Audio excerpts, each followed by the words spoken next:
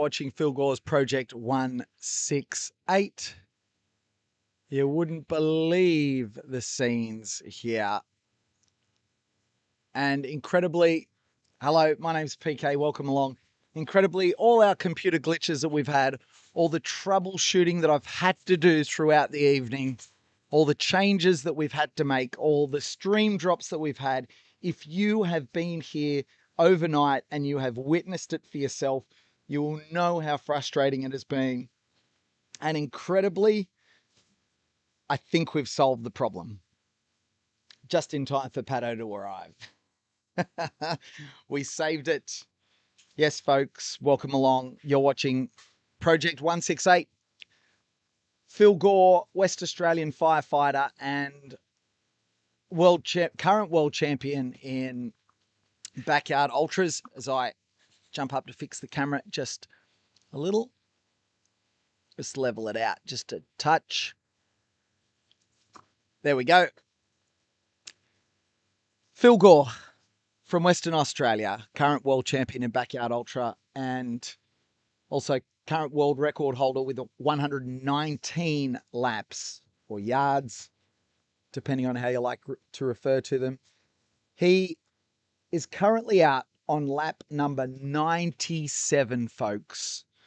Lap 97, and in the process has raised already $94,486.63 for charity. It's just an incredible story. I wish that for all of you, you'd have a chance to bear witness and be a part of something like this. I look around and I see the wonderful volunteers, I see the faces, I see the people, and they're doing such an incredible job. And to be a part of this is something I'll certainly never forget. So thank you and welcome to the 11th video, incredibly, in this series. And off we go. Wow. I think we've got the computer working again. I think we've got all our inputs working again. I'm pretty sure I can just toggle through all our different screens and I'm not going to kill the computer. I'm just going to double check. We've got all our setups back. Wowzers, this is cool. So we can have a bit of a look. That's the scenes down near the marquee. And what else have we got? That's the marquee scene right now. And that's what's going on at the start-finish line. Everything seems to be working again. Everything's coming up Millhouse for the moment. But will it all fall apart? We will find out. I'll still do some troubleshooting to make sure everything is okay. I would like to make sure that we've got everything working on the stream, as it were, before I go and take a well-earned, if I do say so myself, a well-earned rest. We just had one of those evenings last night where things just didn't necessarily go to plan, but we're here. We had some really challenging weather and Phil Gore, the absolute champion that he is, just plowed on through. Took it in his stride. It couldn't have been comfortable out there last night. The rain absolutely poured down on top of the rain that fell for most of the day yesterday.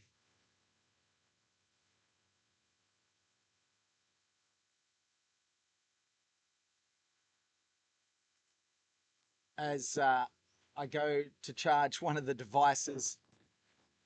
Oh, and it yells at me because it's not happy. Let's charge my phone. That's probably a good idea. Welcome along. If anyone's here for the first time, welcome to Forestdale Lake, WA. This crazy sport is where you run 6.71 kilometers every hour on the hour until you can no longer run. Now, usually what happens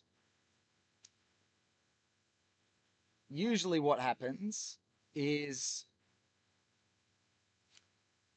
you have at least 2 people in the race.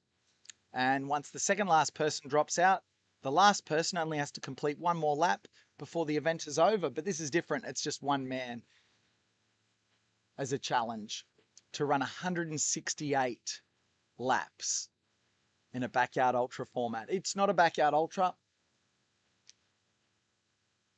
It is just 1 man's project, Phil Gore. And welcome along. We hope you are enjoying what's happening. We hope you enjoy tracking Phil on the website and seeing his laps that he's running. What's crazy is the last lap that he completed, 37 minutes and 47 seconds, is either the second or the third fastest lap he has run. I'll do the maths soon, but his overall average is 45 minutes, 36 seconds. And if you look at the trend line of the graph showing his day-by-day totals, it appears as though he's at least staying consistent, if not getting a touch faster as the event goes on. Just incredible. In fact, if we look at the different days broken down, we've now completed effectively 4 days. And day 3 had the fastest lap, 37:17. However, the fastest average occurred in the last 24 hours. 44 minutes, 48 seconds is faster than the event average, and it's 2 minutes faster per yard than day 1. You can find out all that information on the website if you click the link. Which reminds me, I have to update the website so that we can get the new stream on there. So bear with me as I get to flick through all these details. You can see the GPS of where Phil is right now out on the course. Everything seems to be running stable at this stage. What have we got in the chat? I'll go through that really quickly. I can't imagine the mud right now. It's not too muddy. The course has been specifically chosen because it's more rock and gravel. Not so much dirt and mud. There is a section where the water does cross the course, but we've built a mini bridge over that. So great stuff. Is he still on the night loop, or is the day course dry enough to run on? This is his first lap on the day course today, so he did an extra loop on the night course. The day course is dry enough. Mally went out, he's one of his crew, and fixed up a section where there was a bit of water across the course, so that's sorted. What have we got? Stopped raining in my area of Perth, so hopefully that's the worst of it over. Fingers crossed. It stopped raining here as well. I can see the media guys out on the soccer ground in front of us, but they're joined by some of the local wildlife. It's good weather for ducks, and there's a few duck ponds out there in front of us too. Thanks, Trail Snails, saying PK is doing a great job as always. Thanks, guys. Meanwhile, the 3 amazing boys, great work. Phil, keep it up. Yeah, that's a good point. Phil's got to be doing a good job too. Tim Kaprazak, Pato wakes up, problem solved. We all hate that guy at work that comes along and fixes the problem without fixing the problem. Yeah. You can pass that on to him later for me, mate. I don't know what time you got up this morning, Tim, but if you go back through the stream, that has been one hell of a night. And all I can say is a huge thank you to Kerry, who was the volunteer on to support me through the night. I don't know if I would have survived without her. Crazy stuff. What have we got? Pato gave it a smack and bingo, all fine now. Yep. PK going to be an IT master end of day 7. I remember hearing Alex Cleary talk about, King of the Hill, and he's like, he said, oh, yeah, it was a schmozzle at the start, but by the end of it, everything was mint. And it's so true with these events. I just needed to give myself 168 hours, not the not the 94 or whatever it was of King of the Hill. I need more time, Alex. Your events are too fast. Next year, you guys will have a ripper in Melbourne front yard. That's going to go well over 100, that one. Goodness. What do we got? Surprised I don't use a mouse with our setup. That's a keen observation, Spaghetti Mum. So why don't we use a mouse with this setup? Well, what we want to do is keep the inputs into the laptop as lean as possible, so that we keep the load down on the laptop that does all the work. And by adding dongles and inputs, it just adds little bits of load, even tiny bits of load. A mouse isn't really that much, but to be honest, I didn't want to put in a massive dongle. We just use a small dongle instead to get an input from the webcam, which is the one that looks back at where we're sitting, and the monitor, the external monitor. Like the video. Thanks, guys. Let's hope it pushes towards 100K as Phil approaches lap 100. That would be spectacular. If we could get to 100K by lap 100. Finn Melanson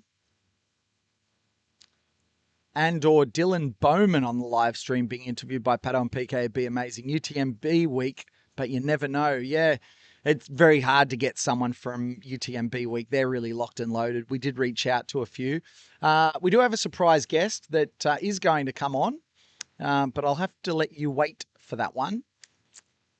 Let's just say you might not all know this person, but you will by the end of the interview. The guy in the uniform at the start line looks like the Department of Fire and Emergency Commissioner. That's a keen eye. That's a keen eye. Well, happy to talk to the guys down there. We'll wait and see if he's happy to have a chat to us up here. So this time tomorrow will be loop 125. No, not correct. Not quite. We won't be that far. Add 24 hours. That's where we'll be. PK, I've just had a chat with a friend that works for a Perth radio station to see if they can help get some more noise out there for the great event. There are too many people that don't know of it. 100%. 100%. Get them in touch. Ryan, get them in touch. Happy to help. People have to know about this. We have to break through. This is crazy. Phil ain't human. Yeah. Copy that, Trail Snarls. Just cheekily, negatively splitting 100 hours. Yeah, it's a joke, isn't it? What a runner. Can't wait for lap 100 milestone efforts no matter what, though. Are we sure Phil isn't secretly a robot? Darth, no, we're not sure. His twin brother is hiding in the sleep pod, and they switch every few hours. Yeah, that's a good theory. How'd the silent auction go for lap 100? Well, congratulations to Nick. It was a silent auction, so the donation will remain private. But let's just say I'm sure Nick will be extremely happy with being able to join Phil for lap 100. You'll get to meet him a little bit later on. Any updates on who donated for lap 100? Yes, we said that was Nick. Donation staying private at this stage. We'll see how that goes. I've got some food that's just arrived. Oh my goodness, that's so lovely. Thank you. Oh, this is the sweetest thing ever. I've got to show you this, everyone. I've got to show you this. This is so sweet. This is what I'm talking about when I talk about, it's special when you do these events. So I've just been bought a toasty, but that's not the special part. I want you to check this out. Have a look. Have a look at my plate. Oh, no, don't twist upside down. Come on, webcam. Can we see there? No, stop twisting upside down. Grrr. Okay, hang on. Let me sit down.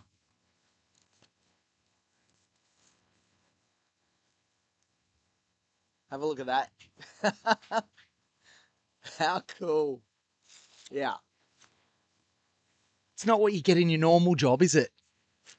How many of you are turning up to work today and you're working with a bunch of people you don't like, you don't care about, they don't care about you, no one wants to listen, no one wants to talk. We turn up here and I get messages on my plate with toasted ham, cheese, tomato, and onion sandwiches. If my wonderful wife is watching, I'm getting looked after. I had Kerry looking after me last night, bought me the world's greatest hash browns. Oh my goodness. I'm not going to stop talking about them either. And she saved my bacon by chatting to our overnight crew while I was troubleshooting and wondering if it was going to get any worse.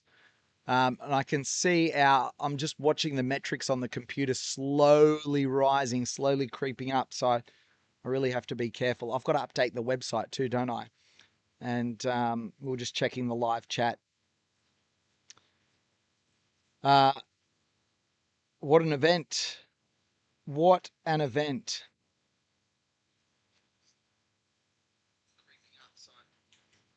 I don't need to listen to myself on the live one. Okay. What else have we got? Trent, for my virtual lap 98, I'm going to run down to the soccer ground and have a look. Oh, tremendous. Come on down, Trent.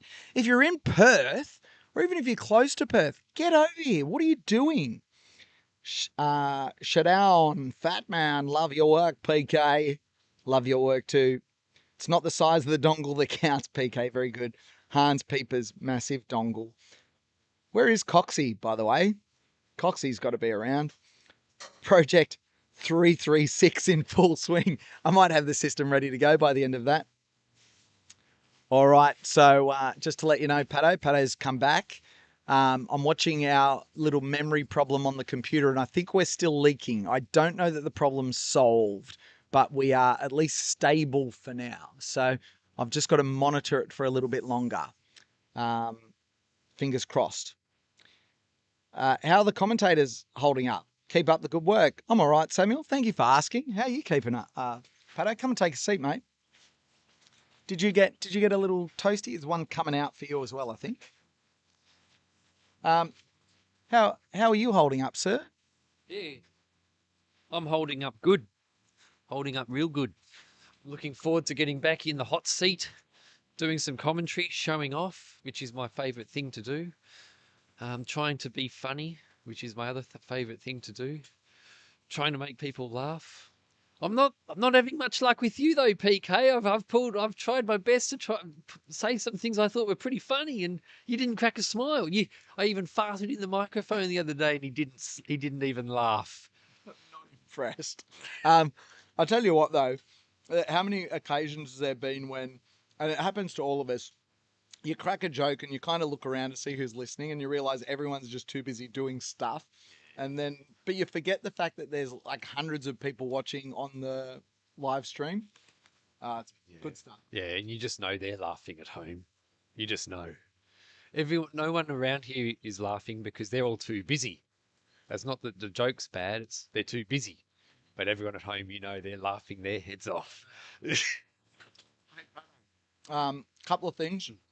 First of all, you missed a cracking chat with Sarah Perry this morning, even though we had all sorts of internet problems and ended up having to MacGyver it with a phone, like the phone held against a microphone. We still got Sarah to have a chat with Phil, and just the look on her face when Phil's talking to her. And she just gets off and she looks at me with her eyes wide open, and it's just like, was that bizarre? And she's like, I can't believe it. Like I know what it's like to go that far, and he's just looks fresh as. Yeah. Well, I was actually watching it from the house, and I liked the little MacGyver thing. So I'm going to be doing the night shift tonight. Do you know what I'm going to do? I'm going to do some cold calling. I might even try and cold call Mark Dowdle, see if he picks up the phone. If anyone has any ideas who they want me to cold call tonight, let me know. And I'm just going to do it MacGyver style. I thought that was fine.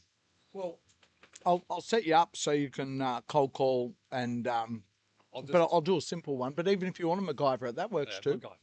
MacGyver's fine. And that way I don't have to worry about touching the computer. I love MacGyver. I'm a MacGyver fan. What I can do though is I can MacGyver it a bit more fancy, so that at least you don't have a webcam on a rope. You can have like a roaming cam to help you out. Yeah. PK. Nice one. Now, are we going to have this thing up there, or are we going to wait and see? Now, if we don't get it up there, actually, we'll talk about that off air. The dudes at home don't. Now, what have we got here? We're up to, $94,849.83. Lap number 97. We're 34 minutes in. Phil just ran a fast loop then, had his shower. So I expect this one, the way he trends is that after his shower loop, he'll run a recovery loop a little bit slower. That must have felt nice, having that nice warm shower, because it is quite cold out there today. It's a bit cold, especially with after that tough night with so much rain and puddles, and he was changing his socks after every loop, and I believe his shoes as well. 2. Oh yeah. Oh yeah. And what else was I going to say? Oh yeah, he's back on the day course now. There was some speculation that he'd be running some extra loops on the night course just while. Oh, he did run. He did run one extra loop on the night course, but now he's back on the day. Mally went out there and just put a couple of pallets over some wet sections so he doesn't have to step in the puddles. And yeah, it's time to rock and roll. Good job.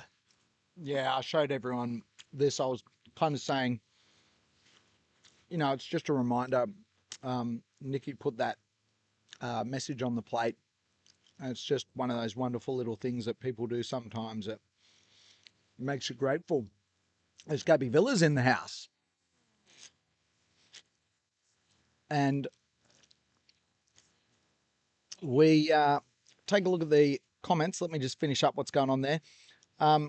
Levitates down in Albany, just jumping on the bike, doing 100k for you, Phil. Nice work. MD, it's perfectly toasted and cut, PK. Mate, it is. I tell you what. Thank you. That was perfectly toasted and perfectly cut. Is that a tear in PK's eye? Emotional toasties at 8:30. I get emotional at the drop of a hat here. Oh my goodness. I reckon I've teared up like 47 times in this event. I can get emotional at someone signs a autograph. Tom says, at work, my lunch gets delivered with a handwritten message. We're watching you. PK, has the donation for Loop 100 already been added to the total? I believe it has. I'll have to double check. Welcome back, Pato. Hope your sleep score. We need to tell my sleep score. Yeah, we do. We need to have a competition, but I'll tell you the message first, which is pretty good. Adam says, so we're going to have a competition. Where is it? We're going to give away a box of maple gels. Oh, my pecs are still so sore from those push-ups. Oh, so sore. I didn't quite get the plank because I was working on computer issues all night. Anyway, we're going to give away a box of these. Maple Movement Energy Gels. I love them. I use them. So does a bloke named Phil Gore, but he doesn't matter right now. He's out for a run. The way we're going to give it away is we're going to guess Pato's sleep score from last night. What kind of watch do you have? Coros. Okay. So mine was a Garmin sleep score. This is a Coros sleep score. So I'll give you a sneak peek. I get a sneak peek. I've got a sleep score and the number of hours and minutes. Okay. All right. So, okay. So here we go. First of all, if you want to win, you have to be subscribed to Backyard Ultra Podcast and Backyard Ultra Live. You have to be subscribed to both. If you're not, bad luck. You also have to have made a donation. Can be $10, any sort of donation if you want to win. Let's have a look. Proceeds from the chuggers and shirts added to the total on board. No, not yet, Brian. They'll be separate. So I think I heard Adam say before that effectively this donation drive will stay open until Telethon. So the end of the run is not the end of the fundraising because there'll still be attached events. But don't make that stop you from donating now. Yeah, 100%. So get those digits donating. $94,924.83. Come on, let's tip it. Let's tip it over 95. Who's going to do it? Who's going to tip it over? So those aren't added as yet. You know you're tired when you pick your food off your lap and load it back onto the toasty. Yeah, I did that, didn't I? Thanks, Adam. Timmy Caprazak, we're all laughing, Pato. Pato is refrothed and ready to froth some more. I'm laughing and you haven't even cracked a joke. Thanks, Ruben. Trail Snails. I haven't seen Ruben. Is Ruben coming? Oh, cool. Pato's energy on yard 84 donations pre last night was amazing. Had me in stitches, and I think definitely got a few more donations just from his reactions. By the way, Pato, what did you miss last night? It wasn't just me troubleshooting, although that was 99% of it. We also had a moment where Timmy Mofo came up and he had a can of Sunkissed. And Rowan was in the chat and said, why don't you shotgun the can of Sunkissed? And so after having to figure out what shotgunning it actually meant, so he found a key. He was going to stab the can and crack the top and shotgun the can. But I made a better suggestion. I said, how much to shoey the Sunkissed? And he said, I'd do it for $100. $184 later, off come the race worn. What's he wearing? Let's say the Tark Irons, the race worn Tark Irons that he wore in the UTA Miler. They are filthy. In goes the Sunkissed, down goes the shoey. And we've got $184 worth of donations in the kick. And off he goes. And the comments were the best after. The best comment was, as he walked away, someone in the chat typed, bro is never coming back. Oh, it was great stuff. Okay. We got Nick calling out for Hog Nation. By the way, what is Hog Nation? Everyone keeps on saying it. Yeah, well, it's one of those things like 6-7, I think, isn't it? Became coined during last Seoul Ultra, where apparently they had thermal drones. What do you reckon is going to, like, Hog Nation is what's continued from last Seoul. What do you reckon is going to continue from Project 168? I don't know. Something will. Maybe in the comments you can tell us what's going to stick. What are the memes that are going to stick after this? You know what is going to memes that are going to stick is they were laughing about the donations during the Yard 84 donation spree, and someone made the comment. TP says, "I was just laughing, telling my mum about Mike Oxlong, who donated.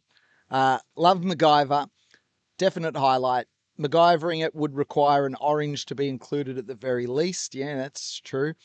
I'll be back. Got school drop off. See you, Ryan. Pat on PK. Morning, guys. Hey, Jem. Jem, who's 99.6% sure. it's a guy. After I'm pretty sure I referred to Jem as yeah. You know Jem. Yeah. Well, Jem himself said he's 99.6% sure. So. Yeah. Did we end up calling Sam Harvey? There was chat about it a couple of days ago. I have not, but feel free to tag him and to get him to slide into my DMs. I might cold call him tonight. All right. Any special requests for the commentators when we come down today? Royale with cheese 88. You got any special requests? Depends what time you're coming down because I need to go and get some sleep very shortly, but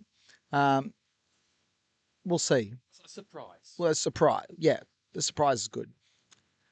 Project Tear Up 168 times. Yep. So we've got the sleep scores coming in, Pato. I've got to them. Pato's sleep scores. Tim Kaprazak says 78. Jem 72. Ryan 71. The funny thing is I forgot about the competition, but they all think it was suspense. So no more bets, by the way. No more bets. Peter Clark commented, I've always got to read his posts, well, comments with his accent. His comment is, morning packed. All right. No more guesses on the competition for Pato's sleep score. No more guesses. The competition is closed. Actually, until I type this in, you've got one more second for guesses. So it was, what is Pato's sleep score and his Koros from last night?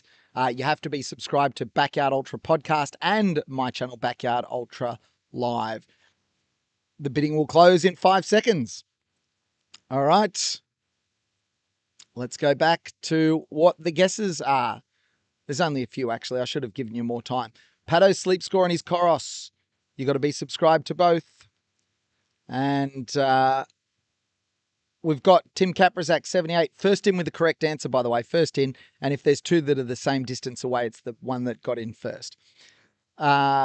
71 Ryan. Charles says, shout out to the tradies today. Donate, like, and subscribe. Pato, I'm hoping to pop in on my way home to say yellow. Tim, 61. Hottest dude out, 59. Trail Snails, 58. Morning Packed. I'm sure that should say Morning Pato. Joel, 46. Harry, 42. Jackie, 45. Royale with Cheese, 69. Jason, 53. Ruben coming down tomorrow. We've got Rowan, 37. Oh, Elle has said, tell him about the sockies and shoeies for the crew, PK. I've got to fill in on the sockies and the shoeies for the crew. If someone makes a donation of $500,000 as a one-off donation, the whole crew is doing shoeies and sockies.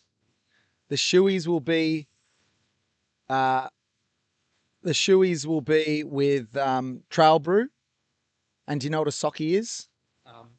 I think it's like where you soak the sock in thing and then you squeeze it into your mouth. Is that what it is? You actually put all your leftover gels into the sock. And a couple, I think it was Mally suggested, and then we all take one toe at a time, one toe each at the same time. So pretty bad. Phil's on his way back in a second. He's almost here. You can see on the picture. There we go. That's a good shot to see him coming in, and then we can cut to the corral cam. I like that, Pato.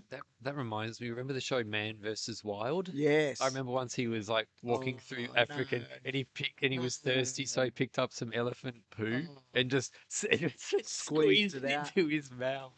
Oh, goodness me. Have you thought about auctioning off Phil's runners used in this project? Stu says he's actually used quite a few sets of runners. You'll see him come around the corner here in a second. Sleep score must be like 41. Lisa Left Eye Lopez. Other guesses, 67, 44, 52, 41, 67, 58, 72, 27, 47. We'll give you the winner after Phil comes back here. Here he is, ladies and gentlemen. Phil Gore striding in beautifully for another lap. This one about 48 minutes.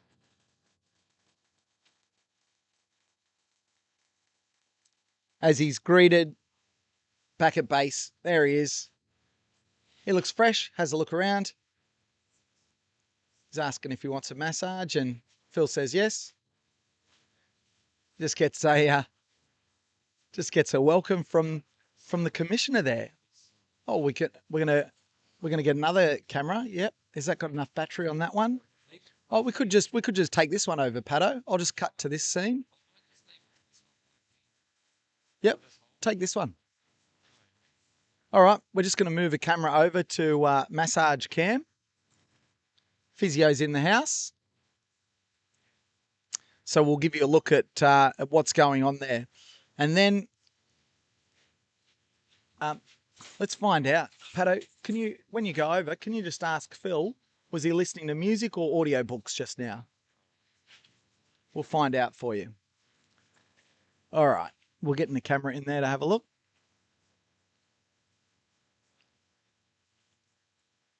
Let's have a look.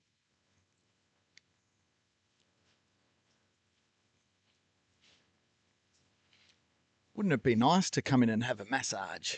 That'd be lovely. Do we have to take a ticket? I'm up. So he's getting a leg massage. Doesn't sound like it's anything specific.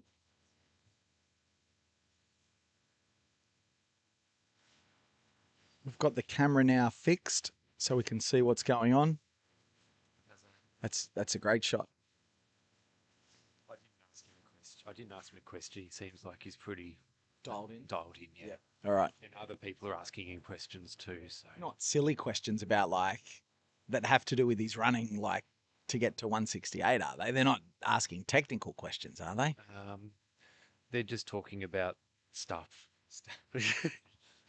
All right. Phil getting a massage, but he's sitting up there, isn't he? What do we got? He's having some Cocoa Pops. Now, I also, but a lot of people don't realise that the type of Cocoa Pops he eats is actually the Chex. Yeah. I used to think it was the round ones, Yeah. but it's actually the Chex. Yeah, so I so- should ask Gabby about that later when she comes into town. Yeah. See if the Cocoa Pops are the same. So yeah, they're like the grid ones. Are they called Chex? They're actually called Chex. Are they still like Cocoa Pop Chex? Right. Interesting. This is turning into a promo for them. What have they got? They've got a higher carbohydrate content, or It's hard to describe what they're like, but they're good. They're good. I feel like a bowl now. That'd be good. But I do have to go to bed. Oh, we are slowly climbing on my number there that I'm monitoring, but I'll do a bit of diving as soon as Pato comes back. We'll give away this maple. Jeez, it's taken us a while, hasn't it? But yeah, I'll have to show you a little message here, Pato. This is very cool. I won't be able to share this with everyone there, but I have to share this with Pato because it was excellent. Look at this. That was like right at the very start. So that's the easiest thing I've ever seen in the world. Let me make a comment about that. Yeah. So. All right. As you're watching Phil Gore sitting up, getting a massage. I mean, this is the ridiculous thing. I'm not terrible at running, and yet after like 10 hours, I can't move like this. I just can't move like this. It's extraordinary watching how free his body moves. And sure, he's probably a bit sore, and sure, there's probably some issues, but this is absolutely extraordinary. Anyway, while that's going on, Pato, I might leave you to kind of give some bit of chat while he's doing that. Oh, you can stand up there because the camera's on him. You can stand up and watch, and I'll get some computer stuff sorted. All right. So Phil's eating his Chex with his chocolate. I think he's eating it with normal milk. I'm not sure if he's having it with chocolate. I'll ask Tim. Is he having it with normal milk or chocolate milk? Protein oat chocolate milk. Oh, yep. Very good. Och.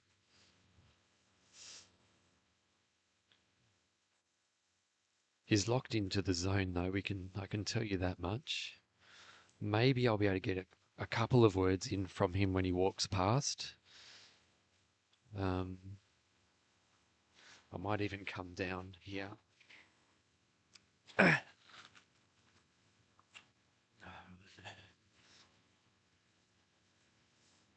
Right, let's see what. I don't want to get in the way. Oh, thanks. Don't want to get in the way, but yeah. So he's putting on a yellow wristband, so it means a medium loop as far as pace goes. Those checks look like they're going down an absolute treat.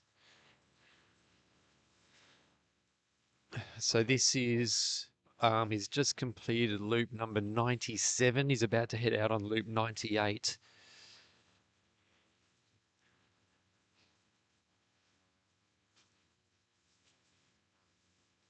Let's go.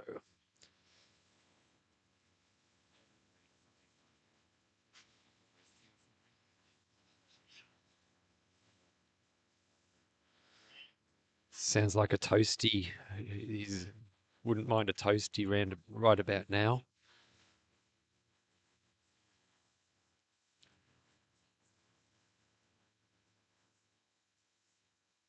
Ham and cheese toasty he's going to get. White bread.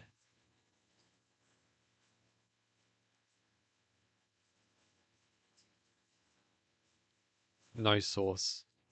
Ham cheese. No salt.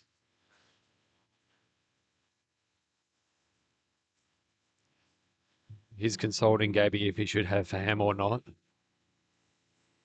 And Gabby said he should have ham. The Phil Gore special, it's called, apparently. What do you like in your toasty? Mine's ham and cheese as well. Salt and pepper? Salt and pepper for me. Tomato sauce or barbecue sauce? No sauce, no sauce. Very good. Are we live, PK? Yeah, very good. This is the real deal.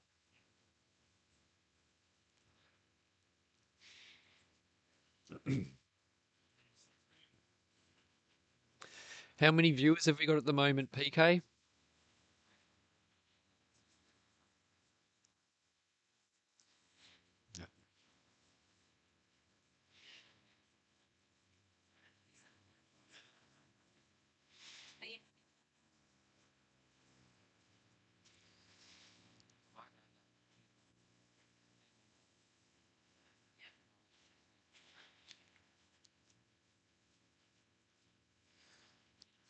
All right.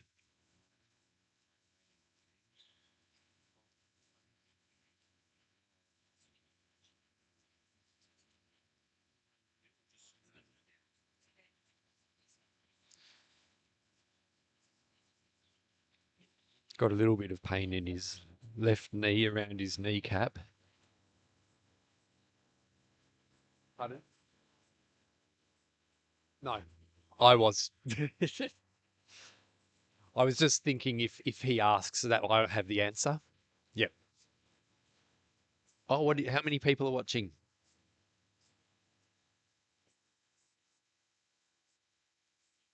Mm,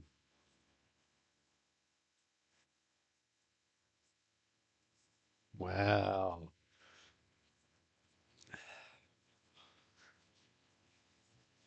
All right, so the 3-minute whistle has just been blown.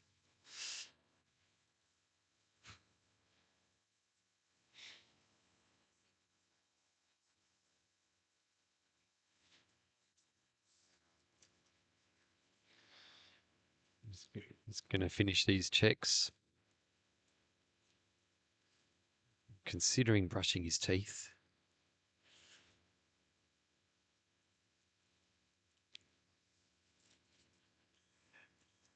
Oh, there. Yeah. You're on candid camera, Gabby. Smile, Gabby, you're on candid camera.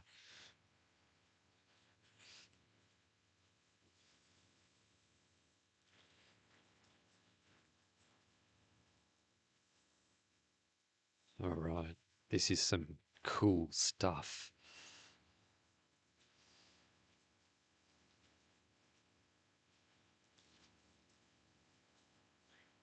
Oh, yeah.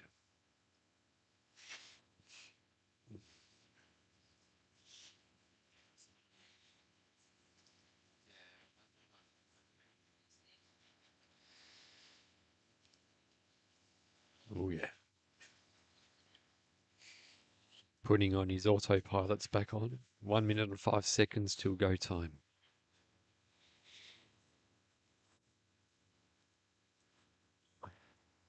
One-minute whistle.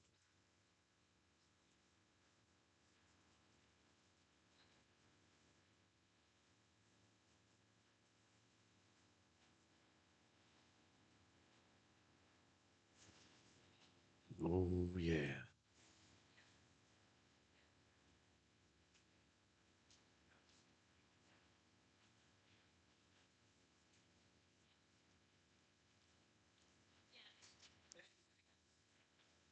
Awesome work, Phil.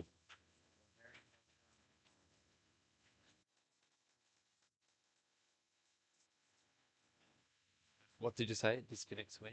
Disconnected. Oh. We got some good footage there, right?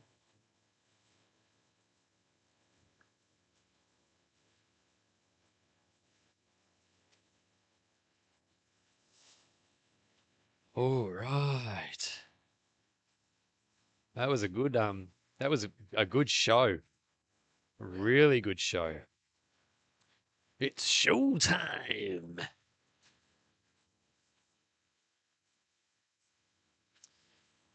All right, so PK, you have you got everything sorted? Live stream nice and stable?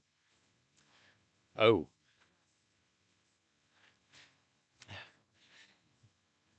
Kane and stable. All right. So Phil's just headed out on loop number 98. Did he have a running companion that loop? I don't think so. Yeah.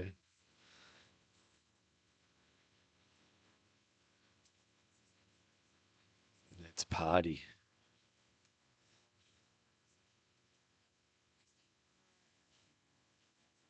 I think someone must have eaten mine because. Oh, oh, I'll give. Oh no, I'll eat this one first. Yep, yep. I'll All right. Toasty time. $95,371.93. This is what we like.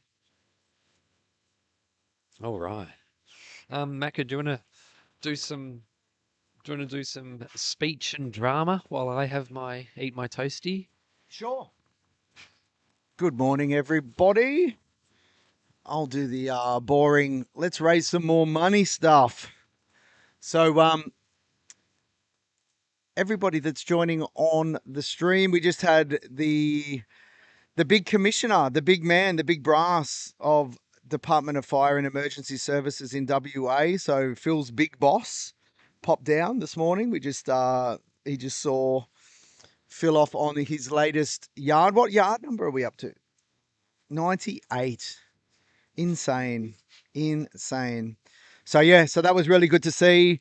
Of course, my role in seeing the commish come in was to organize all of them boys to commit some more money to the tally, to the donation tally. So yeah, he's on it. He's going to get all the people that need to know involved with some internal comms to get all of Phil's co-workers and everybody in that first responders network of WA involved in helping Phil raise his 168,000, because we are going to need all the work we could, all the help we can get, because there's only so much that Pato and I can scream into existence. We were screaming it into existence. My throat is still nuked after last night.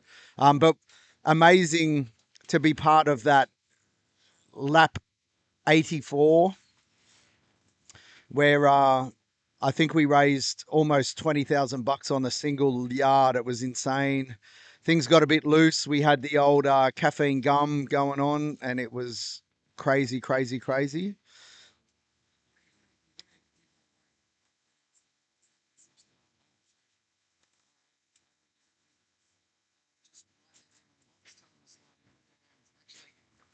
Sorry, mate.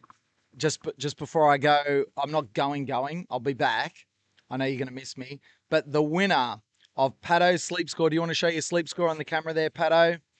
And then, oh, Where is? Oh no. Hopefully I haven't lost the chat here. Hopefully I don't have to. Oh no, it's not on this chat. But you can show the number.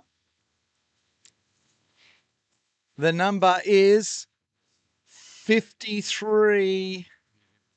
Now, here's the thing. It's 53. There were 2 people that said 53, but remember the rules. First one with the correct answer. Now, this is kind of even more hilarious when you see how this happens. So, first of all, Jason said 53, but sorry, Jason, you weren't the first to say 53, because as soon as I announced the competition, how good is this message? You can't make this stuff up. Adam says, 53, doing we.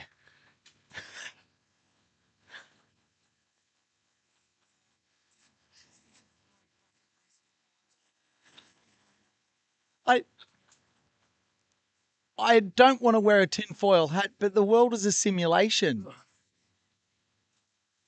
What? Who is this bloke? Anyway, bloke's doing shoeies, sun-kissed shoeies. Did I tell you about that? Sun-kissed shoeies and... so the winner, sorry. The winner I've got announced. Adam Barnsey.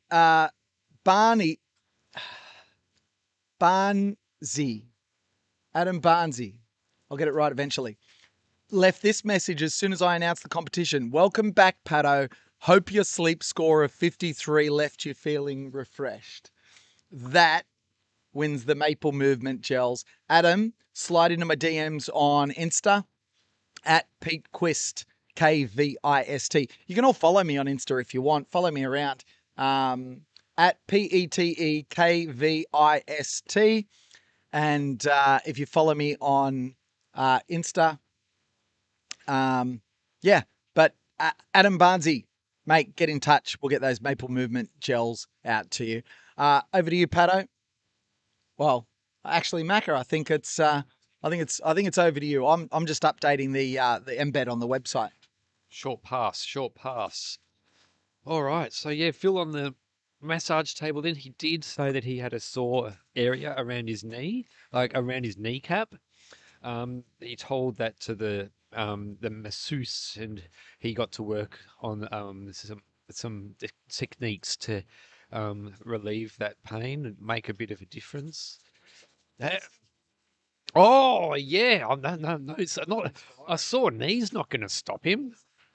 Stupid. We're 97 hours in.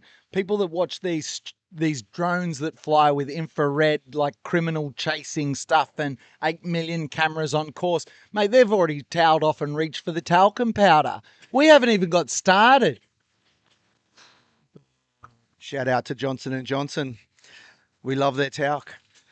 Yeah, so that was really good. The commish just came out, and you could see Phil was pretty happy with that. It's always nice when your big boss comes out to support the effort, and we hope to see a flurry of cash come in today off the back of that, and off the back of the DFES getting involved and helping us do some fundraising. Amazing. And got Gabby here. How long are you around for? All right, you know the drill. If you have some nutrition questions, drop them in the comments and we'll get Gabby to come and sit down in about 20 minutes and we'll run through them and have a bit of a chat. Is that all right? Awesome. Yeah, perfect. Very happy to do so. Yeah. Keep the questions coming, and yeah, I'll be happy to participate. And we might have some. Do you track your sleep score? I don't. I'll have a look at it. I check it in the morning, and that's it. Whenever I get the report, but I don't track it. No. But so you can tell us what your sleep score was for yesterday evening, last night. Yeah. Okay. Cool. We might. I think I'm going to win, actually, because I think from all the people here, I'm the one that's sleeping the most. Okay, yeah, that's cool. But we run a little bit of a competition, so we're going to try to rustle up some goodies, and we will have 2 more sleep score competitions coming up. One for Gabby, guess Gabby's sleep score, and one for me, guess my sleep score. So I just got to try to find what it is that we can attach to the prize pool. Hey, I've got an idea. I'm going to play a trick. I'm going to play a trick on PK. Hey, PK, I've decided, you know how before this I said that I'm not really going to do any more live streams and you can cover that field? I've changed my mind. Nah, nah, just joking, just joking. I tell you what, Pato, if you had the night that I had, we're going to flip flop on this one. I'm out. I'm out. No, I'm only joking. Maybe one a year. That's enough for me. That's enough for me. I'll come and help out for like 24 hours or something like that whenever you need me on your channel. Yeah. Yeah. Here we go. It's 9 minutes and 53 seconds into yard number 98. Getting the chugger. Getting the chugger going good. I guess we'll see Tegan soon. Tegan get to work on the Lego. See what else is going in the candid comments. The Rooch. PK throwing shade. I wasn't throwing shade. I thought Last Soul was tremendous. I just thought that was kind of funny that I remember Go One More in America when Kendall went head to head. Who was it with when they had all the storms and everything over there, and people were jumping on the streams because Nick also does a tremendous job covering his events. And people were losing their minds thinking that no human had ever done this. And it's like, oh yeah, by the way, Phil Gore holds the world record at 119. It was Kendall and Kim. That's right. It was Kendall and Kim. It was, wasn't it? So, yeah, it's just what you don't know. So if only people understood what this was, if we had we'll just do what we can. This is easily the best anyway. Hey, so tell us about Loop 100. What's the deal there? We had the pledge for one to run 100 yard with Phil. Give us an update, PK. So we have a winner. They accepted. It was Nick. Nick's going to be here for lap 100. At this stage, chosen for the donation to be anonymous. So, which you got to respect completely. Wonderful to be able to have Nick out to make that pledge and to be a part of this journey. But that leaves the assist on 167 still available in a silent auction style deal.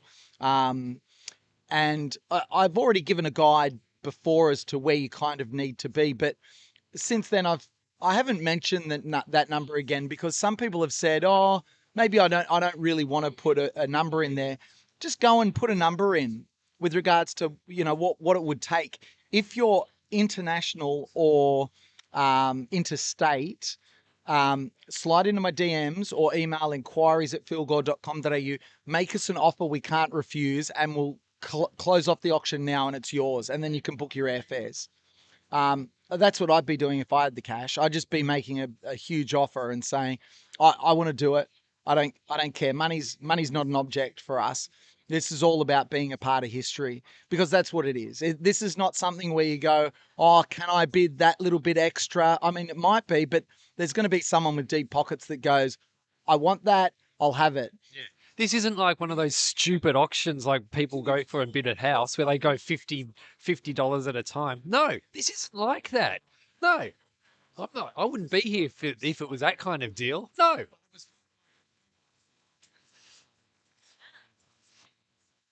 So B. Stewart, I hope that answers your question about do we know who is doing the 100 lap? And don't forget, everyone, PK is going to be back during prime time. And I'm going to be doing the night shift tonight, and I am going to crank up the volume. I'm going to be cold calling anyone you want me to. I'm telling you now, I am going to cold call Mark Dowdle. I'm pretty sure he'll answer his phone. He's a good dude. Anyone else you want me to cold call? I will cold call. I'm going to cold call Mark Dowdle tonight, Macca. Yeah, he'll answer. He's a good bloke. Oh yeah, he's a good sport. And he And mate, he's a good sport. Like he's not one of those guys who dishes it out, but then gets all offended when he cops it back. No, he.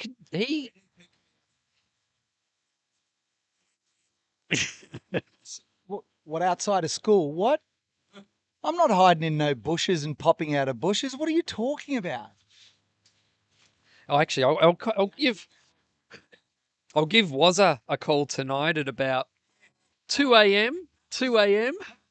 We're 97 hours and 14 minutes in and Wazza hasn't been on. Like it's an absolute travesty.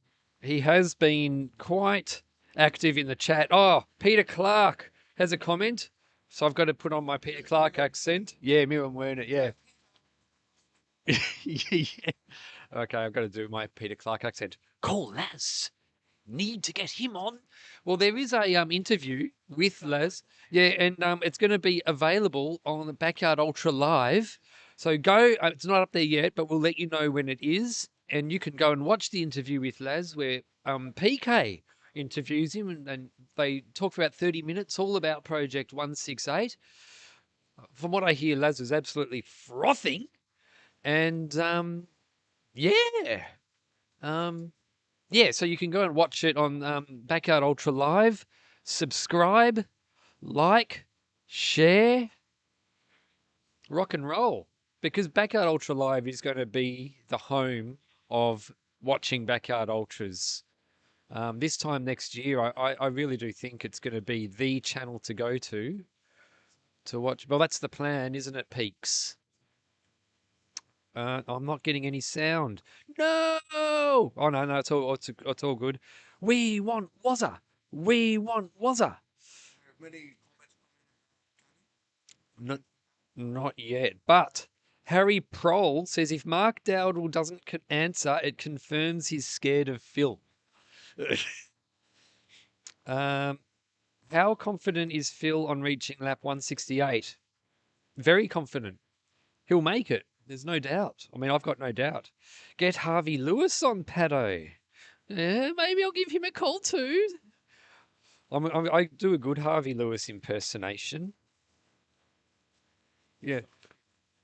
Well, I'm just trying to think of something. The thing is with my impersonations, I'm really good at putting on the voice, but I'm really bad at thinking of what to say. Laz is frothing. Good to hear. When is Blink 182 coming on the Sing with PK? Backyard Ultra Wanaka. Nothing to do with anything, but it's definitely snowing somewhere. It definitely is. Oh, no, Pato. Backyard Ultra Wanaka, because you know I'm going to Wanaka. That's when my holiday is after this. It is puking snow right now. Oh, baby. Tegan! Yeah.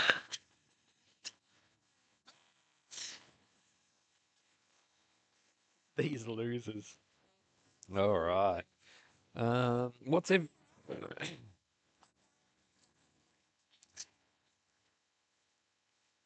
B. Stewart. Not sure Phil would appreciate Mark's late race games too much.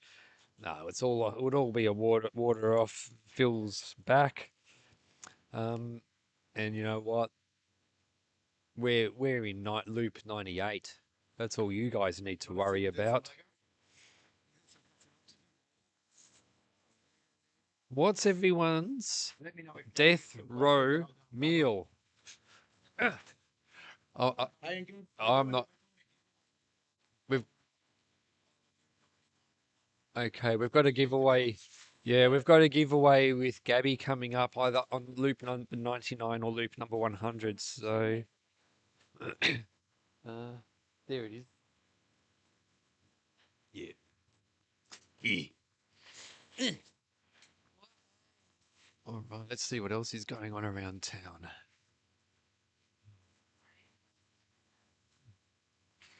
Is that it? Oh, there's spares.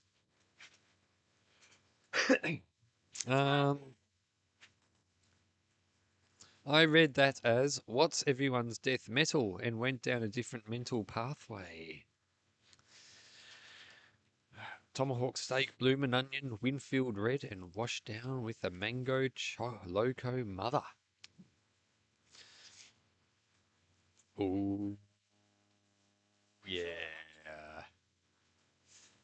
Hey Teagues, how are Phil's feet looking? I haven't actually had a look at them yet because I just got here. But I will let you know when I know. Yeah. Yeah. Oh, okay, cool. What his feet look like yet.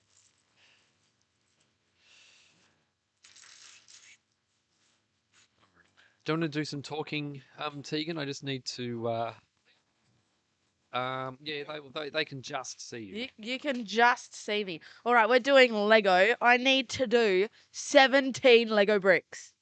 17, except I can't actually find the Lego bricks that I need. I've come down for lap 100, even though I should be in my bed. Hang on. Let me get out the comments. Let's do some chatting.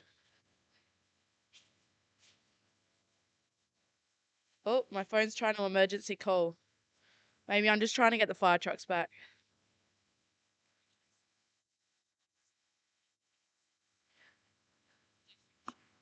Oh, that's from the Roach. The Roach was asking me how Phil's feet are looking.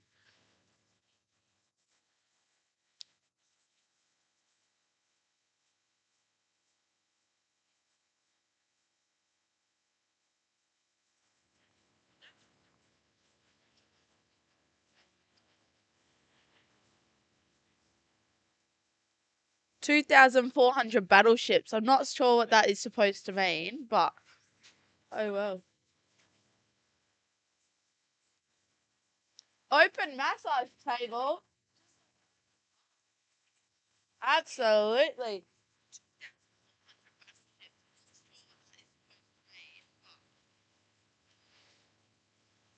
Belgian waffles. Ooh, 404 miles. I'm not sure what any of this means. It is definitely snowing somewhere. You're right. If it snowed in Australia, I reckon it would snow right here, right now. It's pretty cold. Waz's in the chat. Sorry, folks, had school business. What have I missed? I see my name a few times up above. Yeah, Waz, I'm going to call you tonight, probably. I'm going to call you tonight sometime, maybe around 2 a.m. or something like that. We'll see how we go. We'll see how we go. Is that memory creeping up higher and higher? We can expect it to be okay.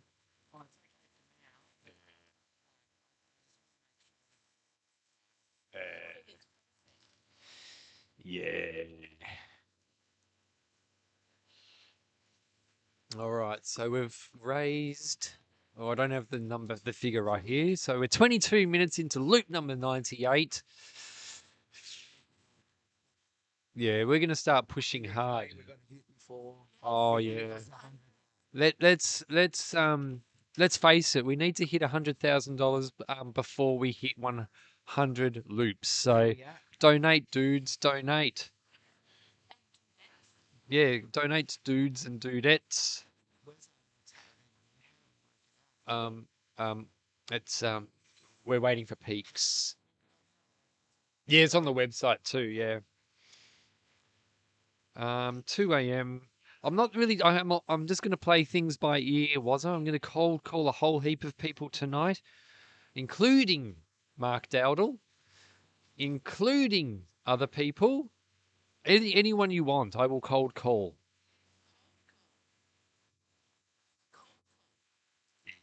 Yo, just a minute, guys. Oh yeah. Is he? I don't know. Oh yeah, I'll get all that sorted. Don't worry about that.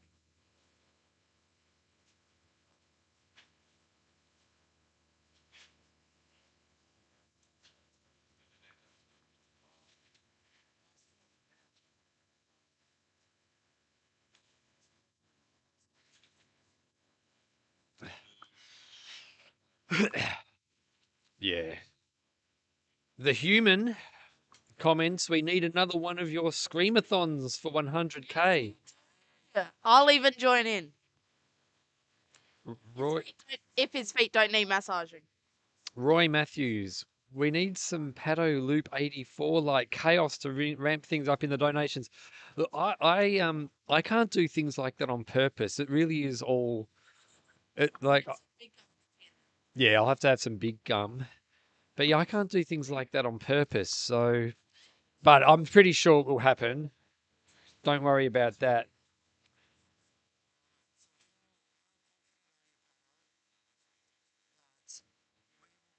Raise over $4,000 in the next 2 yards.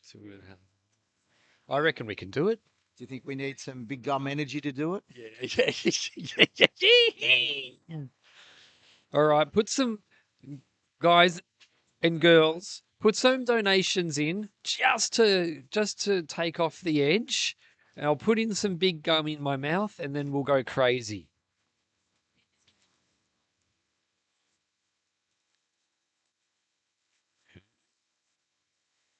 Gaza, we need a special edition backyard beat live. B Stewart, it's not Gaza, it's Wazza. But it's a good idea.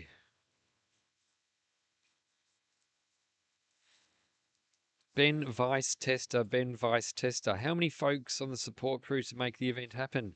There's about 8 full-timers who are here the whole event, I reckon.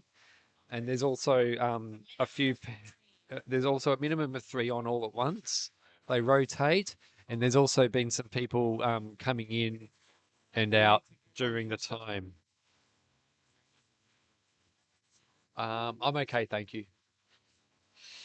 All right. Gianni DeColi. I'm sure Phil will be inundated with media appearances once this is finished, but I'd love to see him on the Emotional Intelligence podcast. Don't know that podcast, but it sounds good, Gianni. Is it your podcast, Gianni? Is it modern wisdom she means? Modern wisdom, is that Chris Williamson's potty? I think that's what she means. Ah. Have you heard back from Chrissy boy? Not yet, and I haven't heard back from young Jamie from Joe Rogan's podcast either. But you know, I've been dealing with Americans now since November last year. Notoriously slow, like notoriously slow. Well, I'm going to be doing cold calling tonight, so if you can find Jamie's phone number, I'll give him a call.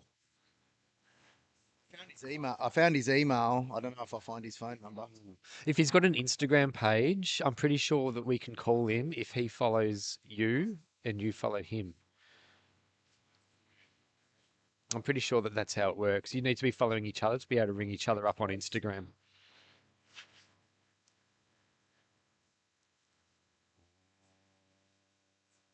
Yeah. All right, let's get this show. So PK is going to be coming back at prime time tonight, and I'm going to be doing the night shift. And you know what, Macca? I am fired up. It is going to be so much fun. Come on, you blokes. I've done the night shift by myself every night. Oh, what about the roach? Lie peaks. I've got a memory of like 8 minutes. Goldfish. Oh. I think you guys need to slide into PK's DMs and let him know what's going on. I hear during the night shift that PK ropes in a Terry Muffins or ropes in a roach while he sits there building widgets and lets other people do his work for him. That's the word. Gianni says, no, Emotional Intelligence is another podcast based in the UK. He just finished recording with the second place finisher of who would be Kim of the Last Soul Ultra. Ryan, oh no. The West Australian newspaper has an article up online and it's not behind a paywall unlike their previous article this week. So go to the West Australian newspaper and check it out. Michael's life cycle. His 98 laps in. He is. I still can't believe the nerve of Peaks to say that he's been doing the night shift all on his own when he's had Roach one night, he's had Macca another night. Oh, he had Terry muffins as well.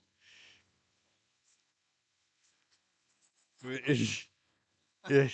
Um, I had Kerry last night. She was unbelievable. Without her, it like would have absolutely just exploded. Yeah, you know. Yeah.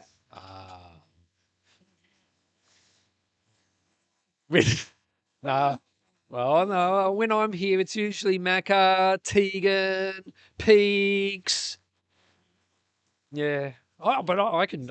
But look, I did Dead Cow Gully on my own for like 119 hours. So I can't believe it puts it into perspective. Oh yeah, Roach did help. I won't deny that. Yeah.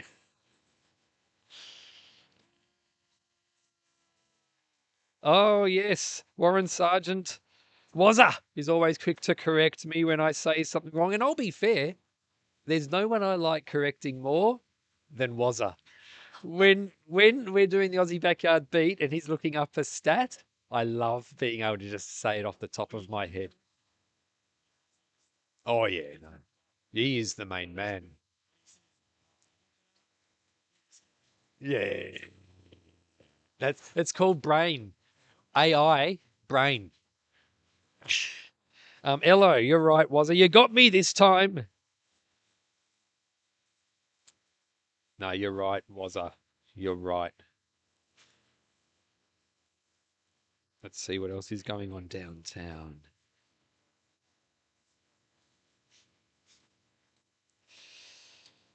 All right. So 328 people in the chat.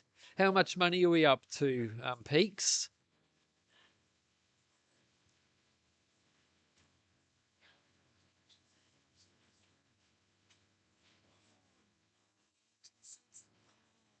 $96,000. Okay. $96,075.66. Come down for lap 100 if you're in town. You'll be able to see Tegan. You'll be able to see Phil. You'll be able to see where it's all going down. Um, I will walk 100 miles. How's that? How's that? Oh, Teagues just said, what song should we play for lap 100? And I said, I will walk 100 miles. All right. Time to be serious now. Time to be serious. No more playing hopscotch. Let's go. Oh, Galvin Dawson's coming down for lap 100. Kit Piratina is putting his hands up in the air.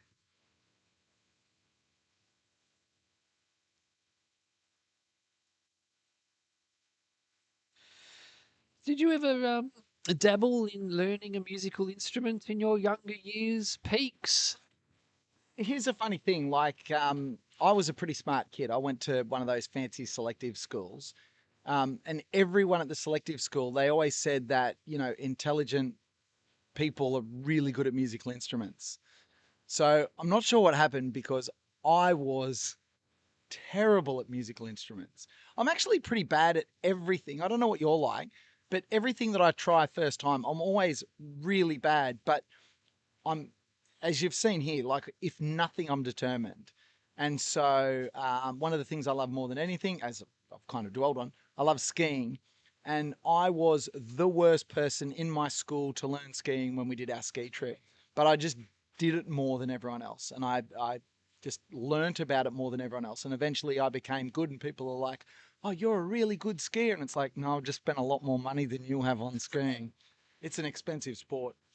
But that's the thing, right? Like, if you love something, you want to do it a lot, and you're eventually going to get good at it. Oh, yeah. Let's keep going. Let's keep going good. There is no finish line. The Backyard Ultra. Pato, were you clean shaven with short hair when the challenge began? No, not this time. Not this time. I don't shave that often. I shave like once every 2 weeks. I should have shaved before this, but I just don't really have all that much time. Deceptions. Why can we not watch Phil run? Instead, we have to watch these blokes laugh out loud.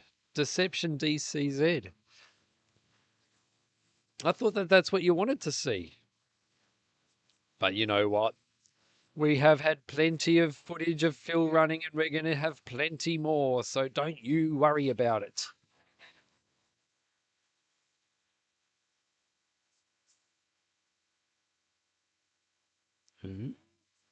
Let's see what else. Let's see if anything needs charging.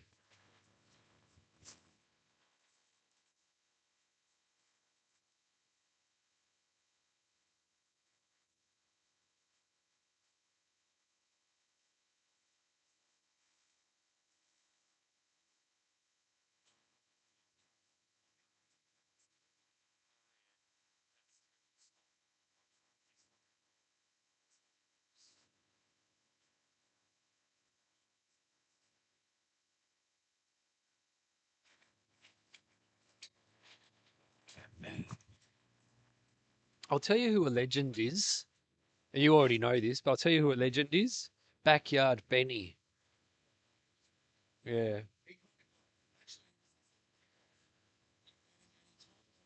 Yeah.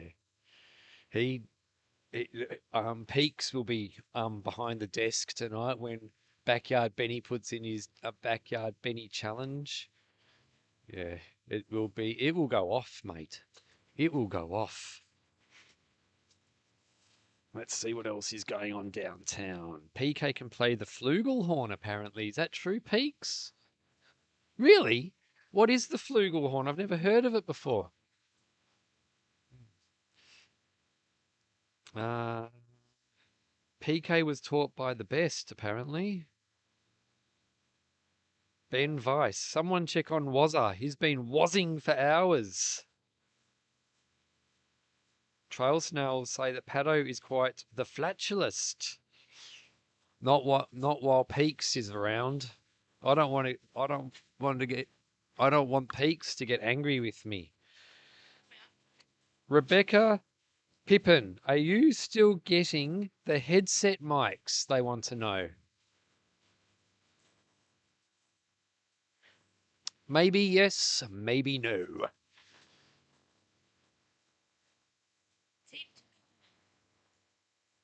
Whose computer's that?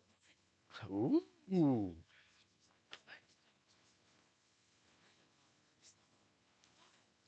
Phil's almost back. You need to give some massaging.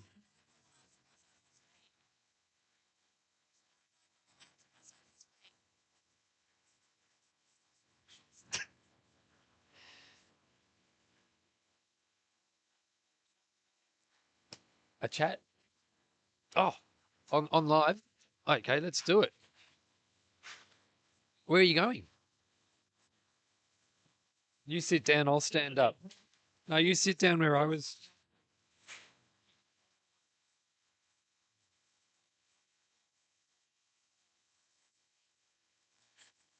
Come and sit down. Tim, come and sit down. Right. Let's go, let's go, let's go. All right. So what's going down, man? What's going on? What lap are we on? He's running 98. Yeah. That's pretty impressive. What are you doing? I was just moving that's the camera we're in, That's so the camera. I was just moving it down so we can See eyeball the viewers. see up my shorts. Yeah. I'm still gonna put. Uh, Yeah, Phil's running 98. He's in good spirits. He was due to eat some speckled snakes, Alan speckled snakes. Are you a fan of Alan speckled snakes? After a gummy, I am. What do you prefer, nerd gummy cluster or the speckled snakes? I'm like you. I prefer the speckled snakes. I don't like the speckled snakes. But you like them more than the nerds clusters, don't you? Yeah. The nerd clusters are too small. You got to eat like per bite-sized unit. There's less. For a snake, you can just whop one in. you just smash the the snake in one swallow. Do you know what the genius thing about those speckled snakes is? Before I actually bought a packet, I was expecting the length of the snake to be the same length as the normal snakes, but they've actually, someone working for Allen's had the really good idea of making them smaller so you can put them all in your mouth at the one time. Because, and I've figured out why, because if they were the size of the whole snake, you would bite it in half and the speckles would go everywhere. You reckon that's why? It's like shrinkflation. They're just smaller, but maybe they're smaller because they're gourmet. You know how like good food is always. You go to a fancy restaurant, they give you the tiniest little meal. It's like these are fancy snakes, so they're like much smaller. Anyway, he was due them, didn't eat them. That's when he had his cocoa. He had Cocoa Pops and Chocky Milk. Now, I've known this for a while, but I keep on forgetting to bring it up. Now, when he talks about eating Cocoa Pops, people think he's eating the Cocoa Pops with the rice puffs, but he's actually eating the Chex. Have you ever asked him why? Well, actually, that's so there's a documentary, not just a live stream. Keep your eyes open. There's a documentary being filmed here, and that's one of the main reasons we're doing a documentary to clear that mystery, right? But there's a myth that Phil eats Cocoa Pops. He doesn't eat Cocoa Pops. Can't stand them. He eats Cocoa Pop Chex, which are very different. They're like, Chex. Instead of little pebbles, they're like crisscrossy, hashy things. What do you prefer? Definitely. You know me. You know me. I'm a Phil Gore fan through and through. If he says Chex, I eat Chex. And they're better. He's right. I have given them a shot. I remember once went through a phase of eating Cocoa Pops every morning, and I actually bought Chex once. So I tried them, but I do prefer the traditional rice puffs. That's where you're going wrong, Pato. That's where you're going wrong. Darren Chandler came to Dead Cow. We all had dinner. And there were a few people there. Maren was there. There were a couple of snails near Maren struggling to communicate. And Darren walked in with a box of normal Cocoa Pops. And his race went downhill from there. He had the worst race of his life because he got the wrong Cocoa Pops. So I've seen Darren eat normal Cocoa Pops and have a terrible race, and Phil eat Cocoa Pop Chex and go from strength to strength. What are you going to eat? It's your problem, Pato. You got to eat Chex. Check it out. Yeah, maybe I eat it. Yeah, I'll see how I go. I'm kind of off the Cocoa Pops now. I don't know if I'll go back, but I do love chocolate milk. Oh yeah, chocolate milk. He has the So that's the other thing. He has oat protein chocolate milk, which is Or as Gabby calls it, ock. yeah, ock choc mock. And it's good. It's very thick. I've poured a lot of that this week, and comes out very thick, very very thick. I think it's a protein. Yeah, there was something else that was really thick that it came out quite creamy. But Rockaby, that's what I like. Yeah, Rockaby. Up and goes. Up and go. Oh, our Up and Goes, they're the ones that come out thick. When you pour it in, it's disgusting when you see it and drink it. But when you don't know what it looks like, it's pretty good. Yeah, that's why you can't see through, because you could eat it with a fork. You could eat that with a fork. Yeah. Yeah, but ever since I saw what the Up and Go actually looks like, because once I used to eat my Cocoa Pops with Rockaby, but once I didn't have any Rockaby left, so I put in Up and Go in the bowl in the Cocoa Pops. No? Nah, no good. Yeah, maybe that's right. I say Mark Dowdle versus Phil Gore heads up. So what time are you back in tonight, Tim? It's a very good question. Because I'm ringing up Mark Dowdle tonight. Ooh. Cold call. Well, you know how Mark Dowdle came for every single soul? He's like, I came for all of them, not just one less than all of them. Phil, on lap one, there's no one left. It's just him. He already took everyone's soul. Well, the thing with this race is that there's no... Well, when you think about it, this one, is... To me, when you don't have any souls to take, it actually makes it harder. Because when you're running in the last Soul Ultra, you you can actually see a finish line because you can see the runners around you struggling, and it gives you an idea of when it's going to end. But with this, there's no souls. All you know is that you're going to be going for another 71 hours at the moment. Here's the big difference.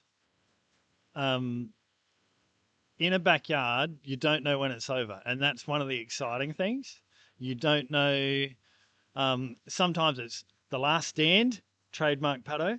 Sometimes that goes for 20 yards. Sometimes it goes for 30. Sometimes it goes for 2 yards. The last stand, yeah. The last stand. Phil here, he knows exactly how long this race is going. So he's one to say, don't think too far ahead. Just take it one lap at a time. And you can do that easier when you don't know what's going to happen the next lap. You don't worry about 168 because you don't know if the race is going to get there. In this, it's got to be harder for him to just take it lap by lap because he knows exactly how many it's going to. And that's got to be, doing things to him because he can't break it down into just one lap at a time. And he must be thinking also, he must be trying to stop those types of thoughts coming in. Like when he gets to 120 and runs a distance PB, he's gonna be trying not to think I've still got 48 more to go. So at 84, we did halfway there. So heaps of people came down. We played while we're halfway there, living on a prayer. And we're celebrating these milestones. He knows he's exactly halfway through the race. So we're in a couple hours, an hour and a bit, we're celebrating the triple digits, 100. He's not losing his place in the race either. He doesn't have that chance to just forget what lap he's on. It doesn't matter. Just do the next one and the next one. He knows exactly where he's at. He knows exactly how long the race is going to go for. It's got to be tough. Tough conditions, Pato. Last night would have been tough. It was pretty wet. Like, though, that rain was steady and heavy for at least 10 hours, I reckon. At least 10 hours. Yes, I reckon it was like 14 hours of rain. But, it sort of started a bit slower. And then, the middle 10 hours of that 14, it was pelting down. Oh. His sleep pod had like an inch of water in it. So he got moved like 5 times last night.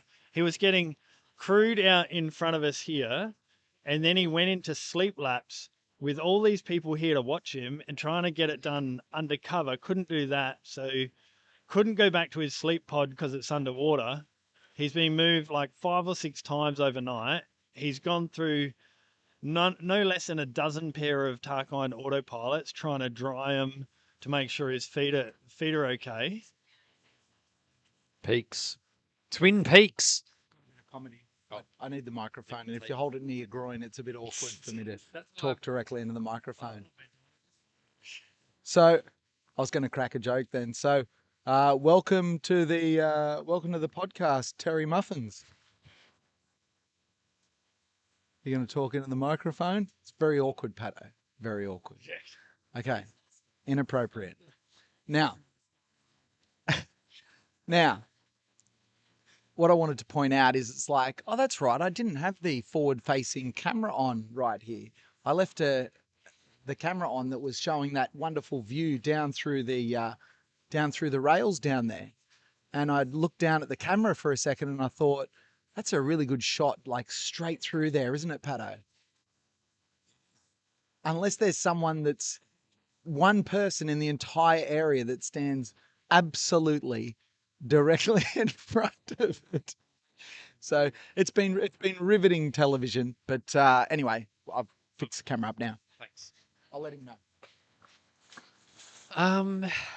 Now what was I going? Oh, here he comes. Yeah, can you let him know so I can change it? He's moving anyway. He's moving.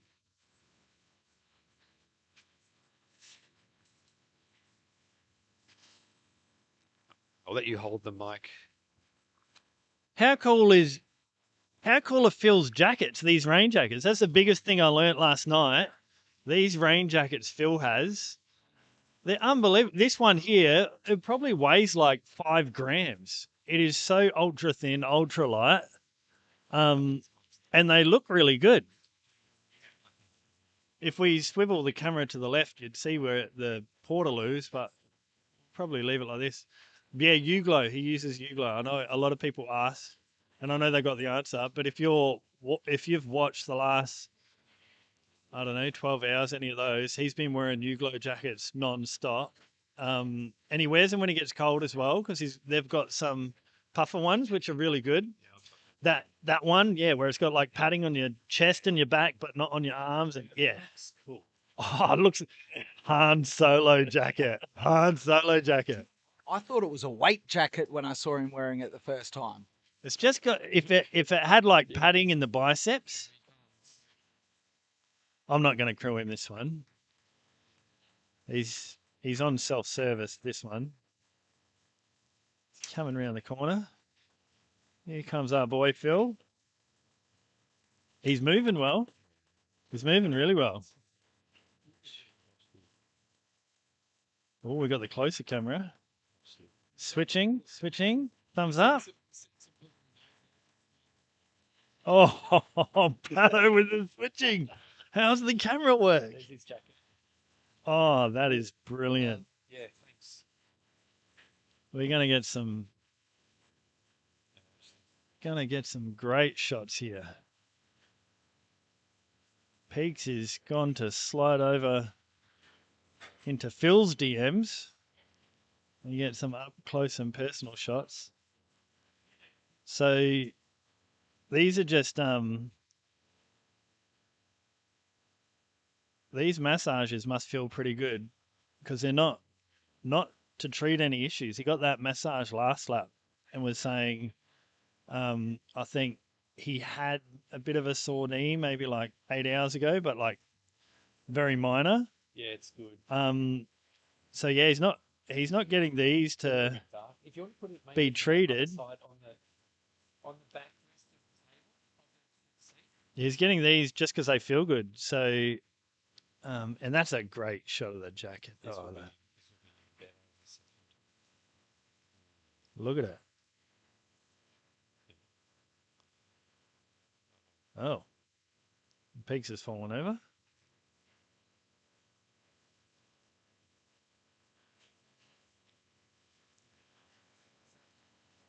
Something's happened. It's frozen. Frozen.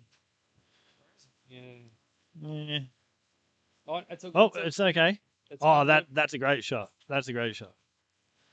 So yeah, look, he's not getting treated. He's not, which is good. Like getting a massage like this must feel really nice. You had a shower, had a chat to a friend, you know, had a chat with Sarah Perry over the video call. He's had his breakfast, had some Cocoa Pops, and now he's getting another leg rub. This bloke's ready to do another 168. We could restart the counter here and just he wouldn't even care. Yeah. Just tell him it's lap 1. Restart the count again, and he can still make the Australian team from here. Isn't that disgusting?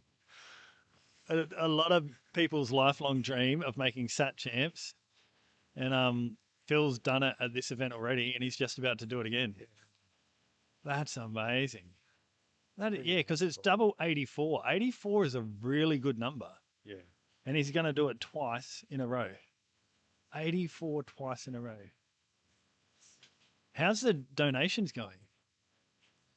Because he's not the only superstar. I'm blown away by like how many donations. 9. Oh, we got to hit 100 by 100. When he starts on this next loop, We have to hit 100 by 100. What's the plan, PK? Are you going to come back at what time? What I might even do, come back at 4 or 5, and then I might even kind of double tag and get multiple kind of just to realign rather than just do it in one fell swoop. Yeah. So, yeah, I'll come how back. much time is left on this stream? Uh, There'll be time. Or the other thing that I might do is I might get a little bit more done here just to make sure everything's stable and certain, and then have a shorter break, just a little kip now, prime time, go into the, very, very late night. And then so rather than you going for the full night and doing the full shebang-a-bangs, you can, have that break during prime time for, 6 hours, 7 hours, something like that, and then come back and then do just a shorter overnight than a long one. Something like that. We'll figure it out. All right. Is that dude running with Phil next to him? Oh.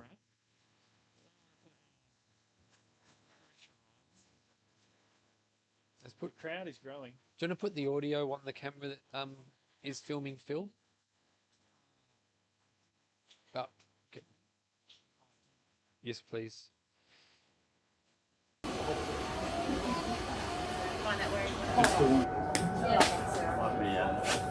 Yeah, maybe just really quick, or you can have white ones.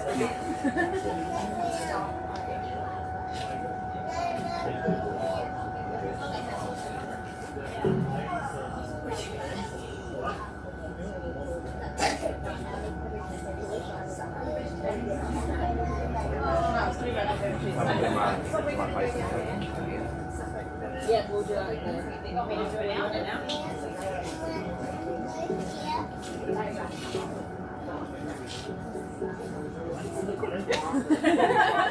Okay, alright. Just not on his forehead. You don't want to do that? Okay, sorry. Go get a paper wipe.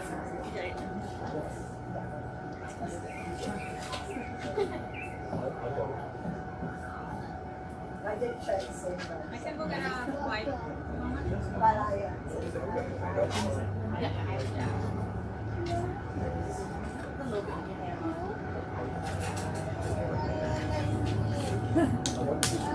Don't put it on paper, right? Are you right with that hat?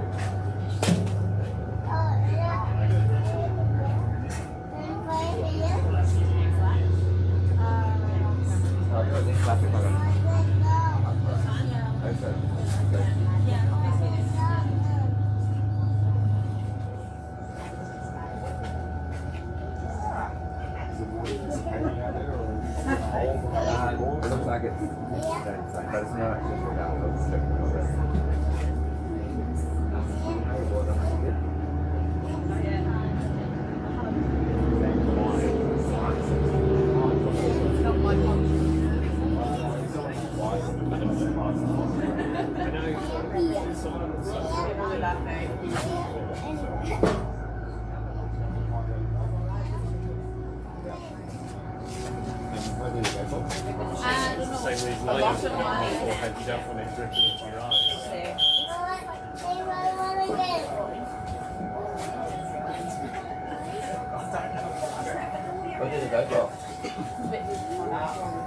I know, I'm like, and I've been kneeling for like.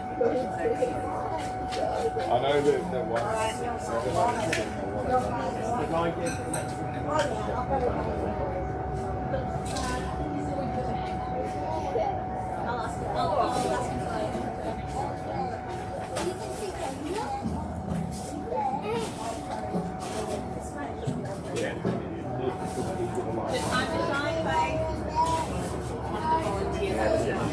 Oh, yes. The volunteers accidentally donated 1,111 instead of 111 last night. One of the firefighters. Oh, really? Yeah. The one with the mustache there, saying doing the white. His name is Right, the vibe. Nick. The other Nick. Yes. Yeah, he was doing it funny for the camera and he added one to his one. How much love that people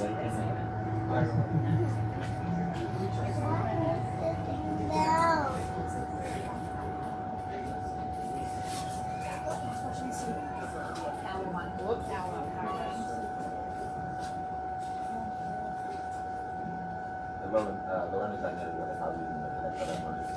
Oh. During the day? You don't have to wear that. I don't have to wear clothes the same. You don't need one, but we don't need that. It's been raining. It's hard to sit. Yeah.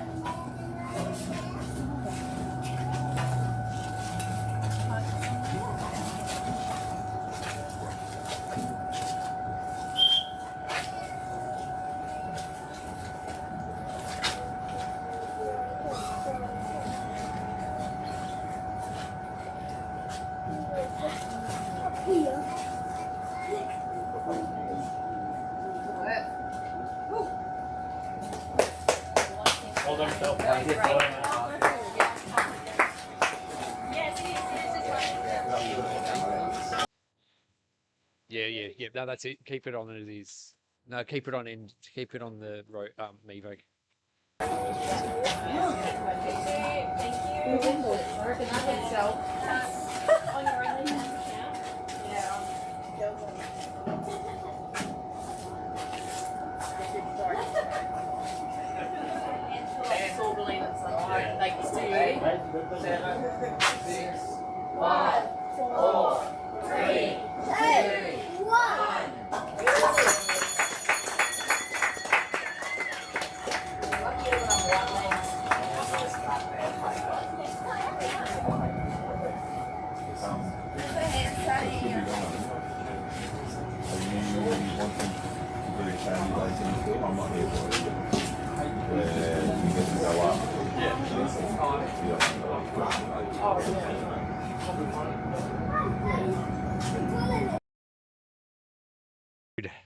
Right now, for those dudes out there, what I would like, I've got a little challenge for you. No prizes for this, but if you can slide into Peak's DMs, take a screenshot, and then post a story of it, and hashtag Project168, I think that would be cool. Have you got it? All right. Can you switch to the oh, awesome. I'm just going to go to the bathroom. So hang on, let's just see how many viewers we've got online. 550. Epic. Phil Sigoreg, Relentless. Check out Gabby's Intense Eat Fit. We need a rerun of those 119 shirts too, please. Surely after this he'll release something new. Project 168, yeah. Yeah, that's all you need. Troy AG6I, does he take any form of painkillers / anti-flams throughout this? Do you know the answer to that one, Tim? What's the question? Does he take any form of painkillers or anti-flams throughout this? Well, he'd never taken anti-inflammatory. They're not good for you during endurance exercise. So if anyone is thinking of taking anti-inflammatories, maybe don't unless you talk to a doctor first. But yeah, sometimes he'll take a couple Panadol. I know there's runners out there who put it on their plan, and I'm not opposed to that personally, because I think if you put Panadol on your plan, yes, you might take it, and maybe you don't really need it, and you could have gone with less, but it means you're more in control of exactly how many you take. So if you're worried you might take too many Panadol or paracetamol, you can read the pack, read the directions, and we'll have a daily max, we'll say like 16 tablets a day maximum, and you can plan that. So some people plan it. Phil doesn't plan it, and maybe once a day he might ask for a couple Panadol, and that's it. So it's not like once he's on Panadol he stays on it. Every now and then he might have some pain. He has a couple Panadol. It usually goes away before the Panadol wears off. So it's but yeah, I like that idea of having it on the plan. That way you don't have to worry about taking too much. That's basically what you're saying, right? Yeah. Is Man Mara 42, is there any on-course live feed? We did have some roving cam the last couple of days, and we might do it again, but we'll have to wait and see. We'll have to wait and see.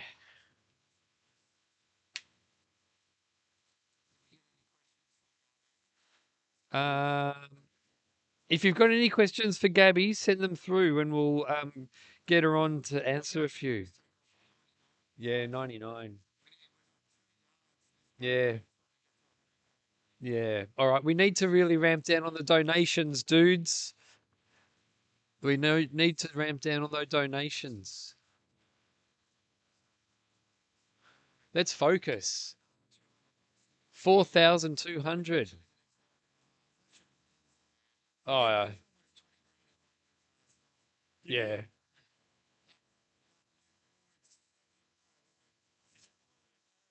Yeah, we were going.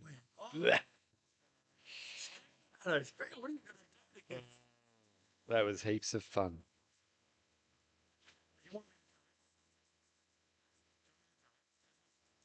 When he gets. When he comes out, I'll just tell him. All right, Peaks. We need to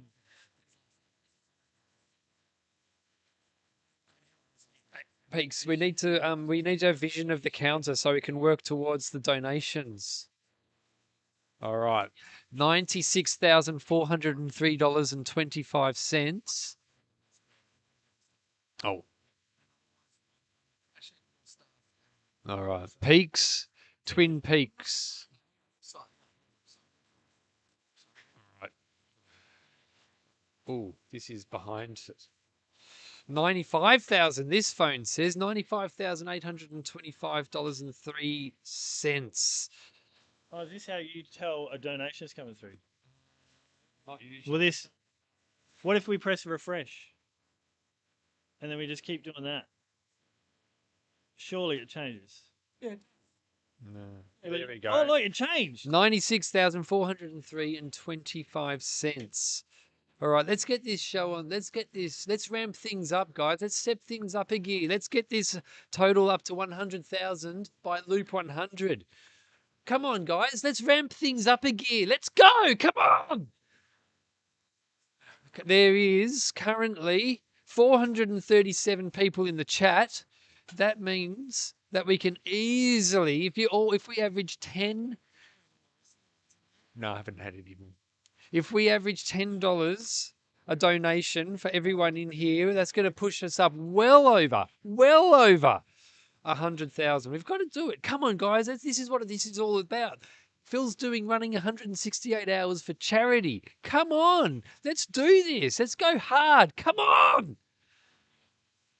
The Roach. We should get a roving. Oh, he's just commented, yeah. How was the red eye? He's watching on mute though, he says. We can when he's yeah. Oh yeah. Oh yeah. All right, let's go. We're locking in. So that, how do we know that thing at the bottom goes green? Yeah. And yeah, that's it. So someone. Let's go hard. Someone send a dono so we can. Someone send a donation so we just. It can be $1, just so we can see where it pops up. Just $1. Sally donated $20 recently. Sally is. Faye P is running with Phil now, so we need to watch this because we need to call. Oh, $223. Gaz, Junior, it's Gaz. It's Gaz. Gary Abler donated. I reckon it was. Let's go. Thank you. I think it is, yeah. Gary Abler Jr. Junior, slide into Peaks' DMs. All right, that reminds me as well. We want to get Ruben Jinby, Alex Pierce down here. From Alex Coast Eagles. Alex Pierce. Moose has COVID. Oh, does he? Yeah, Moose has COVID. He's sick. Oh. He's sick. That doesn't mean you shouldn't donate. Moose can donate. Moose, get in the chat. Let's get Moose in the chat. I'm just going to plug this thing. We can't leave a charger just lying there. Ah.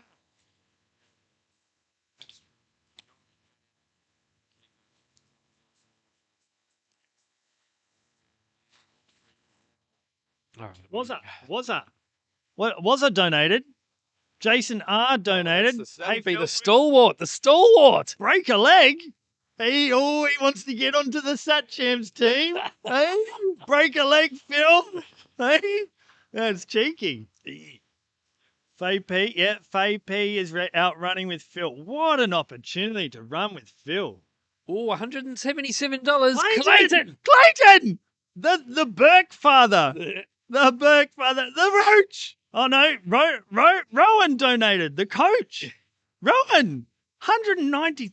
Ooh. Trail snails. The snails. It's the buff. The buff did it. Oh, yeah, they're coming. We're gonna. They're coming I think- in I good. think- Billy Klein. Oh, Ramp up Cam. Cam Xanadu. Xanadu. Oh, that was like 7. Yeah, that was awesome. What's Yeah. the record? Oh, How it was many in a row? that was happening last night. It was like Last non-stop. night we went from 77 to 97,000 while he was on lap 84. Oh, I don't know if it was 90. I think it was maybe 80. I left it at, well, actually, and the probably the loop after that when we did when he came in. But I It was so much I fun. said to you, we're never getting and this was as he was setting off for 84. I said we're never getting to 80. Scoop. A generous. Thank you. You are very generous. News just in. A new donation from a generous supporter. Harriet donated. We're on a roll. $10. Thank you. Everything's broken. We're gonna hit it. We're gonna hit 100K by 100 hours. Oh yeah, this See- makes a see difference. his little- See his little chart there? See his peak? $1,100. Oh, that was That was a. last night. It was a mistake. That was a fiery. He meant to put $111.11, and he did. Did he mean to do more? No, He no. meant to do more. No. He meant to donate 11,000. Wazza, Tim and Pato, when more than one contribution has been made by someone, it shows their total donation, not their most recent. The figures you're reading are not instant/live donations.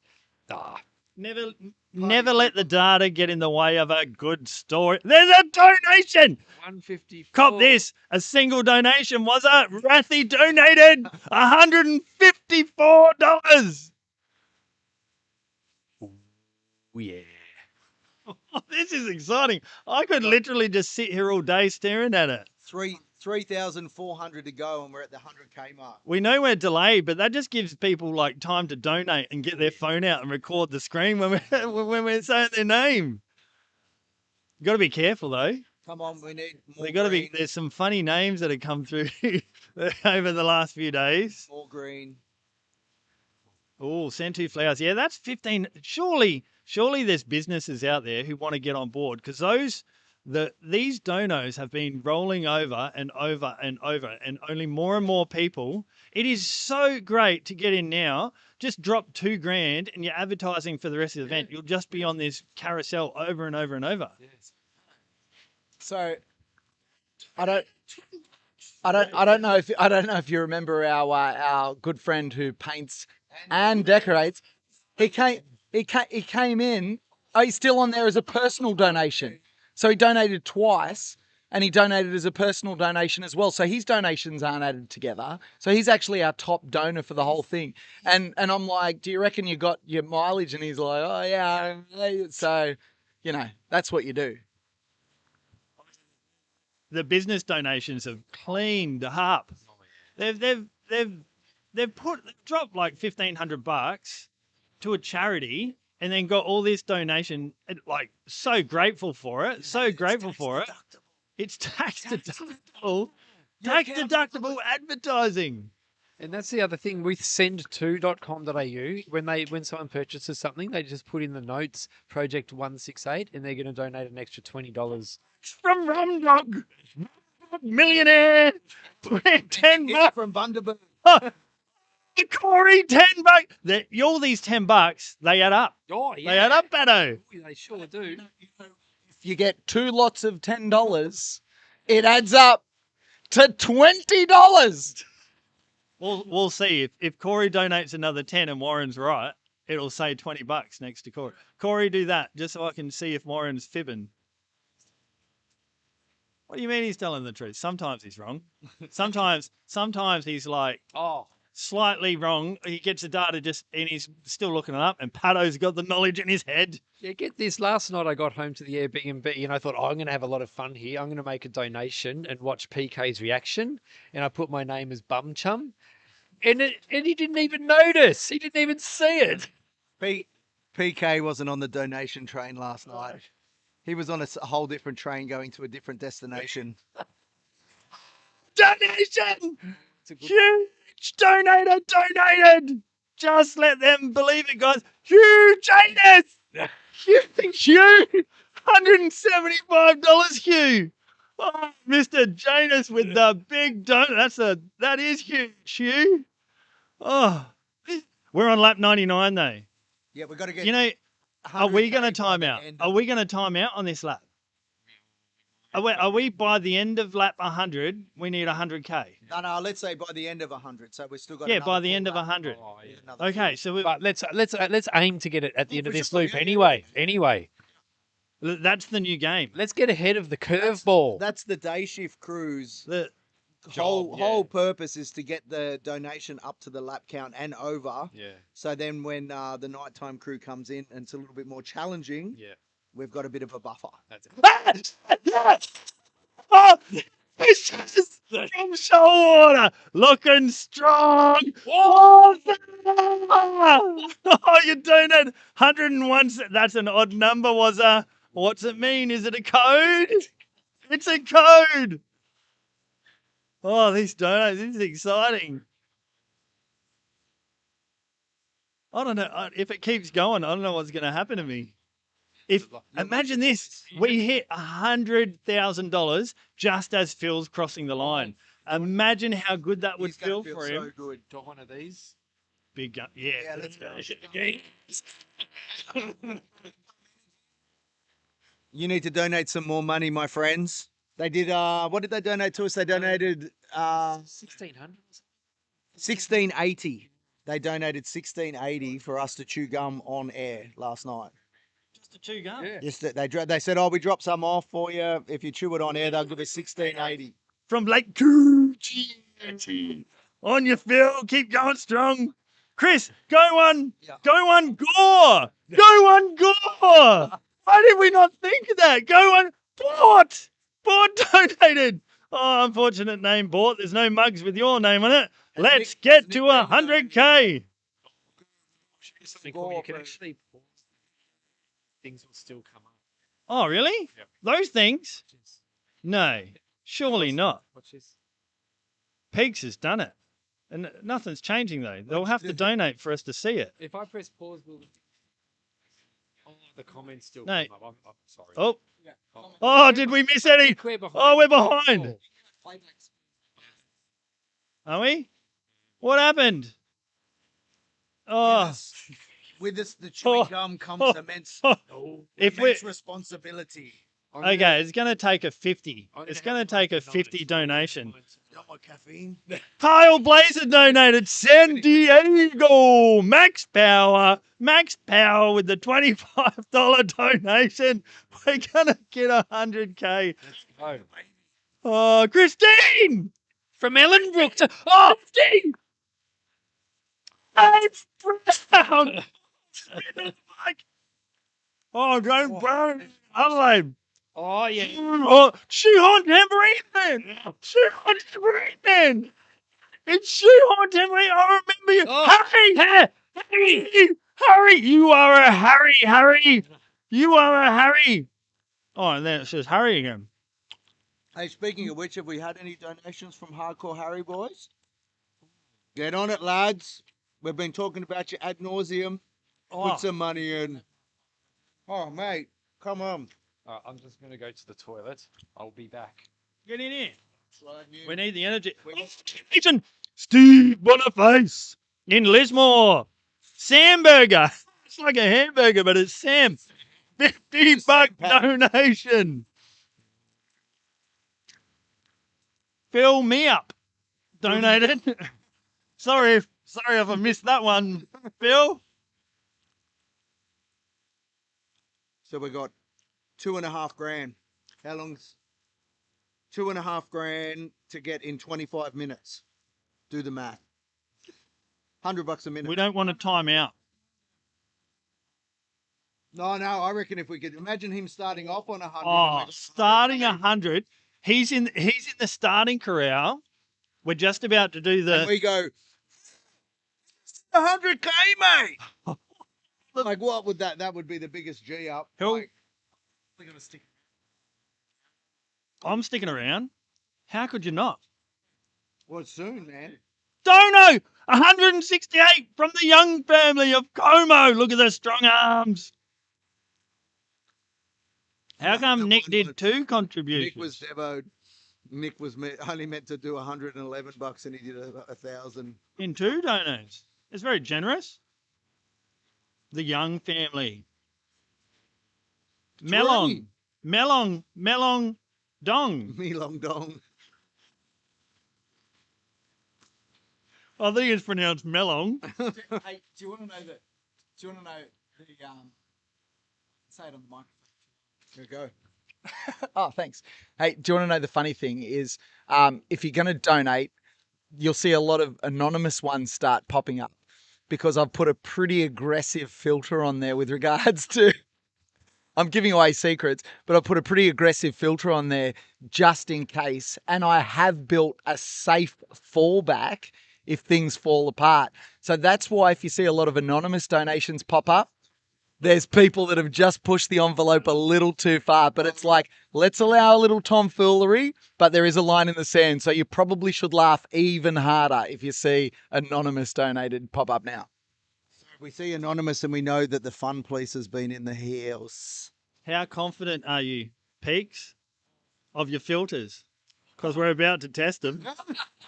Here we go. Testing in real life. Everyone test his filters, see if he can get something bad through.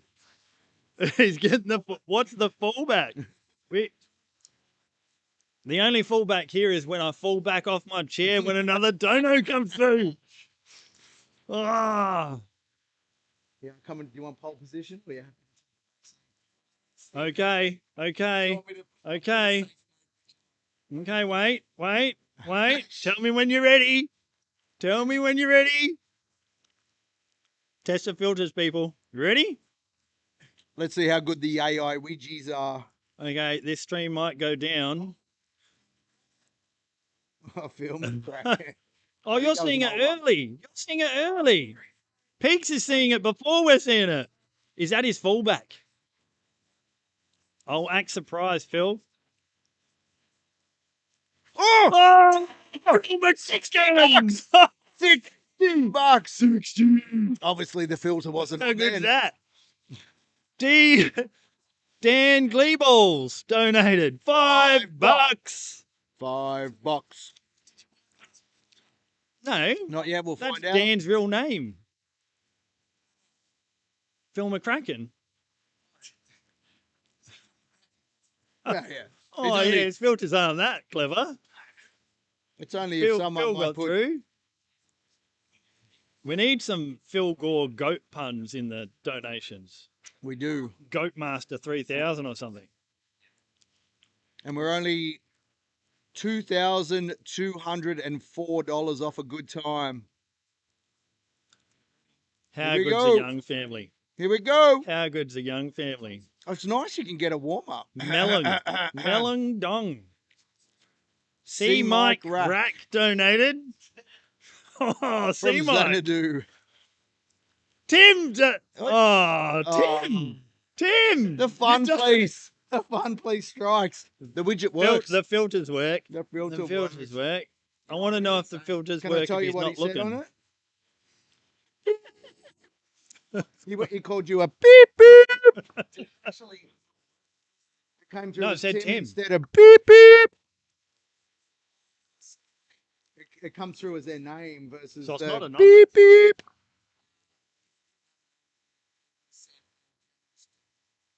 Oh. I have not. That's the first time Tim has donated. Oh, get out of town.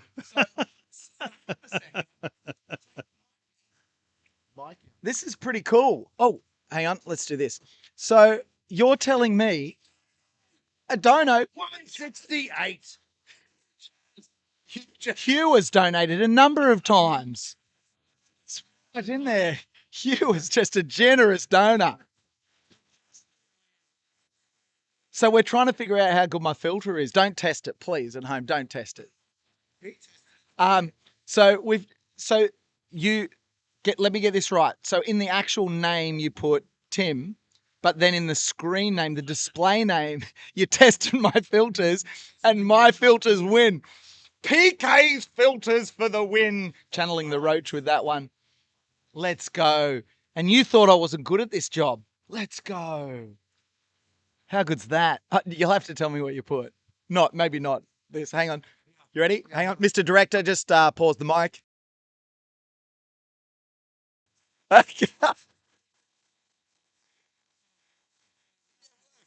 Yeah, it worked. There you go.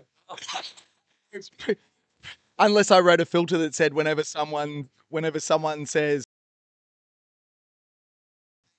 it puts Tim. There you go. I'm not giving away my secrets. I can't. Because there's always ways to put it this way. There's ways around it. But Gonna work.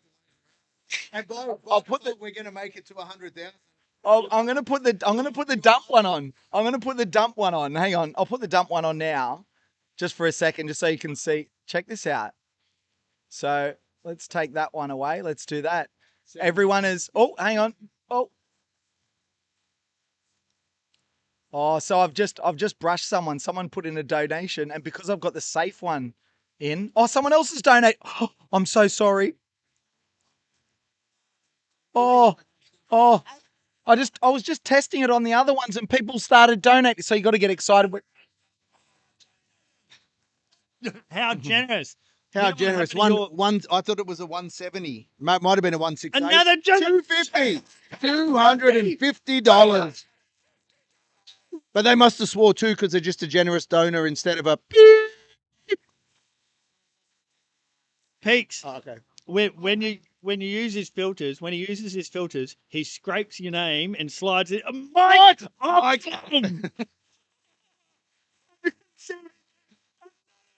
Another anonymous. The filters The got filter's you. working. But put it in the chat what you put in as your name. We can get around it in the chat. We can get around it in the chat. The chat. The phone, Holden please. McGroin. What a name. He's Holden. holding his groin for 100 and what was that? 170 odd bucks. We're gonna test the filters here. We're doing some testing. If it What doesn't about work, as he put a filter?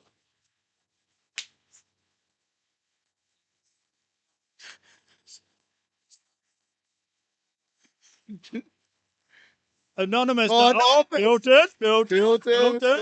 Filters. Mike Oxlong. We got that one. Oxlong. Come on, we need green people. Here we go. Okay, hang on. 22-27. Jacques Strat donated. Jacques. Seth Matthews donated. $50. $50. Go. We are 1,800 bucks away from hitting the 100K mark. Let's do it. Times are running out. How much to shotgun a Sunkist? It's going off. 98,181. Different huge Januses that have donated. Huge. And There was like huge Janus, huge member. I can't read it from there. Oh, I will move closer. this is. Oh, we're caught between live and delayed. Oh, If we oh, Dixie Normus, Dixie Normus $50 from Ben, Sinai. 67.1. What a I number. think we've got a big one coming through. Here we go. Phil. Is that actually No commercial photography. Phil? So up in Townsville, $500. that's 500 bucks. $500. That was. We're gonna hit 100K. We are hitting 100K, people. We are 1,200 off. $1,200 surely I in know. the next 10 minutes. What do you got? Yeah, you sit in the middle, you'll be able to see me. Who's that? 15 bucks. Joey. Okay, so I see it live here. If we hit 100K, is that dono number Right, 98, 98.8. We are so close. We're going to do it. We're not going to time out. I tell you, after the night that I had with this stream, Phil, if North we get Queensland commercial 100 photography. we get to $100,000.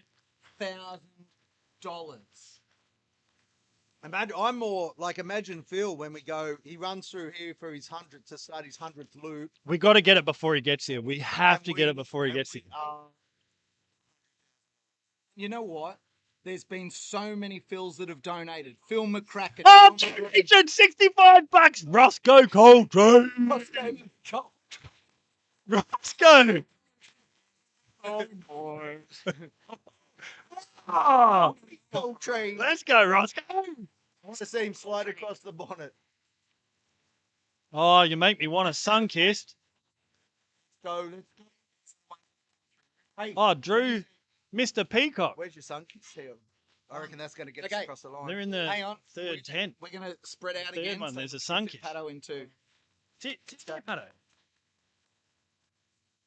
It's in where the black medical box is. It's next to that. I think it's on charge. Yeah. No photos. I got videos though. I didn't. At night time, it's hard. What do you want, photos? WhatsApp. Oh yeah, like, yeah. Heaps of photos. Oh, I can't wait to shotgun a sun kiss. They won't let me. Look, They won't let me have one. $1,050 and we're there. I didn't think these people were Come generous. Like, oh, 6 cents cider, Mr. Cider, 300 inside. Jack, go. Xanadu, Gina, Talia, David, Sunkiss all round. Oh, Phil can hear us. Phil can hear us. Hey, Phil can hear us. anyone out there from Schweppes? Schweppes needs to put in some money. Oh, so many Sunkiss have been sold because of this event. Oh, Well, we can't cheers yet. We're $1,000 off. oh, we're cheersing. so close. These are Phil Gore's Sunkiss. We took him out of his esky. They're meant to go in his flask for the next yard. Roscoe P. Coltrane. I can't believe he. Like, that's up there with Dermot Brereton. Oh, did you see when Derm donated? Dermy. Everyone knows how much Pato loves Derm. Reminded him of the 89 grand final. Oh, this does remind me of the 89 grand final, except Phil hasn't broken any ribs. None. Are you sure? Oh, hold this. Ah, virtual lap 100. You're running a virtual lap 100. Oh, you're going to be revved up. Get your shoes on. Does it go to there after do we see it down the bottom and then up there? Takes a We're second to refresh. going to be on 99. This one down the bottom refreshes every few seconds. The one at the top is a little bit slower. Hey, all right, here we go. Whoever becomes the 100, so we're at 99,000. We need $1,000 in, but whoever makes the donation that ticks us over. Because then everyone will hold. Ooh, see. A chicken. So someone could go. So now I'm in Hang on, six. let me go to the Now I'm in giveaway. 6s and 7s as to what I want to do. Let me go to the giveaway box. No, I've got an idea. The app says 101. The app says 101. Bend over with another 20 Wait. seconds. Ben. 101. Bendo.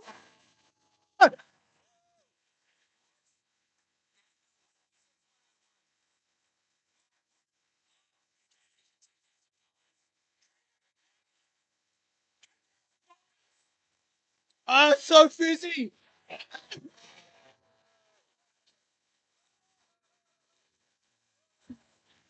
Ah, ladies and gentlemen, that's a sun kiss moment right there. That's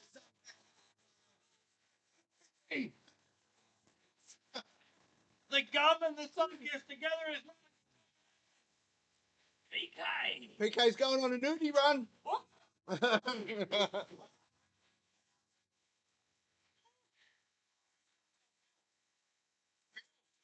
Come on, hurry up, Phil. I think we tell Phil right now, everyone.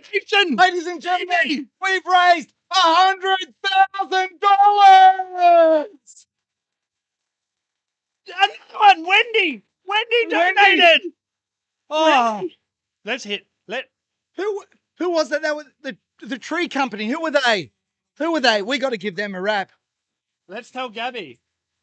Guess Gabby. what, Gabby, we've now raised over $100,000.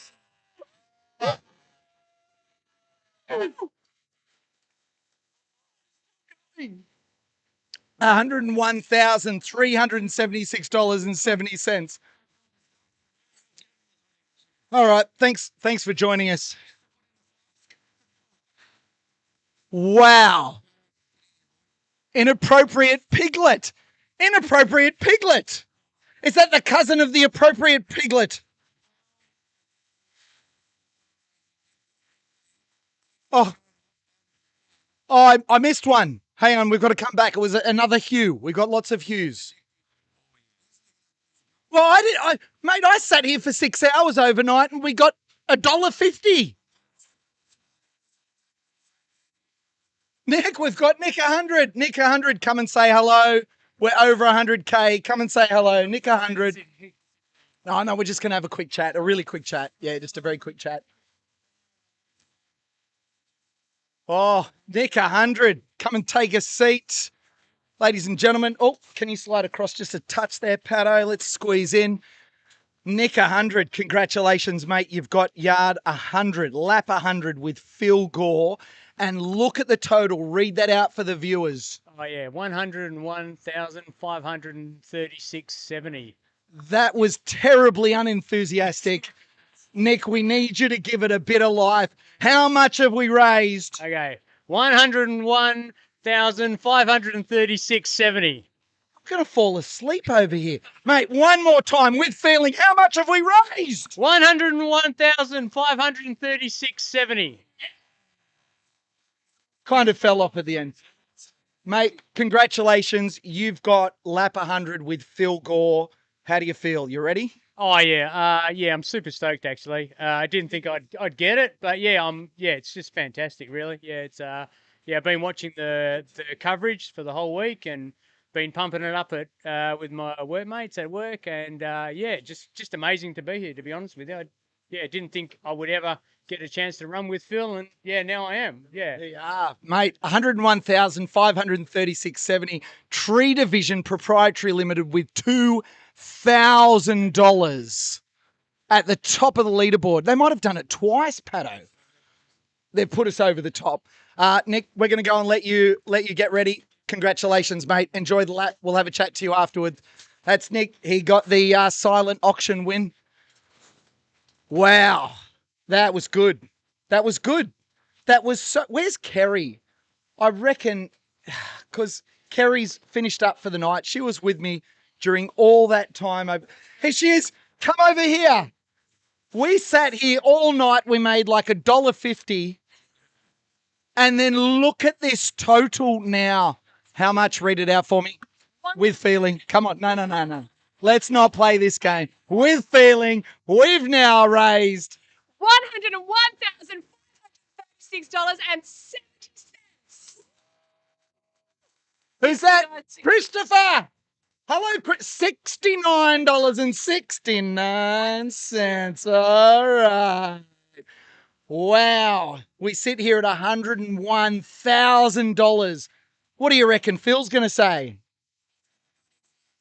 In the chat. Get in the chat. Hype up the chat, everyone. What have we got? What have we got? What is Phil Gore going to say when he gets back?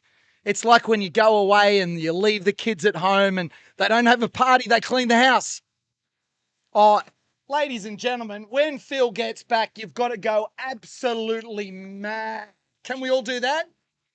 Okay. Sounds like you can. So it's a tough crowd here, Pato. Over to you. Tree Division on fire. Tree Division on fire. I don't know. I forget what it said. I don't even know if it said. Oh, well, 25, a generous supporter. Is this? Oh, Not Ryan Tonkin, $5. $50. This is $50. This is how you do it. This is how you get the total $50. up. You go crazy. Pato, $50. It's got to be your focus. No. Yeah, spurts. Yeah. I reckon. Right now, there's about 3 people watching right now that get this reference. If you're in the chat and you get this reference, I want you to donate $50 and put in the chat what the reference is. Quality stuff. No one gets it here, do they? I can't beat any of your friends. Oh, They're talking about Sunkist.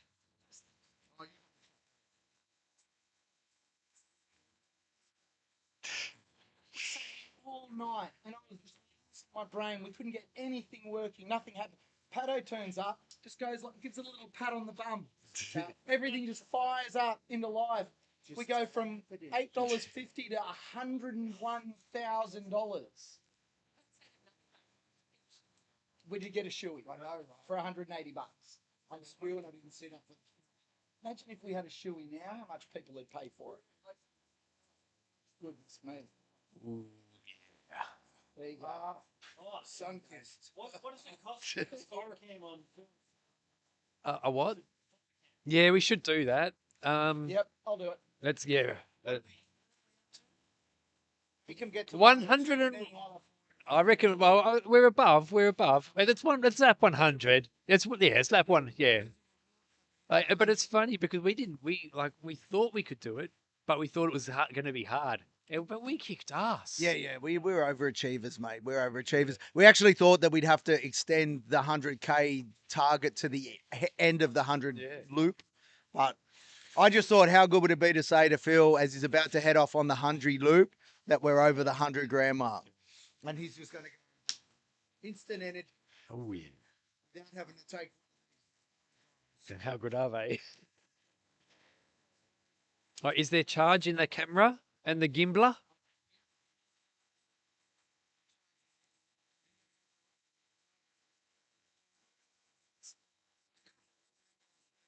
We're going to follow. We've got twin.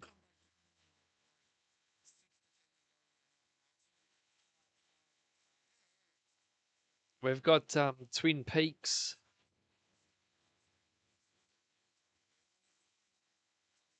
Yeah, save some for me tonight, though. Save. Yeah. $101,681.39. Let's go. Good.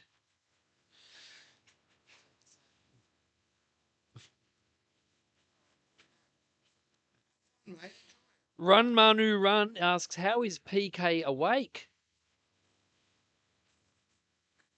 I'm awake because I was absolute toast, and then you crazy buggers on the live stream have just gone and blown our 100K out of the water. That's how I'm awake. I'm impressed, Peaks. I'm very impressed. Medium. So about 48 minutes, I reckon. Yeah. So I reckon, Pato, now that we've got over the hysteria of trying to jack these donations up quickly, we can go back to the low and slow style southern rib cooking, right? Yeah. There are things happening over this whole attempt that will add cash to the total or add donations to the total at the end. Go to philgore.com.au. You will be able to see the official Project 168 t-shirt by OC Clothing Co. It's primary school. $25. Thanks, kids. Luke. Keep them rolling in. Keep them rolling in. Is that Ranford family, $600. You guys are amazing. Dixie Boone's just trying to outdo the Ranford family by $5. What's going on there? Are you neighbours? So yes, there's shirts. There's an awesome flask from Dometic, which you can get engraved with your name on it, but comes engraved with the Project 168 logo, which I mentioned earlier this morning. That logo, I saw that get developed in the WhatsApp group. Everyone that's involved with this had a say in the logo, which was unreal. What else have we got? We've got send2.com.au. These guys donated $1,500 yesterday, but they've said that for anyone who wants to send a bunch of flowers, a bottle of wine, a gift basket to their nearest and dearest, they will, if you put Project 168 in the comments or in the discount code, you will get another $20 donated towards the total. Compliments of them. I'm doing a subscription hunt. We are putting together a little documentary of Mr. Philip Seymour Gore on this awesome attempt. It's going to be shown on our YouTube channel, which is The Search AU. Now, up until he stops running, for every new subscriber that we get, I'm going to donate $1. So easy way to get $1 added to the total. And if you hit the little bell thing, you will get notified when the documentary drops. And if you are, if you're into a bit of fitness television and a bit of this stuff, we have about 60 plus episodes of our TV show that's loaded up in there for your viewing. What else? More $58 donation. Ooh, whereabouts stateside are you? You might not be in the chats. We were going to do something with Gabby too, but I think we're going to hold off on that. I reckon we wait until maybe lap 120, 119 when he's entering new territory. That's not for ages though. Yes. And Pato and my job until PK gets back this afternoon for the 5 o'clock shift is to get as big a buffer as we can above the lap total. So don't slow down. If you're going to donate, keep running them in, because we've worked out historically we need probably a $10,000 buffer to get through the night. Here comes PK, looking splendid. He's warmed up.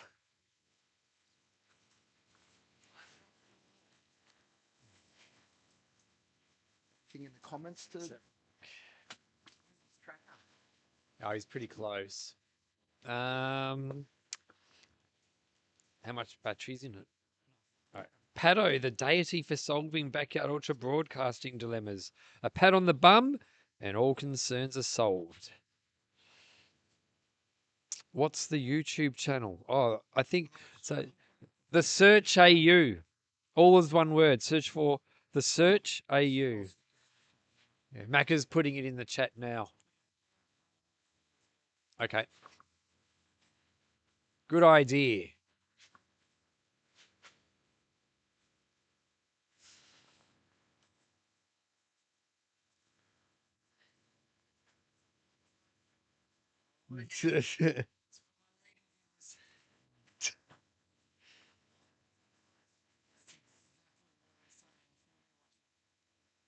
Oh, yeah. Yeah, we are. Look at PK's ready. Nation chain now.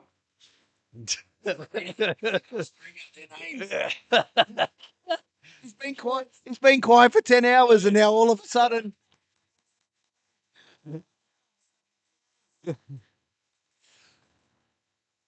All right. So when I'm out there, if the thing tilts, everyone can listen. Here we If the go. thing tilts, I'll put it to the ground, I'll reset it, and then I'll set it back up. And catch up. So it means I might come back, yeah? Yeah, no worries.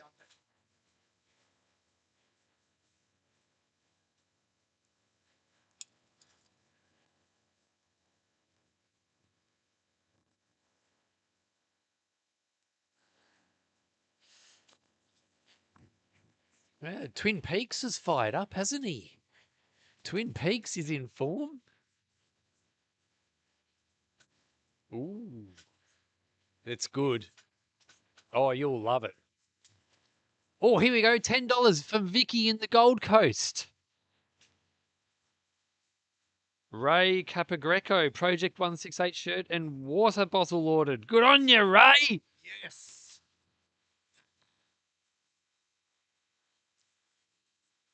Oh, he's coming in. He's coming in.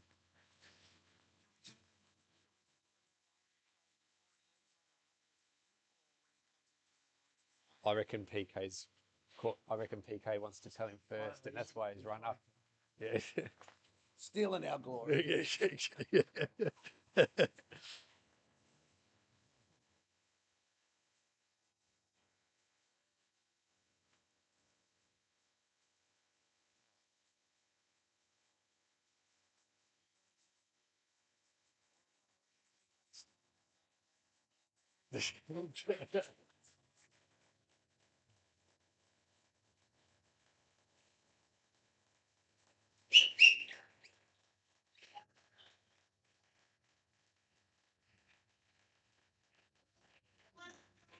All right.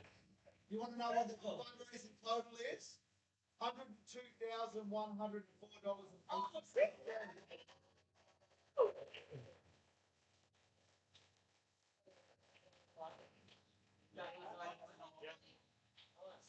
Like 99, yeah, we've just been pushing them to go. We've got to be at 100 by 100. Yeah, that's good.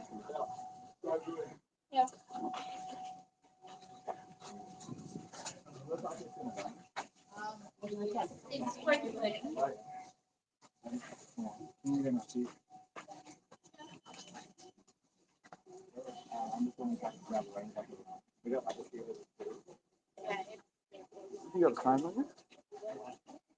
No? Yeah, no, don't check the radar for me, see if I should take the range up or not.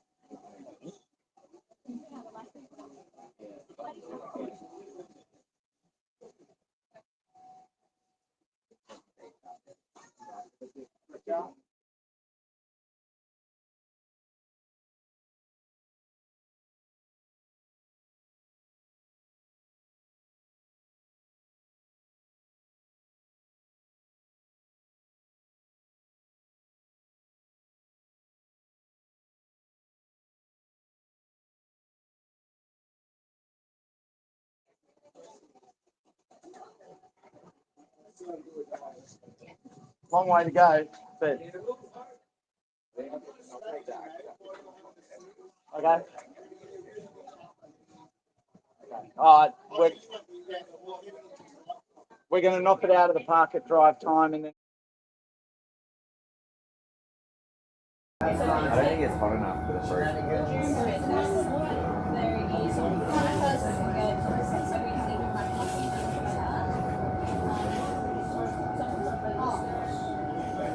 McMuffins will be available now because it's on.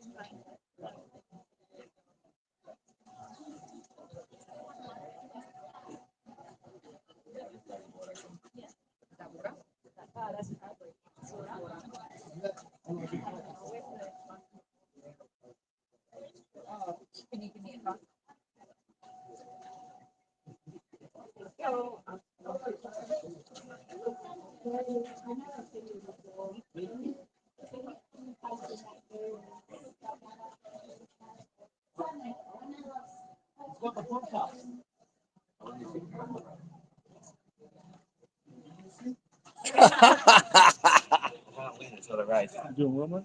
Yeah. These characters. Is it Arthur? I've had Maddington and Murdoch as well. Yeah. You don't want to sit in there. I just didn't know the fight just coming down.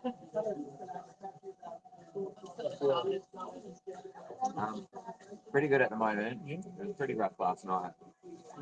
My body's holding up well. It's just been a bit mentally up and down.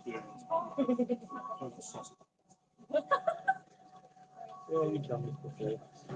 This one, but What's the difference? you just run. More running. That's what the leads and go running. You should write phones for this stuff. I You should. could sell them. I know, I should sell them.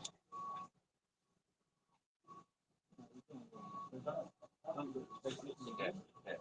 Fine. I just get Mitch and Jamie down here, we start fucking off it.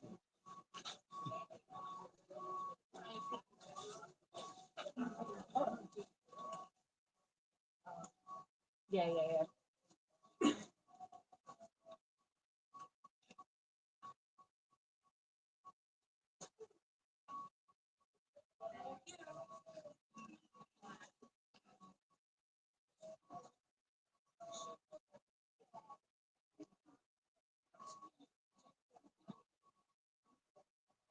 Them sleeping machine? Yeah. Two things, yeah, well, we're going to do it last holiday.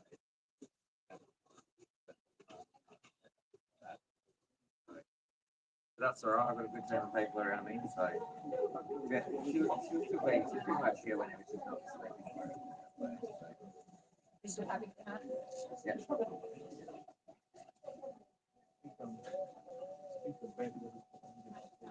Yeah, well, I just started spitting just there.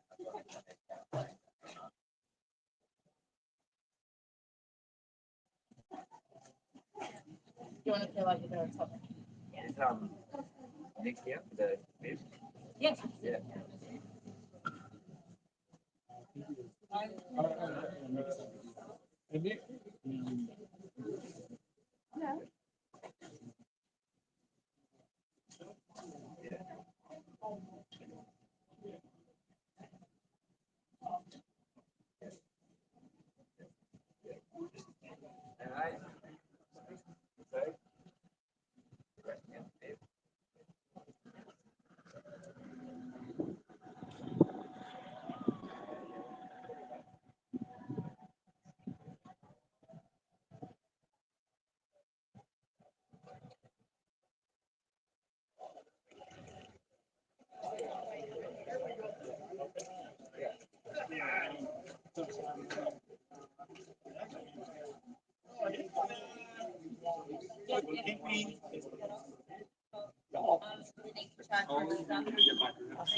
We will at some point, but not right now. Yeah. Someone they just asked about. I guess. Okay.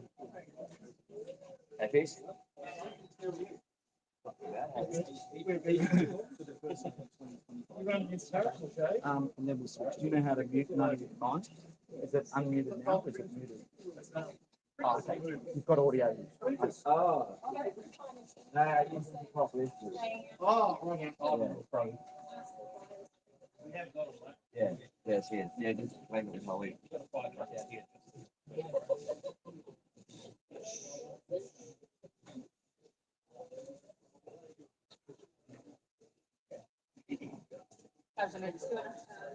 There.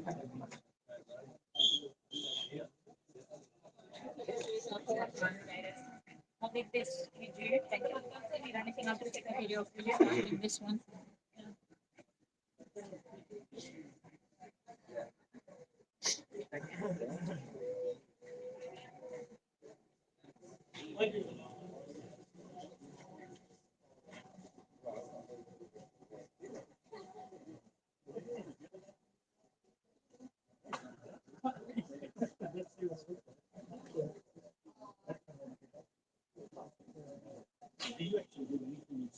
Coming for a jog, Timmy? You gonna do the whole thing?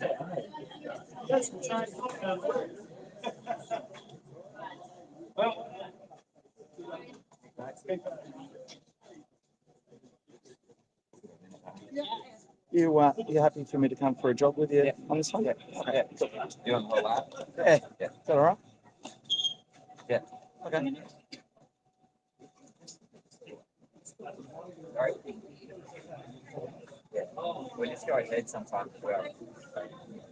Yeah. Gotcha.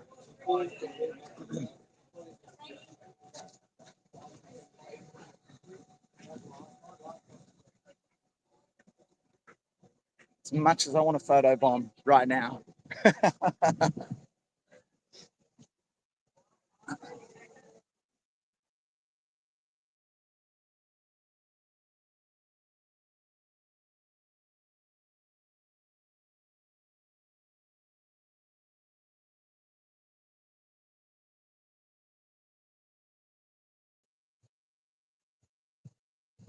Geez, I wonder how nervous Nick is.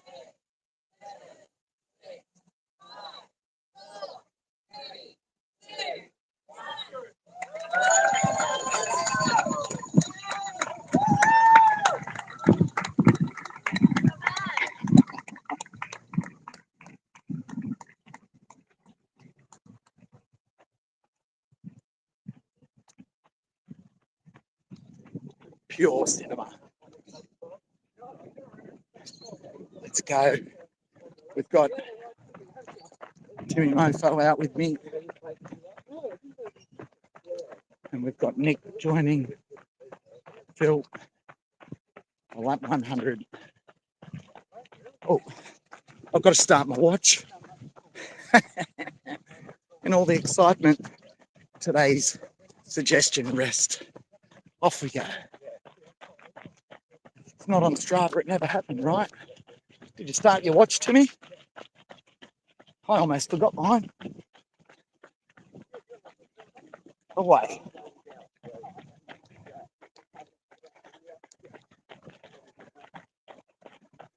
And incredibly, my shoelace has already come undone.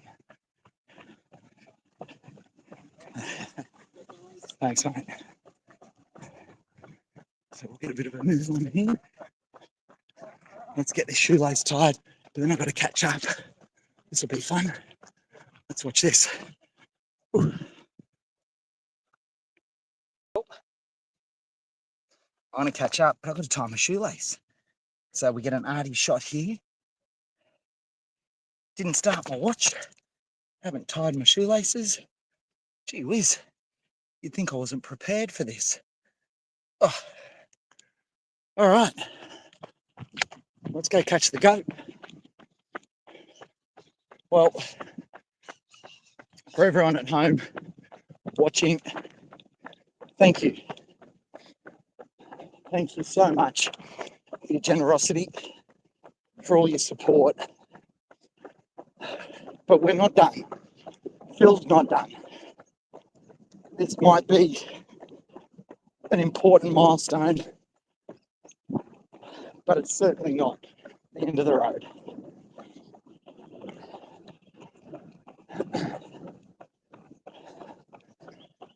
We've got a lofty goal to go after. We've got a lot of people watching from right around the world, and we're going to go after it. We're going to go after it with both hands. And judging by how this bloke is moving, after 100 laps, we're every chance of getting there. So, just to tag on, in case you're wondering, let's have a look. That's what the watch says. Gives you an idea.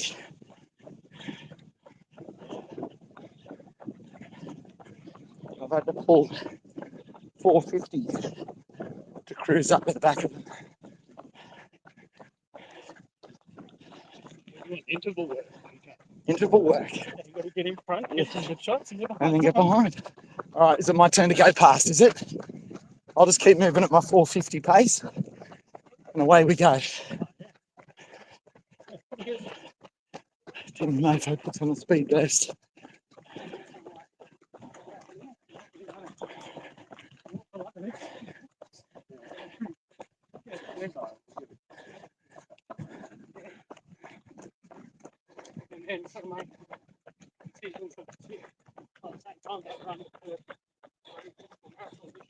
This is where you hear PK working hard. For a bloke that's been sitting behind a desk, wrestling with computer issues, I think I'm going all right.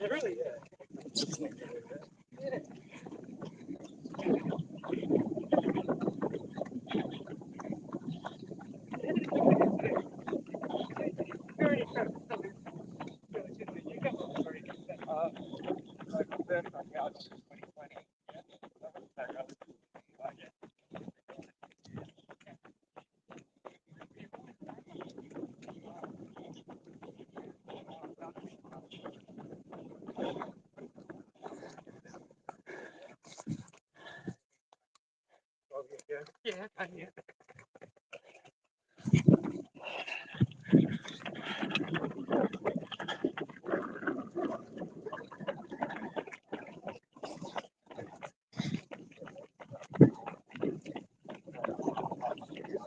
Suddenly, a little pace here. Drop the heart rate. Nice to get my run in, you know.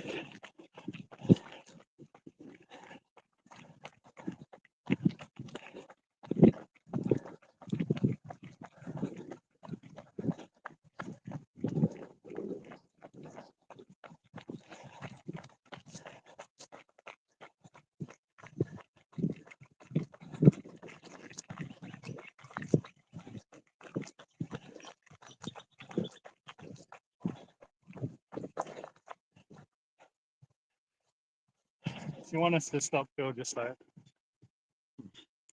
We'll just keep moving in. Oh, as we look up there, no through road, Phil checking the mail, seeing if anyone's left him any letters, any junk mail. A couple of local real estate agents telling you how good they are, how many awards they've won. It's pretty picturesque here right now.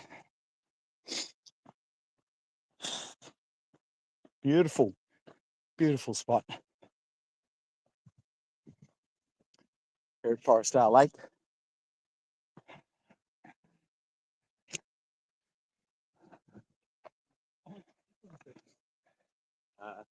Yeah, the second one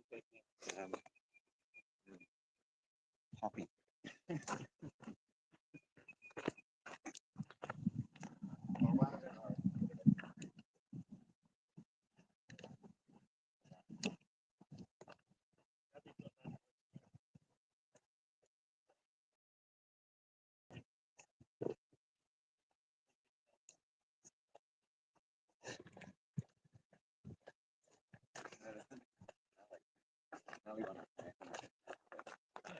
He's going to ask. You need a tally on the live stream. How many quinders have been seen? How many what? Quinders. Quinders? Yeah. What is a quinder? Like a rat. A quinder? Yeah. Did you just make that up? I know you've been running for a while, but WA. it is a W. Quinder sounds like a combination of like a quokka and a quinder. Male? Yeah, that's right. That's what we call lizards over here. Pal. Yeah. Yeah, I know that. Some lizards as well. Yeah. On the phone, I'm like, sound like Don't ask him what they call it. The council house. what do they call it? What's a demountable house? A donga. Is that what you mean? So, what happens if you live in a massive donga? You go out to the pub and I just got a massive. Sorry to the people on the live stream.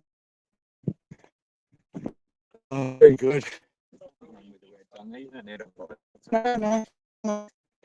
I always root for people with dongas. Yeah, my American friend.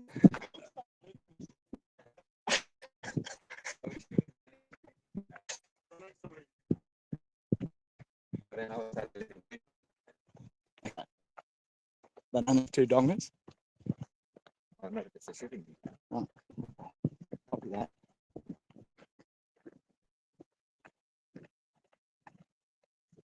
I hope all the rest of your laps have been filled with as much joyous banter.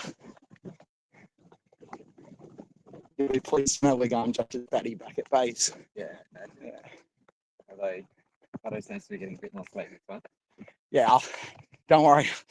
Rule number one for PK is if I have to be sleep deprived so that Pato gets some rest, Pato's going to get some rest. So I'm making sure that he's getting plenty of shut eye. He's been good, hasn't he? Since he's topped up on his sleep, he's been in fine form. You had any other guests that you haven't mentioned to me before? Not really. We did a dial in chat the other night, and so I was doing chat, and he's like, "Yeah, sure." So we just, I think the rest of my big on just working on problems or web updates. Yeah. It's pretty thick now, so everyone can like track your tracker on the website now and see all your lap times, got all sorts of interactive stuff that they can look at. Yeah, it's pretty cool. Yeah, you're a bit busy now. I've been checking some stuff. I've been out having a walk break on. Yeah. Yeah. So is there anything else that that like you'd like to see as an upgrade put in your wish list? The which one? The Quenda count. All right. I'll find a picture of a Quenda. Quenda. Quenda. Right. Next Quenda, I'll see if I can get a photo of it. Okay. But otherwise, yeah. Okay. I'm gonna put a. Can you remind me, Timmy? We're gonna have the how many times has he cried count, but no, we're through the roof. Someone looks at me sideways with side eye, and I just go into a fit. But you'd be proud of everyone. Like when we put the drive on to get to 100 just then. What was it at? How much did you have to move it? Oh, like what did we move? We moved to like $4,000 in like 20 minutes. Yeah. Yeah. Yeah. Yeah. Yeah. We're making sure. A muffin drive, like sell muffins. People come down, bake a tray of muffins, get them down and buy it. Or do you know what muffin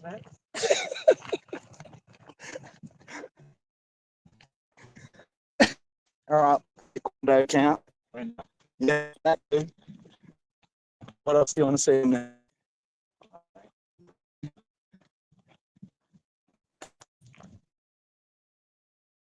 No. It's pretty good. Actually, I'll go and get it for when I get back. Yeah.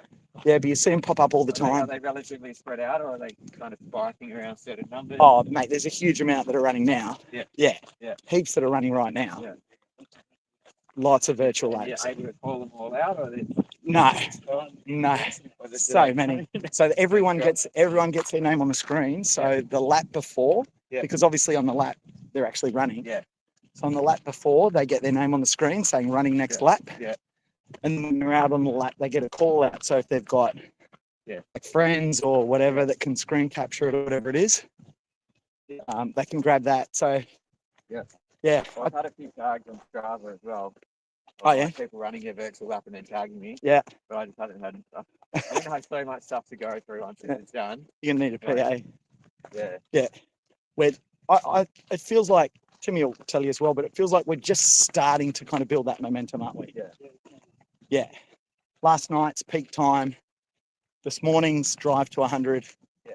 Well, now that we're in the 100, like, yeah, you know, half the time with live streaming, I don't start watching. Like, I know it's going to go big. Yeah. I don't really start watching until day 3 or 4.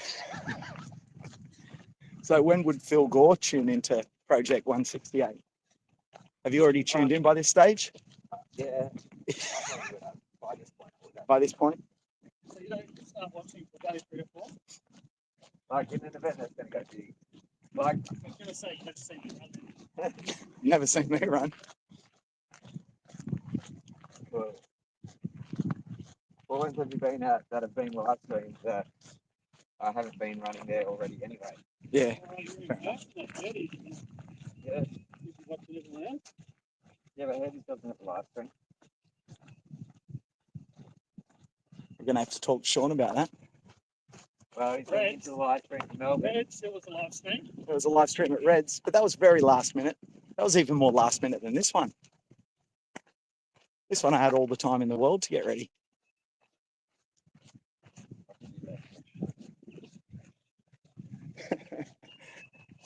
You reckon I'll be able to do more?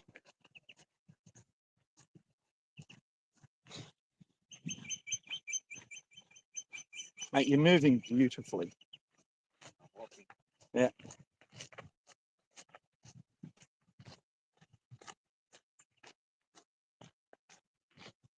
There's a lot of random cars that come down here. Like, you're not yesterday, then they can't pass.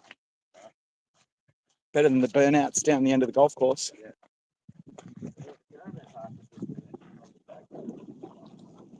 Oh, yeah? Oh, really? Oh. But it's just a caravan, like someone who put it there like I was to be. Yeah. But there was somebody who got off the caravan.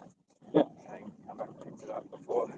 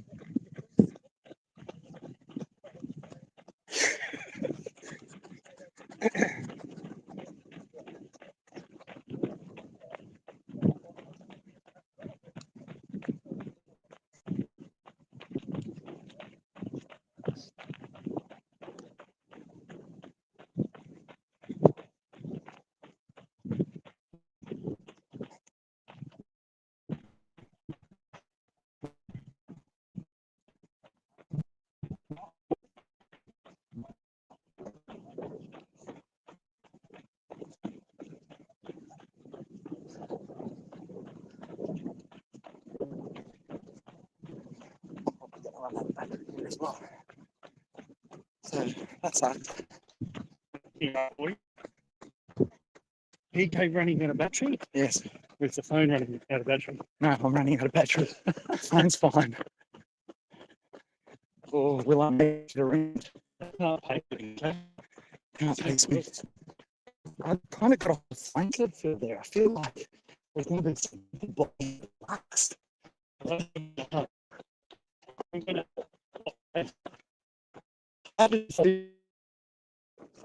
it was sub 5 minutes.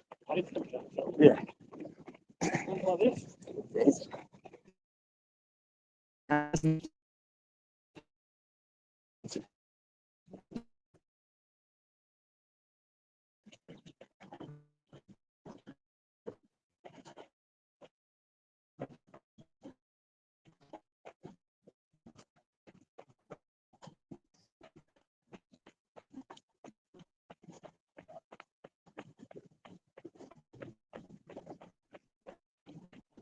So impressive how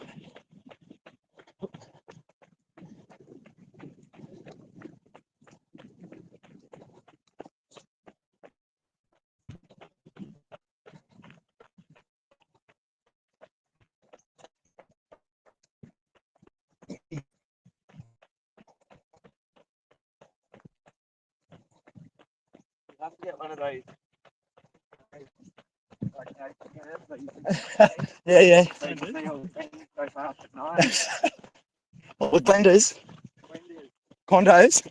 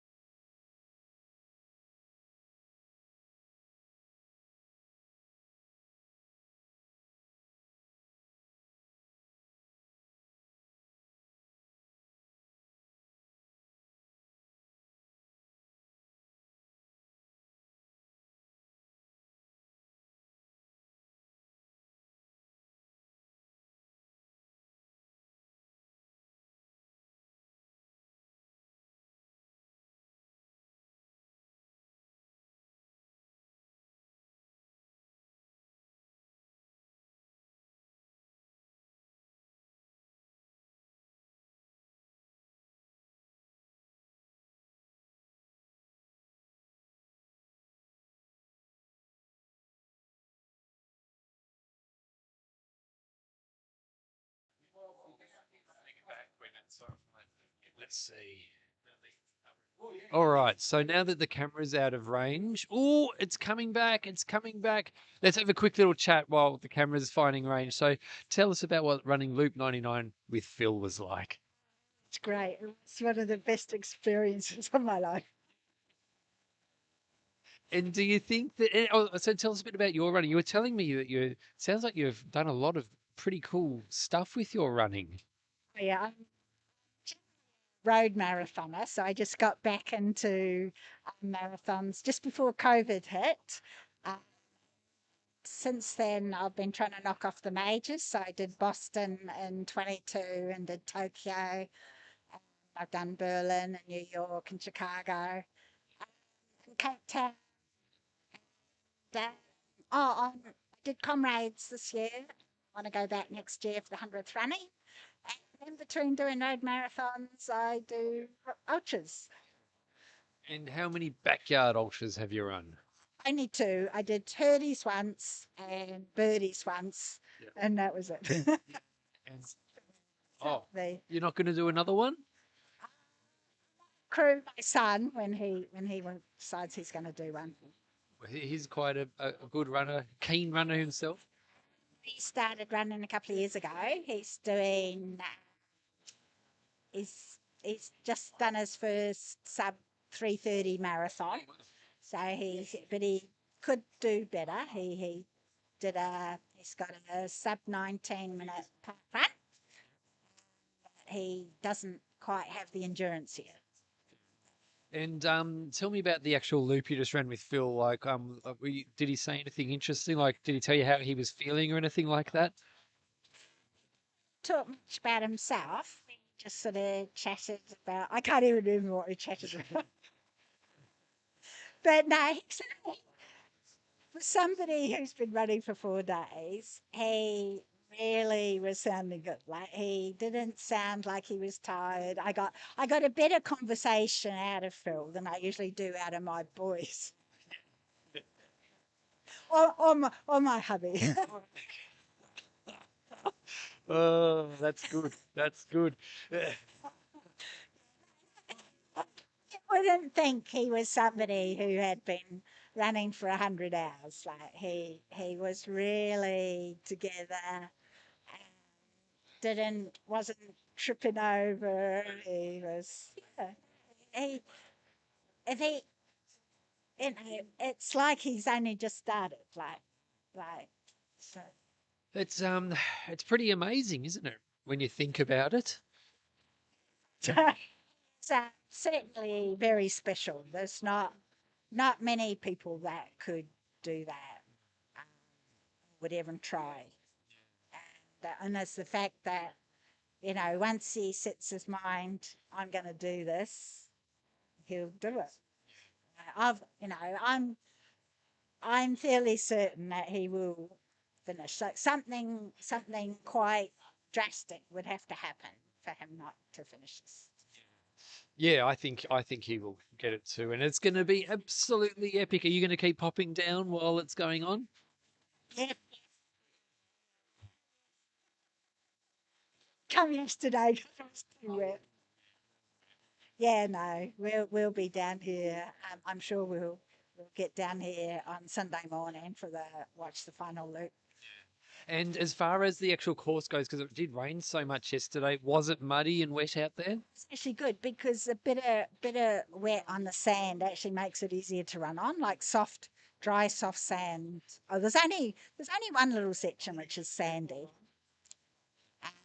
But yeah, there was bridges. They built little bridges over the big puddle, so it's really quite civilized out there.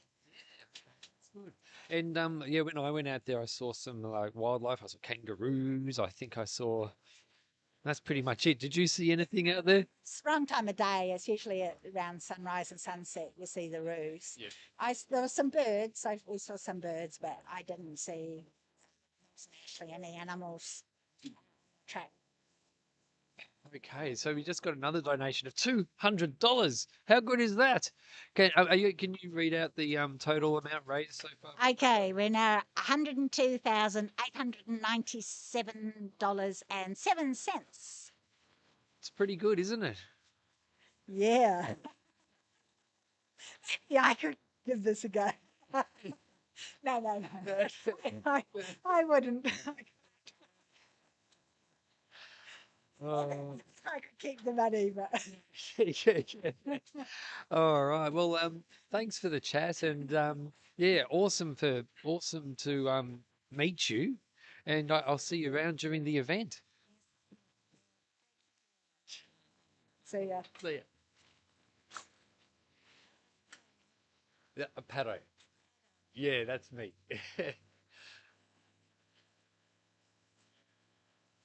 All right.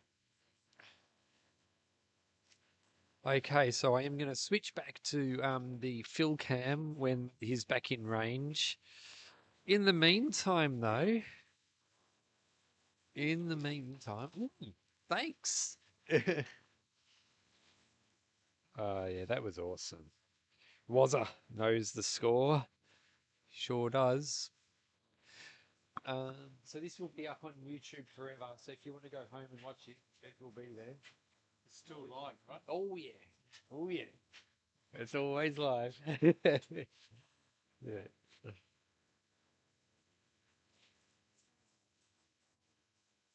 Oh no, well there's 464 people watching right now. No, no.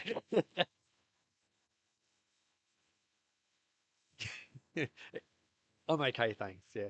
No, it definitely peaks on the hour though. More people do. You're right. More people do. Yeah. Yeah. Yeah.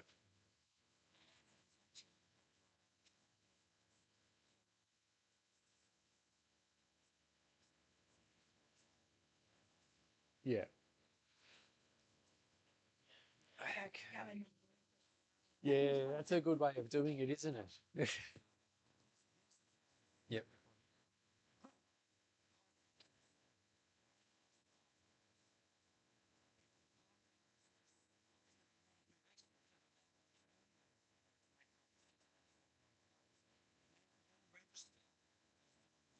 That's a good idea.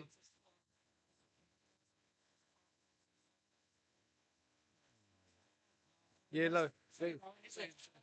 Say what you just said, told me on the live stream. In the microphone. Take a seat. It's a good idea. Listen to this idea, everyone. Hi, everybody. That was my wife, by the way, you just saw. So good on Faith for doing the loop. Saturday's parkrun day, right? So it's 5Ks. It's only 1 and a bit Ks short of a lap. And if all the parkrunners around the world just did that extra little bit, you could all register for a virtual on Phil's Project 168. I just wonder how much money that would raise. You know, if you just $16.08, $16.80 each, it's what, 100,000 parkrunners? Ooh. Is that a good idea? That is an awesome idea. That's an awesome idea. Have you run a backyard yourself? Or? I actually went to Herdy's with my wife to suss it out because she was running it, and I actually did manage to get round it in under an hour. So it wasn't at the time, but it was the course. Oh my God. So Yep, I've done 1 yard. You know, nearly killed me, man. But you know. We just had a donation of $200, I think. I'll keep a lookout for that. Yeah, so all parkrunners, you know, let's do it, guys. Yeah. It's a great idea. All the park runners on Saturday, sign up for a virtual lap. 100,000 of you. That's $1 million. Oh, that sounds good, doesn't it? That sounds good. Yeah. Yeah. Oh, Yeah, it's good for Telethon. You know, this is what it's all about. It's for the kids. So, yes, that would be brilliant. Yeah. Absolutely brilliant. Yeah. Excellent. So go park runners. Yep. Park run.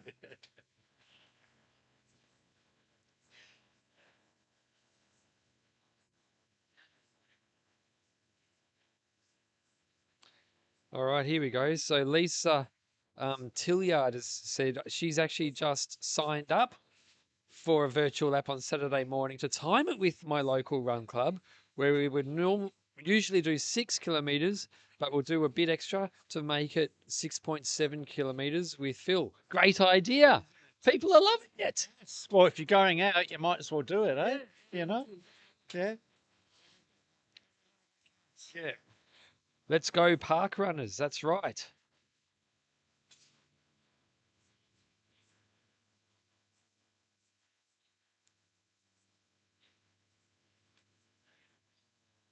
All right.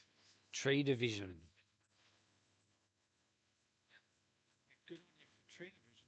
Oh, yeah. Thank you a lot, Tree Division. $2,000. Brilliant. And that's the one that knocked it over 100,000. Yeah. I was watching it. Yeah. That was really worthwhile. Look, we're up to $103,000 exactly. Exactly.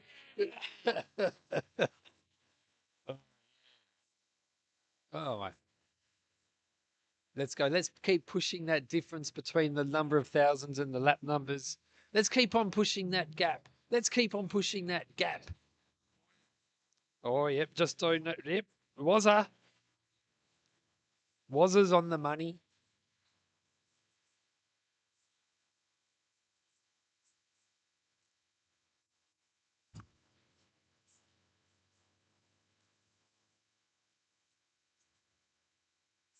Ooh.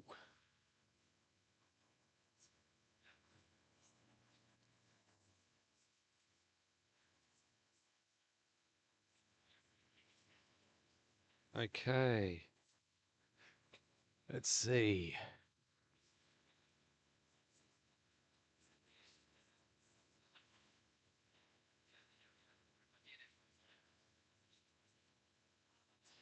Abraham Bulter, 100 laps. Amazing. Someone else should round it to 104,000 now. Yeah, Wazza, you should. Oh, look, Wazza Backyard Ultra. Jewel donated $100. Merritt family, $200. Jared Hurst recently donated 50. Dan from Toowoomba also donated $50. Paul Fitz. Ben Firestone.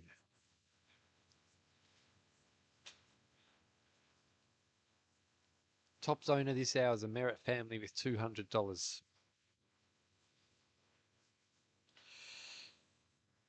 Oh, Wazza. Wazza's the one. Well done, Wazza.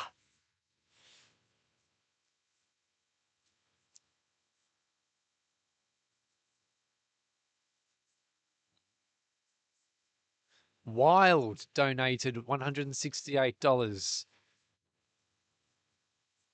Well done, Wild. A generous supporter donated virtual lap $267.10. They're starting to come in. There's more donations.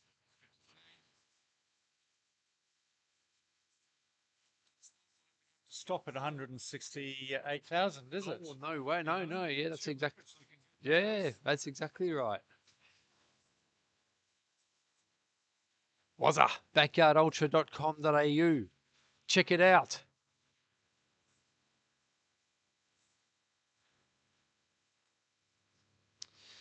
Wowza, donations have climbed. How much did the lap 100 silent bid go for? I'm actually not too sure, but I don't think so. But yeah, what a deal. Run with Phil for that 100th loop. It's pretty cool.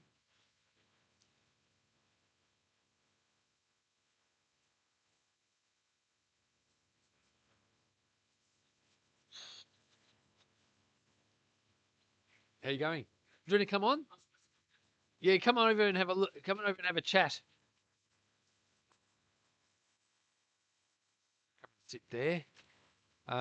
So yeah, thanks for coming on. You're from Send 2, is that correct? Yeah, well, it's actually my wife's business, Send 2, the flower shop. But yeah, my name's Gabe. I've been in the ultra running community here for a number of years anyway. So Gabe Alves. Yeah, yeah, you're probably. You're the famous one with the YouTube channel. Oh, yeah. Yeah, I get it just happened then where someone comes up, are you on that YouTube channel? Have you done the Delirious and the backyard? Yeah, yeah, yeah, yeah. So yeah, right. And I I finished this year. It was great. Well done. Yeah, I think you also I did. Was that last year? Well, I've done the last 6 of them, The so 23 so I probably was there. Yeah. Yeah, and you were filming Ben too. Yeah, a few years ago I did a great one with my son. I was there. Yeah, and he was 14 at the time, and he got his marathon. It was like first marathon he's ever run, so that was pretty cool. Yeah. Now, tell me about the deal, because I know this sent to you generous donation. Yep. Not only donating the flat payment, it's Yep. also people tell people what they do. Yeah, yeah. So look, basically, this is just an excuse for us to be able to donate to the cause. So it's easy to do it through the business, and how do we make something out of it, as far as like make an excuse for it. So yeah, we just thought, yeah, we'll come up with $1,500 and put that out there. If people want to donate flowers, not that flowers are, for anything, but we can give $20 for every order. But yeah, it's not about that. It's more about us having a good reason to donate $1,500 and help out the cause. Yeah. So when the people buy something, they just put a comment in Project 168. Yep. Yeah, if they use Project 168 code and put that in, or if you just put it in the comments, whatever, we'll just take it out. If you want to send a message to somebody, we'll just remove that anyway. And yeah, we'll just collect them all up at the end, and we'll do a donation on the Sunday to line it all up. Yeah. Unreal. Yeah. So yeah. Yeah. Yeah, we bought this monster native flowers for Gem. So, it's all about Phil, but I thought, well, why don't we bring a nice set of flowers for Gemma, and people can have a look at it as well. And it's a shame she's not here. She's working. So And it comes with a nice vase too. it does, and it weighs a ton. Really? I think it weighs about 20 kilos. Yeah. I had to drag it from the car. So If people want to follow you, or if people want to watch your YouTube videos, which YouTube channel? What's it called? the channel's called Gabe Z Ultra Running. Yeah, if you look up Delirious West on YouTube, you'll find my videos up there. I've got 3 videos about Delirious West, so generally it comes up pretty quick. And then I've got a few videos about backyard ultras. Got one from last year as well, which was good. Did so you made a video for Phil when he got back from Biggs, is that correct?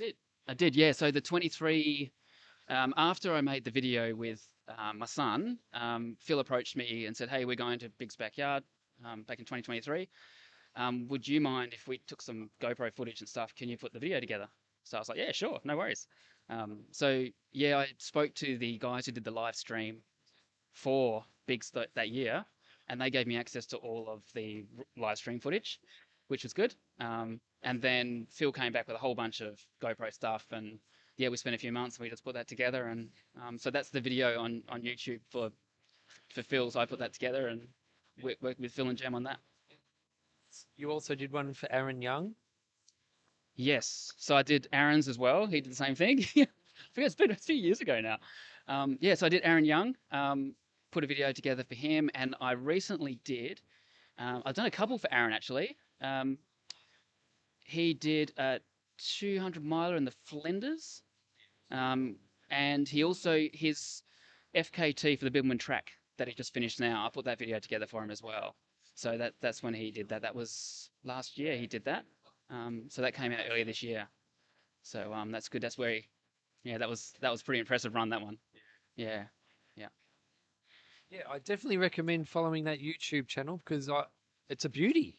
It's a beauty. And you're obviously a hard nut yourself. You've done 200 milers and stuff, but have you done any backyard ultras? Well, apart from birdies. Yeah, well, yeah, I've done birdies, done hurdies a few times. I went over and did Carnage over in South Australia, Hysterical Carnage. My best was last year though. I got 29 laps last year, so that's it. I came back this year a few weeks ago, and I got tired and stopped at 14. So I don't know if my head was in it this year, but yeah, 29 last year was good. Yeah. At birdies, yeah. Oh, birdies is just one of the best events from a backyard archery because it's a much smaller community. There's generally about 100, 150 runners. and you've got the whole lake to yourself and the campsite, and everyone sort of rocks up on the Thursday, and everyone's still there till Sunday, sitting around the fire and drinking wine and just watching the last dregs going round and round and round. Yeah, it's a good weekend. Even if I don't run it, I think I've done it the last 6 years in a row. And even if I don't run it, I'll be down there anyway.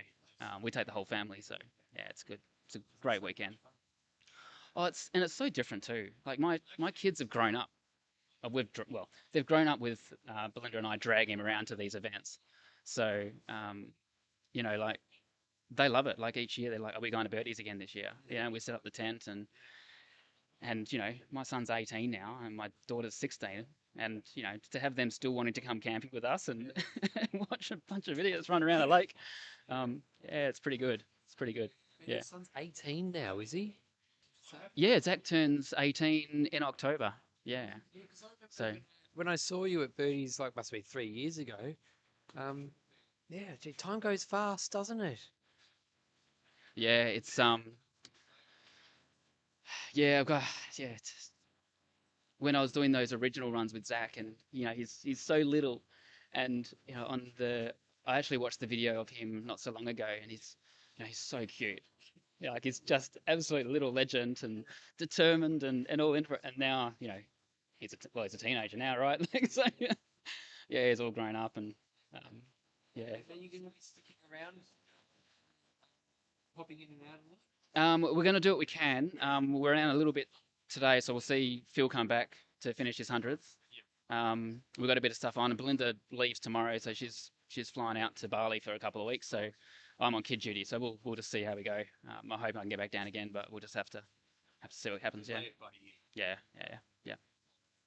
Well, thanks. Well, great to meet you. We may have spoken at Birdies, I don't know, but yeah, really good to meet you, man. And thanks for the donation. And everyone, Send2, if you purchase anything, send2.com.au. Make sure you put in the comments or notes Project 168.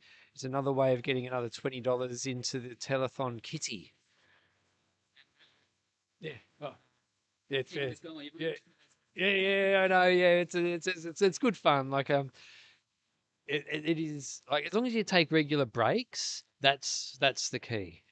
That's the key to keep on going. I think that's the cosmic key. That's what I say. Yeah. All right, I'll turn off the microphone and relax.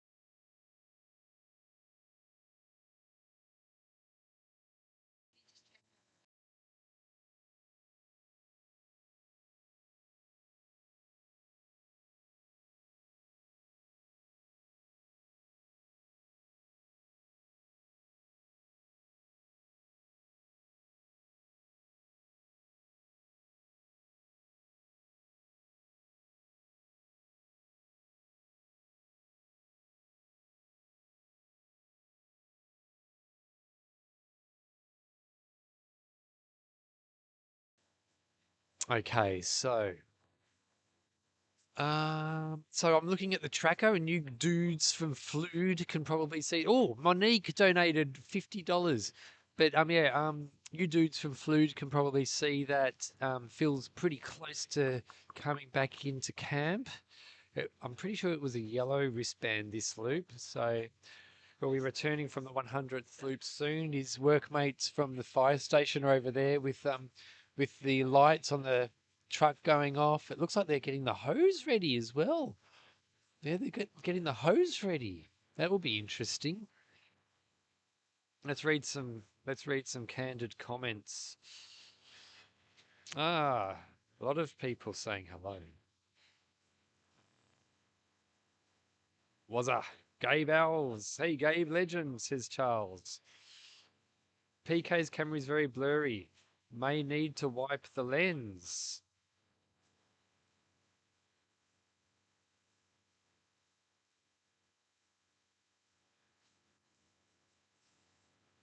Oh, yeah. Shadow and Fat Man. Gabe's docos are the best. They are very, very good. Scott Groves. Is there a roving camera on course with Phil for the 100th yard? Yeah, there was. But once it reached the furthest point out, it kind of lost connection. So that's why I've switched the camera back onto me. But as soon as we've got Phil back on the radar in camera Frozone, I'll get it on him. Don't worry about that. Inappropriate Piglet. Was great to hear from Gabe. Adam Stack. Greetings from Ohio. Congratulations to Phil on 100 laps. La Mange Kaleo. Just finished virtual lap 100 in Margaret River. Go Phil, go! Wazza's very active in the chat today. I love to see it, Wazza. Scott Groves. There was, but it kept dropping out. So, Wazza's on the ball. Wazza, is PK cam working again? Don't worry, Wazza. I've got my eye on the screen, and no, it's not working. So if it comes back on, I'll put it on. But I think that once it drops out once, it kind of tends to not drop back in. Also, the phone may have even run out of batteries. So, oh yeah. Whew.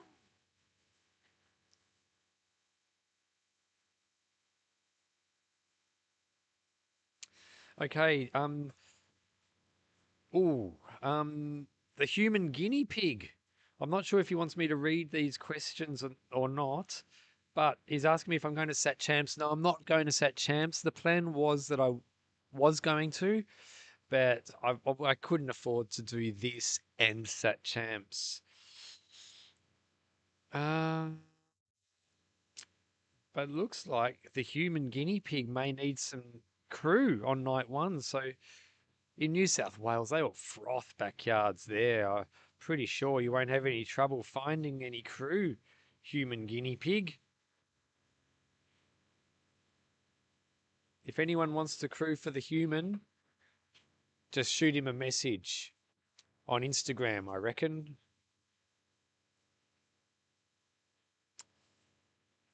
Johnny runs a bit. Happiness is a freshly mowed course.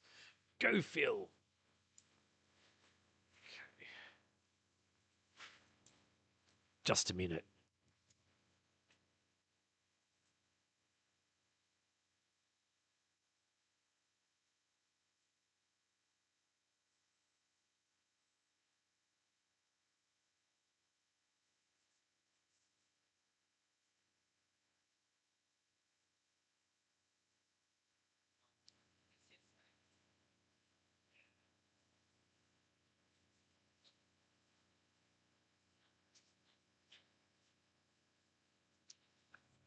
Okay, we've got a visual. We've got a visual. I'm going to get ready with the camera. I'm going to get ready here.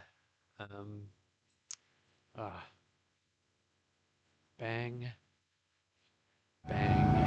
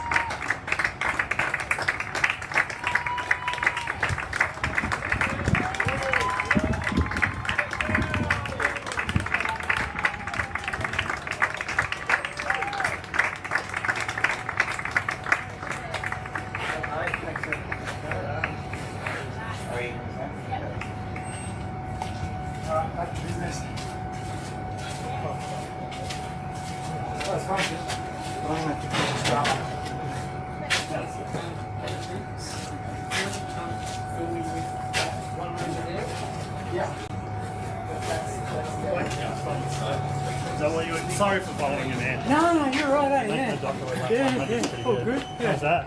Yeah, really good. You're in a good mood, eh? Yeah, it was really Mate, good. that's ridiculous, isn't it? For someone that's run that far.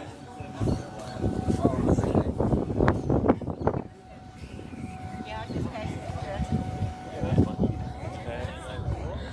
so basically, because I'm a member of the Marathon Club, for their Can I, may I enter? the third week, the fourth week now. You can say no, yep. Yeah, I think so, yeah. Okay. Okay, if I come in? Okay. I'm going to do here.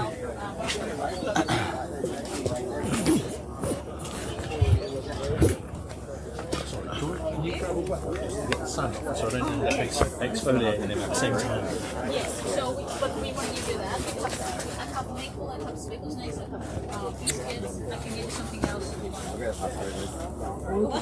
last three days. Yeah. Is it this? Sorry, do you want to take that out again or are you good? How's that? Good?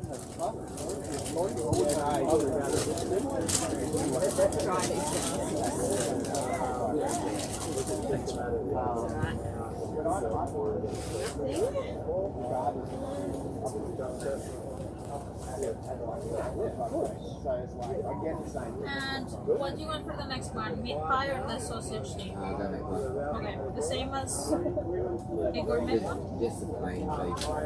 Plain beef? Yes, beef and gravy. And the next one is yellow. Just do one water or Phil? Yeah, water. Yeah, that's okay. That's all right.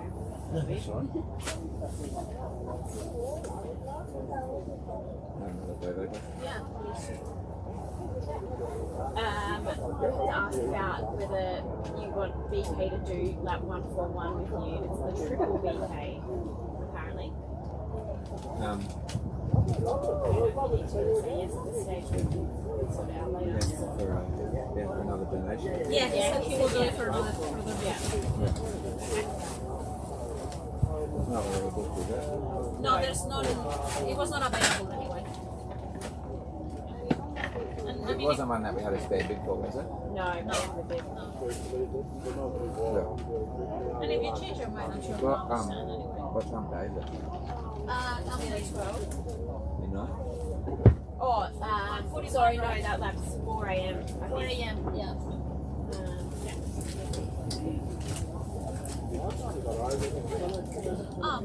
Well, this is already, but like, do you want another infinite at some stage? Because that's another option that works really well in terms of more energy. And not even in the accommodation? Well, then, I'll just stick with it. Okay. Okay, no worries. Otherwise, chocolate milk is also an option. That's probably extra. Alright, you want that now or later? I might throw that. Oh, it's a different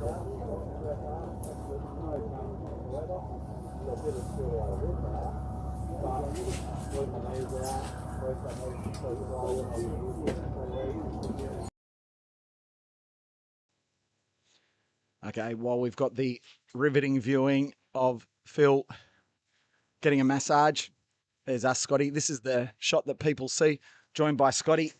Mate, you've just ducked in and bought us a little prezi. What's going on? Yeah, not much. Just been following the last couple of days, so I thought I'd sneak out of work and watch the 100 lap and bring down some jam donuts for the crew. So keep them pumped up for the next couple of hours at least. Yeah. Mate, now, where are they from? Bannister Roadhouse, so best jam donuts in the land, I reckon. So yeah. Mate, I'm from the East Coast. What am I going to think? Hopefully you can take some back with you and tell them how good they are. I reckon I will. Yeah, sounds good. Mate, what's the plan? You're going to stick around and see Phil off on the next lap? Yeah, I'll see him off. I ran a clinic with him earlier this year, he did. which was epic, and did my first backyard this year at Birdies. So well done. How'd you go? Yeah, good. Hit 10 laps. So yeah, pretty stoked. That's 67 Ks, right? Like, that's stupid. What was the furthest you'd run before that? 20 Ks, I think. So yeah, it was in the mind to hit 10 as a minimum. I know we shouldn't have like a lap, but like a lap total. But for me, for the first one, that was my goal, and I smashed it. So yeah, pretty stoked. How good? What do you say to people that are thinking of running in the backyard? Because they see this number and they go, well, I can't run 100 laps. Yeah, and I was the same, and my missus was off it. She was like, "You're an idiot. Like, you shouldn't be doing it." But I think just for your own personal challenge or goals, it is just a number at the end of the day. Like, I think it's scary when you think about it and you're watching all these docos, but if you get out there and just run a K and 2Ks, and then you run a loop 6.7, and then after that it's just a mental game. Yeah. So What was the biggest thing you learned about yourself? probably I think just doing a couple of trial runs prior to the actual race, and yeah, because you just got to get used to whatever time that you've got in between. Like sometimes you'd come in with 10 minutes and it would feel like 30 seconds, and then next lap you'd come in with 5 minutes and it would feel like 10 minutes. So yeah, it's just making the most of that time in between laps, and if you come in, just head on out again. Beautiful. Keep pushing. Scotty, thanks for joining us. One more plug for the bakery. Bannister Roadhouse, get on the jam donuts. Lovely. Thanks, Scotty. See you, mate. Good one. Oh, come on in, Pato.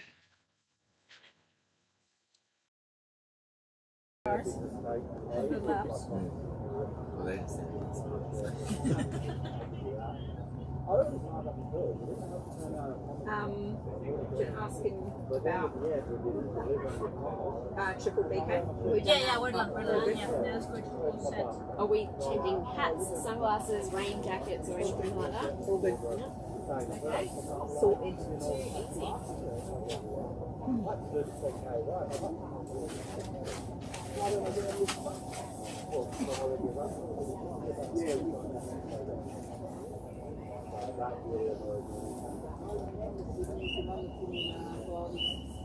When do you want to change into that shirt next one? That's 102. That's Yeah, for that's for 102? Yeah. Yeah, next one. After the lunch.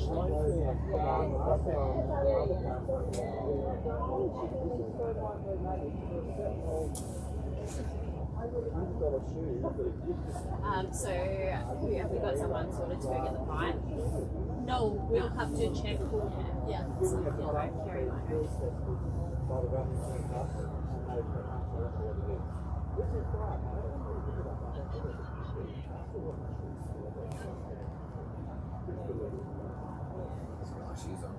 Yep.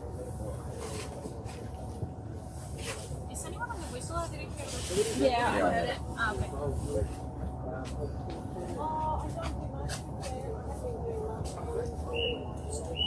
Thanks for coming down. Hey, no worries, mate. And you've got it covered from tomorrow? Yeah, we had someone on the roster for it, I think. Yeah. Yeah, just check with the crew, but. That's not something.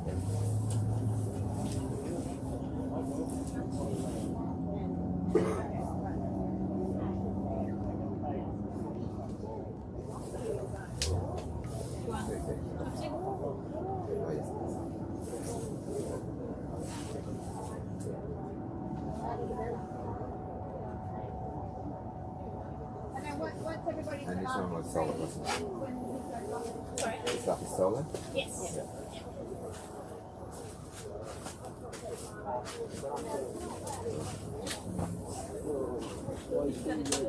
Yes. So yeah, we're going to be able to move everything back into one method. If it doesn't rain, it's forecast to rain a bit more, and the other tent leaks, so we're going to keep it here until we're sure it's not going to rain. That was one minute. Start Well, can walking we out. just move it all into this one and not worry about it? You want Esther's stuff in here? 40 I'd just rather all be in one place. So. Yeah, fair enough. The water. Yeah,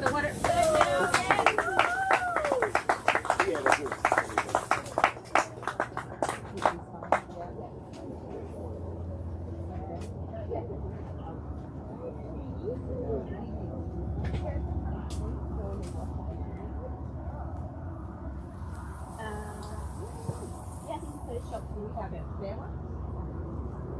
So yeah, no, got it. 6, 5, 4, 3, 2, 1.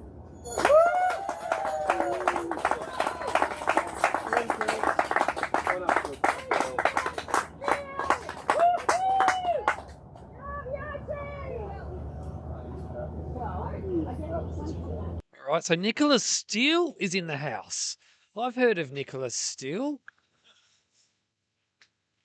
Nicholas Steele, endurance. Let's go. All right. What have you got to say to the chat? You off for a nap? Did you have the volume on to hear what we were talking about out there? Yeah, while I was working, I did. You Yeah, did. the whole time. What did you hear that was interesting? Oh, it was tremendous. That was fun. That was so much fun. Are we I able to- really needed that. Oh, what do you need? Just You're gonna swap transition cameras? button, please. Okay. Thank you. All right, let's go to that one. There you go. That was so much fun. Asked Timmy Mofo. We had a blast. It's a shame we dropped the battery with the signal at the back end of the course, but yeah, it was brilliant just to share some time. Look at the definition in that muscle. Look, I have an unblemished record of staunch heterosexuality, but that is a fine-looking leg. Whoa, whoa, whoa, whoa. All right. Well, I guess I'll see you in when you get back from your nap. I'm locked in. I'm locked and loaded for the night shift tonight, and Peaks is going to take us through the peak times later on. What else do we have here?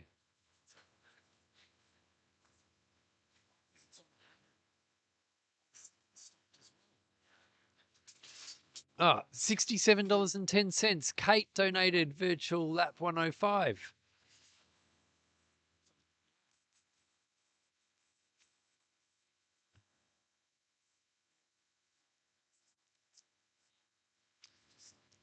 PK. Peaks.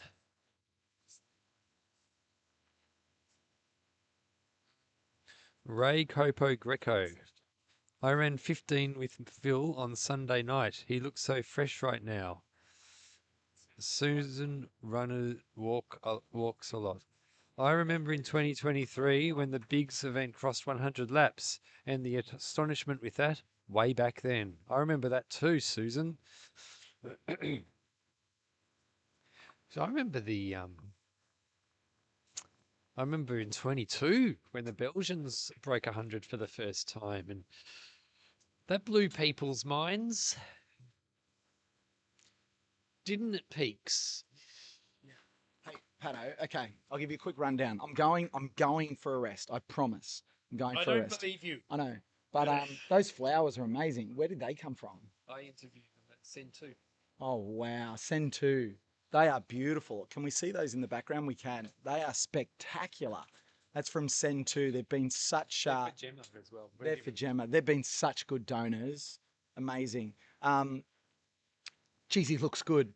I said to Tim while we're out there very quietly, it's like, imagine if you were good at this sport and you were running against that bloke and we got to 100 yards. Nah, you'd just sit down in the chair and go, no, there's no way. Because looking at him now, you got to think at the start, 168, it's bold, but he's the GOAT. It's bold, but he is the GOAT. But there's a part of a lot of people I've spoken to that have said, before this was announced, the human limit surely only arrives at 130, 140. And we may, because the world record keeps getting pushed up, but eventually it slows down. That curve slows down. This would be one giant leap for mankind. 168. And then can you imagine if we got some money into this sport, or if there was the Olympic Games? We can dream. And you lined up against the GOAT and he's just laid down a 168. I know there's other runners that think it's possible, but if someone's already put the runs on the board, good luck. Good luck. He's in good nick, mate. He looks good. Right. PK chewing gum. You've been up for a while. Peaks.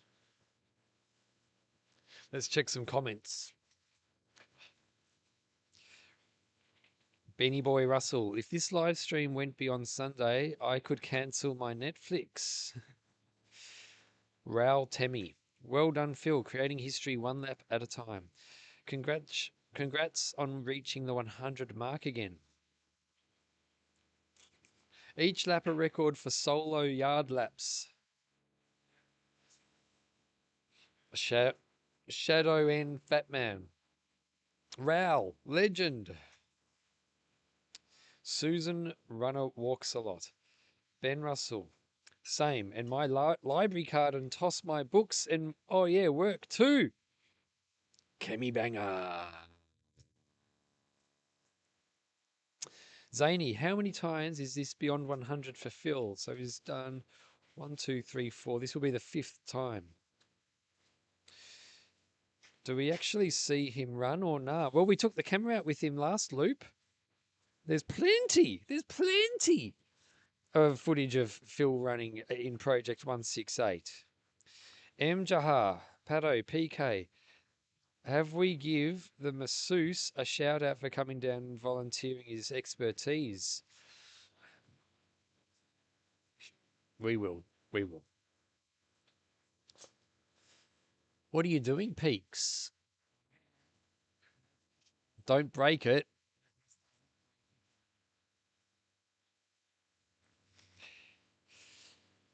All right. Backyard Ultra Wanaka. Would love to see Backyard Ultra at the Olympics. One thing I'll say about that is people say, oh, I hope you get in the Olympics. I hope you get in the Olympics. Backyard Ultra just needs to make backyards so big that we're bigger than the Olympics. Backyards don't need the Olympics. It would be.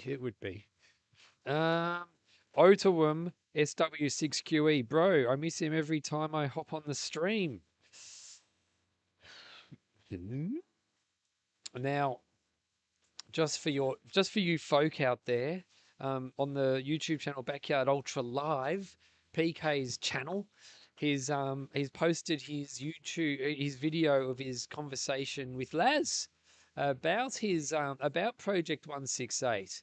So if you want to hear what Laz has to say about it, his thoughts and everything like that, go to Backyard Ultra Live and you can hear the Laz's thoughts. All right. And subscribe while you're there. That's right, PK. Pato, when we get to 500 subscribers on Backyard Ultra Live, we're already over 400. We only need 96. We get to 500, we've got more giveaways.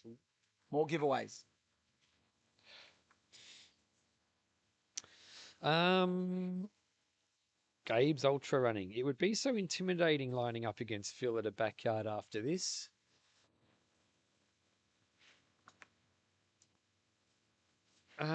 Let's see. Julie Carter, what is the record for yards at the moment? It's 119. Phil is the world record holder. The unofficial record is actually 123, which was done at Biotropica earlier this year. Alex T, completely agree. Backyard can be one of the biggest sports in the world. Benny Boy Russell, what answers the question? It's 119 officially and 123 unofficially. Mr. Anderson, hi, this is Mr. Anderson. Talia and the rest of the 5A are watching. Oh, that's hello, shout out. Hi, TK. That's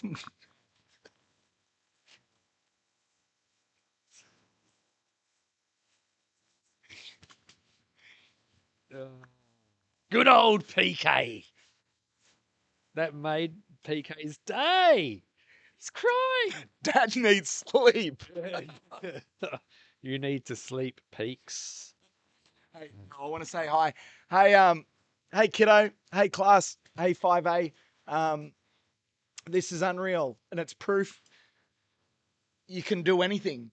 People are capable of anything. This is 100 hours of running. I want you to think about what can you do in 100 hours?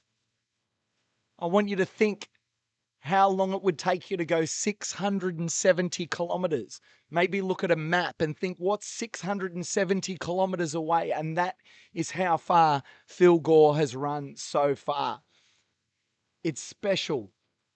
Human beings are amazing. If someone says you can't do something, they are lying. You can do anything. Love you guys. You nailed it, Peaks. You nailed it. Roy Matthews.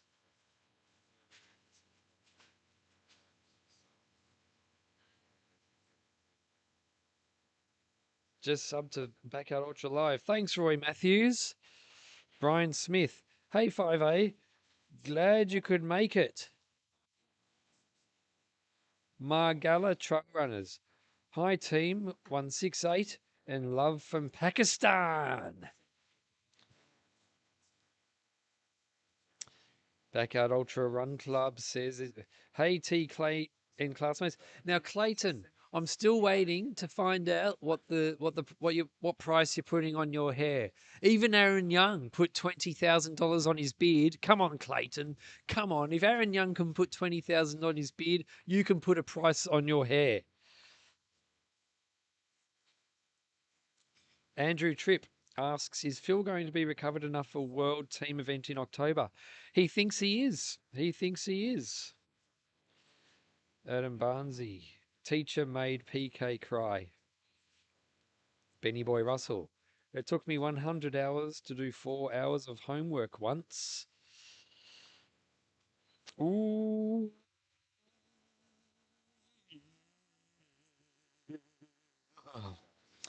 Jaden Dyer. I think PK had a chat with an ultra runner today. Sarah, I think, but his chat GPT overview did not give her credentials. What are they? She's world record holder for women in the backyard ultra. 95 yards is her PB and the world record. Stoke Griff knows the score. Okay, Clayton says the price on his hair is $20,000 and one. $20,001. Stoke Griff. Phil will be running sub 18 at Park Run next Saturday.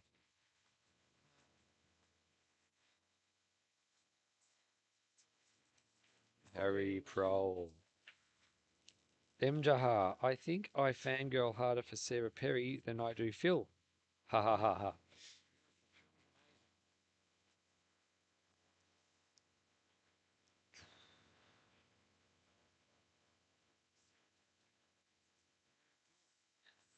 See if anyone else would like one as well, because I'd rather everyone eat them fresh. No, I'm good. Yeah, take those away. Thanks. Yeah, get rid of them. I'm not going to eat them. Put them in the crew tent. They did bring. They bought them. They bought them for the crew as well. So just put them in there too.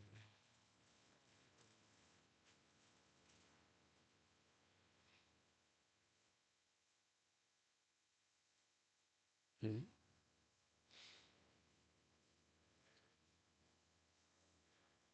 His name is Peaks. His game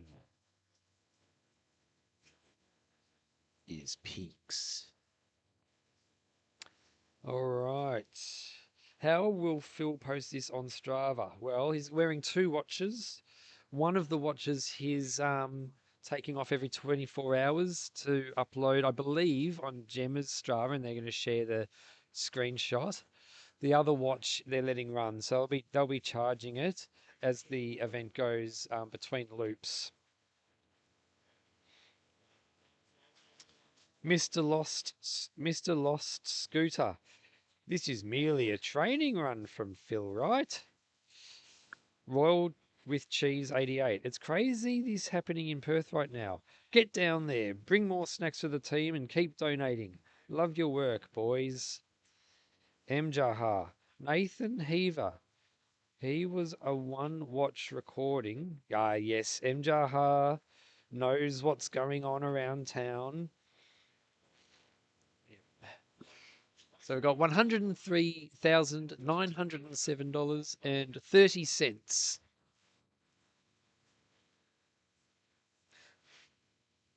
Oh. Isaac Kunerti's back. Can we get an update on PK total sleep hours? Every time I log in, he is on. Machine. Yeah, I'm impressed, Peaks. Emotional wreck. Emotional wreck. I've got to say, Peaks, I'm very impressed with your stamina. Shot at this life, mate. You get one crack at it. Did you hear that? He said, you got one crack at this life, mate. You got one crack at it. I love Peaks' attitude. I love his attitude. Muzz 94, can't wait to see the Garmin data. Yeah, no kidding. All right.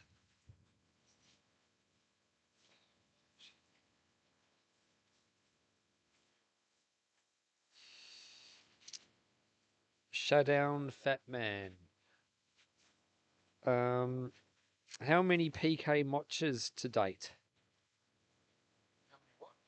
Motches. Mockers. Only 2. 1.5.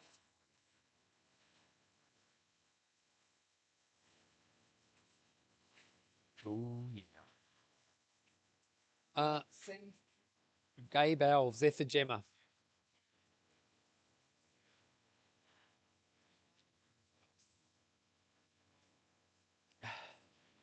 No, they've gone to the airport. Yeah. All right. Can I close this? Yeah. PK's always got his hands dirty. Just making sure. It's like just making sure it's not. Ooh.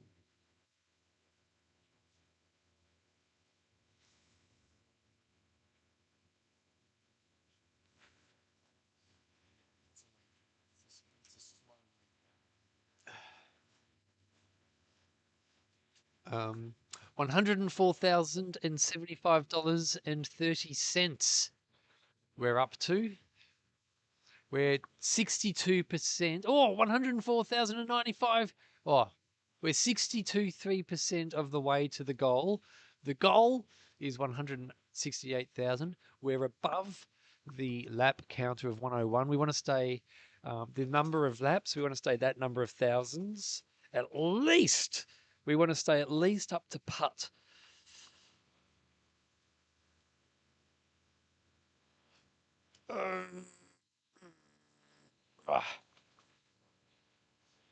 All right, let's see what else is going on downtown.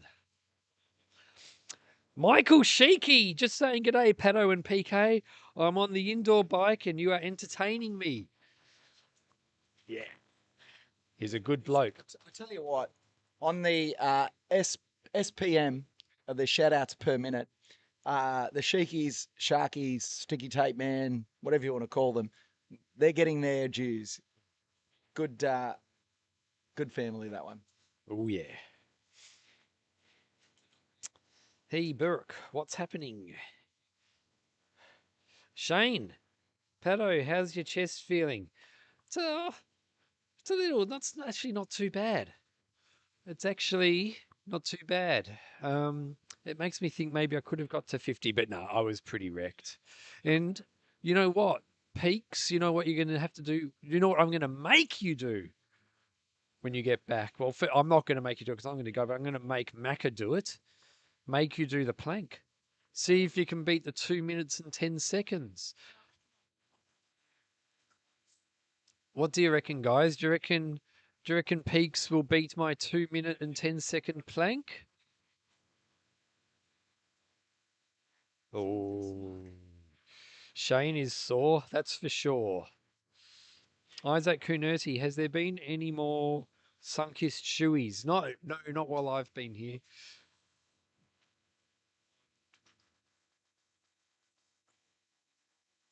Katie McGregor, $50. Yes.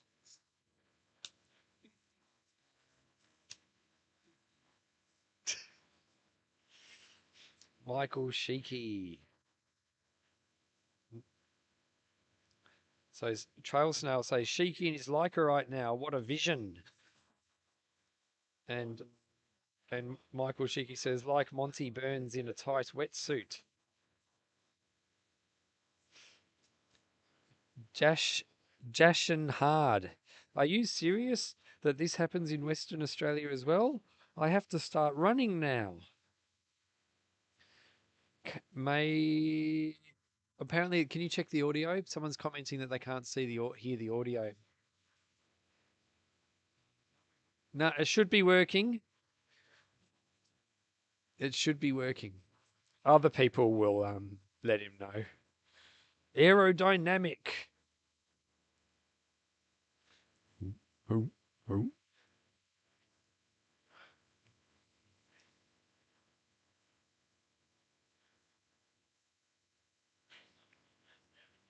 No, I knew it.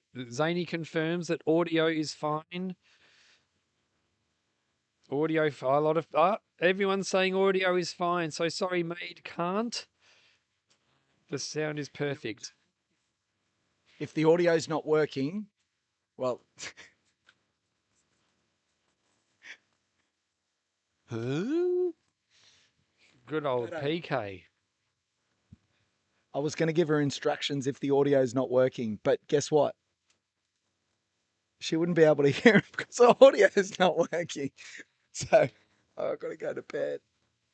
Sleep. Yeah, Maid can't.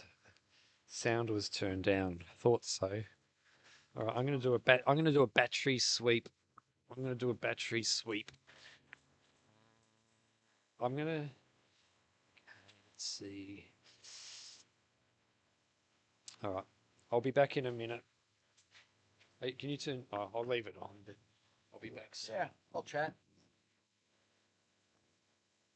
Hi, everyone. You're watching Project 168. Thank you. You're watching Project 168. Phil Gore, the current world champion, world record holder in the backyard ultra format of this race, attempting to run 6.71 kilometres every hour on the hour, which will get him to 1,127 kilometres if he makes 168 hours. 168 hours is a full week or 7 days. We reached a huge milestone. He's now out on lap 101. We're in the hundreds. It's rare. There are very few humans that have ever even been this far. Phil is looking to go even further. So far, you wonderful, generous human beings have raised $104,000. $104,170.30. It is incredibly generous for a wonderful charity. Telethon over here in the West supports sick and disadvantaged children, and every single dollar goes towards a fantastic cause. They've done wonderful things for a lot of children over here in Western Australia, and Phil and Gemma Gore are very proud to support that charity. I'm PK. I'm joined by Pato here today in the commentary box. Things have calmed down a little after the little uptick at 100, but I'm sure for Phil Gore that gave him a little boost. You could see out on course he was in a fantastic mood. We had a good chat with Nick, who he donated the most in order to get the opportunity to run with Phil on lap 100. If you want the opportunity to run with Phil on lap 167 to become the assist in what could be one of the most incredible sporting moments in Australian history, then what you need to do is you need to go to the website. $250 by the DFES Office of Commissioner. Pato, Office of the Commissioner donated $250. Absolutely incredible.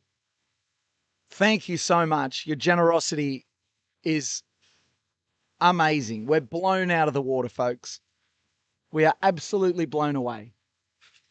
It's a special event. It's a special occasion. I'm still wrestling with gremlins in the system. I'm trying to make sure that this is going to be stable for Pato before I head off. I will head off very soon.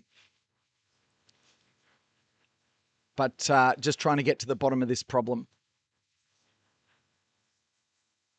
I might throw some data on the screen so that I can buy myself a little bit of time here, because I really do need to check some details on the stream to make sure that it is going to work okay. There is Phil's lap times. You can find them on the website, philgore.com.au. You can see how he's running. You can also see his GPS, where he is on the course. Currently on the day course. And moving very, very nicely indeed. I am currently troubleshooting in the commentary box, but we're getting there. We've saved the catastrophic problem that we had earlier on. Looks like we've got another memory leak, which I'm solving now.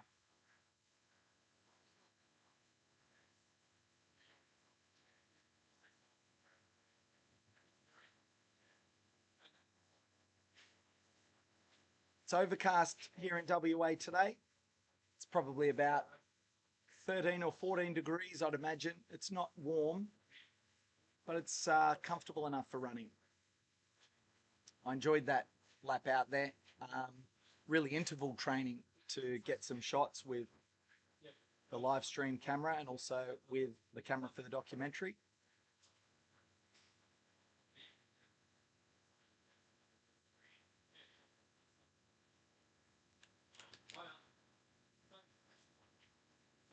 I'll leave it with you, Pato.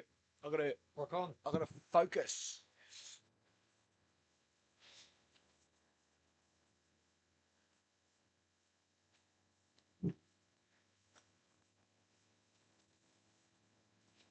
All right.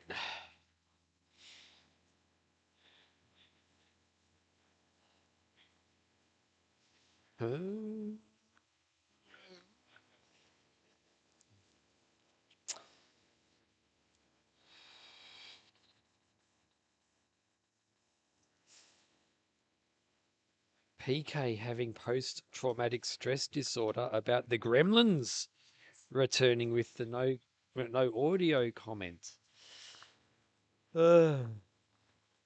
Shane Shack. This has been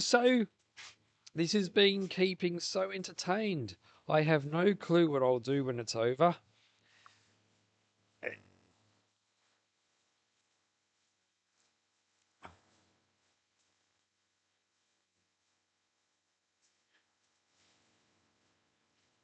Okay.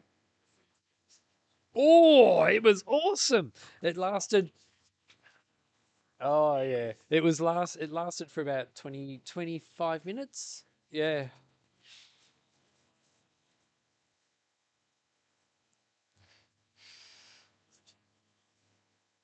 Oh yeah, they were loving it. They were.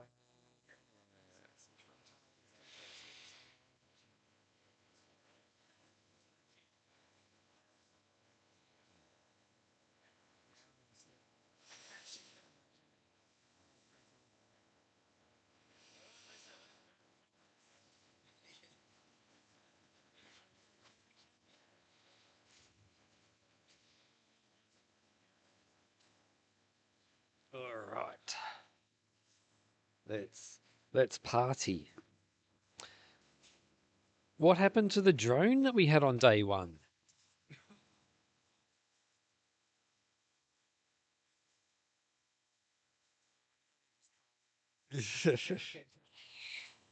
Would Peaks rather fight one Phil Gore-sized gremlin or 100 gremlin-sized Phil Gores?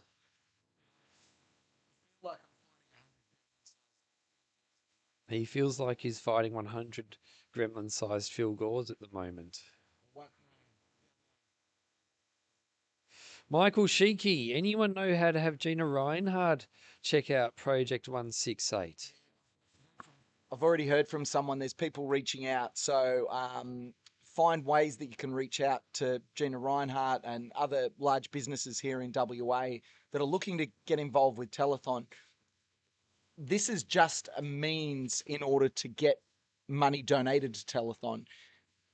At the end of the day, if you donate to Telethon on the TV, or if you donate to Telethon through this event, for me personally, if I had a business, I'd be getting my name on top of that leaderboard significantly and leaving it up there as we get towards history. Yeah. Because this live stream captures everything. Yeah. So whenever anyone plays this back, they'll play it back with your business name ticking over every 30 or 40 seconds or whatever it is, forever.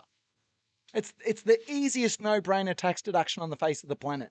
Why businesses haven't figured that out yet is absolutely beyond me. Absolutely beyond me. It's not beyond me, because these big businesses, all they care about is advertising on other things where they think is cool. But you know what? A lot of these businesses, they're not cool. But let's prove, if they think that they are cool, prove that you're cool by donating to Project 168 and Telethon. That's isn't that right, PK? And when Gina Reinhardt comes in, I'll be the one in Bags interviewing her, okay? I reckon I would do a good interview with her. Let's see. Jaden Dyer. Surely Gina could wipe a lazy million for tax purposes. Remy Brilt. Someone should input those lap times into AI and ask it to figure out when he will go over the 60 min if he keeps the same strategy. You should do it, Remy. Let us know what it says. Trail Snails. Tell Gina there is iron ore under Armadale Football Club. She will be down there as soon as possible. Michael Sheikey. How about Twiggy Forrest? Yeah, I don't know any of these people. I want to see a footballer. I want to see Ruben Jinby. Hux. Pato and PK, you are killing it. Jaden Dyer. Oh, Pinjara Bakery donated $1,000. Oh, that's awesome. Thanks. Oh, yeah. Unreal. Yeah. Phil's been eating those Pinjara Bakery pies all day. That's awesome. Thanks for letting us know, Jaden. Oh, yeah. Just down the road.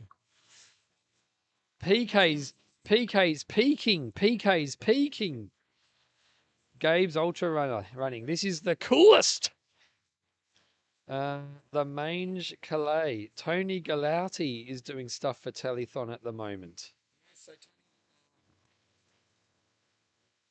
Okay. Yeah, sorry. You did that on purpose, didn't you, PK? Because you know I did 50 push-ups yesterday. You just wanted me to do this. 50 push-ups yesterday. 43. Didn't you know? Yeah.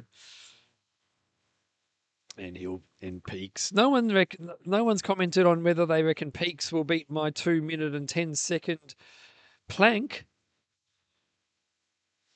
Tony Galati is doing stuff for Telethon. Who's Tony Galati? Sorry?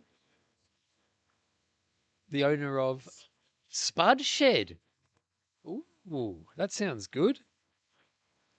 Go Pinjara Bakery. All right. Yeah, can you make it the big screen? Just transition. Press transition and go, go, go. All right. $50 by Ben. All right, I'll see you soon, Peaks.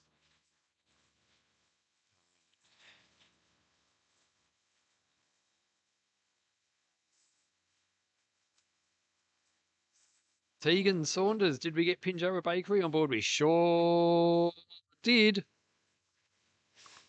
All right. I'm okay at the moment. I'll let you. I'll yell out though. Awesome. Thanks. All right. Okay. I will. You woke me up last night, so I owe you one.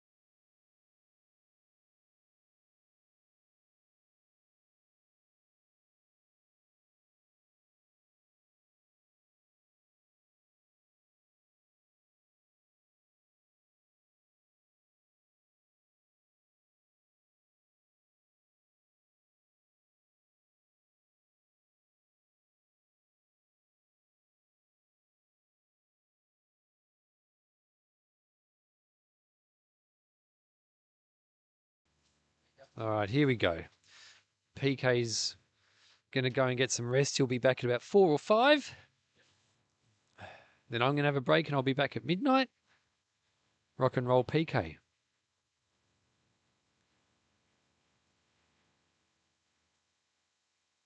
Peaks. What are you doing, PK? All right. Tree Division gets it. It's Chris Robinson. Are the rules the same as a backyard? Well, basically, Phil, this Project 168, Phil is following the backyard ultra format rules as close as possible. See you, Peaks. Good thing. PK's gone. It's party time.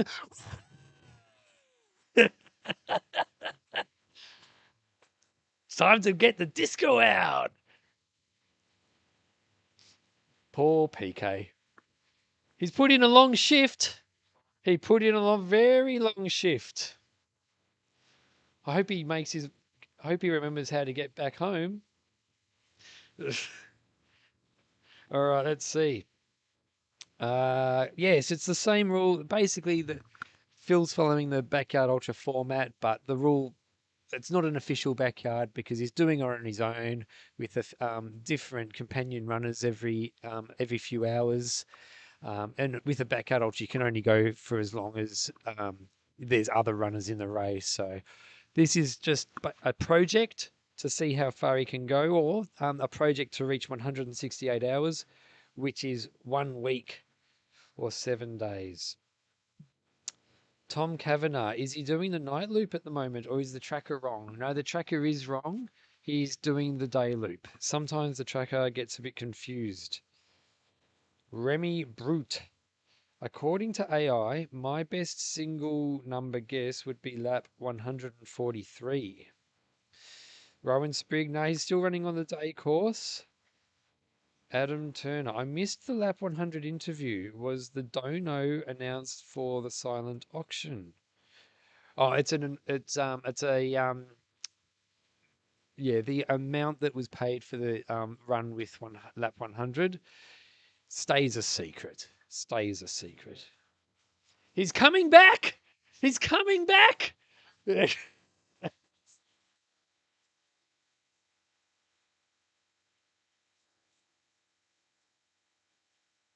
Yep. It's in, if you just go into the room that I'm sleeping in, it's plugged into the PowerPoint. Yeah. Hey, can you put it back when you finish so I don't lose it? All right. If you walk into the corridor and go straight down, that's my room. Down the corridor, down towards the toilet.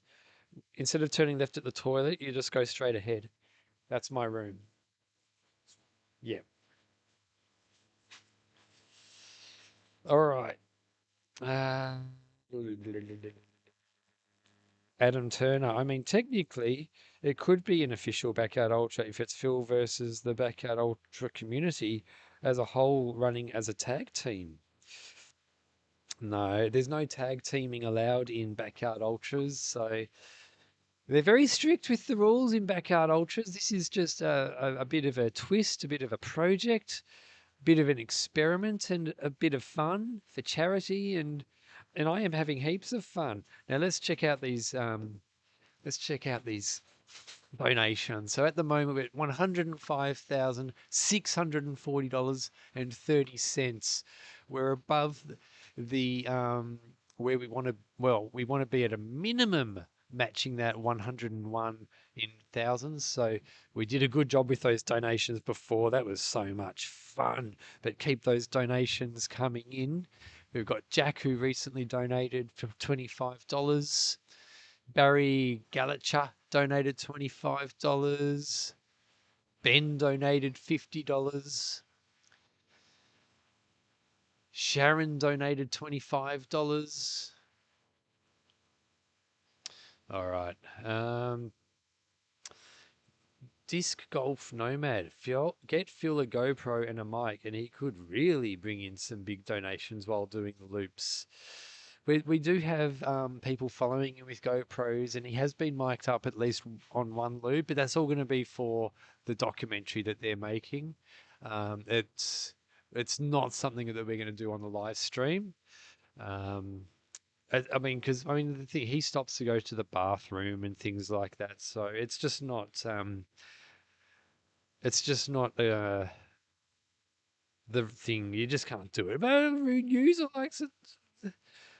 Okay, Remy Brote, connection on the loops are an issue for on-course feed. Yes, that is true. It's Chris Robinson. Are there cameras with Phil or on the course or drones or something else? There have been, but we also need a lot of battery charging happening, a lot of juggling cameras.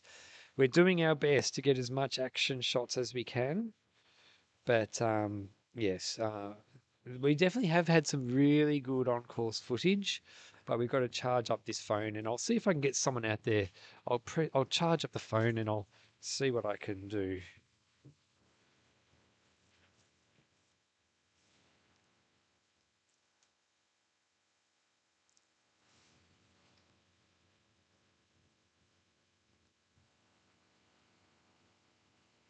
Yeah. I tell you what, PK put in a good block. It's Chris Robinson. Shout out to Last Soul Ultra. Course feed was amazing watching it live. It was good. I won't deny it. It was good. Disc Golf Nomad. Ooh, documentary. When will that be out? Now, I understand there'll be 2 documentaries. One of them will probably be released early next year, because there's a lot of footage, and you want these things to be looking awesome. So a lot of time goes into the editing, but there will be a quick edit done and released as soon as possible. It's going to be released on the YouTube channel called The Search AU. Shane Shack. Does anyone know if Phil wraps his toes in athletic tape or just the creeper socks? I'm pretty sure he does wrap them in tape as well, but I do not know for sure. I'm pretty sure he does. David Benny, the Benmeister is in the house. Last Soul had around 40 people on their media team. Pato and PK are punching above their weight. Thanks, Benny. Thanks, David Benny. Appreciate that.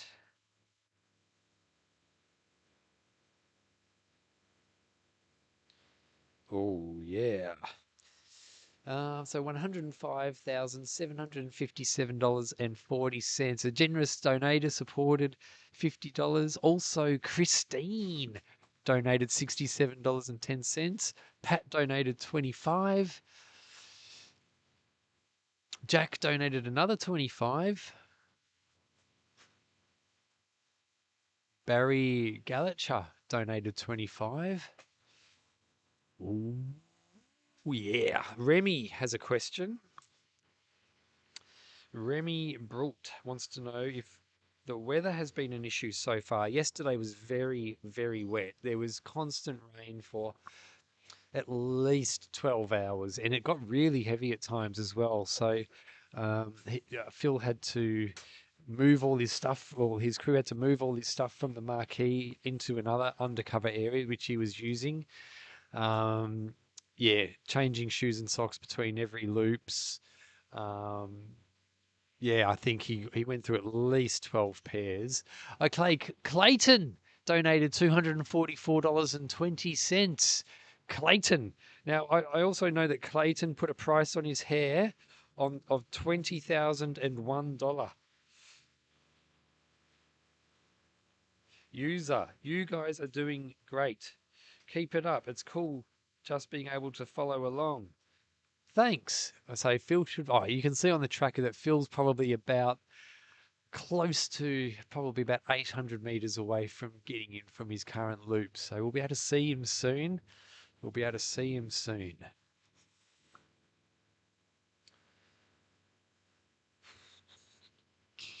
Now tonight is going to be fun. I'm going to be doing a lot of cold calling. I am going to try and call Mark Dowdle. We'll be calling anyone you want me to call. So I am going to go absolutely bananas tonight. Who else do you want me to call tonight?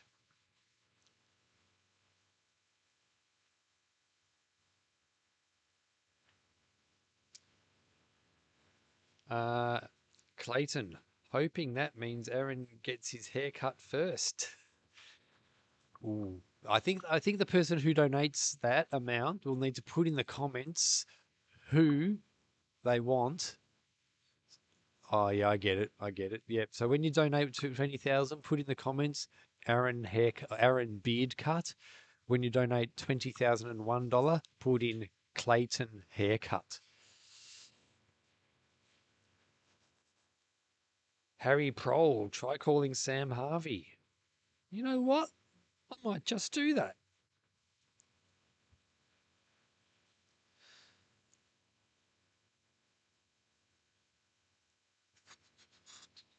So if you look at let's change back to this one. Lap times.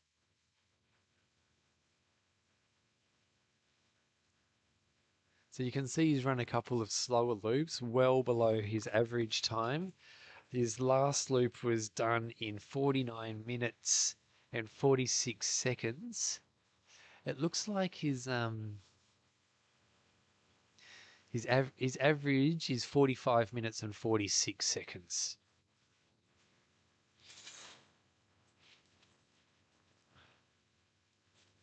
All right. Call Harvey Lewis. I might just do that. Jaden Dyer, $100 Team Toro Fremantle. Check the name on that. I'll keep my eye on that. Benster. Manu has the launch of his documentary this evening for his Sydney Backyard Ultra performance in April. That sounds good. How many loops did he do, Benster? Mac Martican. Yo, $105,924. Are you kidding me? You guys are the best. Oh, yeah, chat with Frank the Tank would be entertaining. Yeah, I should call Frank the Tank. I'll call him tonight. Some good ideas. Nicola donated Virtual App 106, $67.10. Adrian S donated $50 from Perth.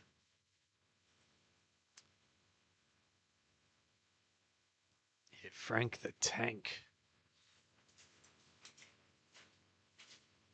Ooh.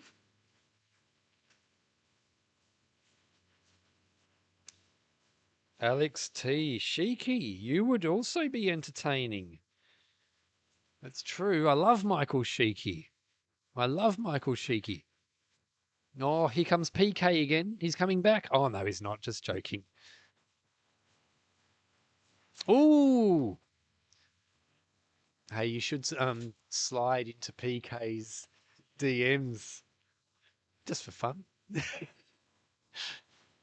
Well, 24.34. Martin donated. Okay, should be back. Oh, there he is. He's on his way.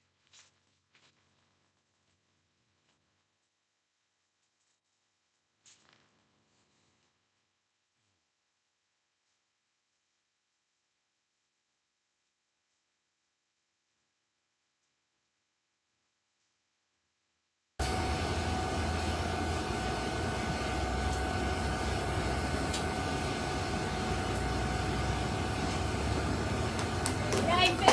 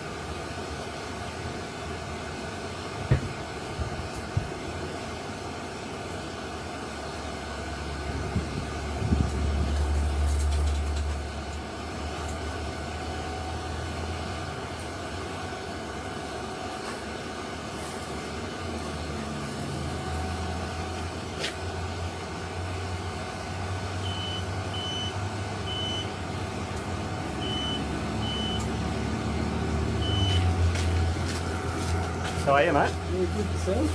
Good.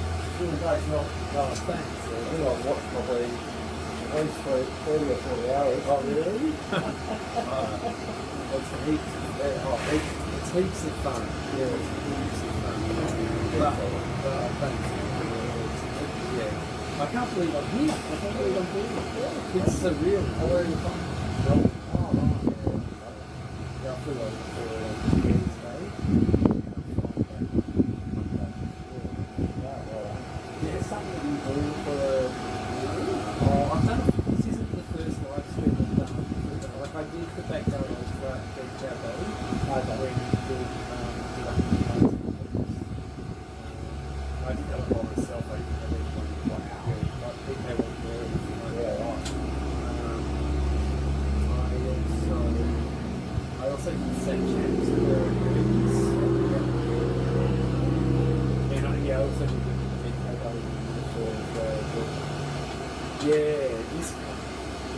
PK, the other guy, he wants to really ramp it up and start doing more. Like he's got a couple organised already. He started up his own YouTube channel he's going to use to do them on. So I was going to ask you a question. Sorry. You do not have to feel obliged to say no or want to do it. Okay. But when, Rachel, so I'm a firer as well, I work with Phil, and I was asking him whether or not you guys wanted to try and improve the ponds on that side of the lake that he's running. So I've developed a portable Starlink which will touch to the back of the bike. So you don't have to do it, it's basically just runs on an 18-volt battery and put it on. It's very simple, but just in case in the last 2 days you wanted to amp it up and get some better fare. I think that sounds like a real idea. Like people want to see. Yeah. So PK's more of a technical person. Yeah. He'll be back at 5. Okay. So I don't know if you've spoken to you. No, I didn't want to chat to him and just excited, so I thought I'd wait until later. But what I can do is I can just leave it here and show you how simple it is to use, and then I can grab some.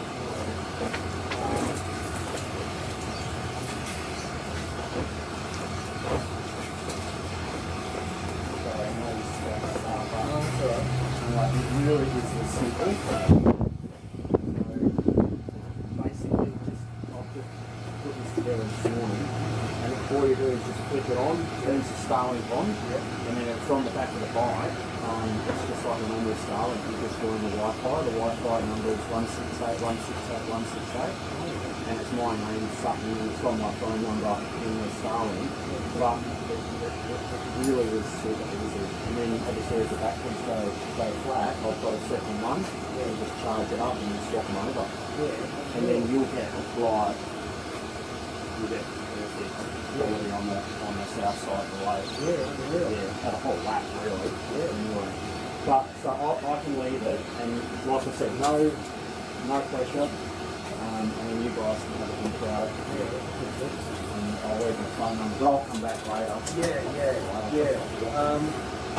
because I mean, PK will know how it would all work. Like how to pick it up and stuff, Wi-Fi and stuff like that, how to connect it to this stuff. So it's just, when you send a person on the lap in, and they're using their device, they're on the telephone network, they just join that instead. And it will make no difference to the back end. Instead of sending it over the shitty or through the back of the lake, it just goes through satellite. And you can flip between if you want, or you can just go to aeroplane mode when you're doing it, and you're doing the feed, and it will just fall from the Starlink. So I tested it yesterday on my car. I drove all the way to Darren, which is like 300 k's away, and back, had it on the dash in my car, and it was. And with putting it on the back area though, would you put that lead in the box? I just sit it on the back box. See on the bike, on the back, I just attach it to the bike rack, like cable ties. And then you just turn it on, and because I'll set it up so it plays away from the wire, and then I'll come back. I'll take my daughter to a hand appointment down in Rockingham, but I'll be back by 5:30 and So like I said, no pressure. I've just thought on the last couple of days having that, like the best quality that we can. I reckon that sounds like a real idea. Even I'd be even happy to try it, like just to put it on and do a lap, give it a test run with someone who's running or whatever. And then if it doesn't work, it doesn't work, but at least it's tried. And with that bike, does it have a big phone so you can carry it in your hand? Well, it doesn't have to be the person on the bike recording. It could be the person running, or it could be a person on another bike. I don't know how you've been with gimbal. So it could be someone on the bike holding the gimbal, and that's it. There's 168, 168, 168. I'll probably make that as simple as No, unreal. I reckon we'll definitely do it. When these so that's awesome.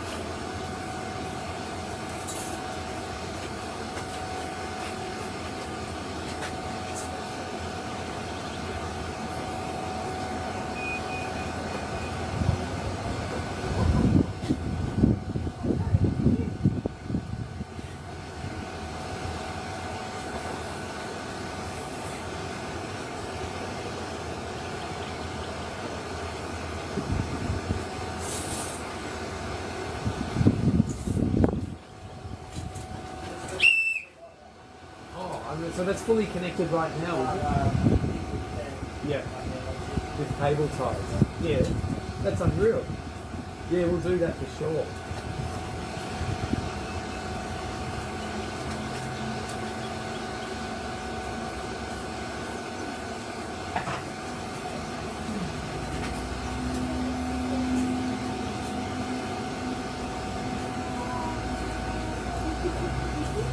Seconds.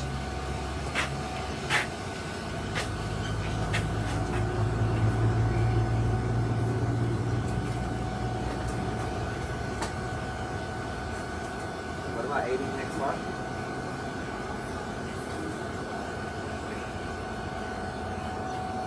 Ten, 8, 7, 6, 5, 2, 1.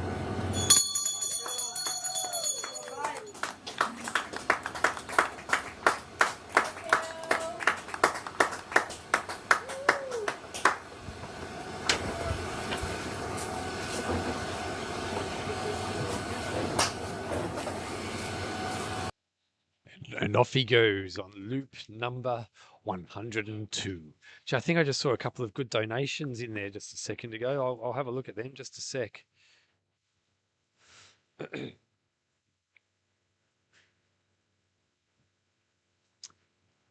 Okay, so Team Storo donated $100. They're from East Fremantle. We're up to $106,733.04. Reese is going to be joining Phil next loop.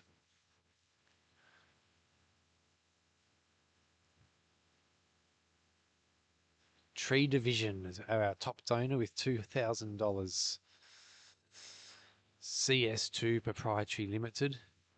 He went out and ran with Phil on one of the loops and came back and gave that generous donation. Sarah Greeley donated virtual lap 117, $67.10.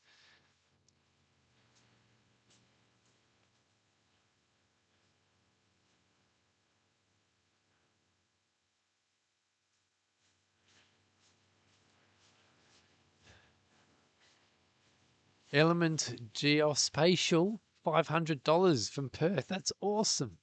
A generous supporter donated $100. Martin donated €15. Adrian S donated $50 there from Perth.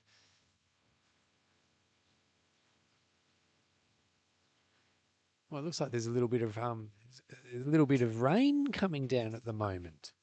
A little bit of rain.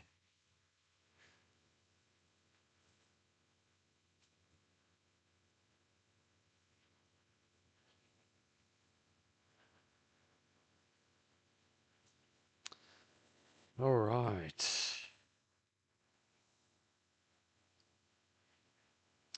The Starlink is a great idea, I reckon. Flynn Adicott, ready for virtual lap 102.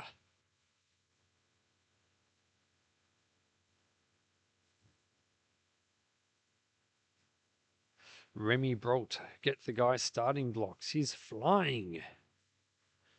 Backyard Ultra Wanaka. Oh, you gave me a shock. Yeah. Yes. He's in bed. He should be in bed. He's probably sitting on the couch watching this. That wouldn't surprise me. Come in. Come in. Let's talk turkey. Gabby's on her way in. A generous supporter donated $25.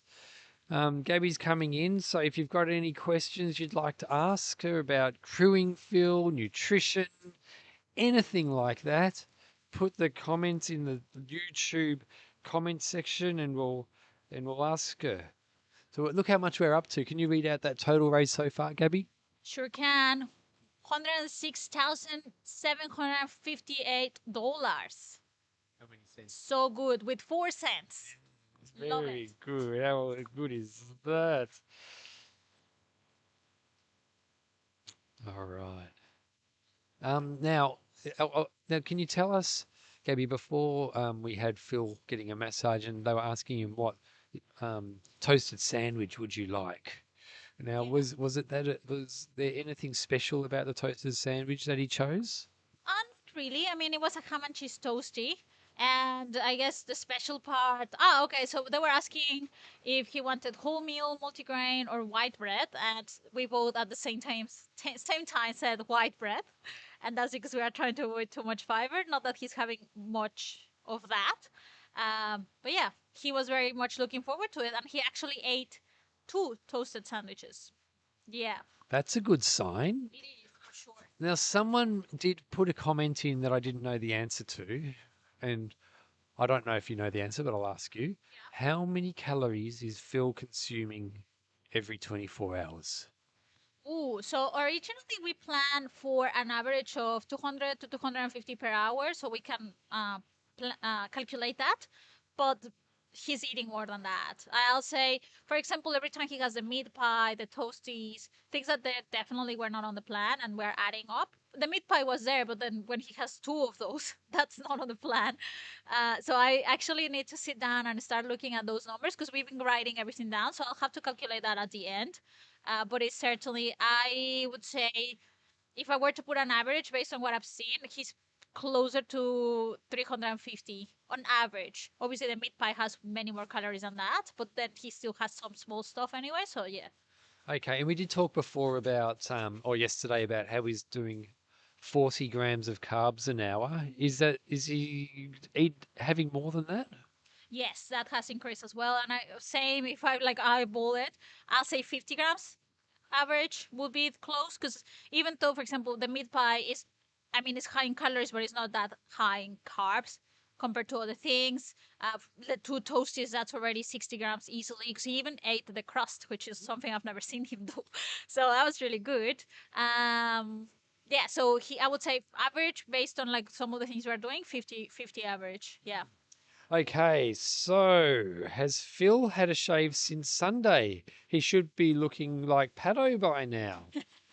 He definitely hasn't had a shave since Sunday, but he did shave his head and have a shave before the run on the Saturday, right? Yes, correct. So my understanding, and this is all observations, is that he shaves his head and his beard, and he doesn't shave at all throughout the event. I think it's part of him, like looking at how much hair he ends up getting grown, and also the beard. So yeah, he's not planning to shave at all between now until the event ends. Okay, Skinny J18. It is the first time I've been on to check in today. How is he feeling and how the courses and weather been holding up? Yeah, so he's feeling really good. He's doing really well. Last night he did have a rough patch, and I believe I'm not aware of the details of what the rough patch was. I think it was more about like just like it's the middle of the night, just feeling a little bit down, I guess, with that. But no, right now he's doing really well. He's very strong. He's happy eating. He's engaging in conversation. Like you seriously couldn't believe that he's been running for what is it, over 100 hours right now. I don't know. I know you were at Dead Cow Gully when he did 119. Were you there for till the end at Dead Cow Gully? Yeah. How would you compare how he's looking now at 102 loops compared to how he was at 102 loops at Dead Cow Gully? I'll say he looks better, but back then he didn't look bad. So it's not like there he was struggling or anything like that. Like I remember when he got to 119, he looked so strong. Like easily, I am confident that then he could have done another day without any problem at all, based on what he looked like. And today, I would say he looks even better than what he looked like at 100 hours of Dead Cow. So yeah, extremely impressive to see. Very encouraging as well. The fact that he certainly looks really, really strong. It is the first. Okay, hi Gabby. Dairy farmers' protein smoothies have overtaken Rockabilly's now as the number one seller for athletes. Do you know much about that product and its suitability for our format? That's proven. Yes, it is. Proven. So I will have to check it out. Wouldn't mind some samples to check it out. But look, I would say I would like to review the product. I something I saw as a I wouldn't say weakness, but something that for specifically for athletes from Rockaby, more carbohydrate will be ideal because it's very even carb and protein. So if dairy farmers is higher in carb, let's say 40 grams or something like that, that would be awesome. But yeah, I would love to check it out.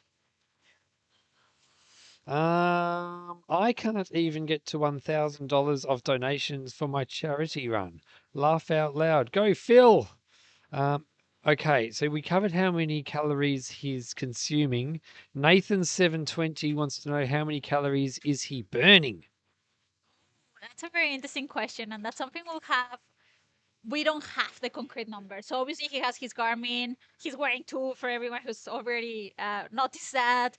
And it's going to actually, I'm very intrigued to see at the end what each of the Garmins says in terms of data of things like that. Like, for example, the calories burned and things that are, let's say, because the thing is that the way they work is that that is not a direct measurement. Like things that Garmin is directly measuring is distance, is your speed, is your heart rate to a certain degree, and then from there everything else are calculations. So how much estimate of calories burned, estimate of rest and stress and things like that. That's not a direct measure. So anyway, we'll have that information, but for us to know exactly how many calories he's burning, we will have to put him with a treadmill and a indirect calorimetry measurement to actually know. So that's something we can only estimate really.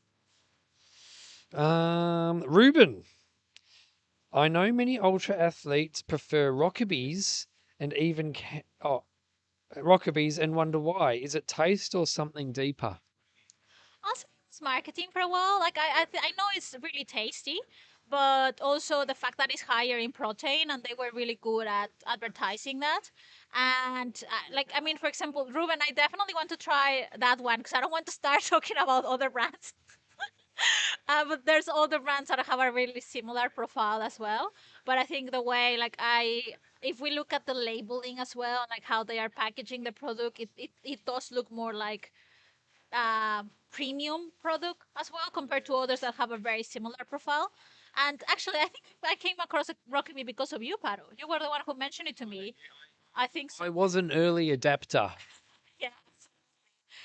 But yeah, I'll say, look, if we look at the profile, it's high protein, so each bottle has 30 grams of protein. Carbohydrates 30 grams as well. Some of them have a little bit more or a little bit less. And if we look at other chocolate milks, some are similar. So it's also very much of a matter of taste as well. Some people would prefer something sweeter, something like it is also something to, yeah, like a personal preference, I'll say. Okay, now that reminds me, did you see that they've recently increased how much they cost, Rockabies? Yeah, so they were around $4, which was put them pretty high up in the cost bracket. Now they cost $5 each. Oh, that's not great. Yeah, yeah, we'll see. Like now that we're hyping them up, Ruben, you incidentally just add marketing to Rockaby instead of dairy farmers. So yeah, no, I didn't know that they increased the price. Yeah. Yeah, no, I saw a Facebook, a Instagram post about it, I think. Well, you skipped over a whole heap then, Gabby.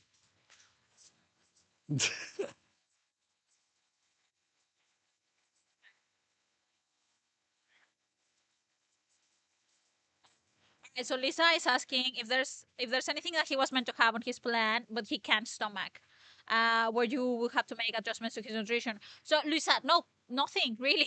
All the things on the plan are things that he can easily eat. We are very well aware of that.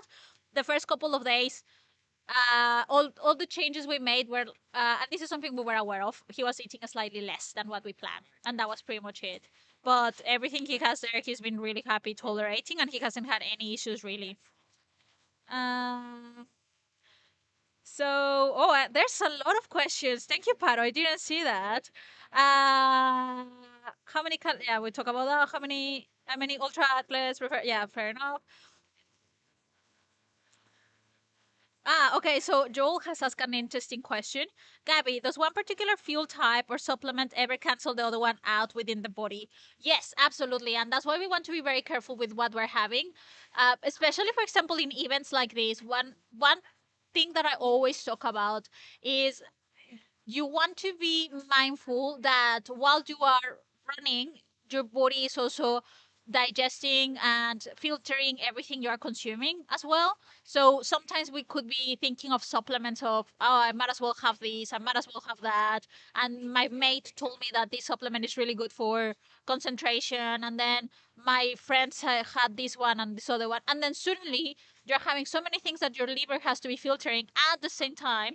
You are doing something really stressful. So you want to be very mindful of that.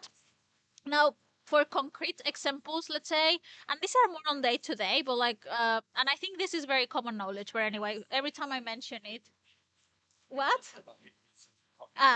So every time I mention it, a lot of people get surprised. But for example, calcium and iron are things that you don't want to have together because they are, let's say, compete for the same receptors in the body. So if you're having iron tablets, you don't want to have them with your milkshake or with your other calcium supplement. That's just one small example of that. And there's others as well. Like for example, there's also others that complement each other. For example, collagen, if you have it with vitamin C, that is going to be better for absorption. So yeah, absolutely. That's something that we want to be very mindful of when we're looking at, I'd say especially supplements. Foods, not so much, but supplements especially, we want to be very careful about when you're having them, what for. That's the first question you need to answer. And what else you're having it with, just to make sure that if you are going to have it because it's actually supposed to help, that is not canceling something else along that. All right. So, Josh, doing my first backyard in Sydney next month as a beginner runner, can I get one bit of advice from Gabby and Paddle, please? Oh, from Squid Juice. Thanks, Josh. So I'll let Paro keep eating. I'll mention mine, and then Paro can think of his while he's eating. So and actually we have Chris as well. Chris is also very experienced in backyard, so we'll give you three tips. Three tips, Josh. So here comes mine. I'll say this is your very first backyard, Josh. So my suggestion is that we want to keep things simple. I know that you're seeing Phil eating meat pies and lots of things. My suggestion is we want to have a rotation of foods that you know are reliable. You want to prioritize carbohydrate dense options. What I mean by that, bananas, bread, gummies, carbohydrate drinks, sort of those things. You can definitely have energy gels. I wouldn't suggest having them as your primary source of energy, but they are helpful as well. And yeah, like you want to look for those options. That will be something that nutritionally you want to think of as a starting point. And from there, you can start filtering your list in terms of things that are working well for you and you want to change. Paro, what is your tip for Josh? My tip for Josh is to pace yourself nice and slow. Take it easy. The slower you go, just go as slow as you possibly can, but at the same time, leave enough time for in between loops that you've got time to still do what you need to do. So if you need to, if you know you need to eat a little bit more between a certain loop, you might want to run that loop a little bit faster. But if you're early in the race when you've got a full belly and and your shoes are nice and clean, there's nothing really to do. Save energy. Save energy. And that would be mine, but that would be my tip. What about you, Chris? So is this for during the backyard or leading up to a backyard? Ooh, okay. Probably the thing that helped me the most was reaching out and spending time around other runners who I consider to be better than myself. Even just other runners that keen to go a long way. But that collective mindset seems to make a big difference. Like I don't consider myself a very good backyard runner. I have Phil as my goalpost, and that's a long way away. But I think the fact of the matter is if I tried to do it on my own, I probably would have gotten nowhere. But running with someone like Phil, it's sort of he drags the whole group along, sort of thing, drags the whole standard up. So if you can find another runner, even if you think they're only at your level, but it's that collective mindset of people trying and pushing together. I think we get a lot further as a group, and I mean that's really what the sport's about, is pushing together. So I think that's what I would say is, reach out, find those other runners, and form a little group. That's a great tip, Chris. What else have you got there, Gabby? Here, sorry about that. I can't pronounce the thing, but anyway, is he monitoring for electrolytes, or does Gabby just guesses how much is needed? Yeah, you know what I do? Every time he comes, I taste the sweat, and I can guess how much. No, I'm just joking. No, so could you imagine? He needs more salt.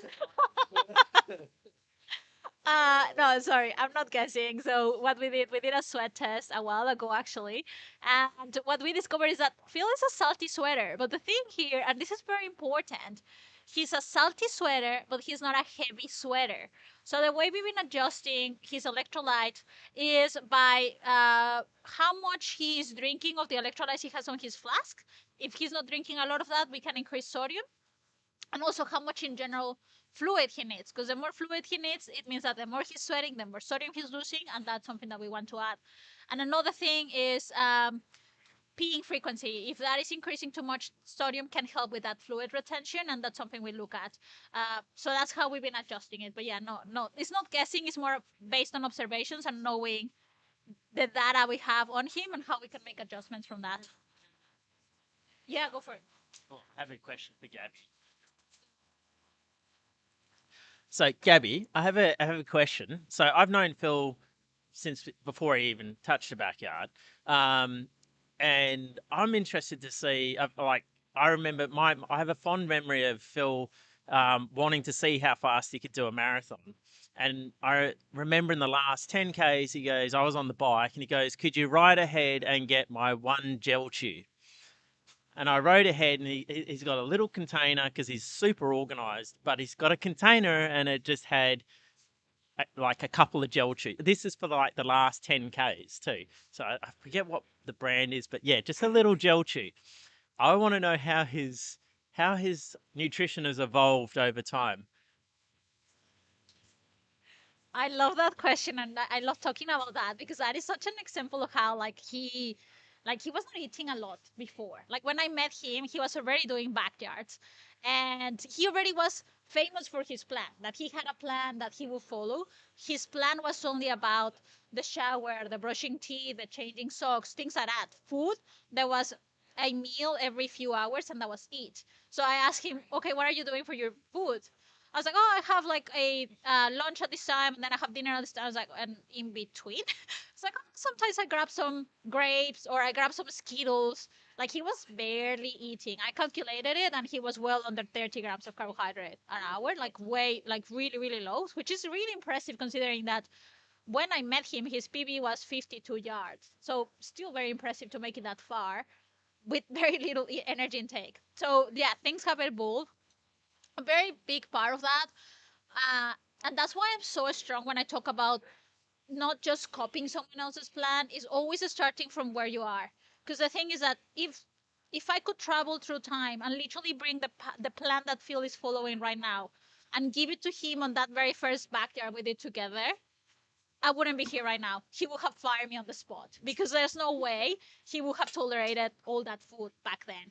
So that's part of adjusting based on how he's going, like what he's used to then, making sure, like gaining that confidence on how the fuel is helping, because obviously that he notices the difference, but he was already doing really well. I can't come and say, okay, from now on you're going to eat all this much and you need to change everything and these are all the foods you're going to have, because his body was not used to it then. So over time, we've been increasing the intake, we're incorporating different foods, and that's been very helpful. But yeah, it has to be a progression.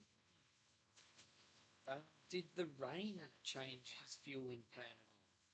No, not at all. So yesterday he was eating really well during the day. He told me, because I was not here at night, but he told me that at night he was not as interested in food as he was during the day. So he was still eating, but not with the same eagerness to have the fuel.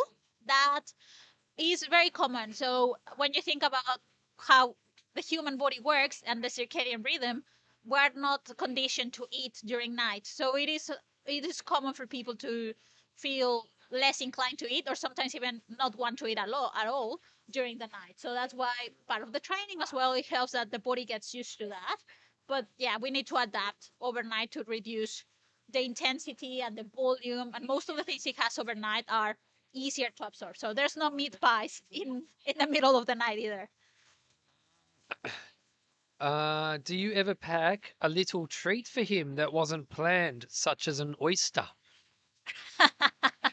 No, nothing like that. I know we have talked about how the meat pie tradition started. That's the only treat that was not planned, and that has like been now is part of the plan, but back then was not. So we were at Dead Kalgoorlie. I stopped at a bakery to get stuff for the crew. So I messaged. We have a group chat with everyone there, and I messaged asking who wanted a meat pie, and Phil replied, "Oh, I would have one, thank you." But he always sticks to the plan. So I didn't believe him. So I didn't get him a meat pie. I was like, oh, he's joking, I'm sure. So I got to the race with the meat pies for the crew, and he ended up eating one that was meant to be for Nathan, and he loved it. And since then, we have decided that the meat pie has to be on the plan because he really liked it, and of course, it's really high in energy. So that's been amazing. Yeah. Good. Let's see. How easy is it to overdo caffeine? Oh, super easy. Yeah, really easy. So if you think about, uh, I'm someone who's not a fan of products like carbohydrate drinks, gummies, like things that have a little bit of caffeine there, because then it's very easy to overdo it. If you have the carbohydrate drink that has caffeine, and then you have gummies that have caffeine, and then you have the energy gel that has caffeine, and then you have a sip of Red Bull, and like suddenly you have a lot of caffeine. So that's why it's best to be aware of where you're getting the caffeine from and when. So that way, because it's helpful, but if you push it too high, it's going to cause trouble, and it's not going to be, yeah, helpful at all in that case. So we want to keep that quantity quite consistent. Would you just be looking for the body to have some sort of response to the caffeine to say that's enough, or would you just go on like a measurement, or because like obviously everyone responds to caffeine differently, and if you haven't played with it a lot in an event, I suppose you would be going for the smallest amount to get out of result. Would you like? Yeah, no, so there's numbers behind it. So if you're going to have caffeine as a once off, the recommended amount is 3 to 9 milligrams per kilogram of body weight. If you're going to have it continuously, then the recommendation is to go same actually, like sort of like that, but across 24 hours. Or you can push it slightly over, and if you're going to have it at once off, it will be 1 milligram per kilo of body weight. So that's what you would like. Now, sometimes it's very difficult. Like, I mean, Phil is what, like 65 kilos? I'm less than 70, I think. Anyway, so it's very hard to find something that has that amount of caffeine. So that's why we go with 100 when we do it, and that's good. But you don't want to do too much. Perth Heavy Toe just donated $2,000 as well. Perth Heavy Toe. Yay! Amazing. Thank you so much for the donation. Did that just come through there, or where did you see it? There it is. Ah. Perth Heavy Toe. Oh, thank you, Perth. Oh, Dom, well done, Dom. Yeah.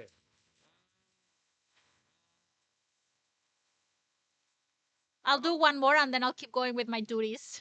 Okay, well, I've got the human with a question here. Thoughts on creatine? Research supports cognitive function, but does that create problems for liver function? Also, is there any point in a backyard ultra if you're not creatine saturated in the months leading in? That's so many questions in one. Look, so thoughts on creatine. Creatine is a supplement that is so well validated for explosive sport, for let's say very high intensity sports. That is something that I will 100% advise having.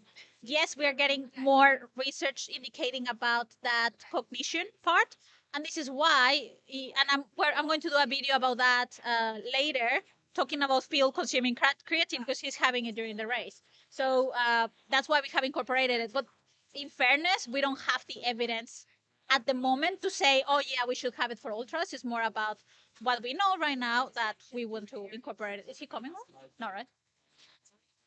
Ah, okay. I thought he was coming. Someone distracted me. So yeah, like in terms of liver function, not really. Like there is it's a supplement that is very safe. But once again, we need to remember that right now there's a lot going on. So I wouldn't advise having, for example, Phil at the moment is having 5 grams of creatine per day, and that's it, which is very low dose for what some people, especially the research on cognition, has shown as well. Now, we do have the Dubinator in the chat who's asking or pointing out that Chris Martin is the inventor of the Backyard Ultra 2-2 lap. Is that true, Chris? No, not at all. I'm pretty sure the Phil started that. No, I'm the inventor of trying to do an artwork while running a backyard. You do like the 2-2 loop, though, don't you? I do like the 2-2 lap. It's that sweet spot when you've got the goal. If you've got the goal of doing 24 hours, and I don't know, you kind of get to out of the teens and into the 20s, and 24 is still too far away. And let's face it, if you can get through lap 23, you're definitely getting 24 done.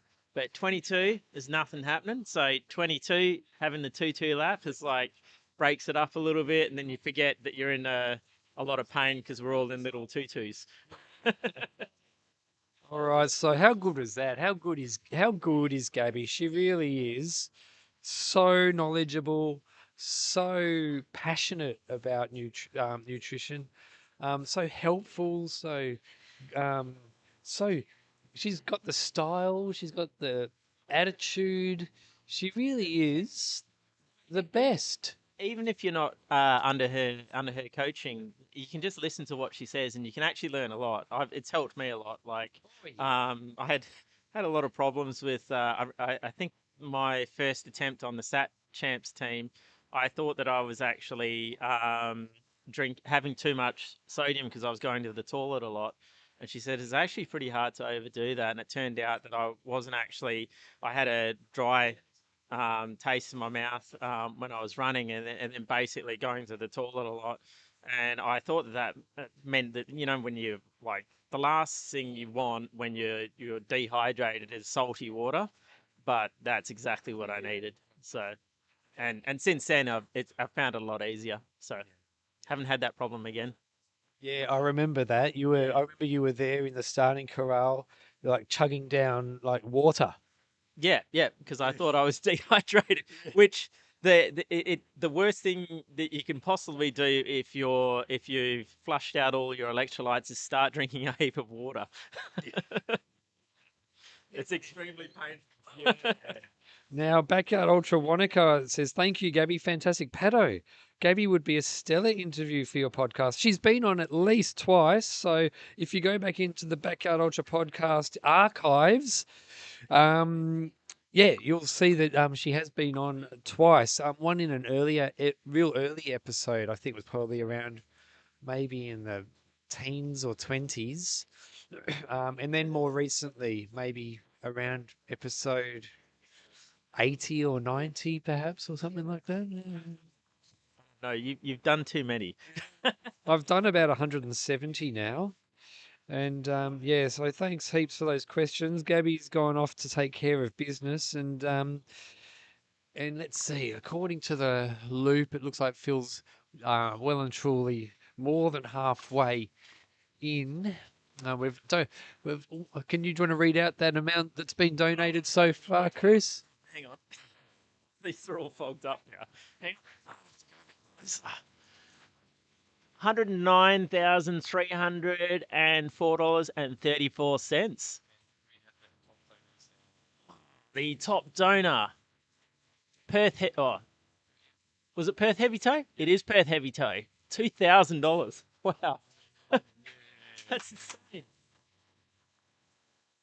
Oh, wow. Awesome. Oh.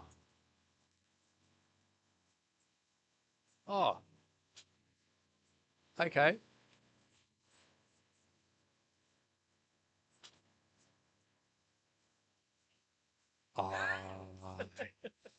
Oh, that's awesome. Oh. Are these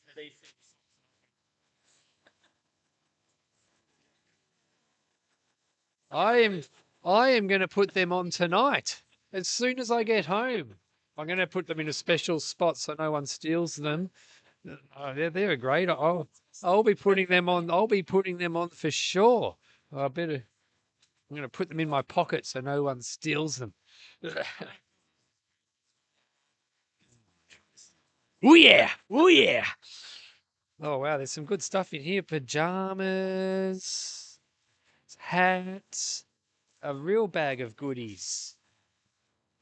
Oh, some pins. That is awesome. I think the socks. Yeah.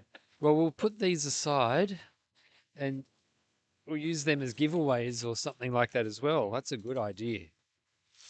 That is a really good idea. Hey? Yeah.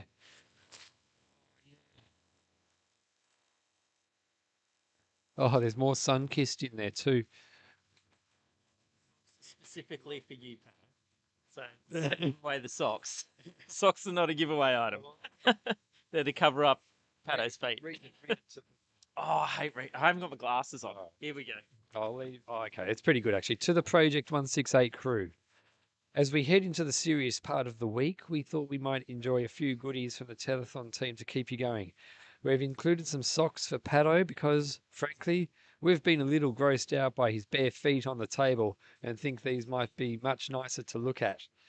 They're brand new, not yet on sale, and very special Telethon socks. If anyone asks about them, they'll be available on the Telethon website from next Wednesday. We also grabbed some Sunkist because you never know when you're going to need more orange tinea to get through the night. And we don't want you to touch Phil's stash. And there are some Telethon bucket hats, caps, and tees in case anyone wants to brighten up. Or let's be honest, if someone hasn't washed their clothes in a few days. And some PJs too. I might even put those on and have a sleep in my PJs on.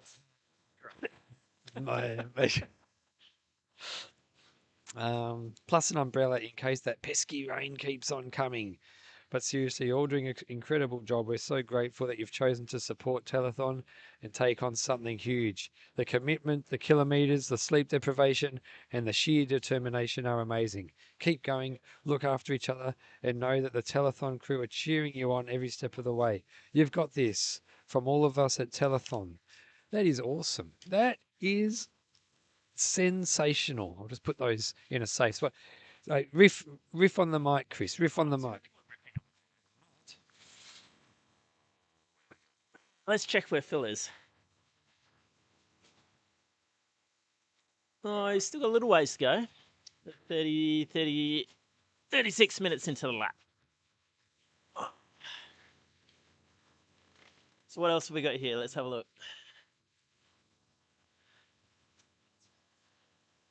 Oh, they're reversible, and the other side is much better. Look at that.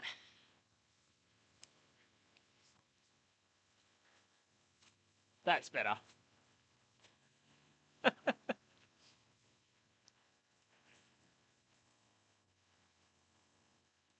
I feel like there might be a giveaway later for the hats.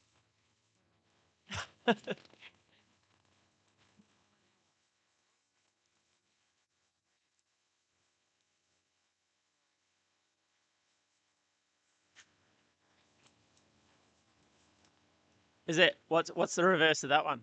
Oh yeah. Oh, that one's even better. That's great.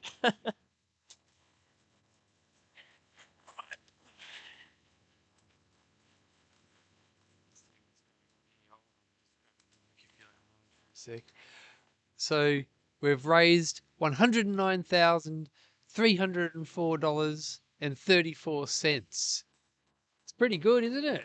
Yeah. We're well ahead of where we want to be, so we want to keep on going and get even further ahead of that of putt. Isn't that right, Chris? I mean, the donations are great, but wouldn't it be great if we went well past that figure? Wouldn't that be amazing? Yeah. Like We're on. I can't imagine how much pain Phil's in right now, but can you imagine what that would do for his morale out there? It'd be amazing. 100%. All right. What are some other questions you dudes from Flood got for us? Any thoughts on Brady McDonald and his 50-50-50? I don't know what that is. Have you heard of that? Sorry, Brian. I'm not sure of that one. B. Stewart, has Merlin checked in yet? Not today. Backyard Ultra Wanaka. What? Missed that. Jeepers. Thank you. That's in regards to Gabby being on the podcast. FST. How long will the recovery from this be? What do you think, Chris, as far as Phil goes? Well, he used to have crutches almost after every single backyard, but last year he quite proudly gets around without crutches. So it'll be interesting to see.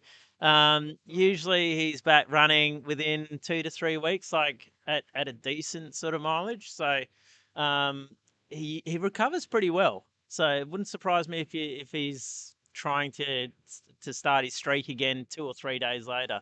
He likes to. His original was 5Ks a day, Phil Gore, and I wouldn't be surprised if you see 5Ks a day after. Even I don't know. It depends how he pulls up. I've seen him do it the day after, so we'll see. All right, now I did have a question. Now, what price, Chris, are you putting on your beard? Oh, I haven't. I asked the wife last night, and she said you can't have the beard, but you can shave the head. She likes the beard, does she? Yeah, she said no, because the kids won't know me. I'll go home and I'll be like locked out of the house. The kids will just won't let me in. So they'll call mum and say there's a stranger at the back door. So anyway, I haven't. When I became an artist, I stopped cutting my hair because I was clean shaven and I couldn't cut my hair or had to have my hair cut. Sorry.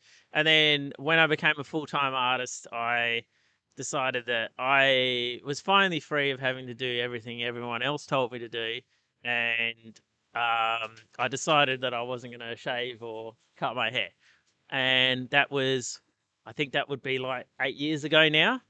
Wow.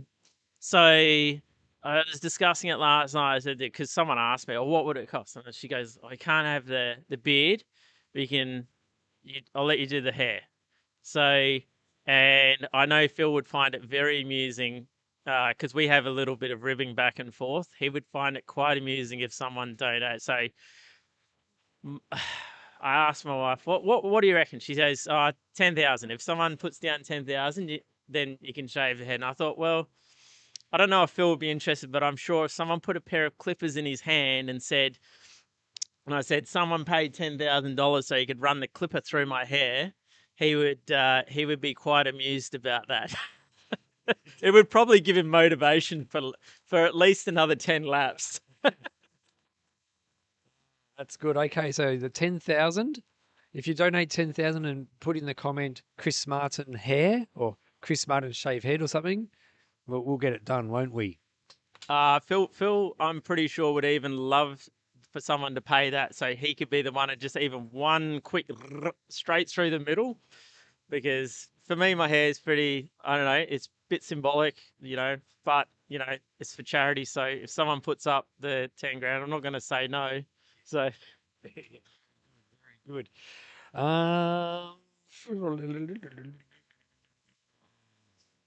Oh, Remy, how does one get a hold of your exact address so he gets a pizza delivered? Well, we're at Armadale Soccer Club. Isn't that right, Chris? Yep, Armadale Soccer Club. The reserve, what's the reserve called again? I don't usually come to, yeah, you can't miss it. Yeah, just Armadale Soccer Club probably brings it up, doesn't it? Yep. That's how I found it. Now, Shadow N Fat Man asks, what are your plans for running this year, Chris? Well, it's if you run with Phil, something's eventually bound to break sooner or later. And unfortunately, I have a sacral stress fracture at the moment. So I was a bit disappointed. I paid my my $168 donation, but couldn't actually run a lap with Phil. There was still laps available, and I thought about actually even being able to run like a little bit of a lap with him, but I thought, no, that's just silly. I'll leave that for someone else because I know someone else would really appreciate the opportunity to run an entire lap with Phil. So, and I'd probably have to listen to Phil tell me I couldn't do the lap. So if I walked back, so I'd save a little bit of my pride and let someone else take the lap. But so my goal is to just get this stress fracture healed. It's pretty painful. So it's a sacral stress fracture. So that's basically my spine and my hip, like the joint between them is broken. So I feel about 80 years old, which is, it's quite humbling, but it makes coming down here and watching what Phil's doing even more impressive. So yeah, sure. All right. So Charles Bosveld has an update on Merlin. He said Merlin was on a pretty hectic part in Atherton yesterday, so hopefully he'll check in today. Ryan, oh no. They are at, yep, that's it. Dommy boy. Morning, chaps. Great stuff with the donations. Way ahead of the yard count. Brian Smith, this is another question for you, Chris. So you haven't even had a trim of your beard in 8 years? I mean, does it look like I trim it? It's pretty wild. My wife really wants me to look after it, but I don't know. I don't really know how to look after a beard, and I don't know. I don't really find it important, so it just ends up a little bit wild and woolly. Okay. Pete asks, do you guys want some banana bread? Well, that would be nice, wouldn't it? Some banana bread? Great carb loading. I can't run at the moment though, but I can still eat it. But yeah, great carb loading. Do you know what Phil's marathon PB is? Oh, okay. So when COVID started, and then we weren't allowed to run anything, Phil decided that he would try and do, because he was running pretty decent at the time. He'd go out for like a 20, 30K run, and then would slowly progress through the run, and then be running at like a 350 pace. So he decided that he wanted to try and do a just a marathon on his own. So I decided that I could maybe do the last 10 Ks with him. We'll come back to that. Yes.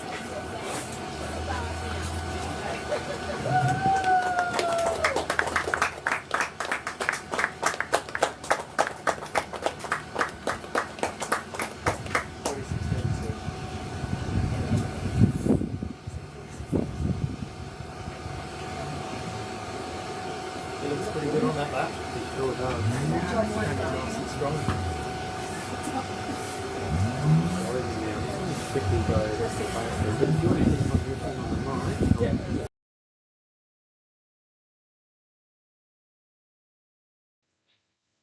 There you go.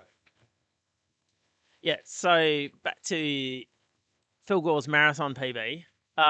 So when COVID hit, he wanted to do a a marathon test what he could do. I said I'd jump on the bike and help him and jump off and do the last 10 Ks with him, and it was in really good shape. He set off, I think at the time he set off at around about a 350 pace per kilometre. The last 10 Ks, I got off the bike and ran it in with him. We've got like a Champion Lakes, which is like a 5K loop. Did one loop with him, and then on the second loop, he decided it would be fun to show me what he could do, and probably dropped the pace down to about 330 a kilometre and absolutely burned me. I think I watched him, he would have been about maybe 400 metres in front of me by the end of that 5K loop, and I think we checked his pace, and it was like about 3-minute pace he did for the last 200 metres. So I think he was toying with me a little bit. But yeah, hasn't done one since. So maybe after he's finished with this little adventure, he might actually give it another crack. It'd be interesting to see what he could do. But he came in from that loop. He looked great. So no, it looked absolutely fantastic on that last lap. So donations, we're nearly up to 110. We just need another $95. 96 will do it. $96, and we'd be up to $110,000. So let's see if we can do that before. Well, how long have we got?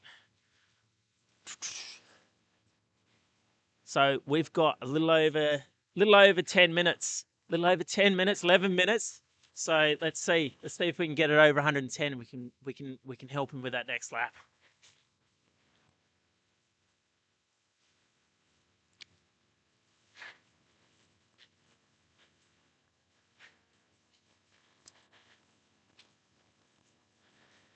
Apologies, I'm not usually used to talking in front of the camera, but everyone's left me with this, and now it's awkward. Oh, I have some support. Oh, what's your name? G'day, my name's Vinny. Chris. Pleasure to meet you, Chris. When did your shift start? About 2 hours ago. Okay.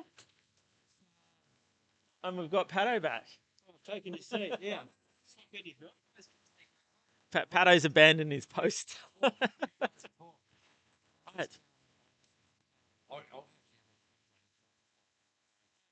Yeah, go for it.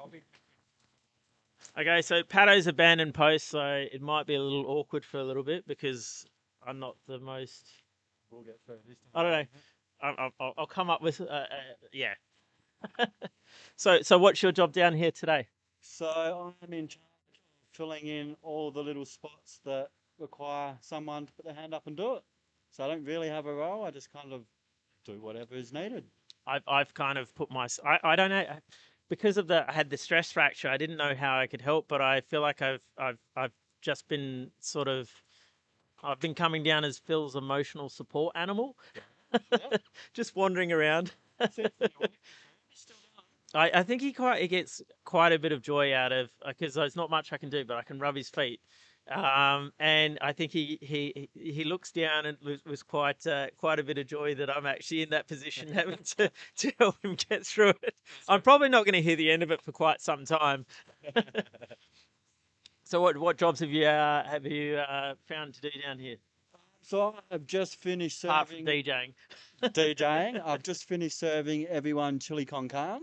That was fantastic. Hit the I spot. really enjoyed that. was Thank good, you. eh? I wish I could take credit for it, but unfortunately I did not make that.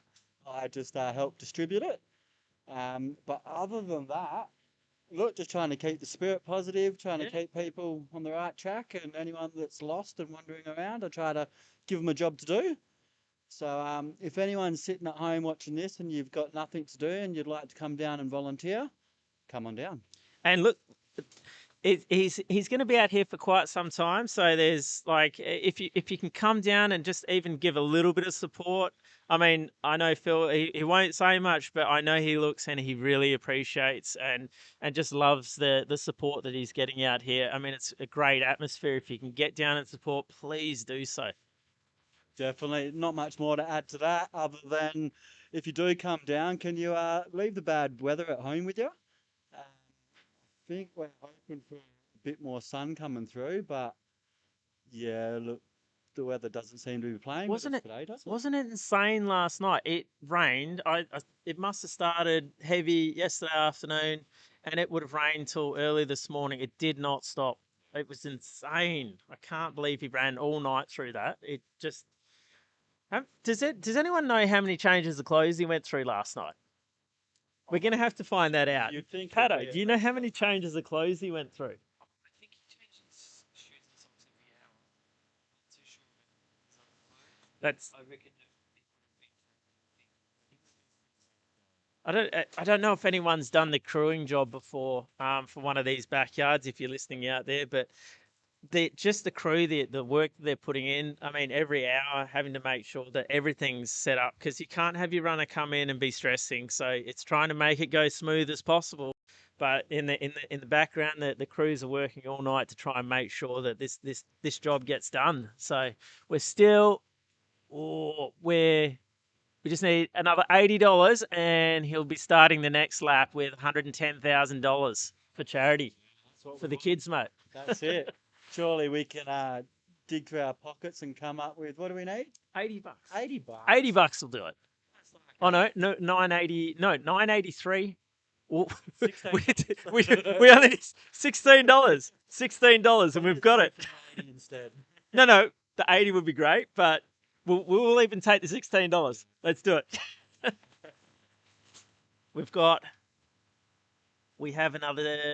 We have 6 minutes. 6 minutes.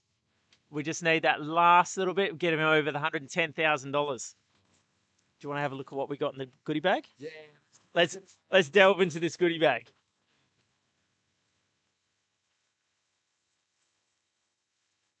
These have to go for a giveaway later. Look at them. They're in. Yeah. These are a beautiful set of pajamas. Yep. These are. If you want a set of pajamas. We would give them to Phil, but they are extra large. I don't know that Phil. Does anyone have Phil's size? Would Phil fit an extra large? We will have to give away this set. I don't think they won't fit Phil. They won't fit Phil. So if they will fit you, you have a spare $1,000 for Telethon. And Sunkissed. Oh yeah. Joking. Think the pajamas are. Where's the hats? The hats are brilliant. We're gonna have to give away some of these hats. The reversible hats. They're just fantastic. What's in that? There is another bag, people.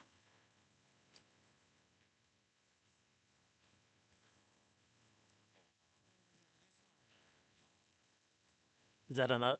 Oh, plain t-shirt. Will that fit Phil? 2 times XL. So also, sorry, Phil, we're going to have to give this away. And 2XL as well. Do a 90.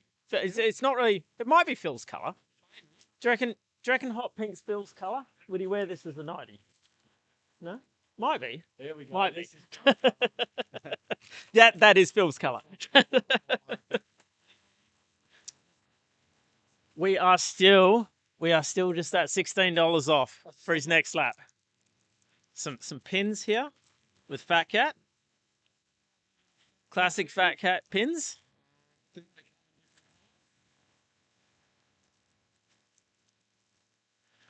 Come on, people. We have a little over 3 minutes. I reckon we can do it. Do you reckon we do it? Yeah. We've only got a little bit. We can make it. I know we're not the most entertaining people. I'm sure we can do that. Valley the truth.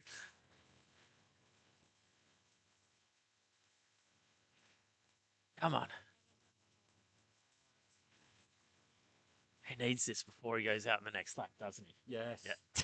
This will be that extra bit of motivation for him. I'm going to yell at him if we get it.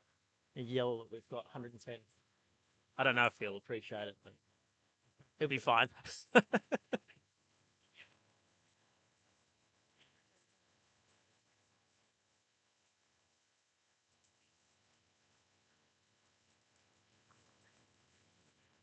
He hasn't emerged from his tent yet, so we still have time.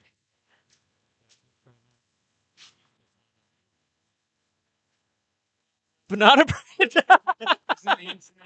Oh my God. Look, banana bread. It's even warm still.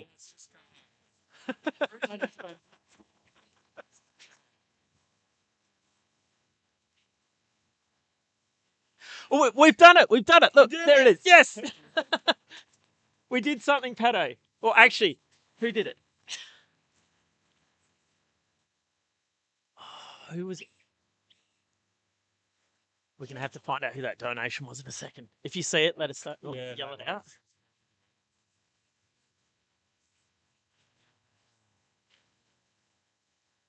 Pato, can we see who the donation was that got us over 110? Annette, $50. Well that done. got us over. We can tell him now he's over that 110 now. We can tell him for the next lap he'll have a little bit of a boost, I reckon. Yeah, I reckon, definitely.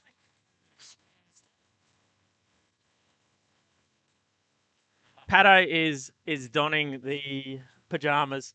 I don't know. I mean, we could still give away the pajamas that Pato's worn. No, but we could still donate them, I think. Or we could still check. You bought them. You bought them. Yeah, we were.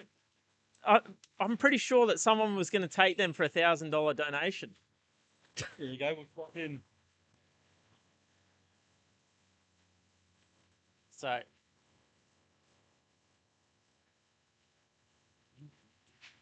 Phil, 110. We just cropped 110,000.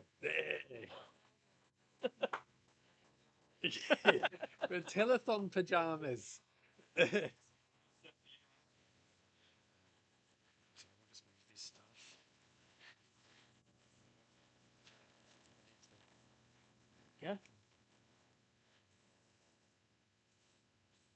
Excuse me.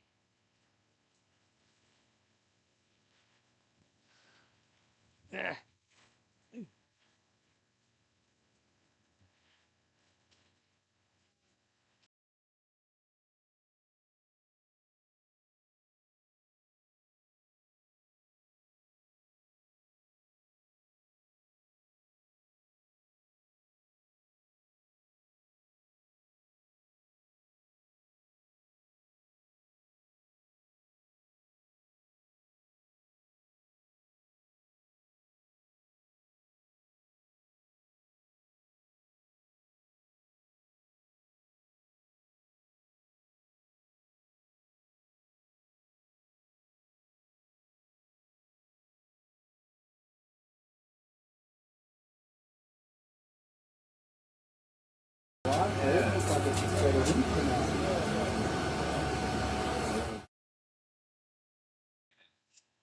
Oh, yeah.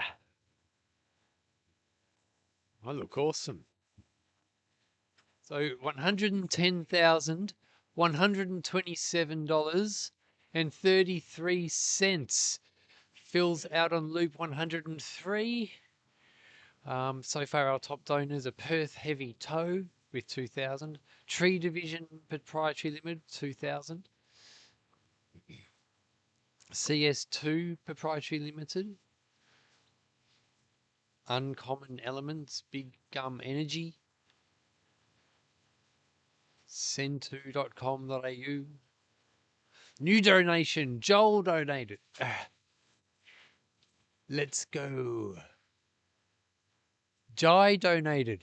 Go the goat, $50. Yeah. Yeah.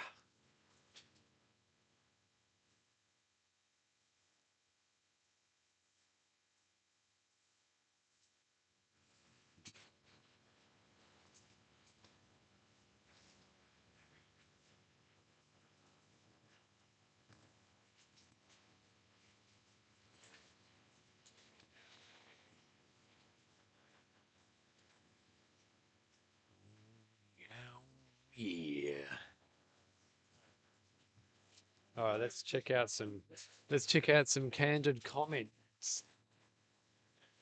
Yes.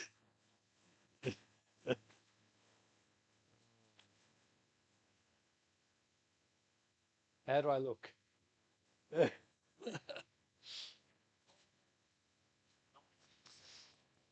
All right.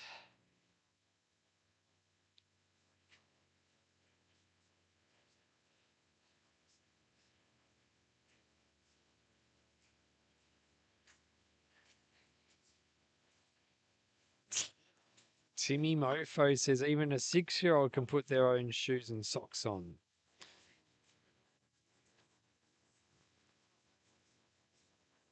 Can you send it to me, please? Can you send me the photo, please? Yes, I will. Okay. $110,000, 302.33. We are on fire. Keep it up, dudes.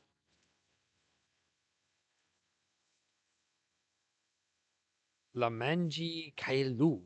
110. Woohoo! That's how old I feel watching Phil run. Trent G2, 110,000 is absolutely awesome.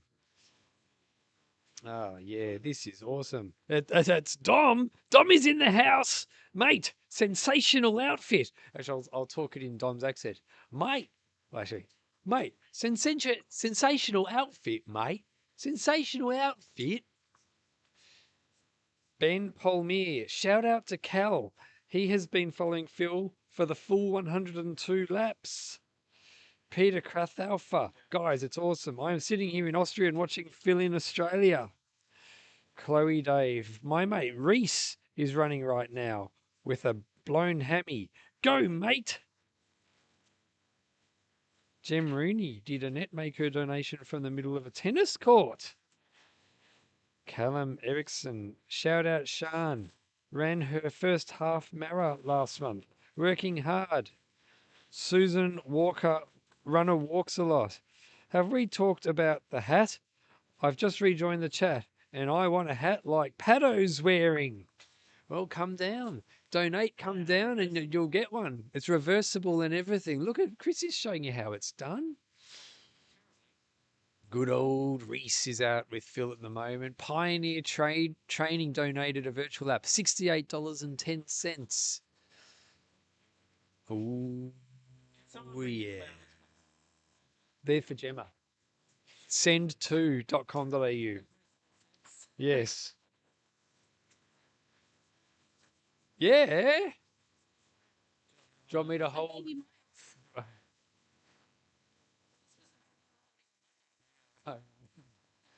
Do you want me to hold him?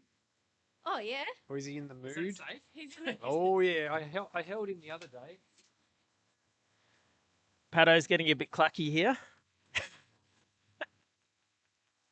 Oh, that's gorgeous. That's how you get a hat. You just got to be cute. I don't know how Paddo got one though.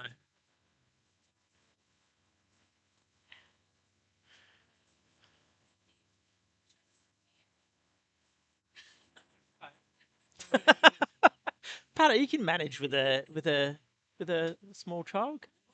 Yeah, yeah, I have a dad. yeah, I've got 2 kids, but they're old, so yeah. It's been a while. It's been a good decade since I've if mine were that small. my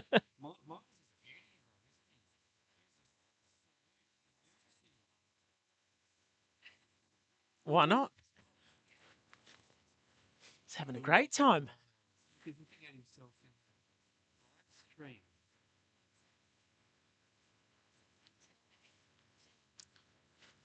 It's insane, isn't it? Especially after last night's weather, it's just like insane.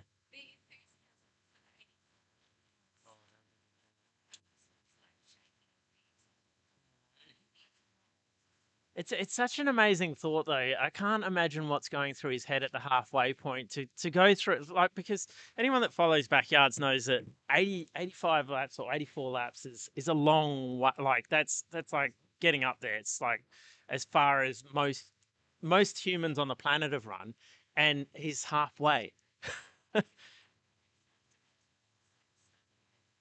Yeah, I I know the way Phil works, and I'm sure it registers, but he's not. He wouldn't let it get to him. He's like, I've still got a job here to do, and he'll still keep pushing.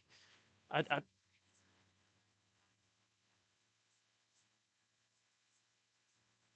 There's definitely something about him. If you spend enough time with him, the way he functions, it just doesn't seem like he considers it as impossible. He's like, well, if I can go this far, then why can't I go that far? It's. I mean, I've been there, I've done it, and I've watched. I've never. I was explaining to someone the other day. He's one of the only backyard runners that I've never heard him talk himself out of a lap in his own psychology. He won't sit there and say, "Oh, look, I've done well so far," or "I've made it this far." Like we've got, in 20 hours or under 20 hours, he's going to pass his PB. And this is like something that I wondered is like most people when they pass their PB in this sport, they go, well, anything past this is good. And they'll go a little bit further and that might be the end of it. But I know Phil and he's not going to do that. He will look at that PB as just being a stepping stone, but the goal is over there.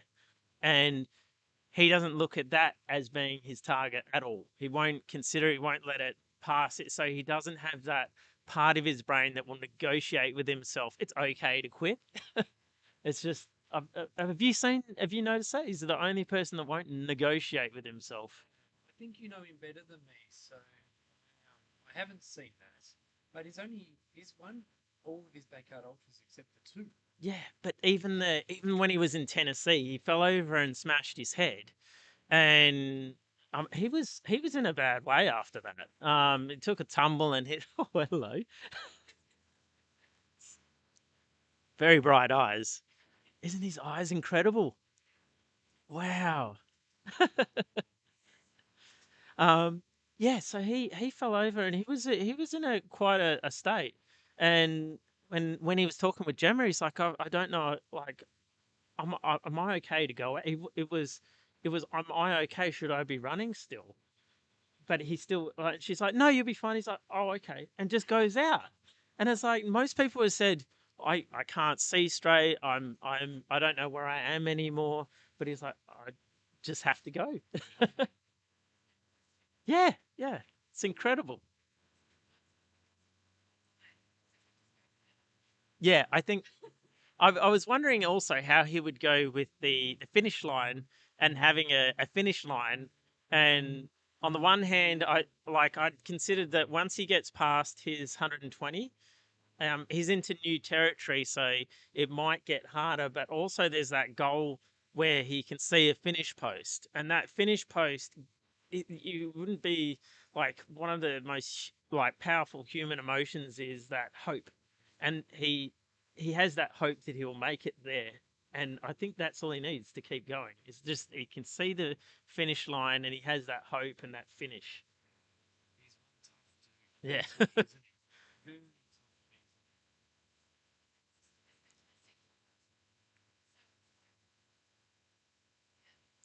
What about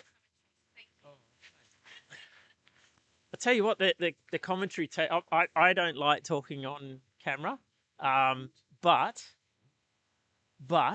I do feel sorry for you, Paddy. Like what, 5 days now of talking straight?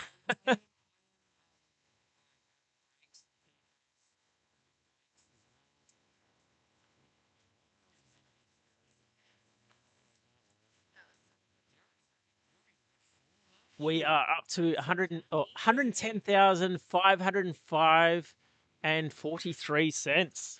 It's incredible, isn't it? This is awesome. Isn't it amazing how generous people are? Like, It's actually really fun. I wasn't expecting the I wasn't expecting that the total raise would be so fun to try and get it to build up. You get so hyped up Yeah. by those people around you. Watching it sucked in, and even watching it at home when you're looking for a goal and you guys get so excited, you want to get involved. Yeah. And I like this challenge. So Yeah, yeah. PK needs to do another. Let's do it. well, we can't really do what Phil's doing, so we'll settle for this. I think me and Pato have almost the same PB, which is a long way off Phil's. So Mine's 38. 43. But what's that? A couple between mates. Like, I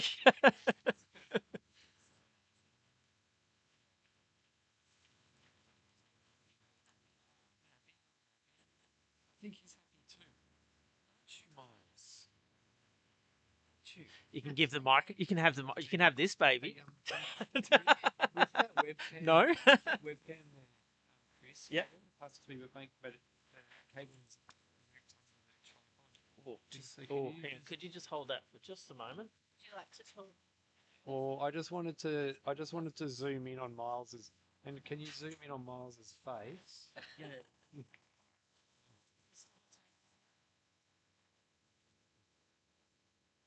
Yeah. And then here a nice little close up. Yeah. Look over there. Look. Camera shot. Miles. He's got I hear what you're saying. He's got your jammies. I understand. Oh yeah. Baby cam. Oh, loves it. Oh, that's cute. Oh, he's in good form, isn't he? Might have to come back tomorrow. He's in very good form. We'll have to keep running so we can see you again. Oh, eh? $100. Yes. Matt from Sydney donated $100. Come on, donate a little bit more.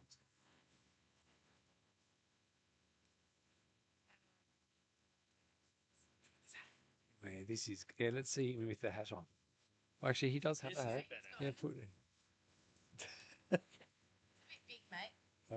It's a good one. There it is.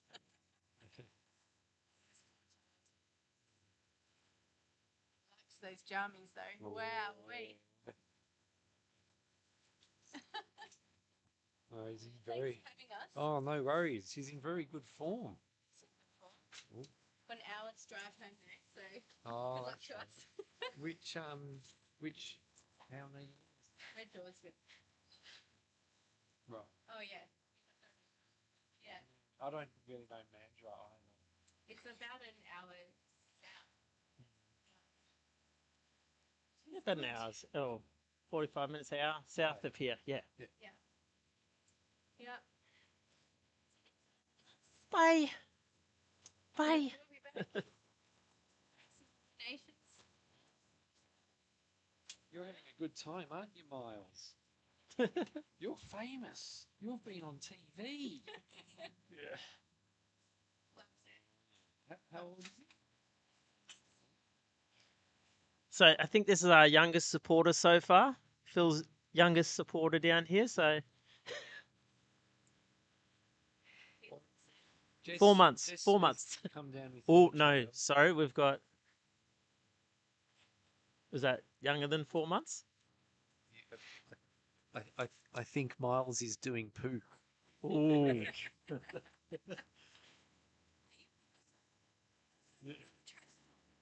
Was it feel or smell? Feel. All of the above.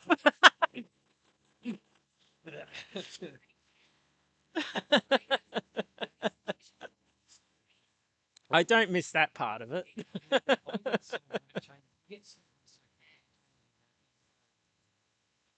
There was always the one in the car that they'd do, and then it would go up the. Oh.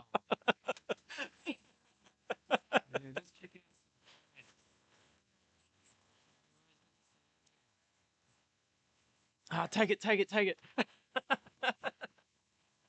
Bye. So, trail snails. I thought it was PK at first, just gone Benjamin Button on us. Baby clickbait. Commentary team gets the assist. Gemma's in the chat. Hi, baby Miles. Hans Peepers. Phil has been running for most of this baby's life. Miles, what an appropriate name for a kid at this event. Harry Prohl. Future Backyard Ultra World Record holder right there. Zany, OCC is often running. Wazahaha. Paddo blaming Miles for his own smells. Glow whom? Is this guy ever exhausted or anything like that? You can answer that. Like, is Phil exhausted? He's just good at hiding it. I'm sure he gets exhausted, but he hasn't shown me, or has he shown you? I haven't seen him exhausted. No, he does feel it, but he's very good at keeping it together as well. He's a very tough cookie.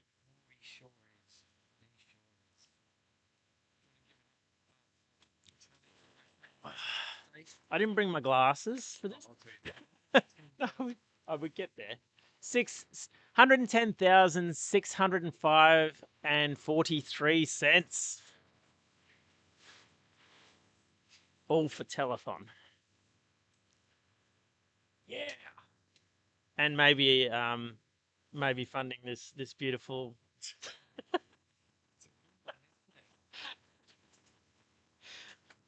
I think that's going to be pretty well treasured by you, by the looks of it. It's pretty out there. Love it. I reckon PK is jealous that he left just before the PJs got here. Can you imagine how? Do you imagine how cute PK would have looked in these pajamas? He might try to take them off you. I'd be careful how much you rub it in. Well, I think there's another pair. So when he gets here, I'll get him to put them on. All right, let's see. So total raise so far, $110, 605. Melly! And 43, yeah, good, thanks. And 43 cents. Tree Division Pty Limited is our top donor of $2,000.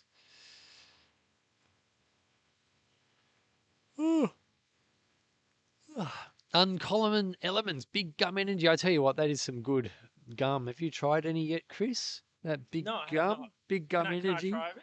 Yeah, there's an open packet there. Matt from Sydney donated. Jem Rooney, someone donate for more nappies. Timmy Mofo, will there be an auction for any of Phil's match-worn shoes? I reckon it's an awesome idea. It's like golden ticket. Willy Wonka. Anyone know what sort of step count Phil would be getting per day? It would be about, do you know, about 80,000 a day, 80,000 per 24 hours? He's not the tallest person, so to get around that, course, it's probably a lot of steps. Well, I find that an hour for me is 6,000 steps. Don't count. So that's with me. count. So what's 24 times 6,000? Someone in the chat will know. Anyone know what sort of? Oh, we've already got that one. Let's see. I want to see some green. What do you think of the gum gum? I love it. It's got like a liquid center. Yeah. It's something that I didn't know I needed. Liquid center gum. Great. 80 milligrams of caffeine as well in that. Yeah, well, I didn't know that. Lucky I wasn't going to bed. Okay, Charles Bosveld, Muffin, I sent you a text. Adrian Homburg guesses the number of steps, 168,000. That sounds about right per day. Maybe. Actually, the answer is 144,000 steps. I have a Koros. I've got a Koros. Yeah, they're the send2.com.au, flowers and hampers, $1,500.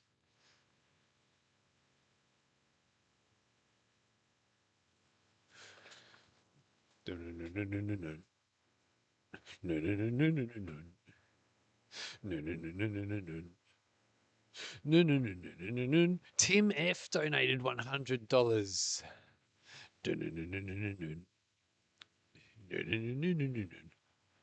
Pioneer Training donated a virtual lap in Canberra, $68.10. Reese is running with Phil now. Do you know Reese, Chris? The bloke running with Phil now? No, I actually haven't met a lot of the runners that are running with him, which is kind of great. It's expanding the little running family that we have around here. Get to meet a lot of new people. Yeah, awesome. Perth Heavy Toe. You've got this, Phil. Gee, we've had some good donations in the last day or so. Like things were going absolutely bananas last night. Were you here last night when things were going bananas? Because of my stress fracture, I had to go home and get some sleep. Well, that's a great excuse, but apparently it was a rough night. I'm a bit disappointed that I missed out because I'm supposed to be here capturing the artwork for Phil, like sketching and whatnot, and I missed it. So I might have to hang around tonight for a bit. What do you mean you missed it? I wasn't here. Apparently, he had a bit of a hard time last night. It was difficult. Have you been drawing and painting? Yeah, I've been sketching him. Where? In the sketchbook that I have. Oh, can you show us? When I do a bit more, Okay. I got to do a bit more.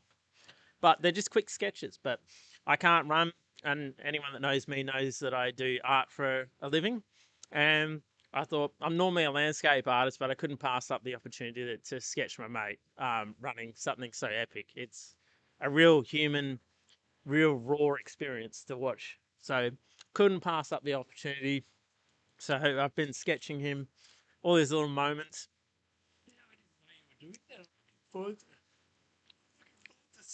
Well, it's probably been maybe 20 years since I sketched like that. When I was in fine arts at TAFE, which I don't know if there's much cred in fine arts at TAFE, but that's probably the last time I did that sort of sketching. So, Hey guys, there's walnuts. There's walnuts in that banana bread, FYI. thank you very much. My daughter is allergic to peanuts, which I think walnuts might be okay, but I still wouldn't. Be careful. But I tell you what, that banana bread. Dylan, $22. Dylan, thank you for that $22. That's fantastic. Thank you very much. The banana bread that came through, I have to say, if someone says, "Oh, here's some banana bread," usually it's kind of like, But I tell you what, when someone hands you a warm banana bread, that banana bread was warm when it was delivered. Straight out of the tandoor. That used to be my favorite fuel to carb load on before a marathon was banana bread. I actually had a good friend of mine. I told him that banana bread was great for carb loading, and he ate so much of it that he made himself sick before his marathon. I don't know that anyone should take my advice for marathons, but it's free. It's free advice, so that you can't complain. Get what you pay for. Got a question from Wazza for you, Chris. Will any of your sketches be auctioned off for the event? I suggested it when I spotted you on day one. That will be entirely up to Phil because they're basically a gift for Phil. He's doing this all for charity. I've known Phil for long enough that I think he just likes doing this sort of thing. He likes running and connecting with people. And what he gets out of it, it doesn't really matter to him too much. But I know that having someone like a friend of his come down and sketch him would be quite important to him. So it was just, I can't run at the moment. So it was just a good way to offer Phil something that he could remember. And what he does with those sketches is entirely up to him. If he wants to donate it all to charity, then that's fine. Yeah. But I'll leave that up to Phil. Yeah, very nice. That's awesome. Ruben, looking at this, Phil is in territory where only very few athletes have been, plus 100 loops. We take it for granted, but it really is extraordinary. If it was easy, we'd all be doing it.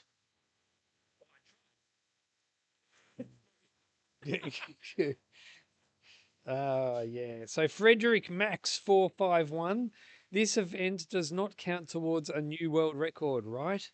Well, it's a world record. It's just not an official backyard ultra record. But I mean, it's a world record still, isn't it? Like, it's just not a backyard ultra official world record. No, knowing Phil, he just wants to do it and see if he can do it. And this is a way that he can prove he can do it. Because every time you stop in a backyard, you can only go as far as you get your last competitor. He's done this so many times. It's actually one of the things I realized. I've only ever won one backyard, and my biggest regret about that one backyard is that I didn't keep going. Phil has that almost pretty much every race that he does. And so I can't imagine what it would feel like to go through that constantly. So I think it's kind of nice how he's decided, like, I want to do this, but I want it to mean something. It's obviously not going to mean any sort of world records or anything, but it does change the landscape of what's humanly possible. And I got asked the question before, how do I think the satellite championships will go? I said, well, it's a bit hard to tell because this will change everything. It changes what's humanly possible. I know Phil wouldn't take anything that makes it easier. Like, he could run the course on a really perfectly flat. We've got a perfectly flat oval in front of us. He could just run on that. But knowing Phil, he wants to try and replicate the sport as closely as possible, because if he doesn't, it shows that, well, there's this, or you need to do this or that to have it work. Whereas he's tried to replicate as close as he physically possibly can to the format, apart from having the other competitors running with him and getting, I mean, there's also, it could make it easier or harder. We don't really know. We're not in his shoes. We can't really tell if it's making it easier or harder. But we do know that he's completing the same sort of footsteps that another person would have to do in the exact same situation to push that world record further. It won't be a world record in the format itself, but it will show that what's possible, I feel. Yeah, look, I mean, I'll say, Chris, that when I heard he was doing this, I was wrong, but I just assumed that he would like be set up in some kind of military base and have the flattest, easiest course of all time. But no, that is not right. It's not like that. It wouldn't replicate the format. The format is you have some are just a loop. You can have some that are just a loop that are official courses, but traditionally they have a backyard course, which is a little bit more off terrain, altered terrain. And then you have a night loop, which makes it a bit easier so you can get a bit more distance. The courses that I've had the most trouble on have been the courses that have been bitumen through and front. ahead of him so I could get the shot. And then I realized that I made a massive wake straight through where he runs through a puddle, and then he had to run through it. But yeah, so it's not just a flat easy course. It's like with no different terrain. There's every single terrain that you would have in most standard backyards. That's awesome. I love it. All right, let's see. Wazza keeps it nice and simple. No, this is unofficial. MS. Absolutely, it's unofficial. Absolutely. Unofficial, but I mean, I think you just put it perfectly, so I'm not even going to try and add anything to that. Ms. Stricktafu. The world record was 101 in 2022. 4 years later, and Phil is doing it for fun.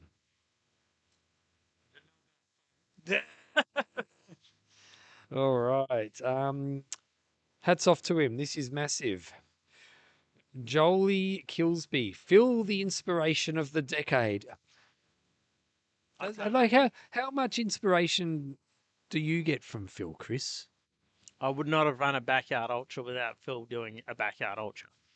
That simple as that.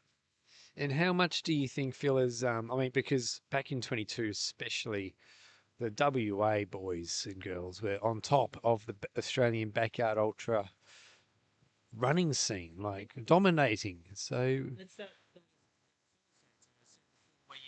where you, if you're aspiring to do one of these, search out those other runners who've succeeded or who are doing, breaking barriers, and ask them for help. You'd be surprised how helpful they will be. Like, I know most runners just, like myself included, just use running as a way to connect with other people and just enjoy life, in general. If someone comes and asks Phil, even if like they can go for a run with him, he'll slow down and go for a run with him, with the person. Like it's genuinely a way for him to reach out. I'm not the most comfortable talking with other people, but if you talk to me about running, I will talk all day, and Phil's very much the same. Catch up. all right, Gravel Roads Radio. I've heard of Gravel Roads Radio. Checking in from Minnesota. Keep being awesome. Colin McCalloran. Yeah, only one backyard. Huh? Only one backyard. Disappointing. Backyard. I might.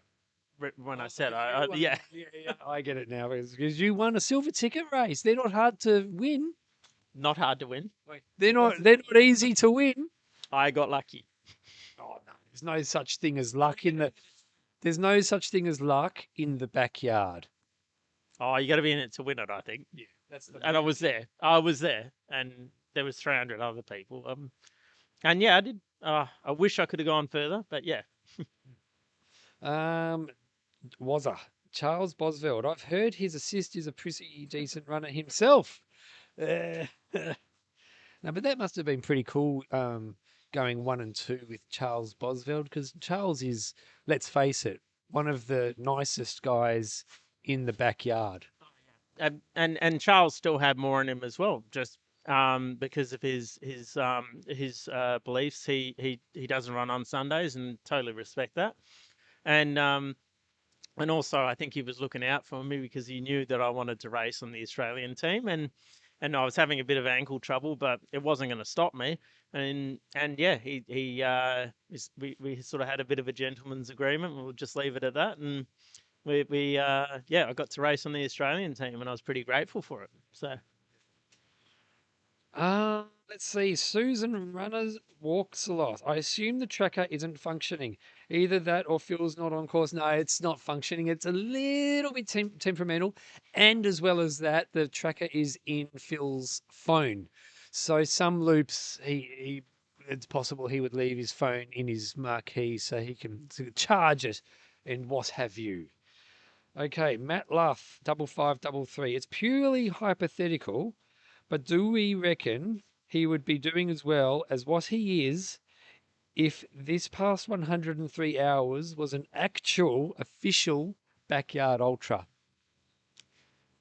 He's pretty closed, like book as far as his emotions, and that's no different to here.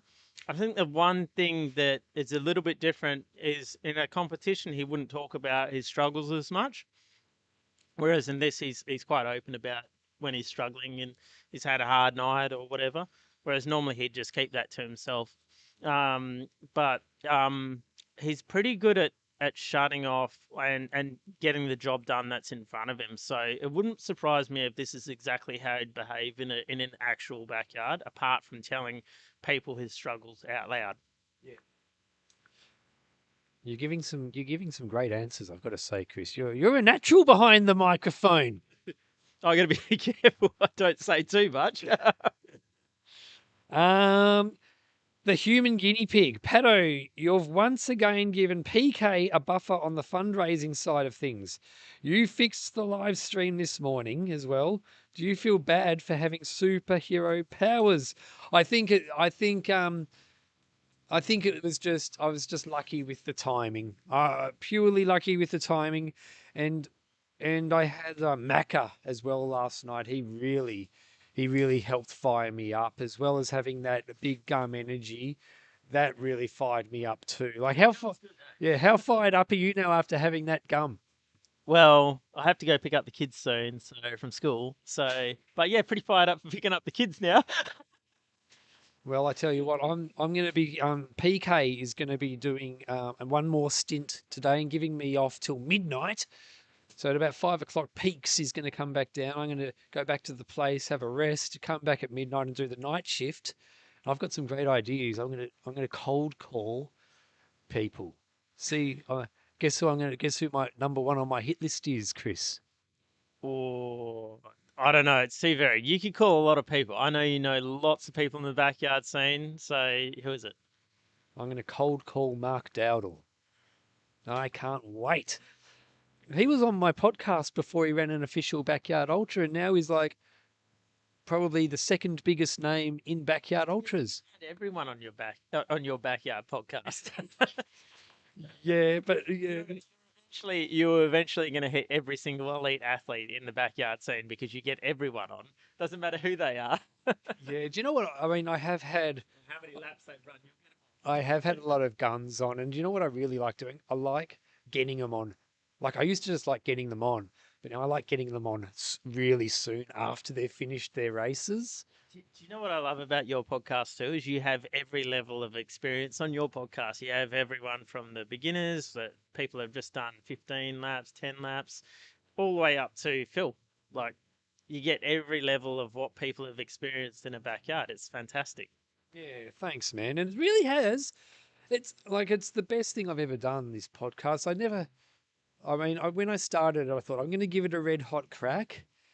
But I never imagined that it would lead to me doing something like this. All right, Wazza! Pato proving once again why he is the man in this space.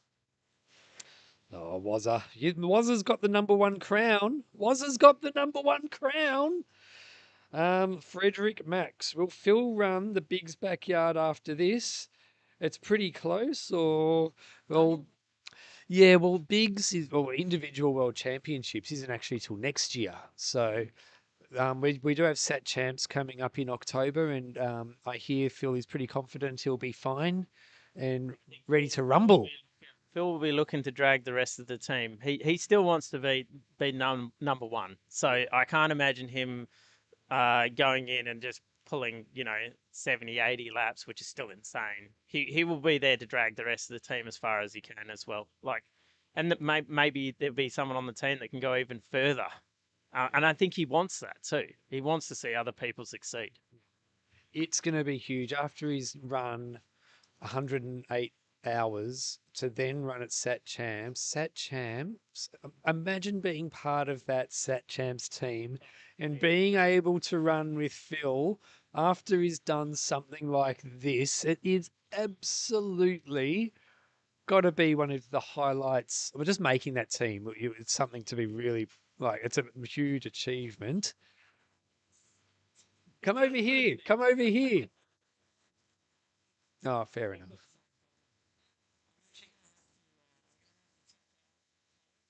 Otherwise, my kids will be doing their own backyard to get home. Oh, yeah. See you later tonight. Yeah, awesome. I'll see you again tonight. We're up to $110,772.36. Yeah. Oh, yeah. Yeah. Great to chat, Chris. I'll speak to you soon. You did get one other message from the human. Thanks for your incredible insights, Chris. Yeah.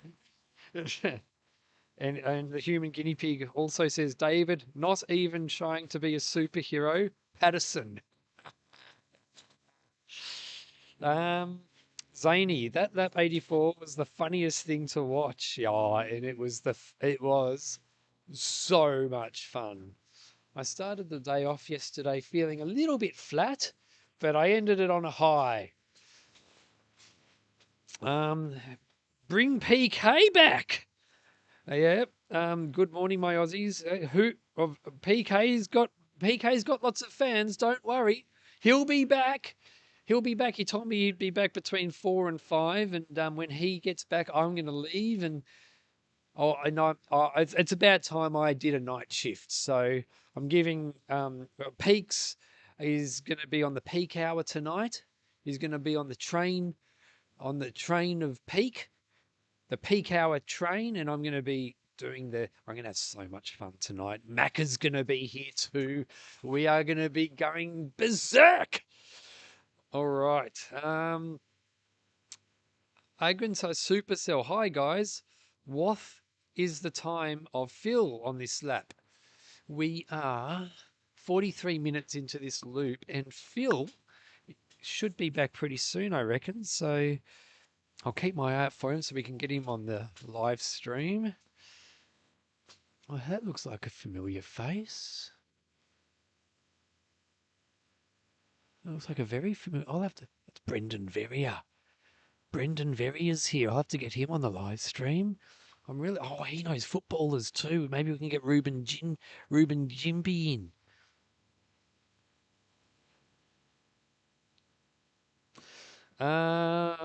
Tracker's updated, so maybe 5-ish minutes. Yep, you're right. It has updated. Zany, lots of virtual runners next lap. Awesome. Lamental. Pato, would love you to get the Herdies local legend Galvin Dawson on your podcast one day. Sounds good. Thanks for the suggestion. Jem Rooney. Lap 84 will be spoken about for generations and generations.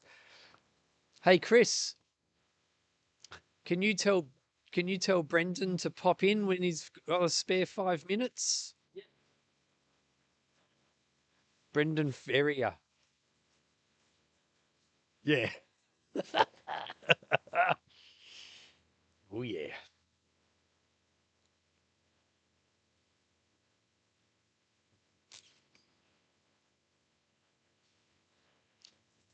How you going? Good. Yeah, great. So I've never met you in person before, but you've been on my podcast. Yeah, you too. Come and take a seat. Come and take a seat. Have you been watching the live stream? You have been. Yeah, that corner is us. We are. Look how much we've raised so far. 110. Yeah. It's jumping by the minute, really, isn't it? Like this morning, it hit 100,000 on 100 laps. Is that correct? Yeah. We gave it a real good push, and now we're in the rock and roll. Ready to rock and roll. 110, unbelievable. Like sky's the limit for Phil Gore. So it's good to see the laps tuning up, but also the fundraise as well. So it's next level, man. And it's early days, weirdly, isn't it? Is it early days? I think it is. We got a lot to go. So it's going to be unreal to sink into the weekend in Perth. It's going to be an exciting one for Phil, everyone here, and also the running community. I'm sure a lot of the runners will be supporting him on weekends when they can get down here, obviously. So This is gonna be grabbing the running world, global. It's pretty insane that us Perth people get to experience this on our back door, I guess. So I can't believe I'm here. Like, it could be world class effort at the moment. So like, it's in my backyard, so it's pretty special to even get to see it unfold with your own two eyes. So it's next level. To his credit, it's unbelievable. So pretty stoked to see him crush it in the autopilot. So it's bloody awesome. But mate, finally good to see you face to face. We've done a podcast together back in the day, and It was now, after you won the Red Centre Ringer. yeah, my only backyard ultra, and got the win, and was lucky enough to jump on the podcast. So me and Phil were talking about that the other week actually, and I brought it back up, and it brought me some good memes to hopefully one day get back into that world. So I'd love to get back into the scene. I've only done one, man, so I'll have to get some tips off Phil today and see what. Oh, there he is. He's coming in. I'll get to. We better get on to him, eh? Oh, yep. I'll get the. I missed it. Oh. Yeah, Phil. Yeah, Phil. Nice. Thanks, mate. Take care.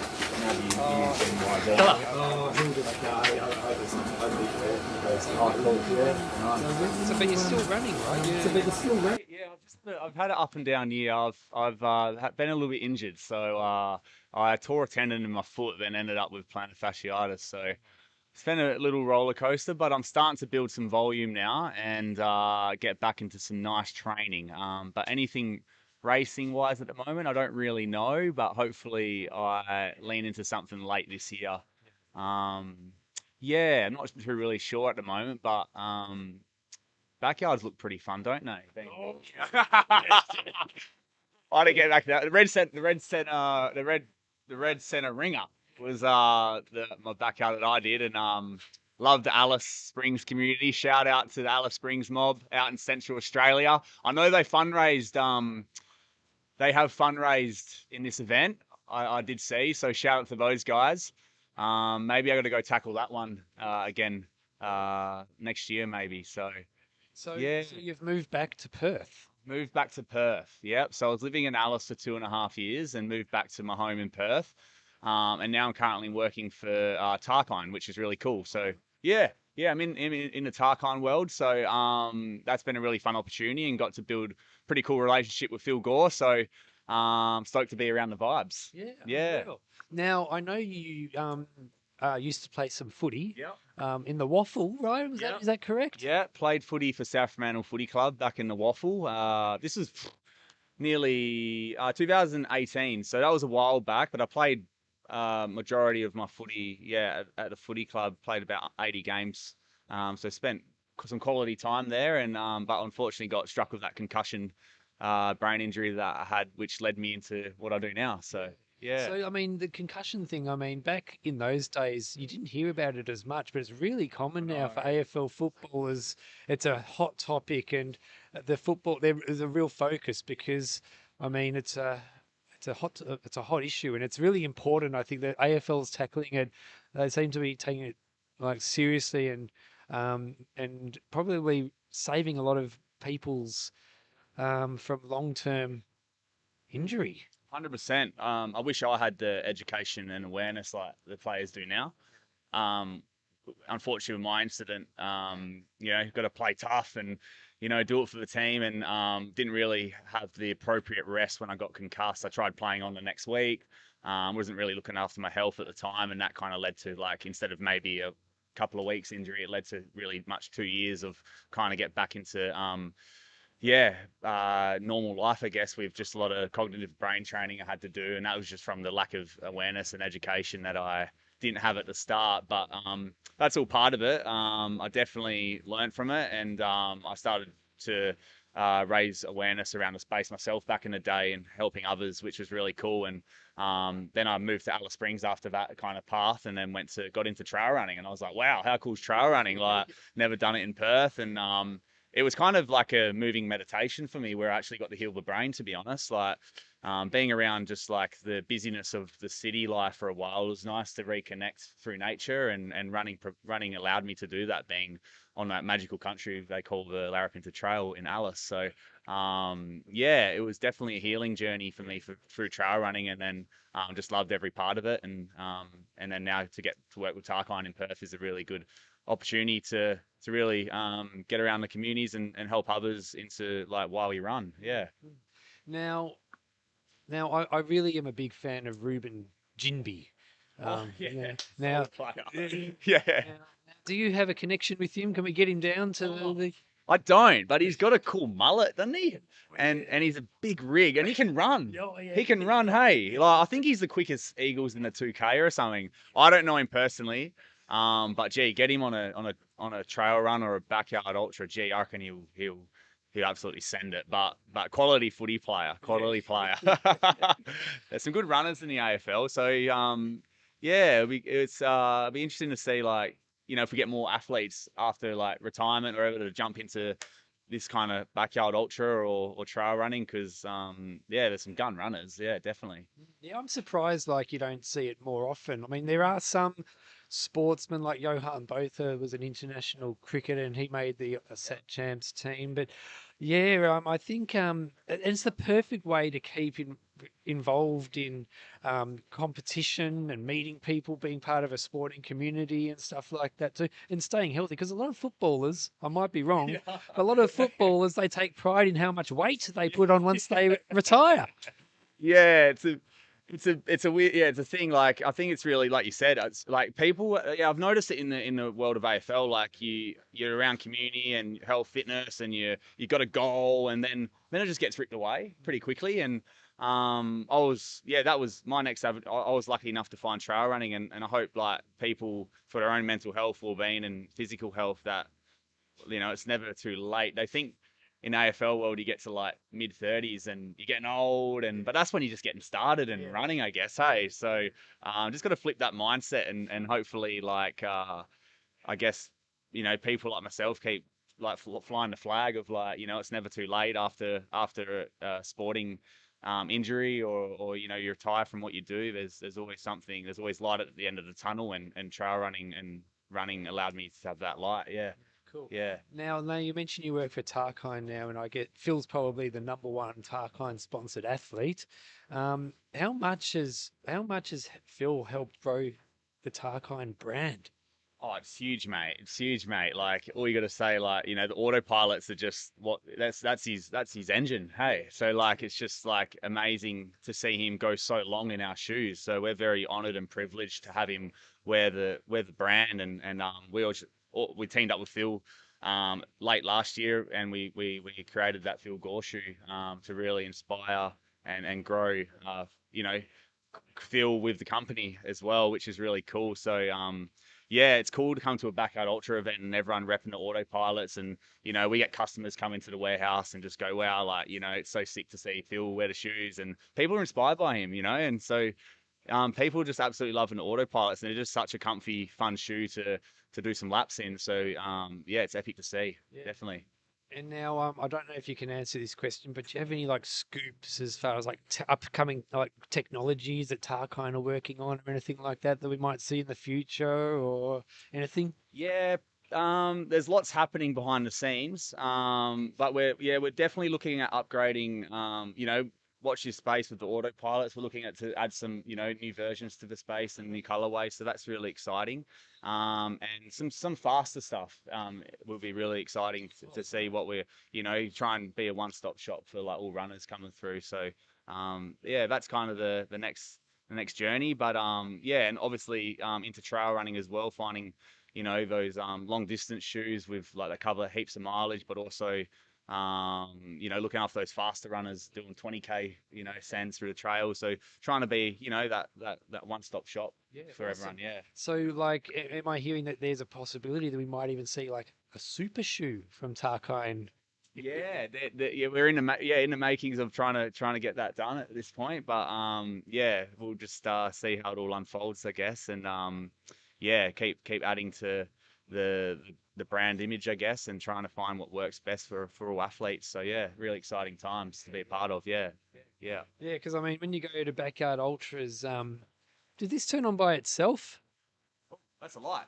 Yeah, I'll move that over That there. was smacking me in the face. Yeah, But I thought I was like, in the zone with the lighting, I guess. Yeah. There we go. But yeah, well, it's awesome to meet you in real life and having you on the podcast.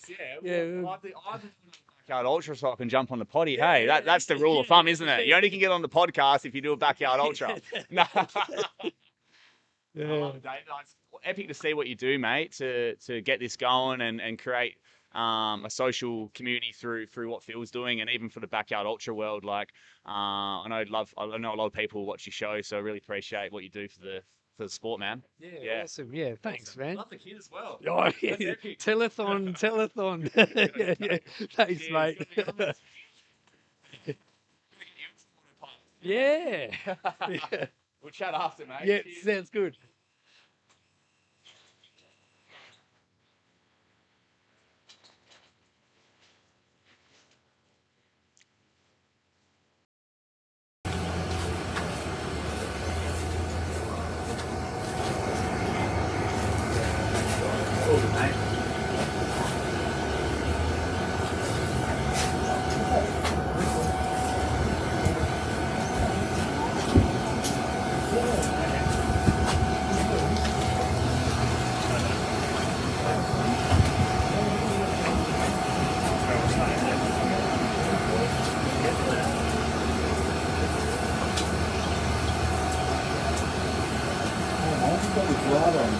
It turned on by itself. I think. I just erupted.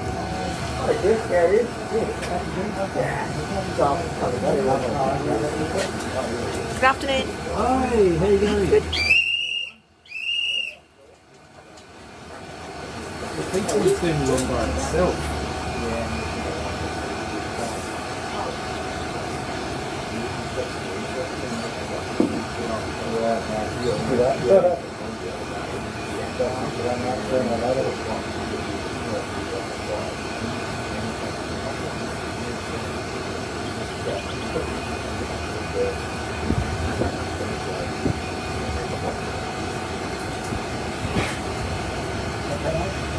Hey, how's it going? Sorry? Dust.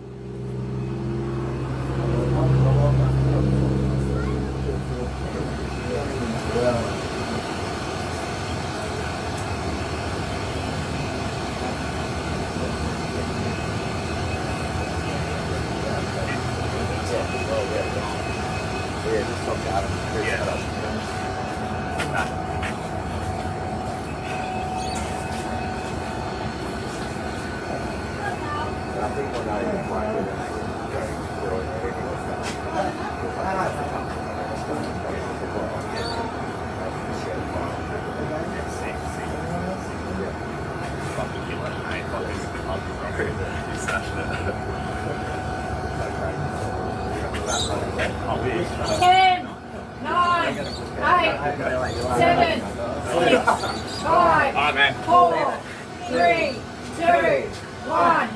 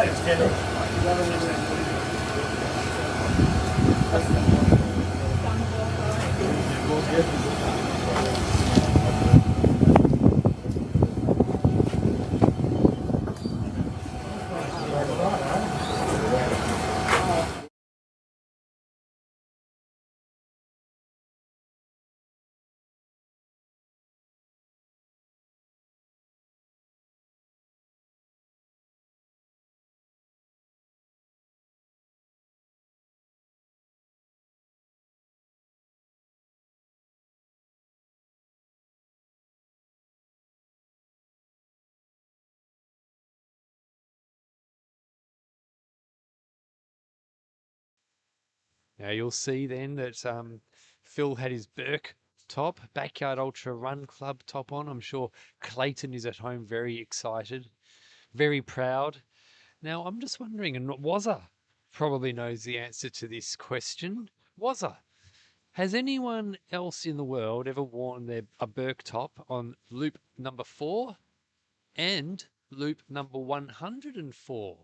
That's the candid question I would like answered.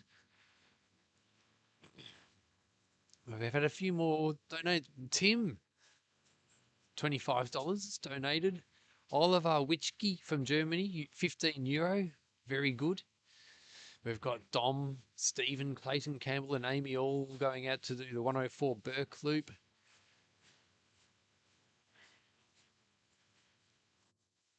Lap 103 was running $47. 47 minutes and 28 seconds. Yeah, I know. I was on mute. I've repeated myself those. You haven't missed anything. Don't worry, dudes.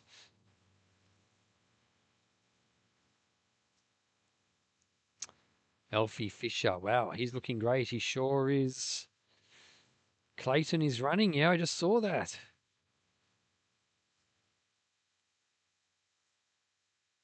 Is there no stream with camera? Well, there is a stream with camera. Phil is out on this loop on his own. We might be able to get someone out following him again. We'll see how we rock and roll.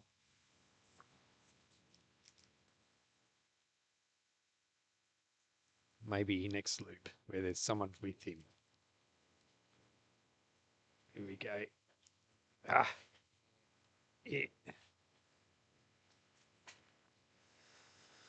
All right. So total raise so far, $110,841.91. Oh, new donation. Samantha R donated from Ararat, $50. How good does the background look? Yeah. And it especially looks good with my pajamas on. Yeah. Yeah. Yeah, yeah. All right. Oh, I would love that. I would love that. All right, Adam Barnes, he looks like it's going to be another cold but not wet night. Between 5 and 6 degrees, between 2 and 7 a.m. I'm actually on night shift tonight, so I better bring an extra.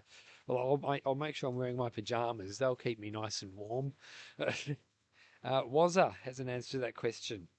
No, Maren and Jashi, I think, are the others with a Burke shirt who have done 100 plus and both ended Dead Cow Gully before 104.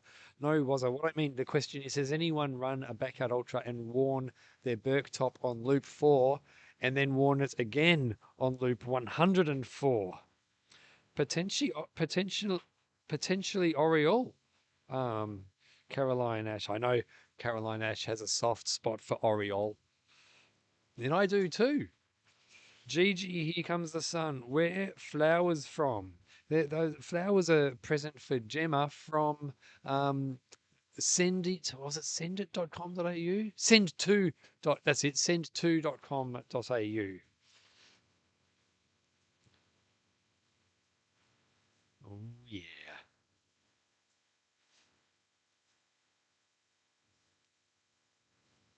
All right, it's all going on tonight. $110,891.91.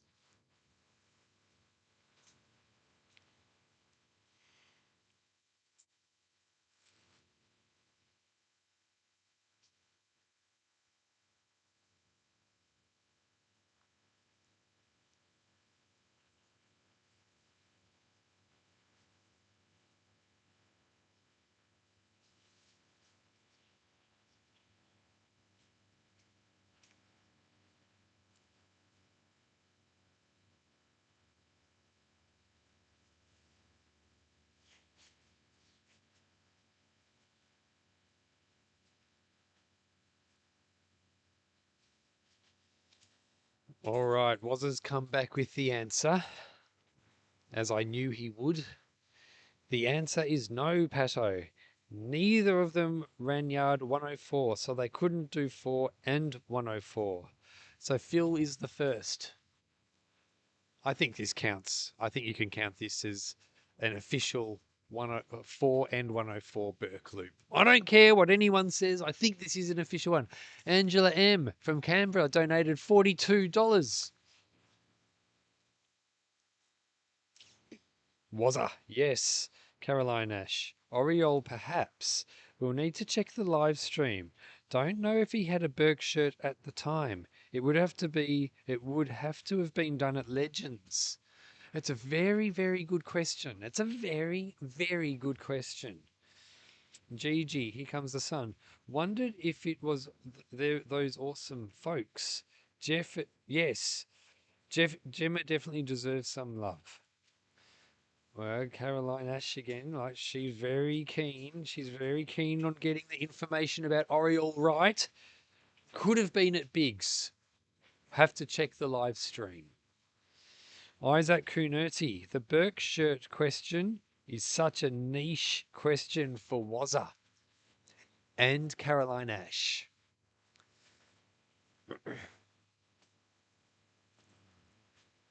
Let's do a battery check.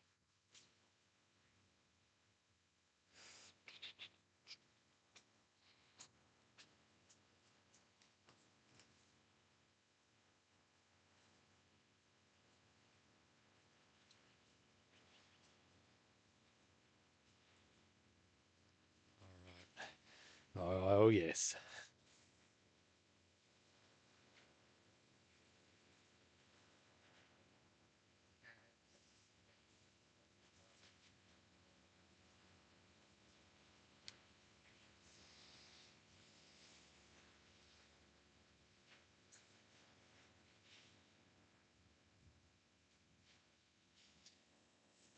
Oh.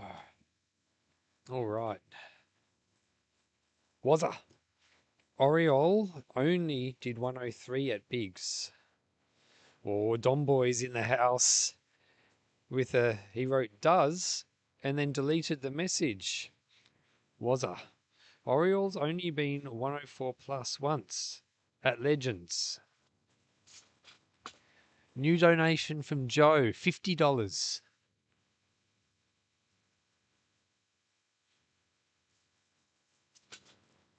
Angela and Pete donated $50. We're up to $111,000.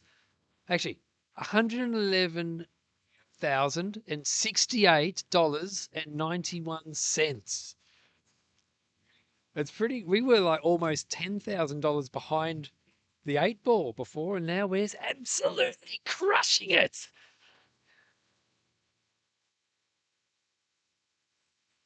$104.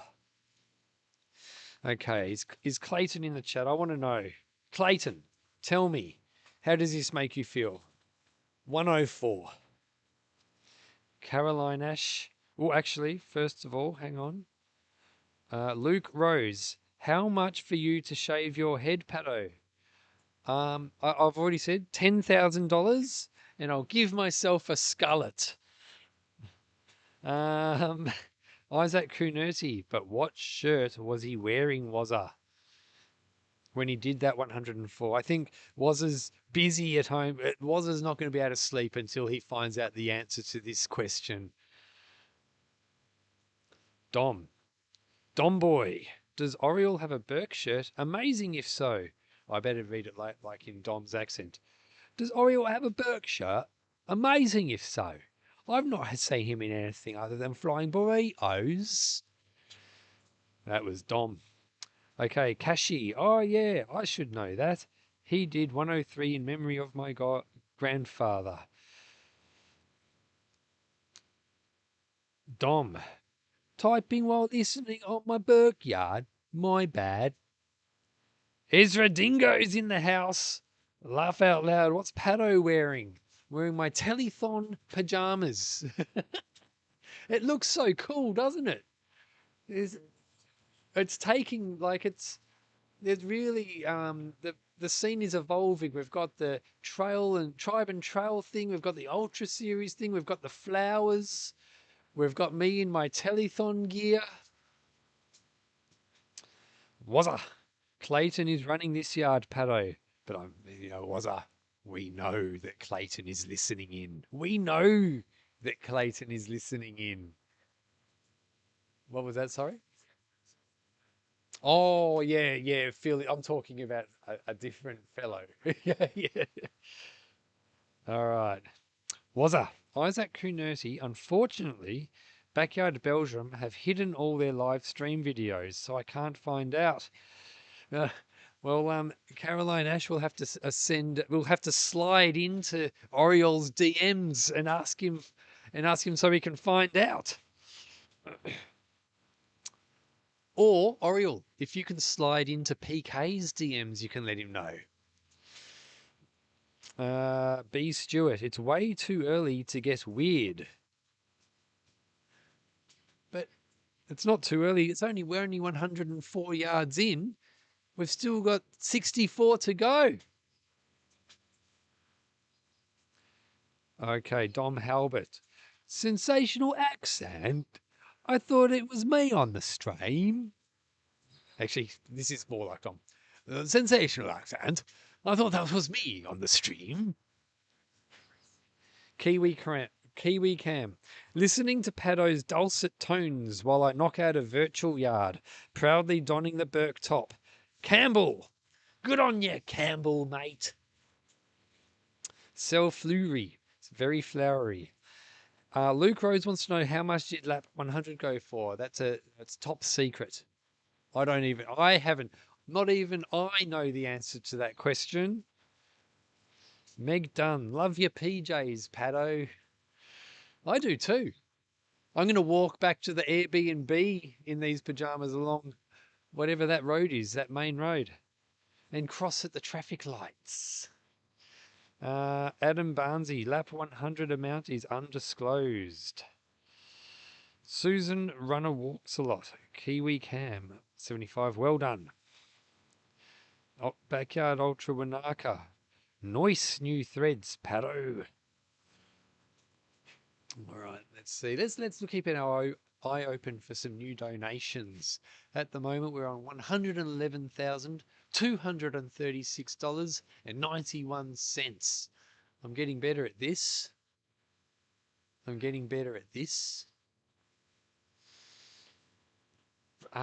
Sean Gale, has the 100 lap amount been added to the total already? The answer to that question, I do not know.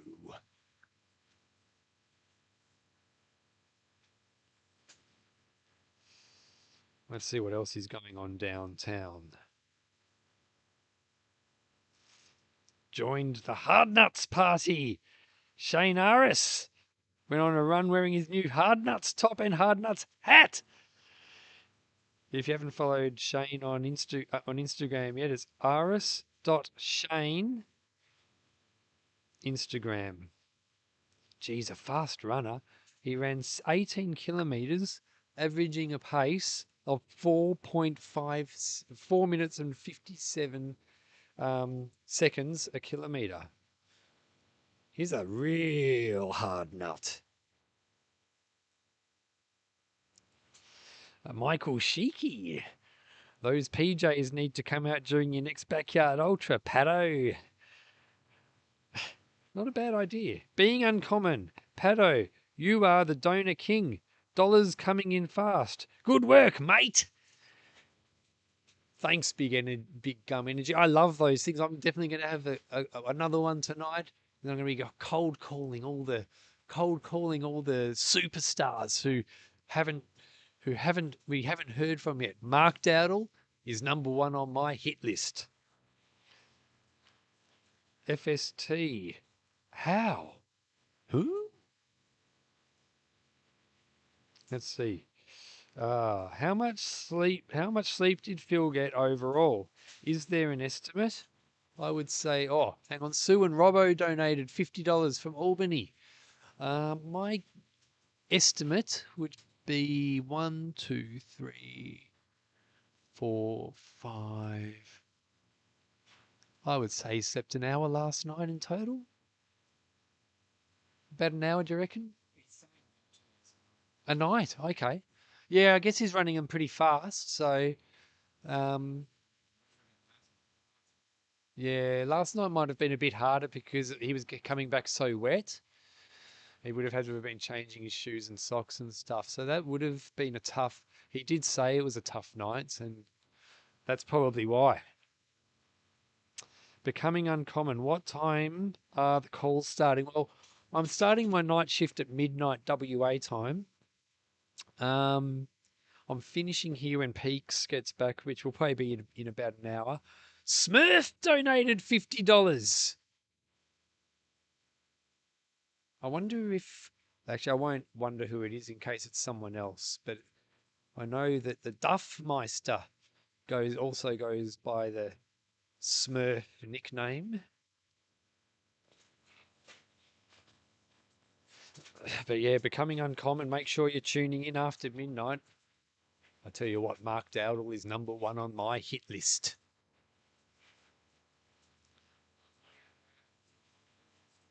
Sorry? Yes, I do. I would love your Merlin story. We love Merlin. Okay, we've got Chris Gore here, Phil's father. Yeah, Phil's dad. And he spent a lot of time on the road with Merlin. So I'll pass you the mic and he'll tell you all about it. Yeah, okay. So earlier on this year, we were on holidays in Adelaide for a parkrun event, as we always do. And Phil sent me a message and he said, you want to keep an eye out for this guy. He's running around Australia. So we thought, oh, yeah, that sounds good. So I checked it out. He wasn't too far away. And the day we left Adelaide, I saw he was heading into Loch Eel, which is north of Adelaide. I thought, oh, we might catch up with him. So as we passed through Loch Eel, a couple of k's down the road, I saw Merlin. So we pulled over, stopped, changed into the running gear, and got out and run with him for a bit. I said to Phil's mum, just drive ahead 5k and I'll see how I'm going. So she drove ahead 5k. So I said, I'm good, I'll do another 5k. But then she couldn't find a place to park. So we were about, 8k ahead. And we were almost into Snowtown by then. But that was the first time. And then we did the rest of our holiday. But on our way back across the Nullarbor, I saw that he wasn't, he was around Eucla Mundrabilla. So when we pulled into the Mundrabilla Roadhouse, I went in and checked. And they says, oh, yeah, he's about an hour away. So that's only about 10 k's down the road. So it's, oh, okay. So we went down the road and there's Merlin again. So same thing, stopped, pulled out, got out the running gear and joined him. After about 5 minutes though, I heard a bang. And that's when he got hit by the truck. So the truck didn't actually hit him, but it just clipped his trolley, knocked Merlin over, bent all his trolley up. So there's Merlin on the side of the road with all his gear strewn about and a bent trolley. Another caravaner going the other way saw it happen. He stopped. Oh, the truck driver stopped as well to come back and make sure he was okay. Merlin had a few scrapes and bruises, but other than that, he was okay. So what we decided to do, we weren't far out of Mundrabilla, so he decided to go back to Mundrabilla, try and get his trolley repaired, and then carry on. Now, this is also during Hardcore Harry's event, and they're up to, 88? I think they're 88 days. So he had to run for 88 kilometres that day, and he still had about 20 k's to go. And so he thought, oh, I can't really go with the trolley the way it is. So he took the chance, went back to Mundrabilla, sort of got his trolley fixed, but it still wasn't great. So we loaded the trolley into a camper van, and he took off by himself without the trolley. And he said, I'll meet you at this camping site where I'm planning to camp tonight. So we did that, got his trolley there, and he pulled up. It was around about 8 o'clock that night. He's coming down. I was out on the road waiting for him, looking for his headlight coming down the road. And I'd called up on the CB and asked the truckies, I said, you see any mad runner out there? And a couple of them come back, oh yeah, he's not too far down the road. So, okay. He pulls in. We had a bit of dinner together. And we sort of went down what he was going to do, what he was going to try. Next morning we get up. He gets his trolley on, gets it all packed, as best he could. We got about 100 metres down the road, and he said, "No, this is no good." One of the wheels were rubbing, and it just wasn't pleasant to run with it. So we thought, oh well, we'll take your trolley onto the next roadhouse, which is about 60 k's away, and we'll leave it there, and you can just run to that roadhouse. So we did that. Because the roadhouse was 60 k's away, and he couldn't carry any food with him, we stopped about halfway, dropped a pile of food and water off in the bush, took a photo of it. It was by the 30 mile or 30 kilometre sign. Took a photo of it and sent it back to him. So as he was running through, he could pick up the supplies. He got to Majura that night, decided the trolley was no good. So he put out a call, can we get another trolley? And the next day, the Ultra Series group, they got hold of a trolley for him. I think they donated the trolley. Then they had to find some way to get it out to Majura. They sort of put the message out on Facebook. And so there was a truckie leaving from Wongan Hills who was heading that way. And he said, if you can get the trolley to me in Wongan Hills, which is about 2.5 hours north of Perth, he said, I can get it out and drop it off at Majura. So Gemma grabbed the trolley. This was the next morning, she didn't have a lot of time, and took off up to Wongan Hills, got there in time to hand over the trolley. And that night, Merlin had his new trolley, and he was off again. So he was back. We caught up with him again as he went through Perth. So it was around Mandurah, which is about 60, 70 k's south. Charles Boswell was with us, and it was a wet, rainy day. We were running through, and I stuck with him on that one for about 25 k's. Charles took over and he ran the rest of the way. But that's the last I saw him. We were going to try and catch up with him again north of Perth, but he spent too long in Perth enjoying the beaches and the sun, and we were back in Perth by the time he took off, so didn't quite see him. So that's our Merlin story. I love it. And I mean, you must have just been thinking to yourself, this guy is an absolute ripper, because he's got such a great personality, doesn't he? Yes, yeah. He's when I saw him, he reminded me very much of Chris Martin. Right. Yeah. So same sort of look as Chris going. Yeah, he's just character, It looks a bit strange, but no, he's a great guy. Great fun to be with. Had the evening meal we had out on the Nullarbor was great. But the flies out on the Nullarbor, they were thick. I think from as far as Mundrabilla down to Norseman, you had to wear a fly net because otherwise you'd be eating flies all the way. They were bad. Yeah. The back of his trolley was all covered in flies and just hitching a ride. So I did ask him, how many flies do you think you've eaten? And he reckons he's eaten hundreds, not on purpose, but they just would have kept. Yeah. And even setting up your his little teepee or whatever it is, you would have to set it up and shoo all the flies out while you're setting it. Wear your fly net all the time. Oh. He got a first class fly net from the guys in Majura Roadhouse. I think they gave him one of theirs, which was sort of a really upper class one with a nice brimmed hat and the fly net down there. So he had a good time on that one. Yeah. And I guess he's a bit far away now. I think he's probably, if he's not in Queensland yet, he's almost there. So there's no chance you're going to drive up and catch up with him? No, not this time. We're heading across, but going across to New South Wales. We're not heading up to Queensland. Yeah. So, and what route are you taking to get to New South Wales? Well, Phil's the ambassador for the Cleve Running Festival in South Australia. So we're going to go across for that, join him on that weekend at Cleve, and then from there we're going to head around to Wollongong. So I've got about 3 weeks to get around to Wollongong. We'll chuck in a couple of park runs on the way, catch up with a couple of park run people we know, and end up in Wollongong for the Sat Champs. Oh, man, that'll be something.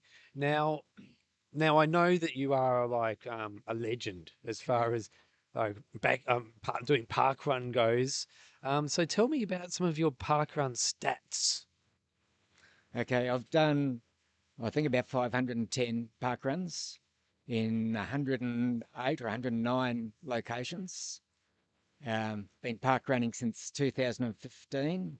Phil got me into park run. When Bibra Lake Park Run was starting up, he told me about it and he said, "Oh, you want to come down and do this run? You know, it's free and they time you and that." And I says, "Oh yeah, I'll give it a go." So and that's it. You know, once I got down there and had a lot of fun just running around. Then about a year later, or about 12 months later, I've told Karen, I says, "I've signed you up for park run. I'm down for the tail walker. We've just got to go down. We just walk around the lake, you know. It's nice and easy. You don't have to run." Just, "Oh, okay." So we got down there and everybody took off running. There was no walkers. And Karen said, "I thought you said there was walkers." So anyway, we finished that and Karen's also hooked. So the park run's quite a social thing. You know, you do the run, but then you have the coffee afterwards with the crew and the other runners and that. And it's quite a good way to spend our Saturday morning, just getting out there, mixing with other people. Yeah, for sure. And do you have a favourite park run course that you've done? I've got a few favourites. One of the ones that stands out is the Eden Project in the UK. So the Eden Project is a tourist attraction over there, and it's got biodomes with different environments in it. So a tropical environment, desert environment, those sort of things. And they're all inside biodomes. But the Eden Park Park Run runs around the biodomes. So you start up the top of the hill where the car park is. You run down the hill to the bottom, run back up, run down again, run back up, run down again, and that's your 5K. But it's a zigzaggy course going down. So when you're down the bottom of the course and you look up, you can just see the zigzag and all these runners coming down. So it's quite a. Oh, it also gives you free entry, or the runners get free entry into the park, which is about £40 or £50. So it's quite a saving. Biodome. I've never heard of that. So they've got like a desert. It's like in a dome. In a dome, a great big dome. So yeah, they've got a tropical jungle type thing, a dry Australian type environment, Mediterranean type environment. Yeah, they're all in there. It's been running, I don't know, about 20 years or 30 years. Yeah. So because Parkrun did start in the UK, I believe, at Bushy Park. Yep, we've done Bushy Park. The day we did Bushy Park was in February. It was a cold, wet, windy, rainy day, and we only had 800 people turn up. So this is a park run that will normally have 13 to 1,500 people. But this day, it's only 800. We were very disappointed. We were looking forward to running, with 1,000+ people at a park run. Yeah. But didn't quite get there. Have you run in a park run that's had that many people before? Yeah, on our last trip over, we did Battersea Park, which is also in London, and that had about 1,200. So that was good fun.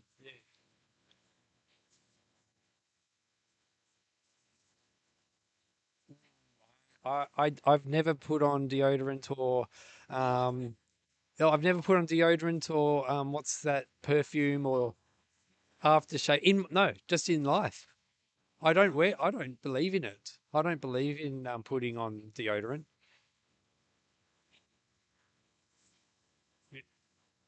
But I think that you would.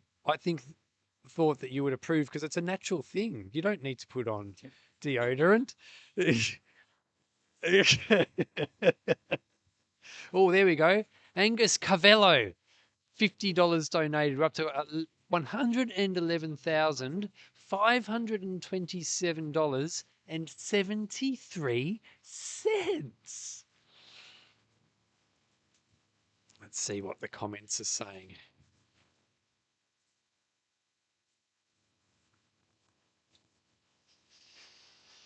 Okay. We do have a comment here, Chris, that says, another example of how the Gore family support runners. They should all be knighted. Not sure about that, but yeah, we do have it.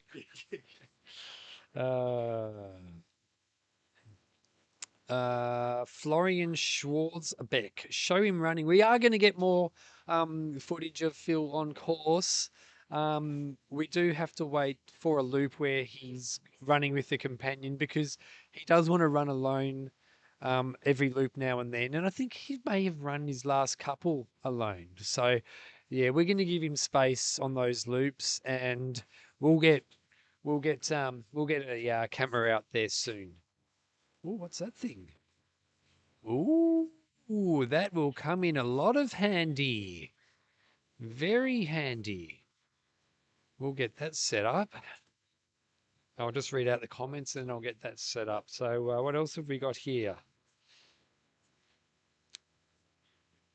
Florian Schwarzbeck says the last Soul Ultra stream was better.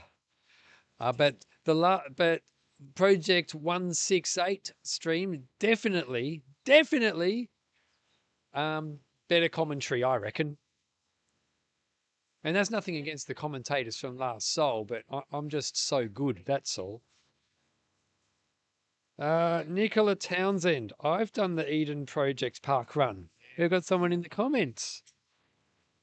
Eleanor Strike, loving this interview.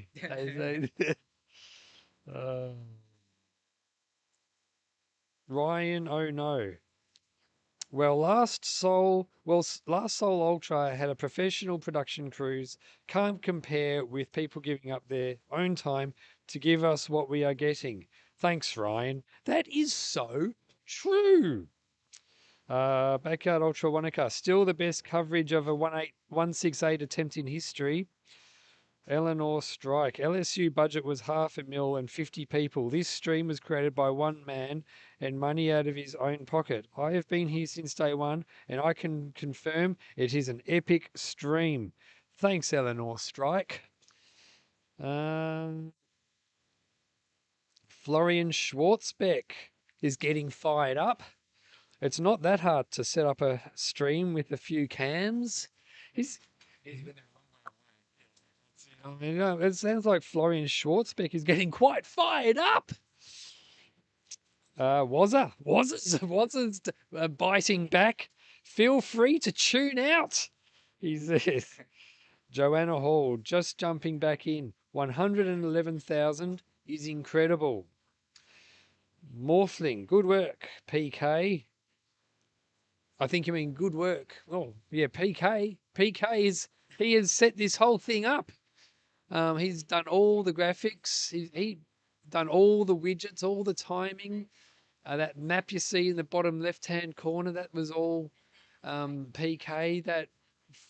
He had a lot to do with the website as well. Like, if it wasn't for PK, oh my, this would be a lot different. This would be a lot different. Eleanor Strike, why don't you pop down and sort that out instead of sitting at our keyboard? At your keyboard, yeah. Come on down, Florian Schwarzbeck. Come on down and give us a hand. Colin McLaurin, that's better fashion choice. There's better fashion choices on this stream. Telethon. Stu Mass, yes, I agree. It's the best commentary. You're all doing an amazing job keeping us all entertained. Thanks, Stu. Joanna Hall, so grateful for this stream. Thank you, PK and Pato. Yeah, I mean, look, thank you so much. Like, whenever one person says one thing that's negative, about 50 people will jump in and say something positive. So I think I know who's right and who's wrong. Here's Dom. I've got to talk in my British accent. LSU comment, yawn, should be a mandatory donation every time it's referenced. That was a pretty bad accent, that one. I'll try again. LSU comment, yawn, should be a mandatory donation every time it's referenced. Yeah. Oh, my L. Fisher, this stream has soul. Ezra Dingo, the Last Soul Ultra also raised $0 for charity. That's right. Linda Schaefer, I like this stream and I'm already sad it's over somewhat soon. Haha. Joanna Hall, clap clap had Ezra Dingo. Ryan, oh no, maybe $50 donation each time someone says LSU was better. I agree. Ryan Taylor, the man himself, Mr. Gore. Oh, thank you. Was a Florian Schwartzbeck. Yeah, if she's keen, yeah, I will. Warren Sargent. Was a Florian Schwartzbeck, 145. Pop some money in the kitty and buy them another camera. Gigi, here comes the sun. I want me one of the Telethon PJs Pato is wearing. Pretty spiffy and they look warm and cozy. I'll be wearing it. I'll be wearing this for the rest of the stream. Right. Perhaps that's a leftover. Yeah, well, they only had extra large, but it's perfect for me. Work at 7 with the Telethon crew. Right. Or not in Telethon, but yeah, at Channel 7. And one of the rooms over there, one of the spare rooms we have, they're just full of their merchandise that they're out there to sell. Yeah. So yeah, all the hats and the pajamas and the jumpers and that. And did you work in front or behind the camera? In engineering, so I was a technician. So I sort of kept the equipment running and that sort of thing. And when Telethon came around, that was one of our busiest times, trying to get things set up. We went off site to do Telethon. Back in the old days, back in the early days, it was all done at the studios. So we just set up the studios for the broadcast. But in the last, I don't know, 20 years or so, it's been done off site. A lot of the years I was involved, it was at the Perth Convention Centre. So we'd go down there the week before and wire everything up to suit the system and get the stage and all that set up. And once the weekend came along and the broadcast went to air, we just sit back and relax. Yeah. But the week leading up and the couple of days afterwards is when we were doing all the work. Yeah. So you would have seen, I mean, the technology has changed so much in such a short amount of time. So you would have seen a lot of changes in the technology, like in audio visual equipment? Definitely. The sort of thing we're doing here, you would never dream of doing back there, having signals sent back via the internet. You know, back in the old days, you would have had to run a cable or microwave links between remote cameras and back here, and then remote or another link from the OB or wherever we are back to the studio. And they were, we'd spend days setting that sort of stuff up. But now you can just come in, plug your laptop in, get on the internet, and it's all there. Yeah. So it's much easier. And the coverage you're doing here, especially with your little mixer on your computer there, is almost as good as what they'd do with the OB van with a whole, a director, a switcher, and a production assistant and all that sort of stuff in the truck, handling all that sort of stuff. Yeah. So you're doing a pretty good job. Oh, thanks. All right. Let's see. Peter Caldor just tuned back in. How's Phil looking? I think he's looking extremely good. We are 39 minutes into this loop. It looks like he's about 1K away. I reckon he'll be in. I'll tip 47 minutes. Dom, laughing face. Elf Fisher. He looked great at the start of this lap, charged out of the gate. Peter Caldor, great to hear. Dom boys back in the chat. Means I'm going to have to put on my English accent. Let's go. LSU. English accent. You need your English accent. Are you good at an English accent? Oh, can you put one on? I've got a comment for you to read in an English accent. Right, so you were born in England. See that one? See that one? Dom Halbert. Which one? The one that- LSU? yeah, Oh, yeah. that's the what was the name of that one? That was the Last Soul. Oh, Last Soul Ultra. Wasn't good enough to go this far, so we don't know what the coverage would have been like at this stage of that event. That's exactly right. But can you do it in an English accent? So I said I've lost it. But can you put it on? Okay. All right, I'll try and do it. LSU wasn't good enough. Oh, hang on. LSU wasn't good enough to go this far, so we don't know what the coverage would have been like at this stage of the event. That was a good one. Okay. Auction off a Telethon PJ set. I think they're all gone. I think they've already been snapped up. I think, yeah, they've all been, yeah. Well, there probably are some things. Hey? Yeah, I'll never give these away. I'll never give these. I'm sure I'd be sooner to cut my hair off than give these away. All right, let's see. Auction. Okay, Florian Schwartzbeck is back.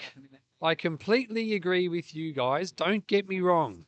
I just think it's a shame not to really show off a top performance like that.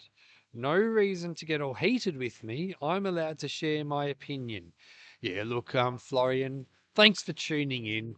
I've got no hard feelings from me, Florian. I'm not offended. Thanks for tuning in. Keep your comments coming. There's nothing wrong with a little bit of constructive criticism. I mean, I actually do, from the bottom of my heart, I really do think that this stream is better than last Soul Ultra stream. But that's my opinion, and not everyone's going to agree with me. Peter Caldor, fair enough. Colin again. This topic has come up repeatedly. It's partly why the chat is sensitive to it. Zany, send a pigeon across the globe that John is on loop 42. Okay, so Wazza's back in the chat. Wazza's back. Maybe so. But Wazza really does seem like to me like the kind of guy who would be impossible to beat in an argument. But let's hear what he has to say. Maybe so, but there is a considerable difference between the two events. Multi-million-dollar sponsor-driven event versus a one-man event raising money for charity. That's not on the same scale. Florian Schwartzbeck, it's not all about the money. Joanna Hall, being negative without offering any solutions doesn't foster a friendly environment. I like Joanna Hall's attitude. Florian Schwartzbeck, as I said, you can build up a stream with a few cams. Wazza, go for it. Nicola Townsend, that was an English accent. Oh, that was an English accent. She hasn't lost it completely. Were you just reading that one then? Joanna Hall. I don't know anything about streaming, so I'm not going to pretend to know what it entails. But Peaks seems to know what he is doing, and it has stretched his resources as far as they can go. I have no doubt that by the end of this stream, we're going to see some more stuff as well. We'll have to get out again tonight and follow Phil down on one of the night loops. Oh yeah, we'll see how that goes. Yeah. Camera gets charged. Well, it's ready to go now, so I'm just waiting for someone who wants to do it. But I don't see anyone in their running gear. Oh, here he comes. Here comes the legend. Let's change candid cameras. Oh, yeah. Yep. You're right. Okay. Yeah, yeah. Right. They're fast runners, those dudes. Oh, Sam, Sophie, Max, Leo donated. Somebody was after the highlights today. Only just tuned in. So what are the highlights today? Oh, the highlights. Yeah, the 100 loop lap. We had a big drive around the 98.99 loop mark to drive up this total to what it is now. We were below. I think we were below the lap number as far as thousands go. We've pushed it up. We're close to almost $10,000 ahead of the lap number now. Colin, there is another camera showing the finish line, which they cut to when Phil is there. Dom Halbert again. Your accents are up and down like a yo-yo. It's hard to do. Your accents are up and down like a yo-yo. You nailed the last one. Perfect. Oh, but there was one before was way off, but hilarious. Tim Fisher. Supposed to be a rest day today, but home from work and inspired by Phil and you blokes on the stream. So 10K on the treadmill from tropical Tassie. Jazz. Hey guys, greeting from Germany. Early in the morning here, 10 a.m.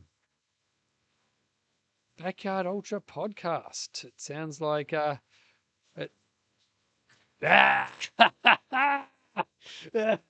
Charles Boswell just said to me, I'm not as rough. I mean, you look rougher in real life than on the YouTube, I think he said. Yeah, that's right. Yeah, yeah. Oh, he sure is. Oh, yeah. Yes. Yeah. Jeremy Gunther has, actually, Sashing Amel. Last Soul Ultra was epic. Backyard Ultra Wanaka. Hi. Oh, wow. You've been busy when I've been gone. Total $112,115.61. I've been home today and at work, and I just stopped to pick up a little surprise for Phil. He's coming. I gotta go. You'll have to watch it. Okay. Yep.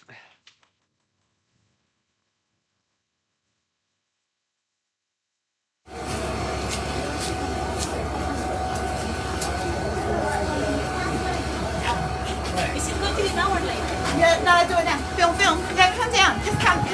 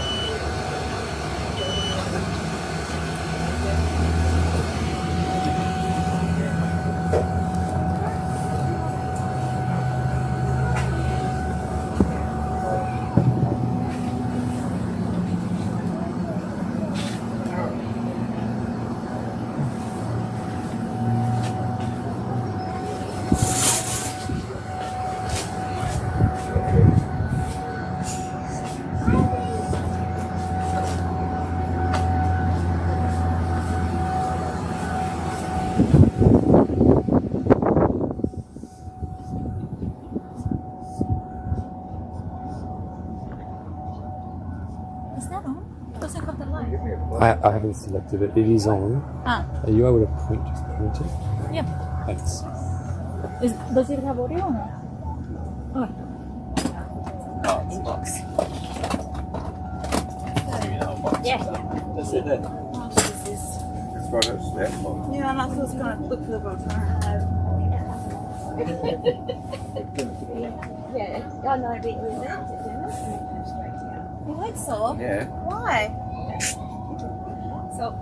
Well, I'm not lucky they're supposed to, so I have. Get some grass out of that once. Speak mind. Yeah, that's it. We took a few. I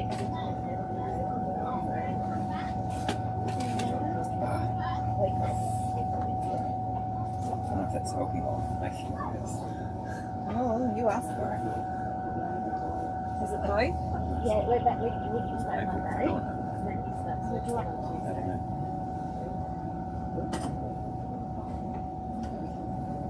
Did you want to have a play, Nathan? Yeah, no. Do you want to have a play? Do you want to have a play with his legs? Apparently, I'm not doing a good job. There you go. Have fun.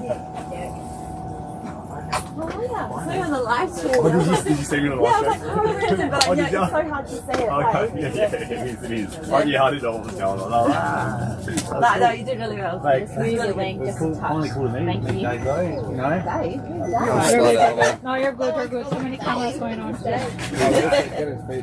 Your child's here as well. One of them. He doesn't care. Oh, he's doing work already, is he? Apparently, I was hurting him. Fine with me.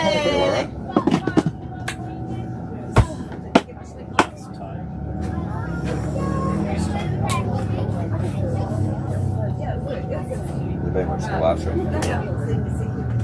Yep. Doing well.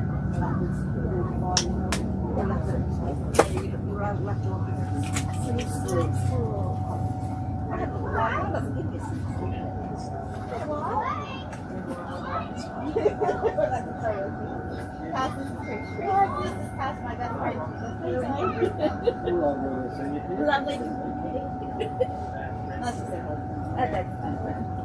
You feel Absolutely. What? What else is there? There's something happening over there, but it don't worry about that. Oh, it's supposed to already still water.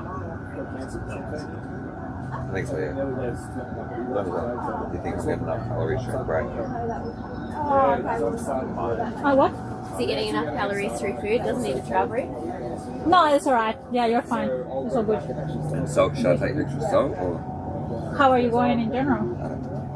Oh, Like peeing the frequencies. And this is mute. This doesn't have audio. Don't worry. It's not that often. All right, then we are okay with No, that. it's We not. just keep it one per hour as we are doing it, and that's enough. Yeah. But yeah, like we had the trail brew very diluted anyway, so it's good that you're eating more, and that's it. That's fine.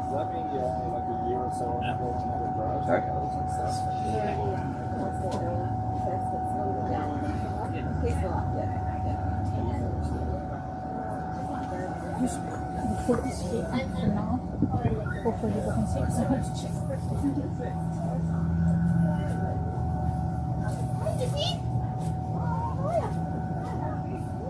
Okay. So next one you're having Coke and tomato chips. Are you happy with that? Yeah. Okay. Alright, go there. What I have to show you there, didn't I? Yeah, that was fun. Has anyone tried to undercut it? No, there you go. Should go spruik it again though. Nah. Do you do anything? No, I'm gonna. No one wants Hannah to have a skull yet either. No, not Little live stream. Oh, is that live stream? Guys, yeah, it's not audio apparently, but yeah, like, yeah. It's just the video. Yeah.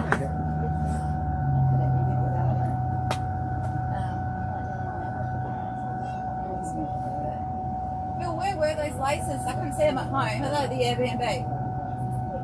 No, they're at home. Where? I don't know. Ollie, where did those laces end up? They were in a plastic Ziploc Oh, they would bag. have been in that box where you just threw all that extra stuff. Yeah. Yeah, they're in a Ziploc bag It's with the not actual urgent, but laces. just whenever. In the back of the car. Probably.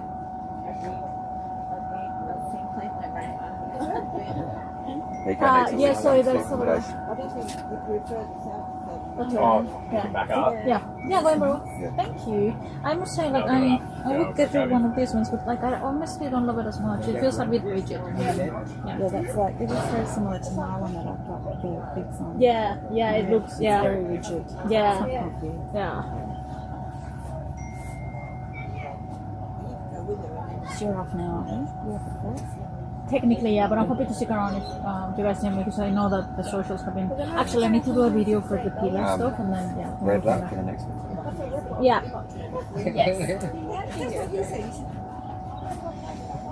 Yeah, I had to go to work today and then I was watching the live stream at work. I figured you were because you kept messaging up there. Oh dear, it was so funny. Yeah. Sorry, put up her. No, but I did have a school top. Yeah. Yeah. Thanks. Pato. In its pajamas. Yeah, it's huge. It's funny. What's your favourite flavour of the records? Just the standard, but I like it when they bring out different limited edition flavours. It's like 2 seconds at the airport. Brendan, do you mind holding this? Can you hold it a little bit while I ask him We can something? show you products. we need to change that. We need to get them so that they do sponsor so you get them. Well, I think Adam reached out to them. This would be like a perfect event. like Just they do endurance sports. Who's that? Red Bull. Ah, yes, definitely. Especially hardcore stuff. Yeah. Is it flavor or what is it? Oh, like my tongue's just feeling really funny. Yeah, I don't know. Your water just goes down easier. Okay, we do stick to that. That's alright. I don't know, but What about Maximus? It's Maximus, baby. Oh, yeah, but like the thing is that he's still eating enough, so I'm not my too tongue worried. look funny.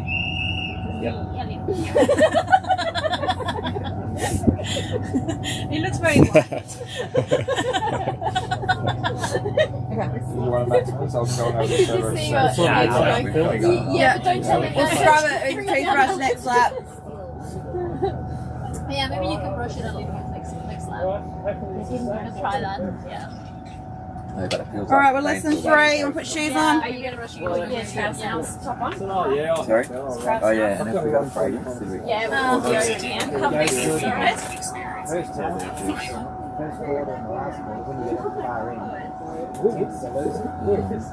Well, actually, I don't want to use that because I get reactions to it.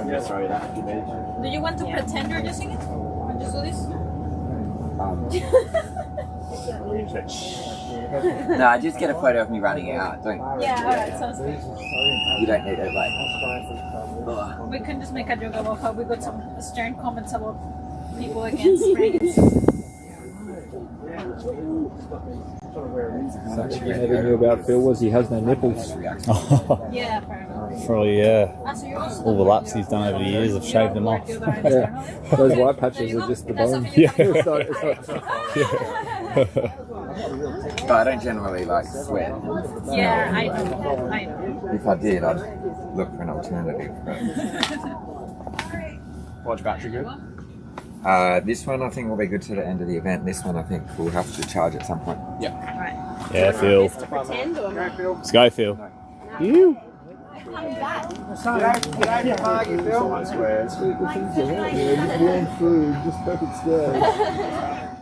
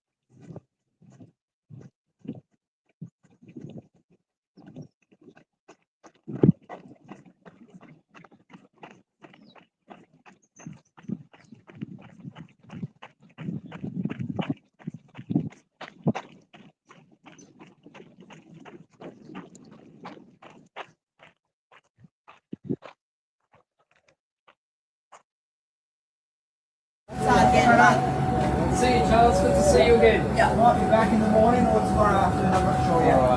Depends on where. I'll see you there. back at Big Mike's tonight. I know. I've been listening. Because I just got on my live stream all day. So I've got to keep my phone charged. Right. I'm good listening. Yeah, thanks.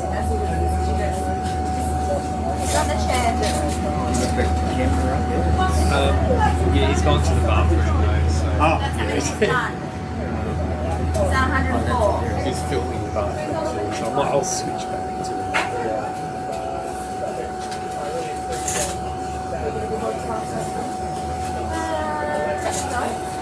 They can't, but one of them donated.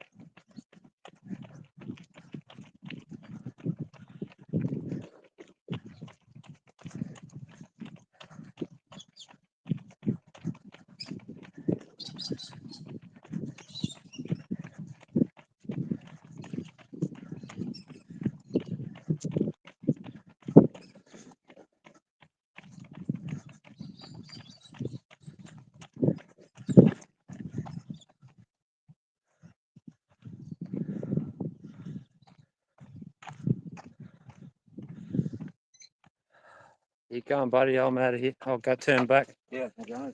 What platoon are you on the Armidale? C. You go to Mono's funeral? No, I didn't. No. You didn't end up going? No. Oh, well. Good luck, buddy.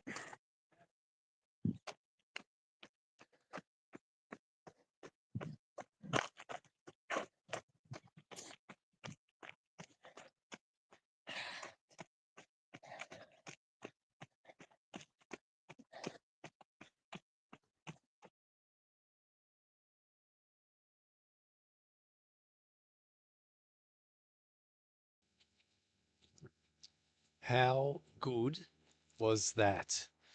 Got a few donations in. $112,581.61 we're up to. Let's check out these comments. See what's going on downtown. Cameraman has some pace on him. Yeah, you should see how fit he looks. All right.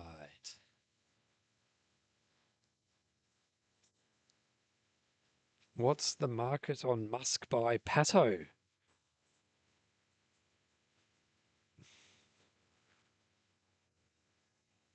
Oh, Aussie Dom Boys commented, your next Aussie Backyard Beat is going to have some great stories. That was a good one.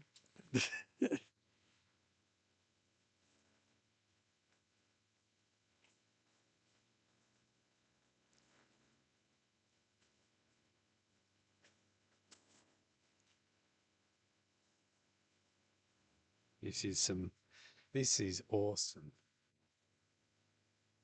How good did he look?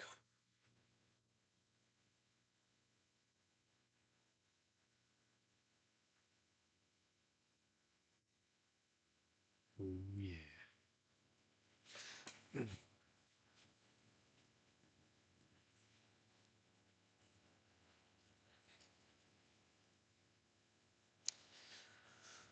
All right. Let's see what's going on downtown.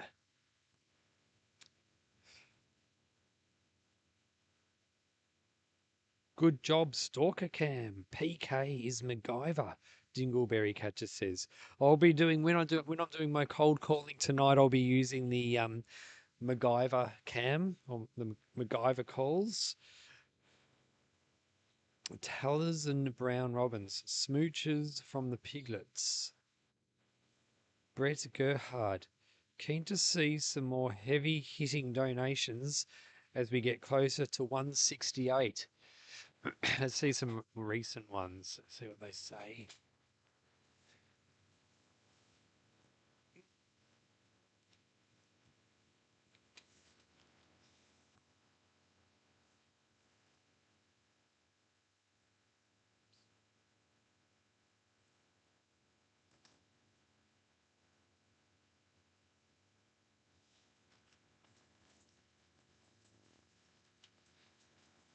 All right, let's have a look here.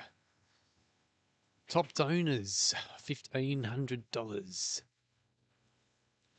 So we've reached, oh, here we go. Nathan and Tali from Queenstown donated $20. Ben donated $25. Corinne Darkrun, Sam, $30. Oh, is it? Oh, okay. Adam from Sydney donated $168.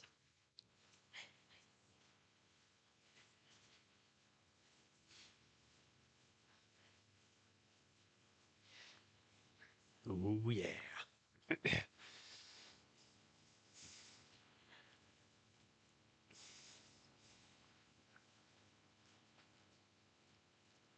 Looking schmick, Pato. Thanks, Hardcore Harrys.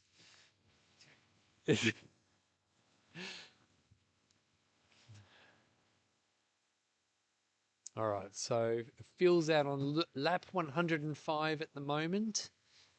His last loop he ran in 48 minutes and 28 seconds. Yeah, the cameraman, yeah, is coming back. Usually they run out of range. We've got a mobile. We've actually got a mobile Skylink that it has the capabilities of attaching to a bike, and that way we'll have a cameraman who will have a crisp feed the whole time. So we're gonna avail ourselves to that later on. Once Peaks gets here, we'll get that all organised.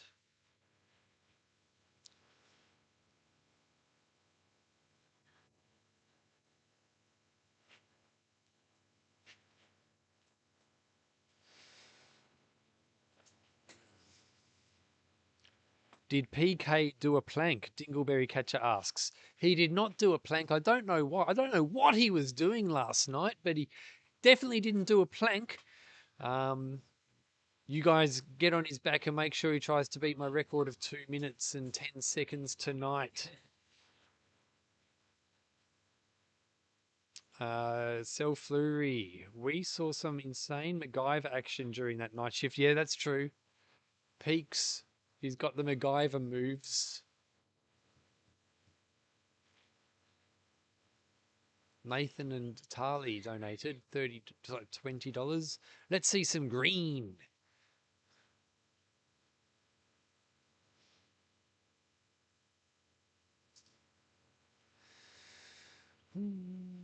Carly donated $50 from Brisbane. Adam from Sydney donated $168.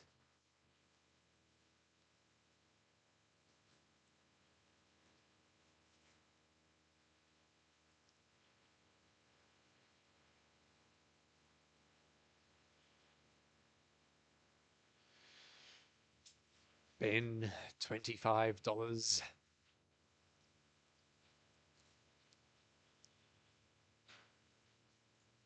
If you go to philgore.com.au, you'll see a lot more information about what this run is all about. You'll be able to donate there. You'll see the QR code on the live stream. You can scan that to donate now as well. It's all going on. This is set up good.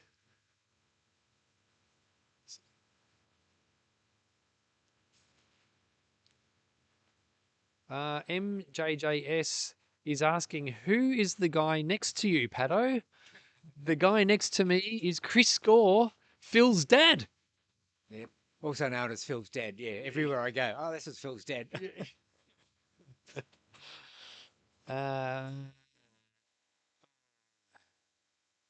Ryan, oh no.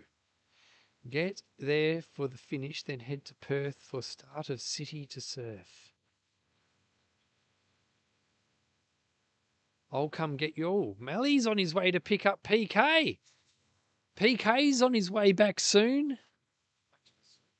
No, he didn't have much of a sleep at all. I think he takes pride in not sleeping much. I don't think he slept much setting all these graphics up and making all these widgets. I wouldn't have even dreamt of trying to do that. But good old Peaks. Ooh, here comes the cameraman running over the oval. Yeah. Yeah. Be back very soon.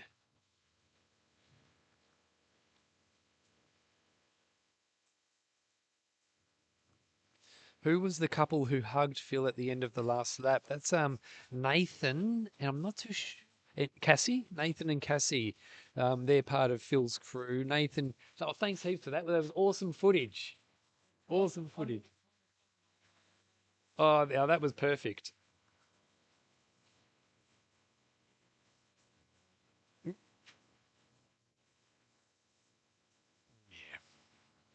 PK is going to be very happy when he gets back. Oh, is that what it is?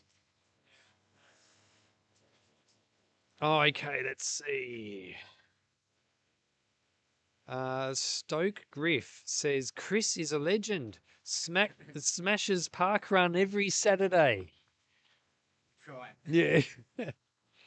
And you've run a backyard ultra or two as well, haven't you? Yeah, which I did the Birdie's backyard a couple of years ago. Got to 10 laps. Thought, no, this is getting too cold for me. I'll call it quits here. I should have done another couple, and then I would have had the age group record. But I was currently equal with the age group record. So, oh well. are you going to go after that age group record? Next time I will. Yeah, it make up. We did Birdies, and I loved the Birdies course, or the Birdies weekend, basically. The course is just a throw in. But yeah, we may get down there again if we're not travelling around somewhere else. Do you know what the number of yards is at the moment if you were to go after your age group record? No. You don't know? Okay. 66. Okay, Wazza. Right. Okay, Wazza, what's the age group record for 68 or 69-year-old? We'll find out. The search! AU, where are all the donations? Yeah, send some more donations through. Send some through. We're up to $112,601. Oh, $611.61. I tell you what, we're on putt, but we want to be better than on putt. We want to absolutely smash that target. Finn, wow, that's some impressive. That's impressive from Phil's dad. That's what they say.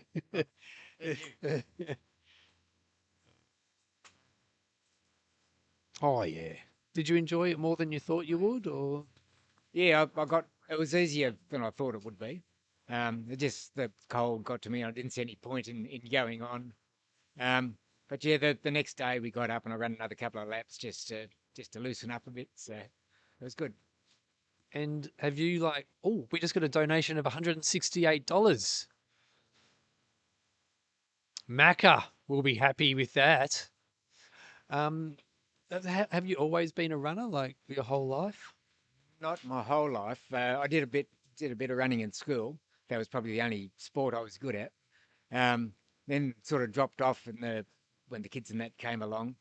Then I was at the time I was working for Channel 9 and the City to Surf was one. They were sponsoring City to Surf, so I got a free entry into that. So I started training, 3 or 4 months before the City to Surf. But after it was over, I'd just stop and wait for the next one.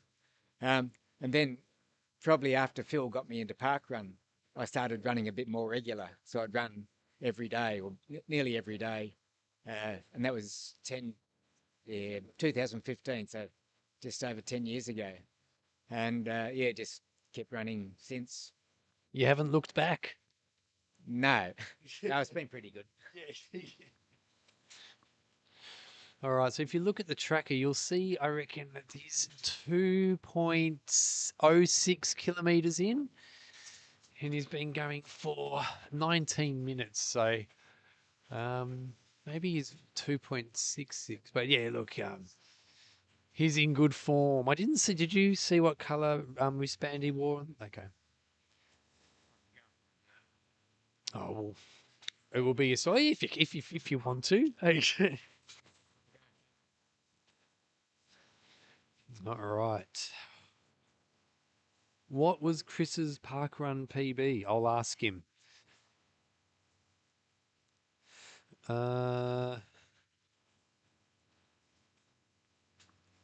Let's see.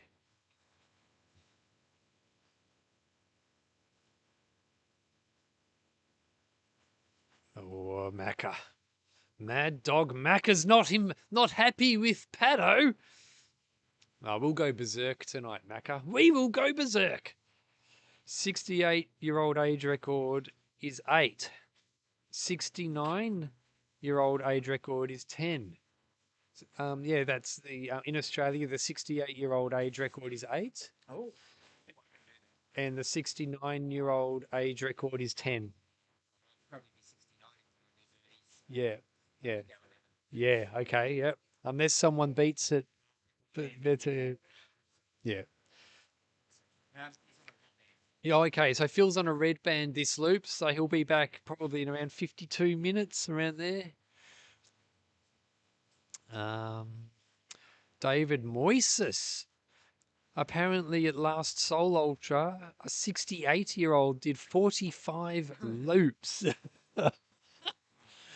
That's not bad. Now, Colin McLaurin is asking, what is Chris's parkrun PB?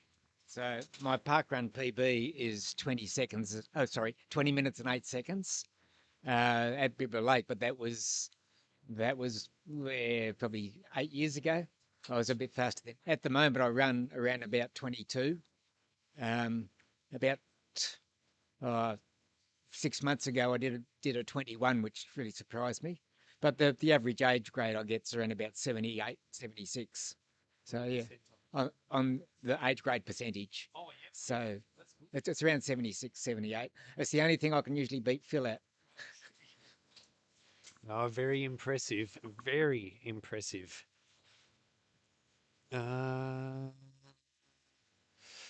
Dom. Dom is in the house. He's getting cheeky. He's saying, Phil's dad? Who's Phil? Backyard Ultra Wanaka of WOW. What country was that athlete from? Yeah, the 45 laps for a 68-year-old. Well, yeah, what country? Yeah, I would like to know the answer to that question as well. John J. Story already knew the answer. 20 minutes and 8 seconds. Right. Right. Okay. So he's the stats. He's the park run stats man. Right. Okay. Okay. Colin McLaurin says he's impressed. He's slower and a fair bit younger.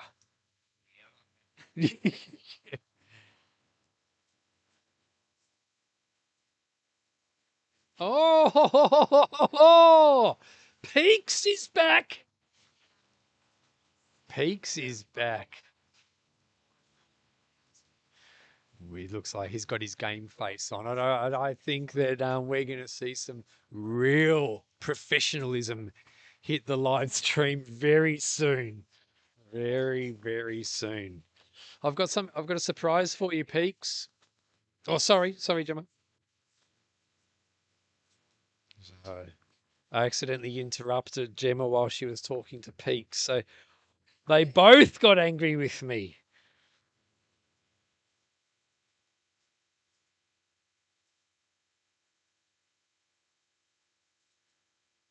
All right, let's see what else is going on downtown. Ooh. Yeah, there was a question in there about my favourite trail brew flavour, but no, I've never had trail brew. For the runs I've done, I've never needed it. PK, welcome back. Okay, Liam Butcher answers the question about the nationality. It was Hubert Karl from Germany. He did 45 loops just a few weeks back. Thanks, Liam.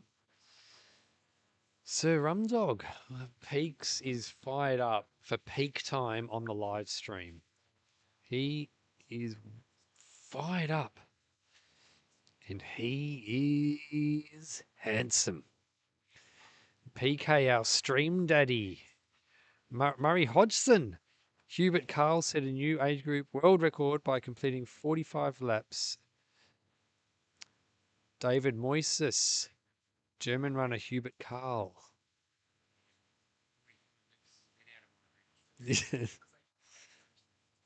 Sir Rumdog. Let's get 120,000 as soon as possible for PK. Janine and Baby Miles just put in a $50 donation. Did you see Baby Miles? 4 months old. Yeah, very, very cute. Very cute.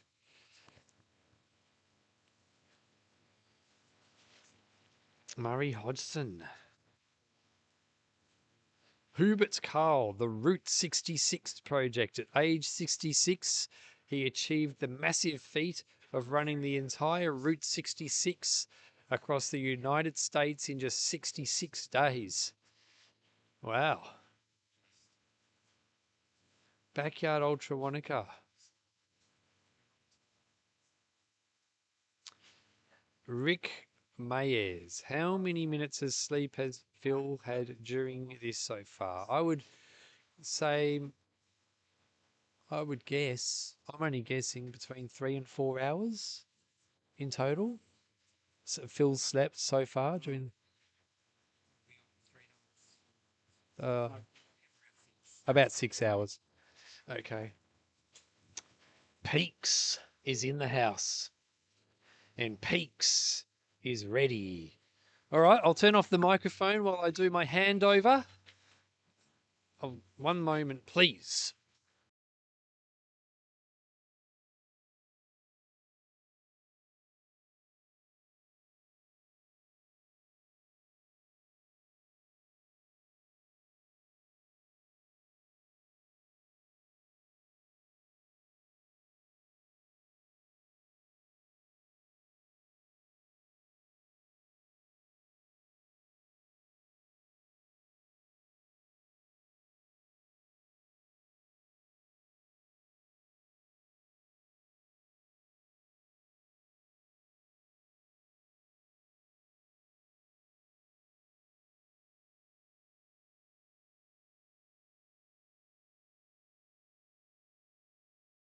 I've got to figure out which ones.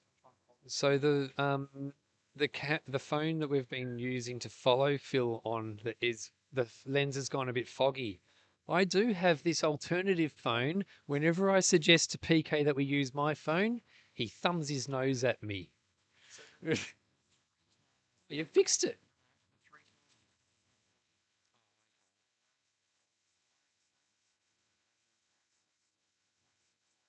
All right. Now show me your face whenever I suggest that we use this phone. All right. All right, everyone. Peaks is back. I'm going to have a rest while Peaks takes control.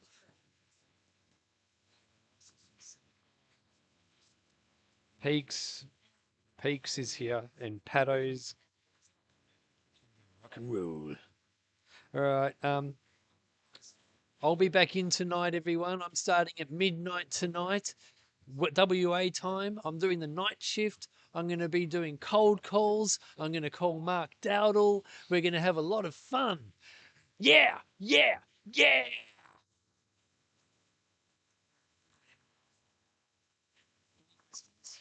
Oh. Actually, Mally's at the shops right now. Could you message or call?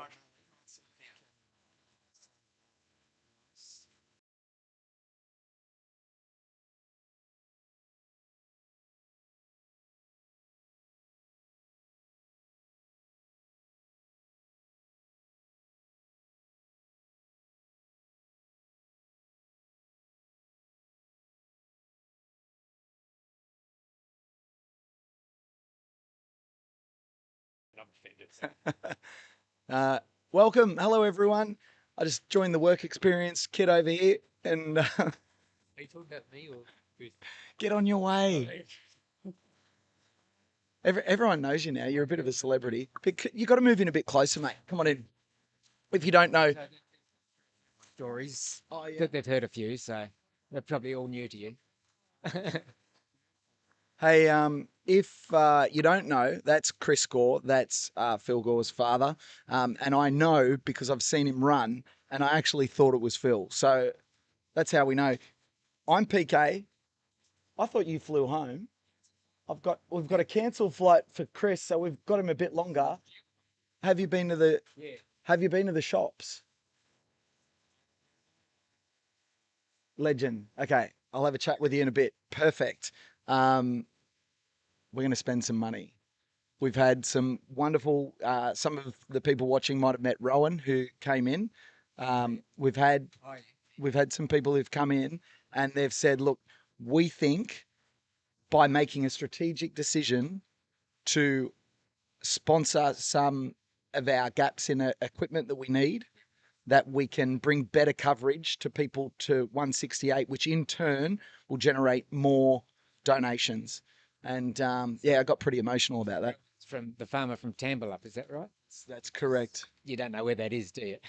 Got no frigging clue. No, actually, I do. It's on the way down towards the coast, but it's on the northern side of the range because I saw it on the map. It's near the Stirling Ranges, and Stirling Ranges has not our highest peak, but it's the highest peak in the southwest. I thought it was the highest peak. Rowan sold me short. Where's your highest peak?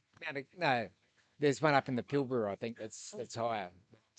There you go. In the southwest, that's the southern half of WA. It's our highest peak. Beautiful. Have you ever heard of a bloke named Sean Bell? Yeah. Yeah. Do you want to give him a call? Oh, we can do that. He pinched Phil because when I did Birdie's Backyard, I was looking forward to running with Phil. And at the time, Phil was doing the Karratha Backyard. Yeah. He finished that just as Sean Bell was going through Karratha. So he joined Sean as crew down to Perth. He gets to Perth and then decides, oh, this is great fun. I'm going to join him to Adelaide. Well, we're going to dial in Sean because I've got to give him a buzz because that's the reason why I got out of bed. I got, for those of you wondering, there'll be no Guess PK sleep score competition because my Garmin didn't think I had a sleep. It put it down as a nap. Oh, boring. So what we'll do is we're going to dial in our next guest in just a moment on lap 105, which means, does that mean, where are we? We're like 700 Ks, 697 kilometres. So right now you can see on the GPS tracker, I'm pretty sure Phil hasn't gone off the map. I'm fairly confident of that. He might have gone looking for those. What are they? What are those animals he's looking for out there? What, quokkas? Not quokkas, it's quandos or quendas. Quendas. He's off looking for quendas. They're a bandicoot. So. Bandicoot. I'd never heard of him in my life. All right. It's the Noongar name for our bandicoot, the southern brown-nosed bandicoot or something. I've heard of some brown noses, but I've never heard of the southern brown nosed bandicoot. All right, Sean, if you're watching, buddy, I'm about to send you a message. I've got to figure out how to do it. Chris, tell us a story about the southern brown nosed bandicoot while I try and get Sean organised.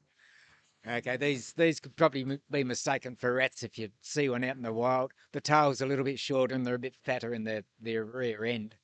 But we often see them as you're running the trails around here. They'll just dart across in front of you. I've seen a couple probably in the last months running around the trails around the lakes. My lakes I run around Bibra Lake and the lakes south of Bibra Lake. And I often see them just dart across in front of you. Takes a bit to recognise. You go, oh, is that a rat? But no, it was a quenda. So, have you heard Phil's been counting quendas that he's seen out there? No, I haven't heard that. What's he up to? I think the quenda counts 3, but we're going to get a graphic for it later so that everyone knows. Yeah, the museum might be interested in that, or the Perth Zoo. Know the quenda population around here. All right, mate. Next story. You said you were running a backyard when Sean stole. Yes. Tell us about your backyard experience. I've told him about my backyard story. You? Yeah. Have I missed that one? Yeah, you did. It was perfect weather. It was around birdies. Perfect weather during the day. It rained a bit, I think, the day we were setting up. But on the actual event, it was just a bit cool. Event went really well. I did the first 9 laps or so, and I thought, oh, that was pretty easy. Did lap 10 and thought, nah, it's starting to get cold. No, it's time to pack it in and go to bed. Nice warm bed. You're not the only one who thinks that way. Has Phil always been pretty good with sleep, or what do you think about how he's going with his managing his sleep in this event? Yeah, it's something he's learnt. I think the first one he struggled. He only got to 39 laps on his first one. But then the second one he did at Hurdy's. He had the help of Nathan, who was around earlier on, Nathan and Cassie. And Nathan sort of helped him get into that relaxed state and tune things out. And he did that for a couple of backyards. Now he just seems to be able to get straight into it, put his noise cancelling headset in, and drop off. What are your thoughts when you see your son now? What are we? 105 hours in. Yeah, well, he's done that before a couple of times, hasn't he? So it's pretty ordinary. No, it's impressive. When you think though that he's got another 60, 63, 64 laps to go, that's the incredible part. He reaches his PB tomorrow. And anything past that's all new territory. So we just hope he can keep on going.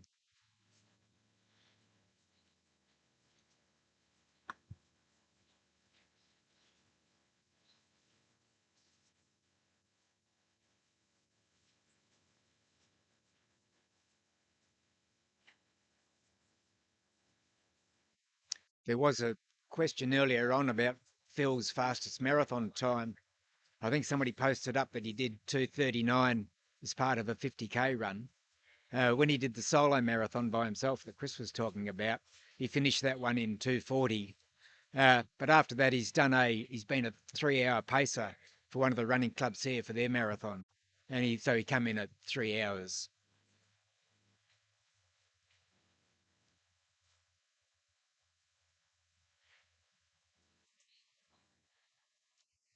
So Pico's just fine-tuning the pictures here.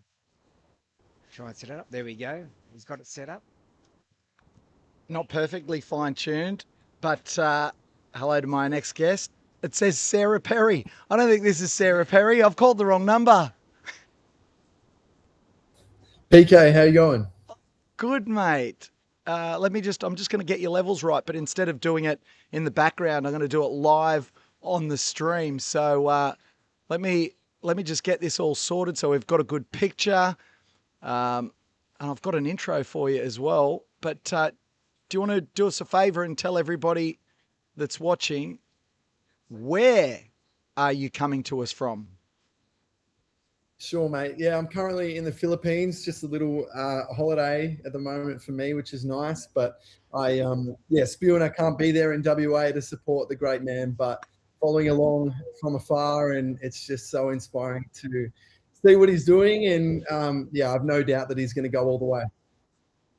Okay, let's update your name graphic because I think you deserve a little bit better than that. What can you see, just so the people at home know what you're looking at? What can you see in this chat? Right now, I can't see the comments or anything, but I can see you, PK, and I can see Chris. So I guess that's the main thing. I can see, obviously, the total raised and some of the graphics, which is awesome. But I can see you fixing up the Sarah title there too, which is cool. Hey, while I'm doing that, what's your Insta? Let's get that up there. Thank you, mate. Sean Bell Runs. One word? Yep. All right. Look at this. Absolutely superb. We got that updated. Phil's out for a jog, but I want to introduce to you my next guest and what I've been doing. Chris has heard me do this. Mate, do you want to move in closer and get an ear so you can hear what Sean's up to? There you go, mate. Grab one of those. I'll have to move the mic around a little bit. Beautiful. So what I've been doing, Sean, is I've been getting AI to do some of the introductions for me because I'm lazy, right? Apparently, I should be out getting more cameras on the course. So we're working on that. But while I'm doing that, I'm getting AI to write my intro. So do you want to hear what AI's got in store for you? Go for it, mate. All right, mate. There are very few people on Earth who truly understand what it means to wake up every day and ask your body to do something completely unreasonable. Our next guest is one of them. In 2024, Sean Bell did something extraordinary. He ran around Australia, 13,383 kilometres, 158 days, more than 84 kilometres every single day, a world record. And for 7 weeks of that incredible journey from Karratha all the way to Adelaide, One of the people beside him kept him moving was Phil Gore. Today, the roles are reversed. Sean gets to watch his former crew member attempt something that, even by his standards, is completely insane. And the timing couldn't be better. Phil's heading out on lap 105, a lap that will take him beyond 700 kilometres of Project 168. Two men who know something about doing the impossible.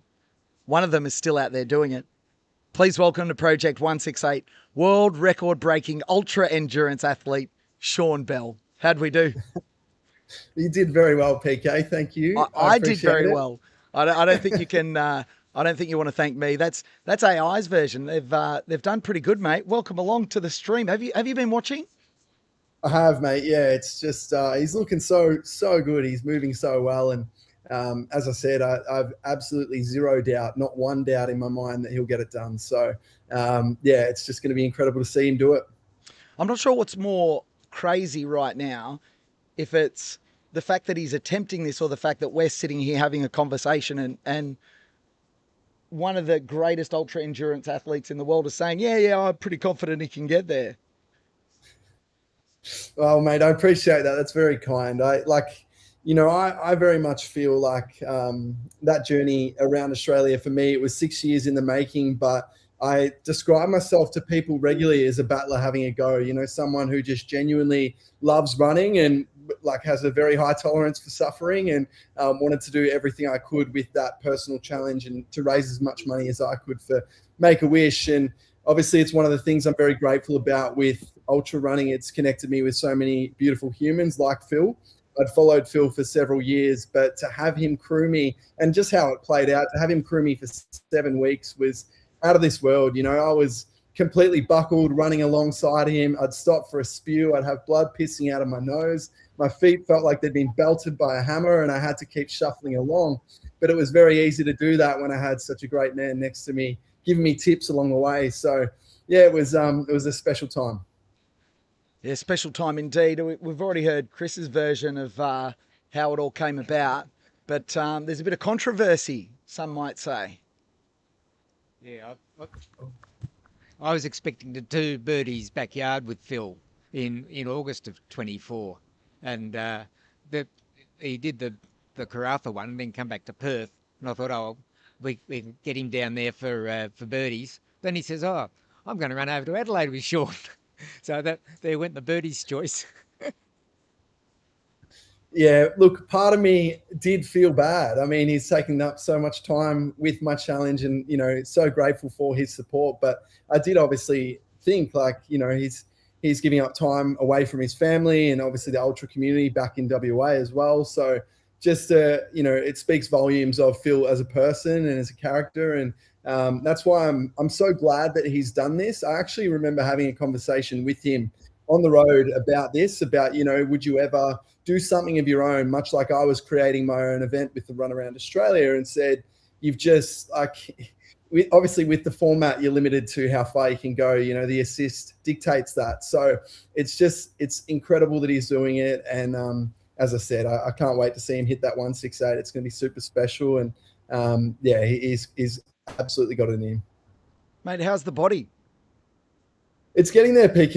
It's been 2 years now, which it was 2 years just the other day, and I'm in my comeback season, as I call it, which is nice because, yeah, some of the injuries I sustained in doing that were enormous. Like in my ball of foot, I had Freiberg's disease, which is basically bone death of the metatarsal head. So I smashed the bone within my foot. And then connected to the Freiberg's disease and bone death, I also had multiple plantar plate tears, which is the ligament that attaches to the metatarsal, and a Morton's neuroma, which is thickening around the nerve. So my whole forefoot, with being such a small part of the body, took so long to heal. It was a year before I could do any running again, and my first run back was 1 minute of running, 14 minutes of walking times 3. And I had to continue with that run-walk pattern every single run until eventually I could run more than I could walk. But now, I'm back to an all right level. Like I'm definitely nowhere near where I was yet, but I'm able to get about 60 Ks in my legs at the moment. And I'm actually going to Kenya through November and December, which I'm pumped for to get a real training camp in to launch into 2027. I gave the mic to Chris thinking he's got a question for you, but he's brushed me completely. No questions, Your Honour. No. When you were running across, we saw that every night you'd stop and you put a mark on the road as to where you stop for where you start the next morning. We went across the Nullarbor in November, and all the way across, I was looking for these lines painted on the road, but I didn't see any. They've washed away. Yeah, I have a friend who came out and ran with me in WA, Rochelle. She sent one about, I want to say 16 months later, and somehow that was still there.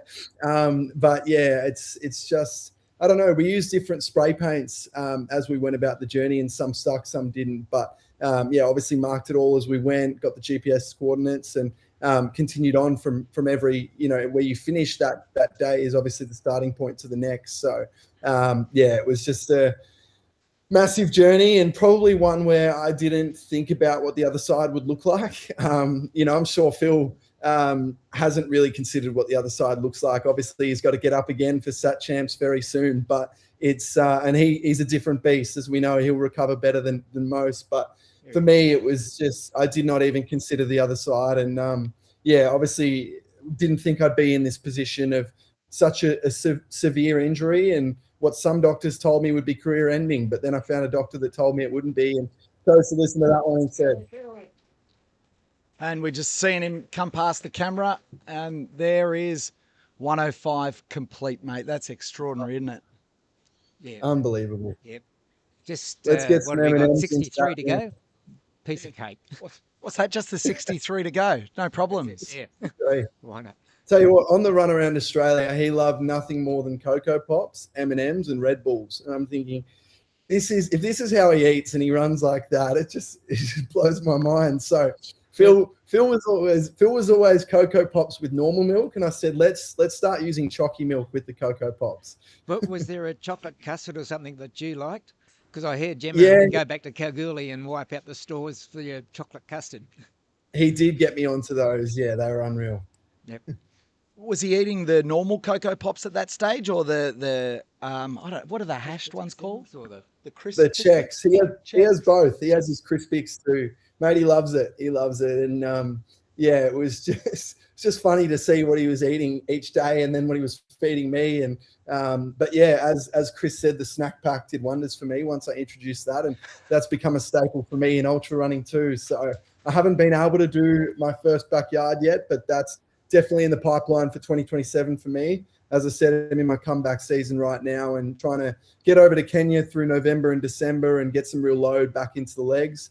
And a big part of that, the reason I'm going over there as well, obviously you get the extra benefit of running at altitude, but more than that, they do a lot of running on dirt. So that protects my foot while I can lift the mileage again. And then, yeah, let's have a backyard next year. G'day, Mel. Do you know that bloke? I do love He's Mally. coming back. He's brushed you. He's coming back, he says. Oh, cool. No worries. Yeah, he's helping Phil right now. But yeah, for anyone following along who hasn't yet heard from Mally, have you, unless I missed that, did you have Mally on the commentary? Yeah, Mally's jumped in.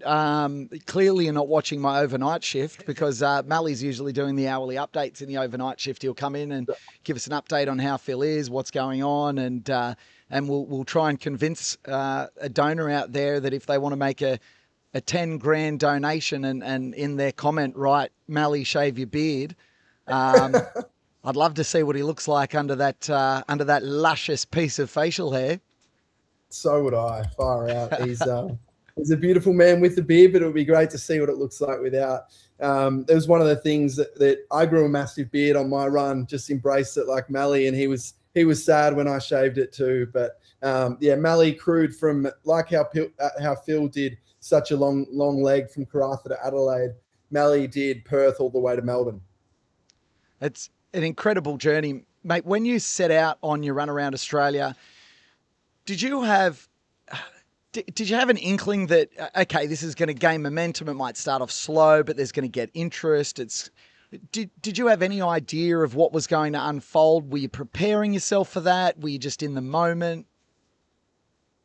I'm very much just in the moment, PK. Like, obviously, the demand on the body was so much that I was just trying to do my best in making sure I can get it done every day. I set myself a minimum target, no matter what, of 80 Ks a day. I was able to average 84, but it took me 125 days to break effectively and not hit 80. I had a 70 K day. I was very emotional that day to not hit it. Obviously, it was just one smaller goal within the much bigger goal to break the record and raise as much money as I could.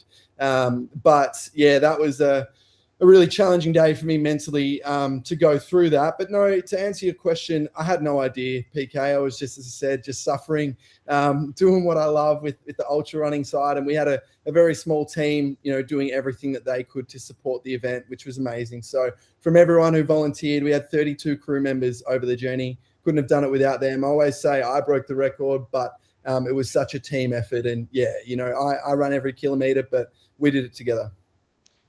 You talked about that 70K day. Was that your lowest point on the journey? And if not, what was your lowest point on the journey?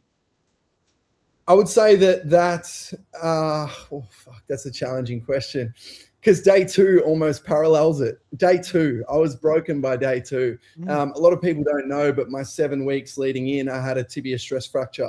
So to try and get up and do that was incredibly tough. But I had dates were locked in. I had crew who'd committed their annual leave dates. I had sponsors who'd committed financially to be a part of the journey, and they were locked in. And one of those was Apollo, which is our major sponsor, obviously being a vehicle company that was going to support us with the motorhome through the entire run. So, they were firm on the dates and I had to find a way. So day 2, I was shithoused, to be honest, PK. It was 39 degrees day 1. It was 39 degrees again day 2. And I had some serious demons that day, but again, as I said, I was able to grind out 80, but by day 125, it really did start to fall apart.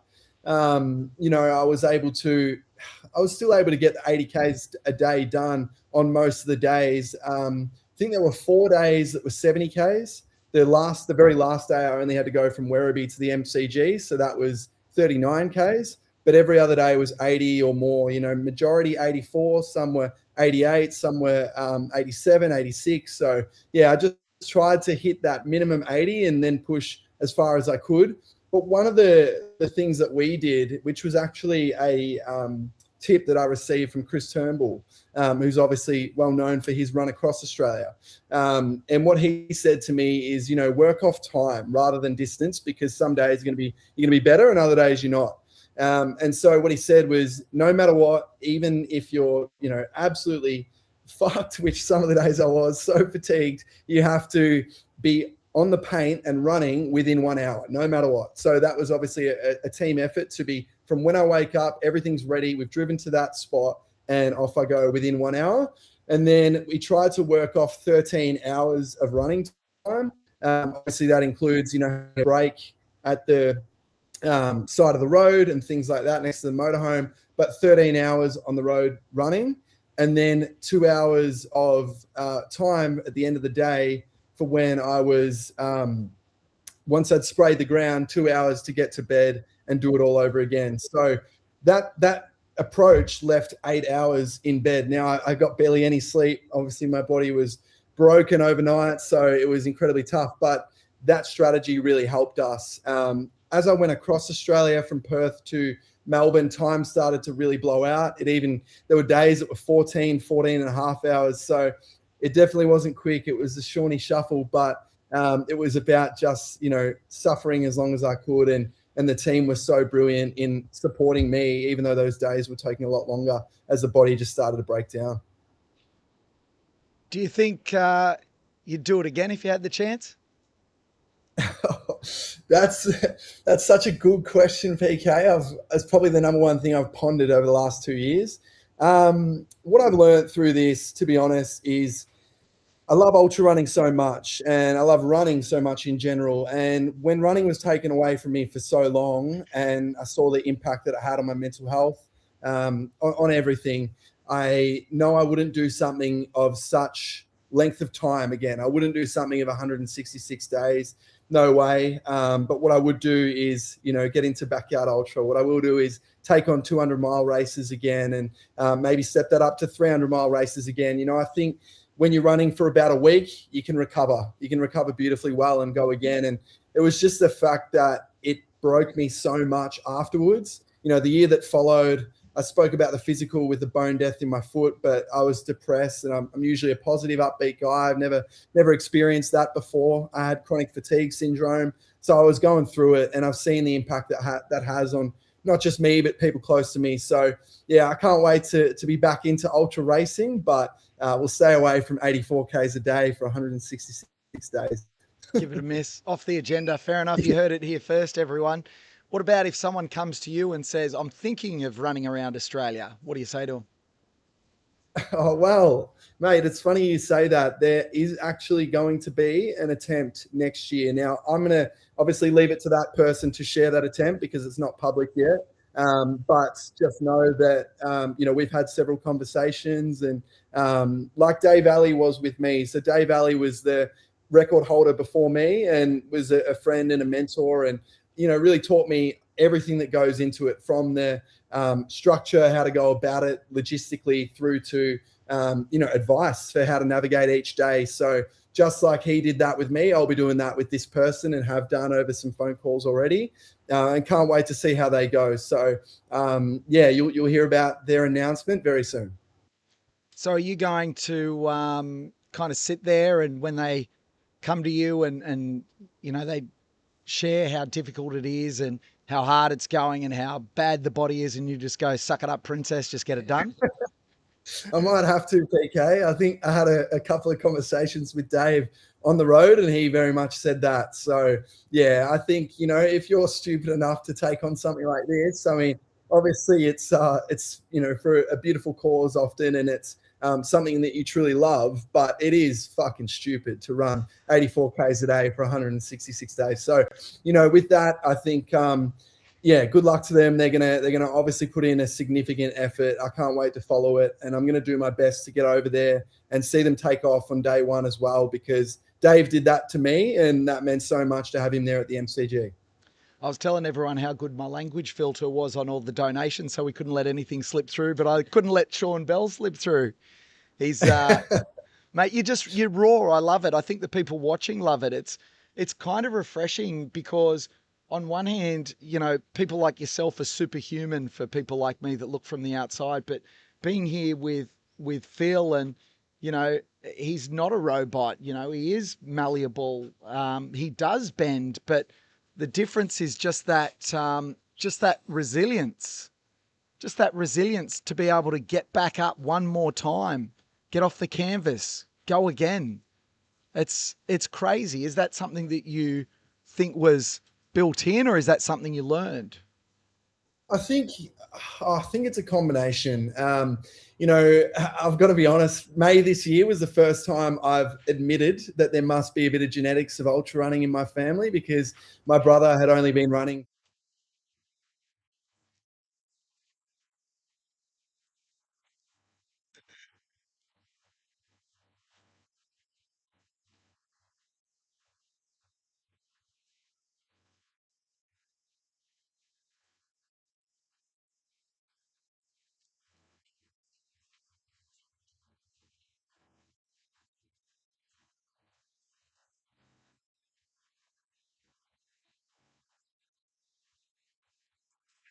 Oh, I think, hang on a sec, mate. I think we've just lost your audio there as Phil makes his way out. So I'm just going to, I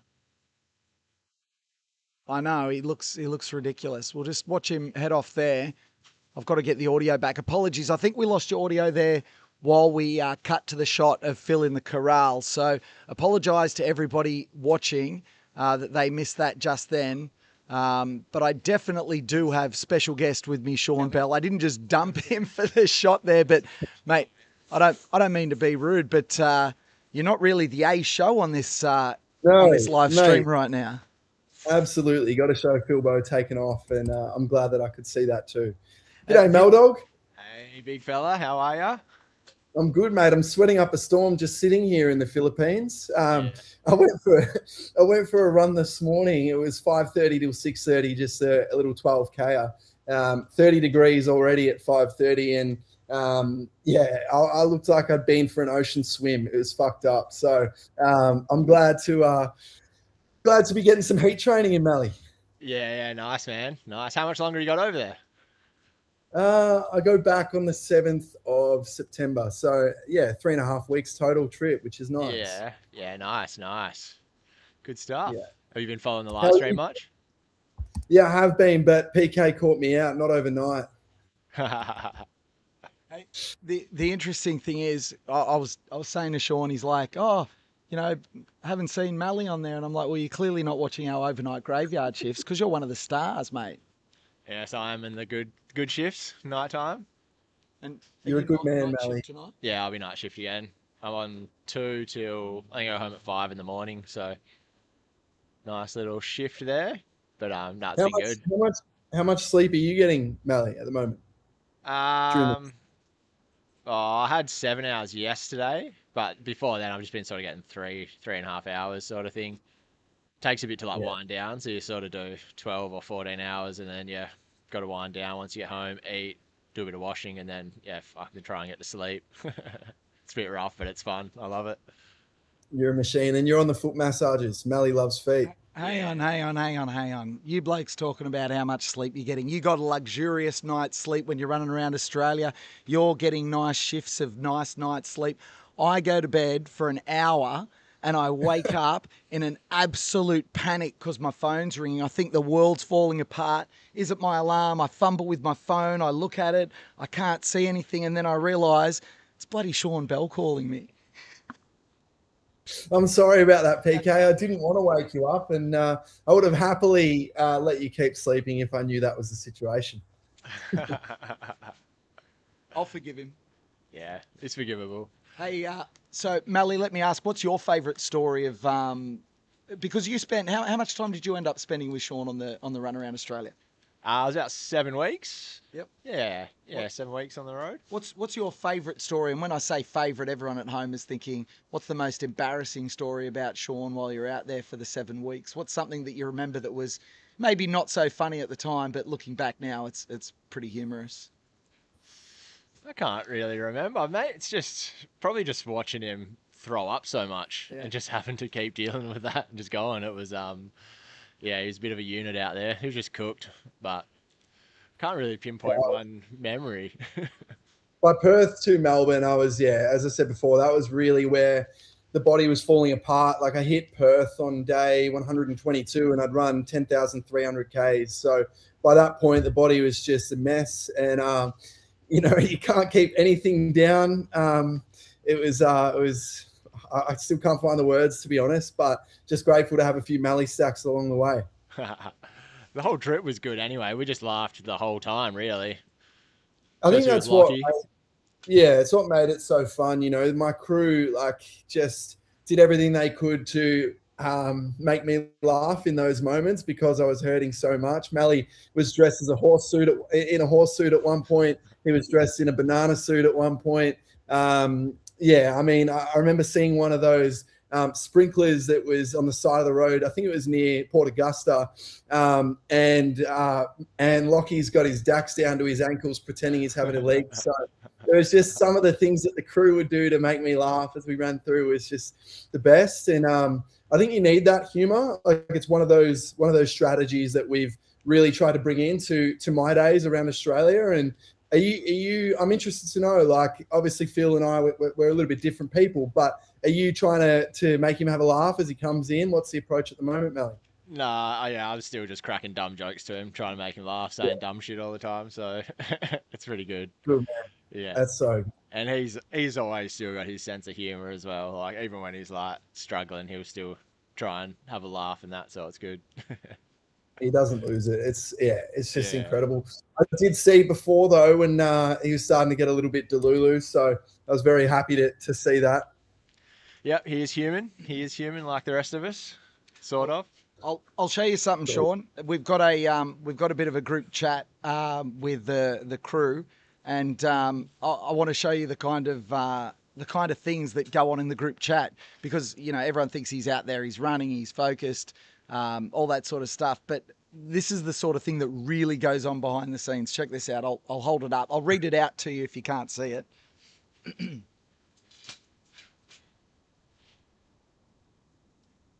I can't see it, PK. Sorry, it's a bit blurry. See it, PK. I can run there and walk back. Wait.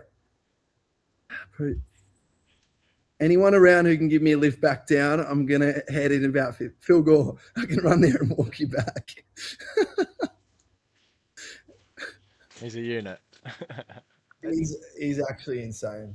That's crazy, isn't it? He's that far in, and yet he's still that with it to be able to send little jokes like that. It blows my mind. I remember when he did the Sat Champs, when he did the 96, and that was obviously like October, November time of 2024. So not long after my run. And Phil's called me on lap 88, yard 88, just being like, "Hey mate, how you going? Just checking in. How you recovering?" And I was just pissing myself. I'm like, "Mate, what?" But he was just clear as day, just unbelievable. Yeah. He's like stays pretty coherent the whole time. Hey, it's nuts. Like, even if we forget maybe to give him like a salt tablet or his no-dose or something like that or something, he'll come back in and he'll just be like, "Was I supposed to have salt on that lap?" And you're like, "Oh shit, yeah, I was." Or like, if we gave him water instead of trail brew, he'll just know and he'll just tell you and be like, "Oh shit, all right." Like, and he's like 100 laps in. So like, what are you doing? Unbelievable. He's so dialed in, just a true specimen. Yeah. I got to head off and get some stuff sorted. But nice to see you, Melly. I've got a little maths question for you, Sean. Oh no, I'm not good at maths. Let's go. Hit me. If I have 2 skins and you have 2 skins, how many skins do we have altogether? Oh, we have 4 skins. Yep, that's correct. You got it. Oh, yes. All right, see you, mate. It's good to talk to you. See you, mate. Great to see you.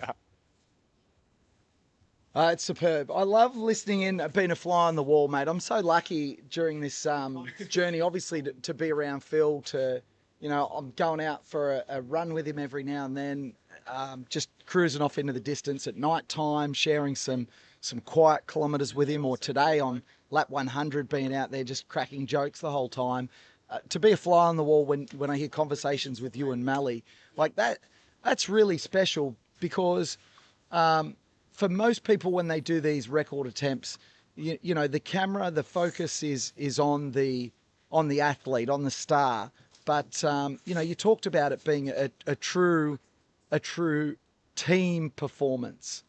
How many did you actually have in your team that helped you in your journey? There was 32 team members over the journey, PK. So just amazing. Like, I had people who would do Melbourne to Merimbula, if that was they could do a week, say. Some did Melbourne to Sydney, others Sydney to Brisbane all the way to Townsville. It just continued like that. People gave what they could. Obviously, you have your very special people like Phil, who gave 7 weeks, Mally the same, Lockie Cameron, very similar.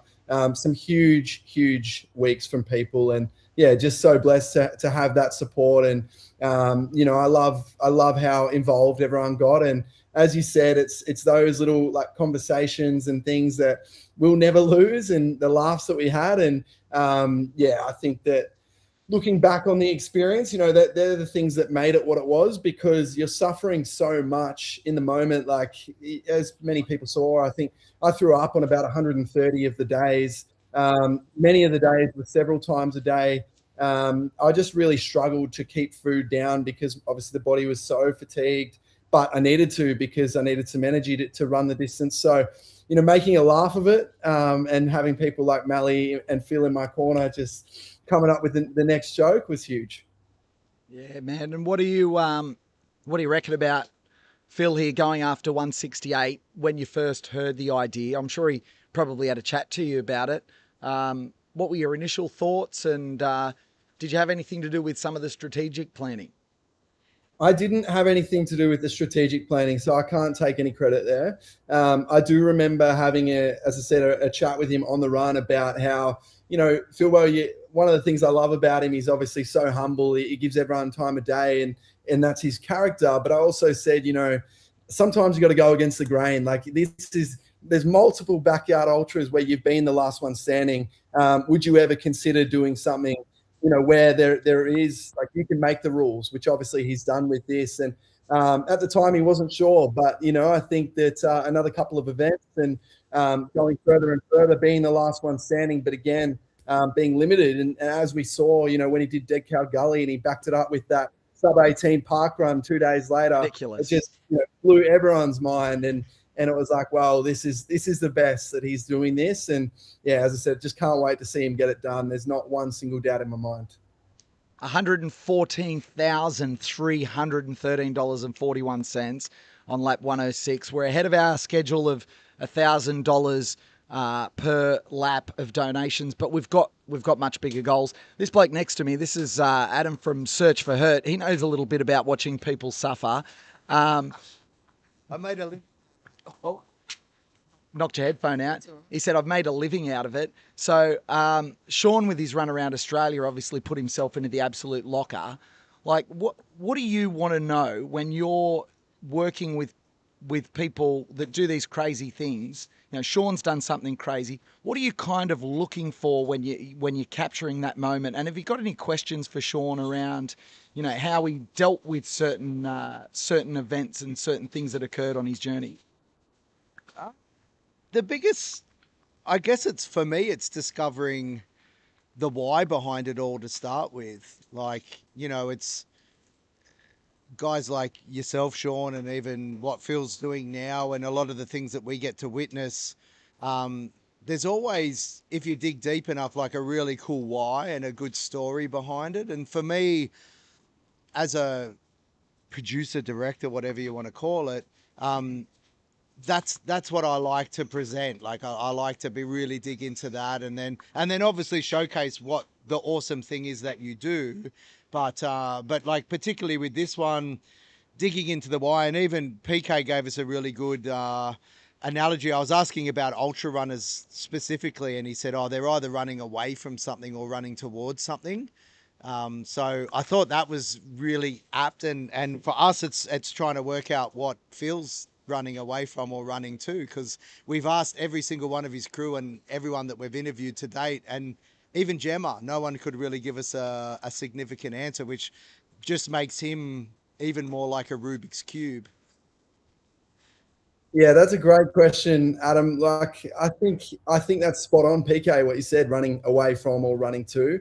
I'm always fascinated, what has someone maybe experienced or gone through that's led them on a path of such ultra endurance and suffering, because it is, it's suffering at a level that's incomprehensible to most people. But I think it's 2 parts. Like, I don't think you set out to suffer to that level. You just fall in love with the sport, as we've seen with Phil, and the levels just elevate, and you just want to do the next thing, go bigger and see your limits. So obviously without knowing fully, and maybe that's something that Phil keeps close to his chest, I would say he's just running towards greatness. He's running towards being the best he can be. He's running towards inspiring the world, and he's doing a bloody good job at it. And that's so special.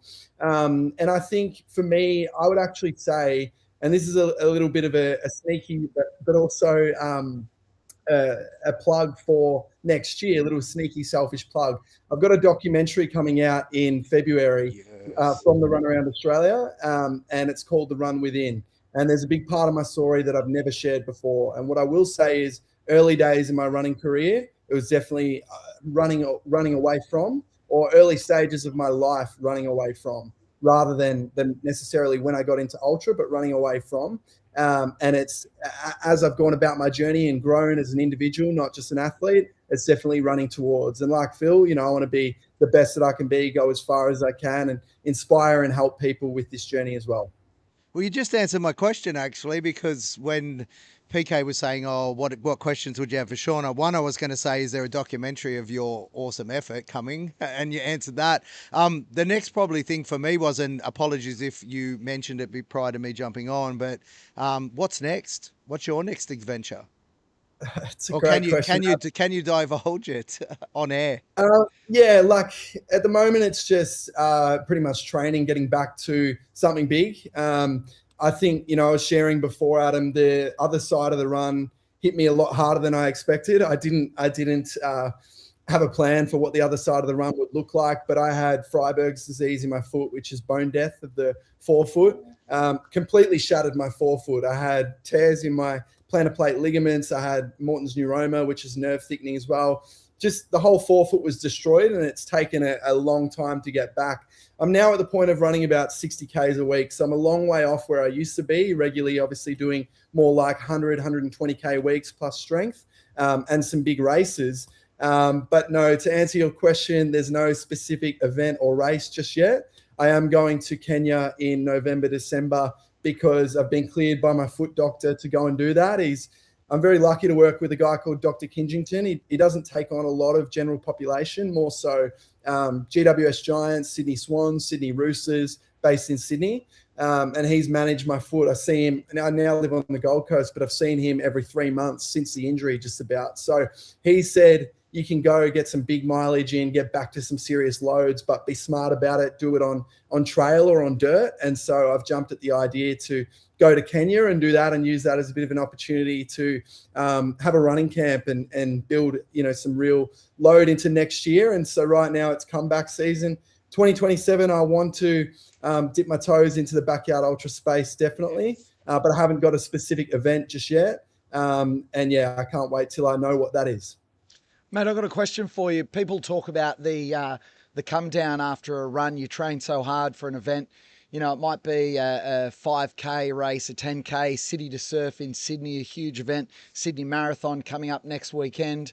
You come off the backside of that, you know, it's a lifelong goal, you achieve it, and then all of a sudden you go back to, you know, whinging kids and a marriage you don't like and a job you hate and a boss that gets under your skin, and reality kind of comes down on you like a ton of bricks. Or maybe you got a great life and you go back to that, but there's something that's missing. You were broken. Did it almost feel like it was a way out for a period of time, or did you have that come down? And then what's that mentality like for you about, oh, I've just done that. Like, I don't really know what's going to fulfill that, scratch that itch, fulfill that space anymore. Yeah, it's a question I've got a lot. You know, I finished that run just days before I turned 27. So to do that at 26 years old, it's like that was my Mount Everest, because that was the big goal that I targeted for 6 years and reverse engineered. And so, yeah, I've really tried to spend a bit of time over the last 2 years unpacking what could be next and what's going to lead me to ultimately fulfillment, because, you know, as we've seen with other people around the world, like, what's success if you're not fulfilled along the way? And that's something that I care a lot about. I want to make sure that I'm loving the journey, and especially when it does put a strain in other areas of your life. You know, there's people who saw me go through a hell of a lot, not just during the run, but after the run as well. And, you know, I know my mum even was truly terrified of the journey of the run around Australia. She never told me because she's my biggest supporter.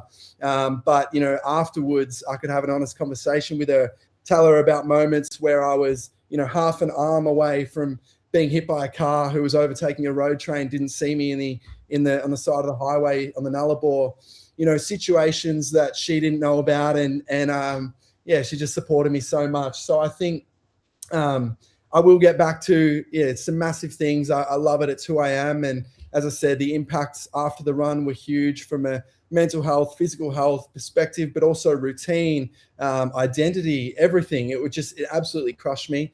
And I don't want to lose that anymore. You know, I love running more than anything. And as I said, in the Run Within, my documentary, you'll learn a bit more about why running's been such an integral part of my story, and why I turn to it all the time for my emotions. And I think I've gotten better at finding other ways to, you know, navigate certain challenges and things like that. But it will still always be the number one thing for me. And, you know, if you're going to be obsessed or addicted to something, at least running is not the worst thing you could be obsessed or addicted to.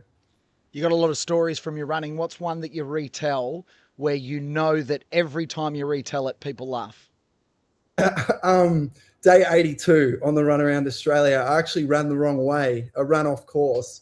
And what I mean by that is there's parts of the run where, it was slightly different to Dave Alley from before me because he was 10 years earlier and roads change, road laws change. Like we're considering a lap of the entire country. And that will likely be the same with the person who has a crack at the run around Australia next year.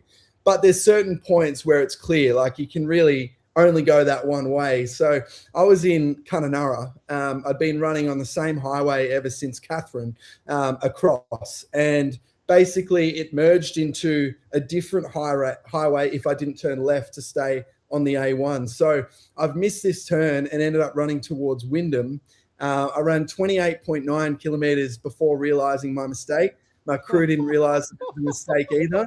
Had to turn around and run 28.9k back. So by the end of the day, we had 27k that counted towards the record, but 84.8 to my body. No. Hey, by the way, for everyone watching, that wall hanging behind you is making you look like some sort of religious icon right now. Mexican, some kind of Mexican saint.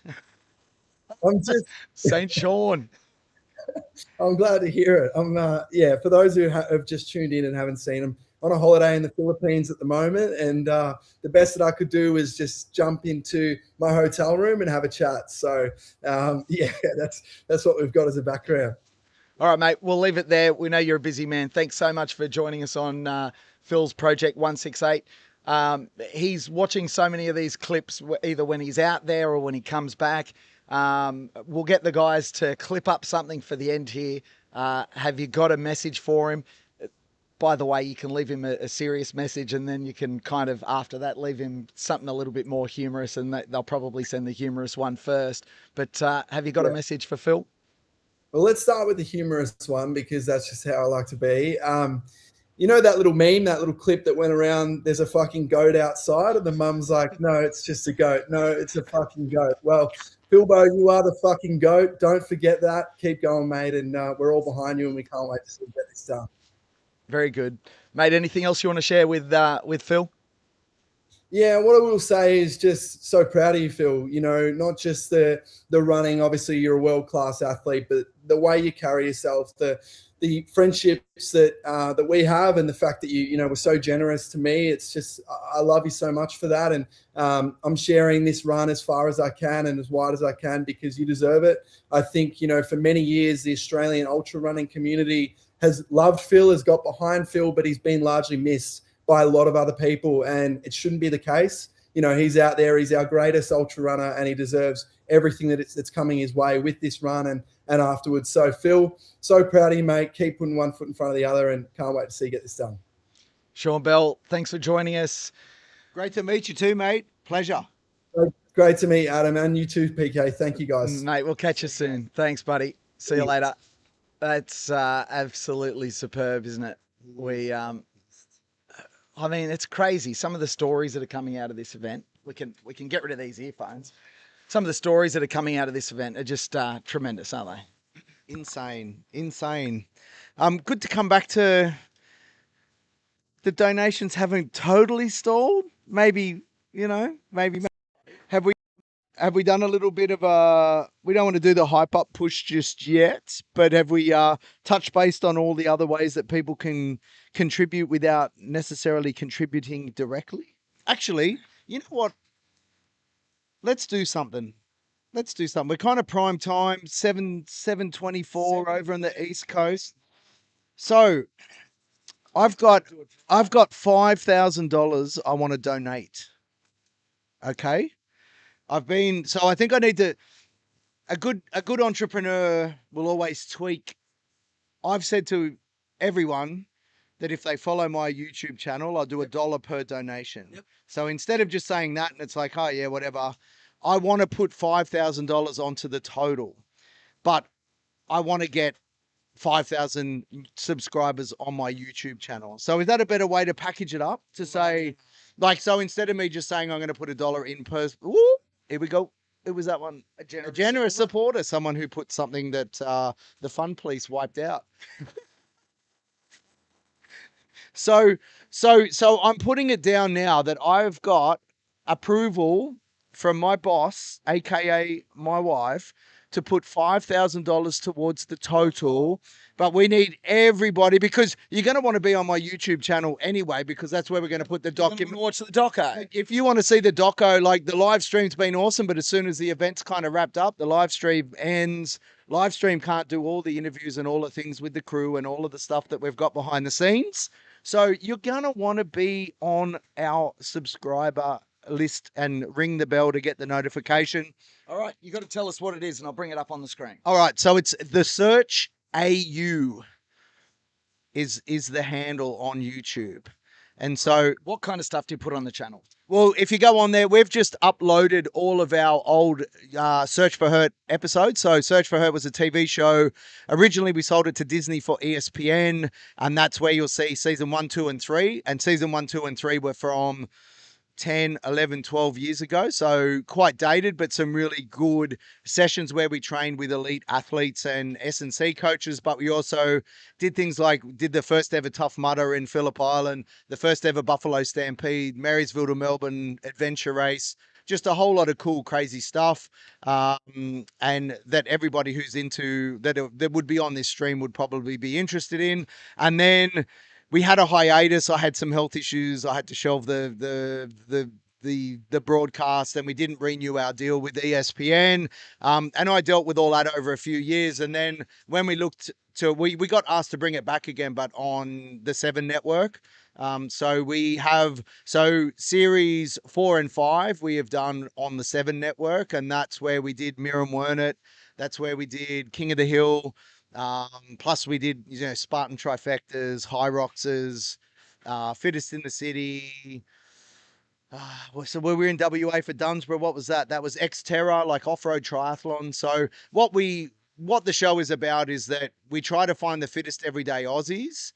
We kind of create like a semi-professional sport team out of them, and we enter them into every event that a hybrid athlete would excel in. So it's ultra runs, it's point-to-point runs, it's backyard ultras, it's triathlons, it's whatever we can get them in, high roxes, and that's the series. So that's what we've loaded up on it. We're now transitioning away from commercial television because the way that they want us to package our show doesn't really lead to doing awesome storytelling. And this is probably the perfect case in point. Like how would we put Phil Gore's Project 168 and fit it into a series of 30-minute TV show? Like, it just doesn't work. So we're actually moving across to doing bigger and better things, more longer form storytelling. So if this needs to be 60 minutes, 90 minutes, 88 minutes, it doesn't matter. We can put it on YouTube and it'll be what it'll be,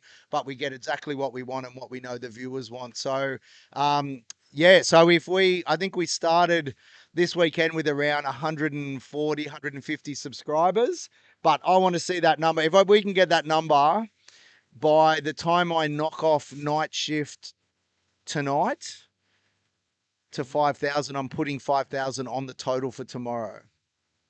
5,000 buckaroonies. Yeah. So that'll help. Yeah. So, and like we said, you're going to want to see the doco when it drops anyway. So get on it. Guess what? Pato's already subscribed. I hope he has. Like I've subscribed to his and yours. Excellent. I hope I'm subscribed as well. So 277 subscribers. Let's get that up right now. So that's the Search AU. This is where you're going to see the documentary coming out of this event. The Search AU. Let's do a drive right now to get subscribers. 5,000 subscribers. Adam's going to donate $5,000. Now, there's people watching right now. Maybe you've already donated. Yeah. And you hear us do these drives and you're thinking, oh, I'm already tapped out. I've made my donation. Wonderful. We thank you so much. But there's more that you can do for this event. You can click like on the event. You can subscribe to this channel, Backyard Ultra Podcast, and you can go to the Search AU. And if you click the subscribe button on the Search AU, you are effectively donating another $1. Get your mum's account, get your grandma's account, get your sister's account, get your cat's account. Subscribe, Gabby Villa, are you getting your Cats account to subscribe? To subscribe, yes, I'm doing it now. Tech challenge, Gabby Villa here. Subscribe right now. It is literally the same as putting $1 into this cause by you, Nathan. $25 donation. Thank you very much. I think we're going to have to do a ramp up session soon. We're going to have to do a hype up. It's 7:30. I think so. We're just over 700K. So we probably missed a trick there. There we go. Gabby Villa's subscribed. Subscribe. These episodes, fantastic. I remember watching Search for Hurt years ago. Oh, mate, it was years ago, right? Like, it's fantastic TV. It's must-watch TV. And it's a great call that you said. If you're already here watching this, it's not a case of, come and subscribe to the knittingchannel.org. It's, you're going to love this stuff. You're going to eat it up. And even if you subscribe to your grandmother's going to get addicted, and she's going to come back and go, oh, my goodness, did you see what happened at the King of the Hill last year? It's, yeah, I think I've hyped it up enough for the people. And enough about me. I'm getting bored with myself. But there has been other businesses like Sentu. You see the nice little floral decoration they brought in for Gemma today. They donated $1,500. They're absolute legends. But they are doing a additional $20 for every person who jumps on sentu.com.au and sends a gift to someone. If you haven't sent your mum something for ages, here's your chance. If you want to send your missus something or your husband something, this is a perfect way to do it. I think they have gift baskets. They've got flowers. They might even have a little bit of wine. But if you put in the code or even mention in the comments or the notes of the order that it's for Project 168, they're going to contribute another $20 for every order they get in. So there's another good opportunity to get a benefit without just donating straight cash to the cause. On getting a benefit without donating straight cash to the cause, there's also our Dometic chuggers, the water flasks. They are engraved with the logo, the 168 logo. You can pay an extra, they're $68, but you can pay an extra $10 and get your name on it. PK's got a name on his, which is just down there. And also to OC Clothing Co. are doing a 168T. And they're both keepsakes. Like, they won't be released again. This is the only Project 168 that we're going to do. So you can buy the shirt or buy the flask or buy both, and all the profits for those things go back into the tally. With Telethon, Telethon's not till October. I think it's like 18th, 19th, 20th. I think it's over that weekend. So this fundraising will continue past that. So when Phil hits that mark and he's getting a lot of PR and press, we're still going to be driving for donations. So Phil's goal is by the end of this to get to 168, but ultimately we are trying to get as much as we can for Telethon as possible. So I envisage that number is going to end up being in the multiple hundreds of thousands of dollars by the time this story gets out, this incredible story. You see, for those that don't know, Joe Rogan talked about Phil and this project on his podcast on Saturday. It's the number one podcast in the world as far as I am aware. Correct me if I'm wrong in the comments, but yeah, special thing that Phil's doing in Armidale in WA. It's getting recognised all around the world. So there will be flow-on donations that will happen after this event. But Phil's goal at the time that he crosses this finish line at 9 a.m. on Sunday is that we will be like at 168,000 or beyond. And thank you to the 75 odd subscribers that we've just picked up there. That's another $75 into the kick. The Search AU, effectively, if you go and subscribe to that channel, you are donating another $1 towards this cause, up to $5,000. This is Adam's channel. He's going to do that. Go and subscribe to Backyard Ultra Live as well for more Backyard Ultra events. That's my channel. That's my channel. You don't get $1 for that. You just get his witty banter on well, but the good thing is that if we can get PK's YouTube channel up to a great number of subscribers, when he's got the opportunity to do live stream at someone's event where everybody wants to see it, but it might not be as big a event as this, or it might not be a satellite champs, but it might just be a backyard that's in Noosa. And it might be the first time it's ever done, but they want to get the media out. They want to do it. If PK and same with Pato, if their YouTube channels have got a great number of subscribers, it helps them when they're looking for corporate support, because they can say, hey, I've got the opportunity to go up to Noosa and set up the trestle table. You know, I need 10 grand to get it done. How about you sponsor me? I'll wear your cap and your shirt through the whole stream. And if they look at it and go, oh, well, he's got a good number of subscribers, and oh, look at the numbers that they got on the project 168, then that just makes it easier to wrap commercialism in and have PK travel around and be able to afford to go to all of these different events. I look across and all of a sudden Chris is still here. I thought you drove him to the airport. Oh, so Chris, we drove Chris I've been to the airport twice today. We drove Chris to the airport, and the plan was to drop Chris off for a 4 o'clock flight, I think, and pick Milo up, who's our new camera guy, who was my original Search for Hurt camera guy. So everything that you see from episode 1 probably to episode 30 or 40, Steve was, and actually it was Steve's sizzle reel that he did for me that got me the ESPN deal. So yeah, so he's the OG. Is the sizzle reel still? I think the sizzle reel's on the YouTube channel, and it is, man, we should play it. It is insane. It is insane. If we can find it. Yeah. So yeah, it'll either be on that or it'll be on my personal one, but it's, we played that on Twitter. So we played it on Twitter, and I had a DM from a guy in Connecticut that said, I've been following you. What are you doing with all this stuff that you've been doing? And I said, to be honest, we don't know.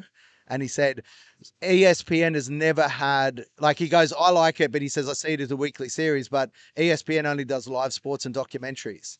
And then anyway, he said, can you give me 24 hours and I'll come back with you? And then I got on a call with him, an old Skype call, dial up. And then next thing you know, we're the first weekly series on ESPN ever. And this thing was just an idea that happened on my dining room table on the Sunny Coast. And we had no idea what we were doing. We just thought, let's put them in a Winnebago, travel them around Oz and see where we end up. And we ended up on ESPN, Mom. I know, it's crazy. Yes, hanging out with PK, the one and only. We were going to do something cool with Gabby too. Did you announce anything? Did we do anything with your... I reckon I would love to build that in around the 119, 120 loop. Do you think, like, that's probably the next real big hype up? Okay.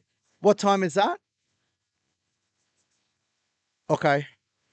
Can we... no, I'd love to do it when you're here. Let's do it when you're here. When are you leaving? Now? Let's do it now. Let's do it now. Let's stack it up. Like, we've got the subscription going on my channel, which is $1 per subscriber. We're hoping to get $5,000 in the kitty.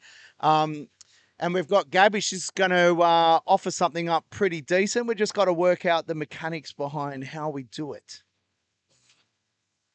All right, we've got a plan. Yep. But just before we do that, so we're going to organise. So are you already finished with Phil now? Oh, you are? Yeah. Oh, excellent. Okay, cool. Well, we'll move chairs in just a second. I'm a bit all over the shop here. Which video is it? Where do I find our little sizzle? I'll find it while you're... Do you want to talk to Gab? Oh, yeah. Like I said, it might not be on that because that's kind of a brand new thing, but I'll okay, well, let's move all these chairs across so that we can fit everyone in. Oh, I'm needed. I'm needed. All right. How about we come back to this bloody light? Does anyone know how to turn this off? This light, seriously, actually, we can't see me at the moment.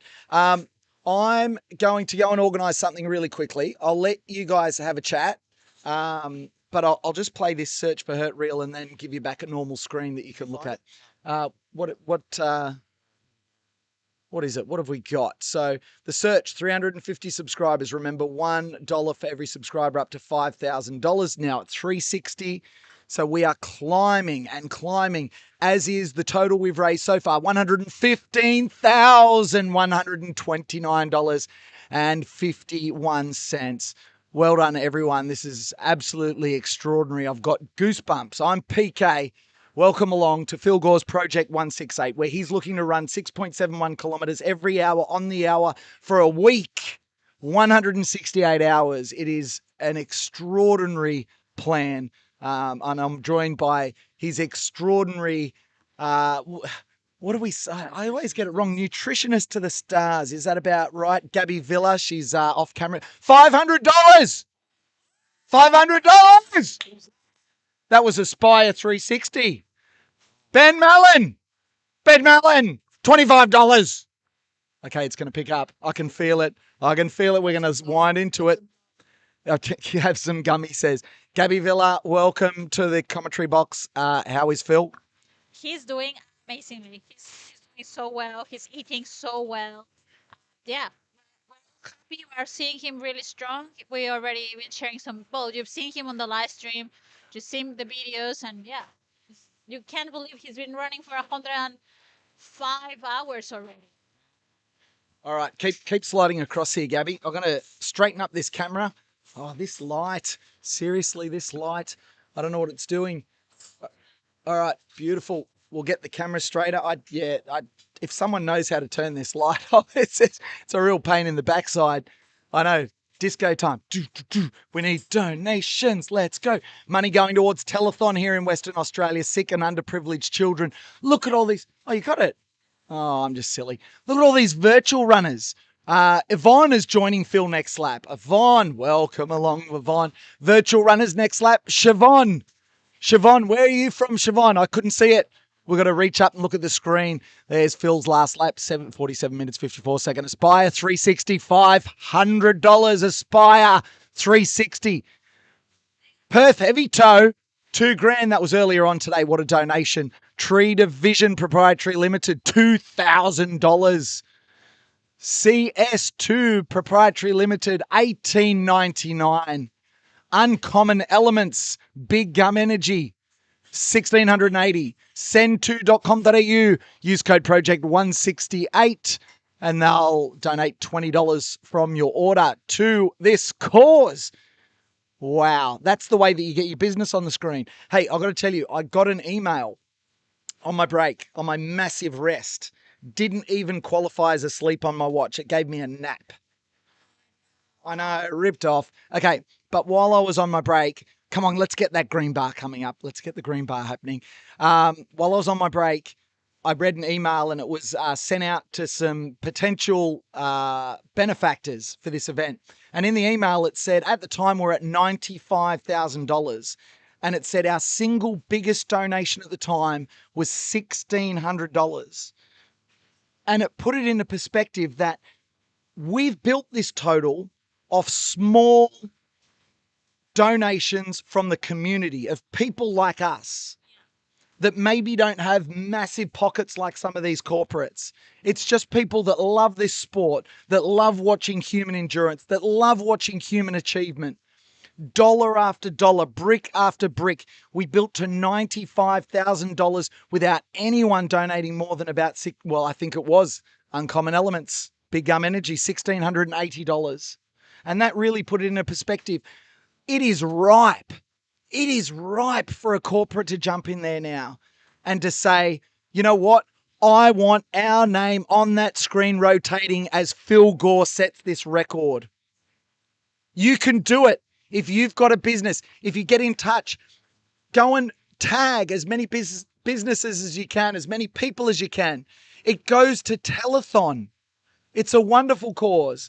You could wait until Telethon comes up. Let's say you're a business and you've got $5,000, $10,000, and you're like, well, that's part of our budget to donate because you get a tax deduction, wonderful stuff. And you think, I'll wait till Telethon and I'll get my name flash up on the screen like we do here with, it's wonderful. You get a $10 donation, you get your name on the screen. That's great. But you do that in Telethon, you get a $10,000 donation, it flashes up on the screen. If you put $10,000 in now as a donation to Telethon, we are going to go absolutely berserk and we are going to promote the life out of your business. We've got a community that's passionate. They will get behind you and support you.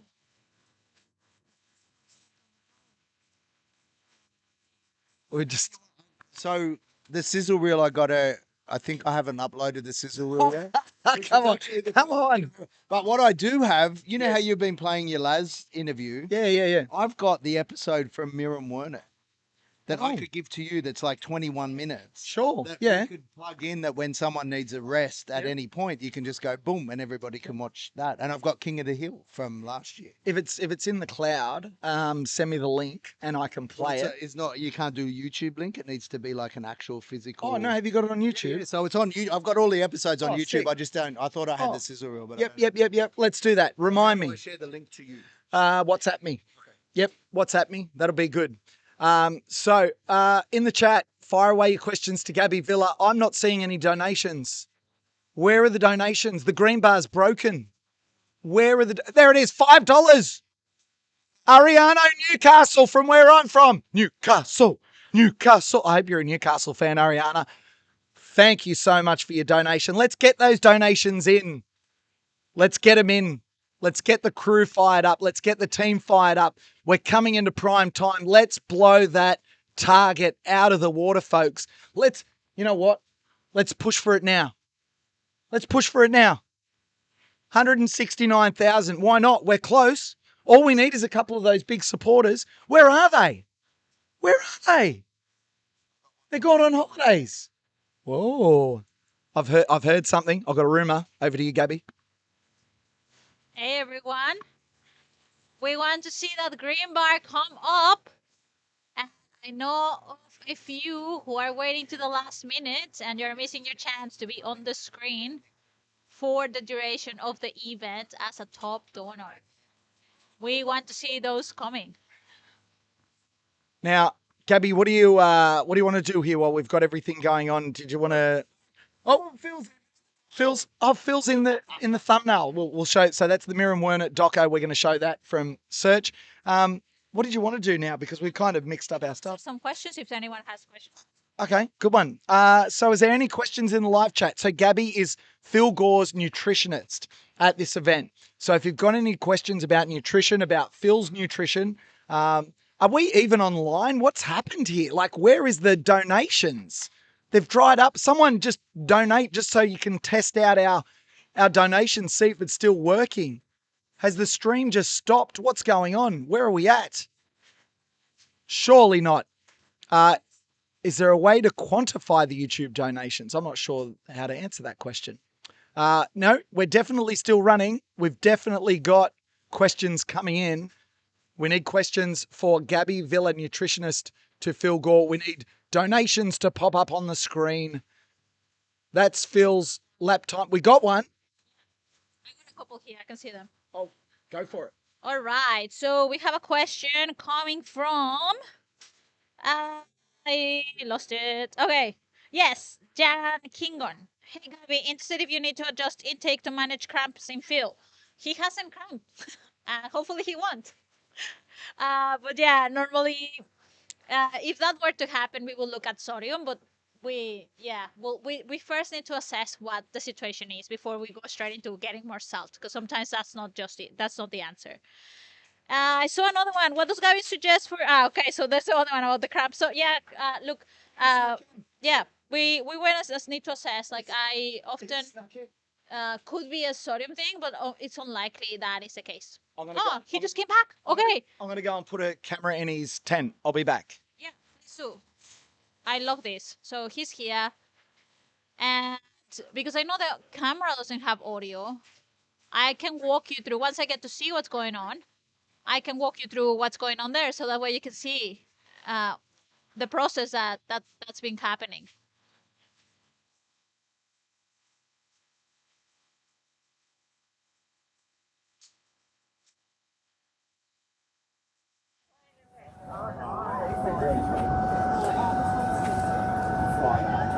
Hey Alex, so good to see you here.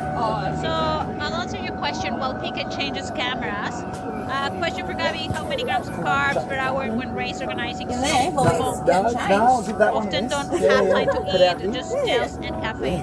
That is alright. You don't have any wide enough lens to get that in there. Grams of carbohydrate that will stop the bulk. Everyone has a different. Let's go. Let's say one key thing for bulking is carb loading. we Because want it's to make sure like to that kind of those fuel Yeah. reserves are full before we head on to the event. And then Did you manage to we get want to to the keep shops supplying though? that carbohydrate with carb loading Fine. is going Well, to make we a went big there. difference for Yeah. working and local. They didn't I know any of it. We went to two. I know. You may have to look at doing I'm waiting for Kiki overnight to come back with so I can walk you through what's going on in the to tent. here. Yep. Nearly overnight from Amazon. Yeah. Amazon has it all. But we contacted another one and they basically were like, So the nah, went channel out on to YouTube that the JB, everyone is went out to a encouraged to couple of subscribe. places So and if they you were like, subscribe oh, we don't there, have you're going to that donate anymore. $1 is the Search AU. The Search AU, that you can look for it at the Search AU and you're going to find it on YouTube. Send me that speed to get up. Yeah, well, I like for Yeah, he's asking how many grams of protein he consumes a day and in what source. So we have planned for an average get 5 grams per hour, but that because they come in bulk. So for example, he's getting meat pies, he's getting sandwiches, he's getting burritos. Those are the main sources of protein. So it means that that's why it's on average. So it doesn't mean that every hour he's getting 5 grams. It means that if we were to add up how much protein he gets in 24 hours and we divide it by 24, that usually averages 5 grams. Why can't we just put like a phone lock on it or something? Because alright, let me think of that then. Yeah, let me see if the Starlink and the GoPro. Okay, so no, you can't hear me. I didn't know that. I'm just talking back to work. Yeah, the chest now, or like they've got stabilization, so if they're on, there's already a hand by hand, but I'm not sure if it will work with Starlink.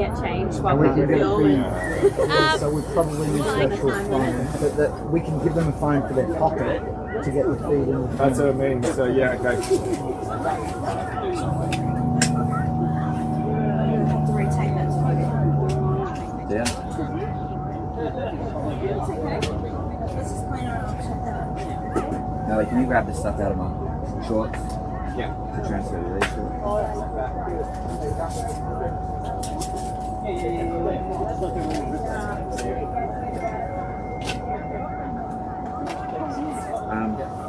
I'll just go with not the new packet takers. I wonder if that was why.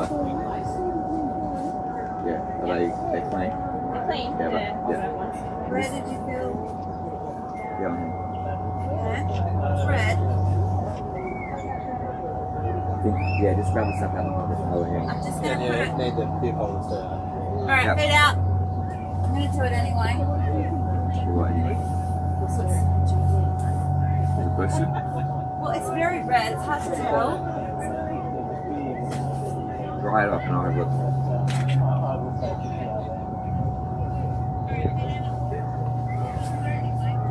Can't really see it with that. It's just a bit red. Alright. Yeah? Alright, cool. We're going to change out to a nitrate now.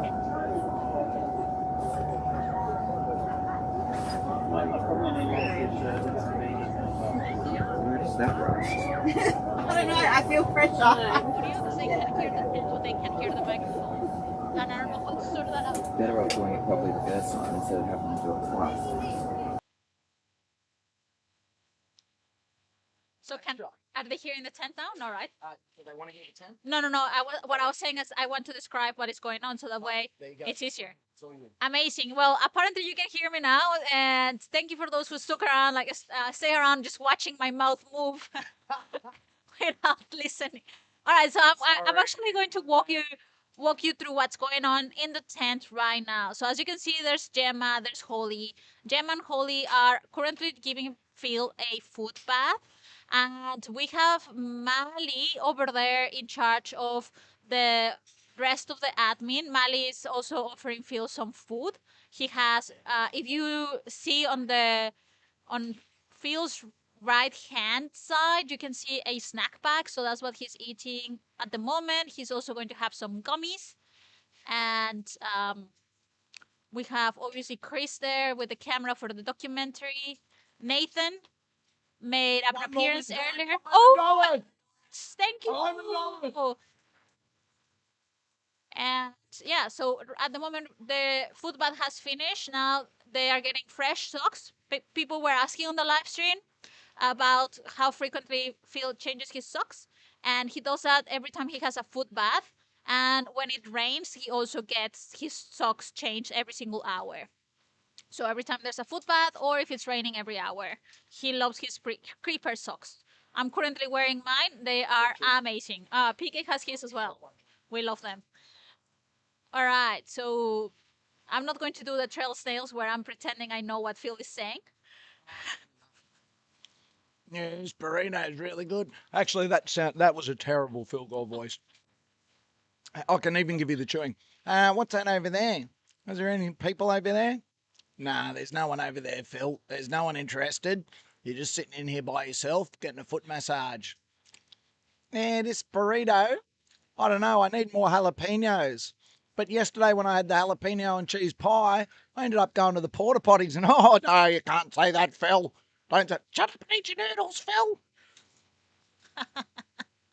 There you have it. Who wants audio in the tent when you can have someone translating exactly what's been going on? So good.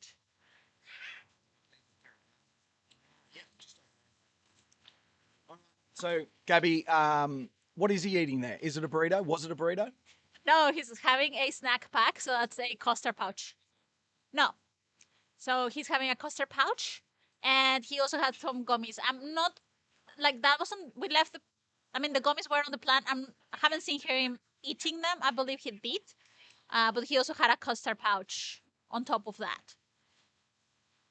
He's getting his shoes back on.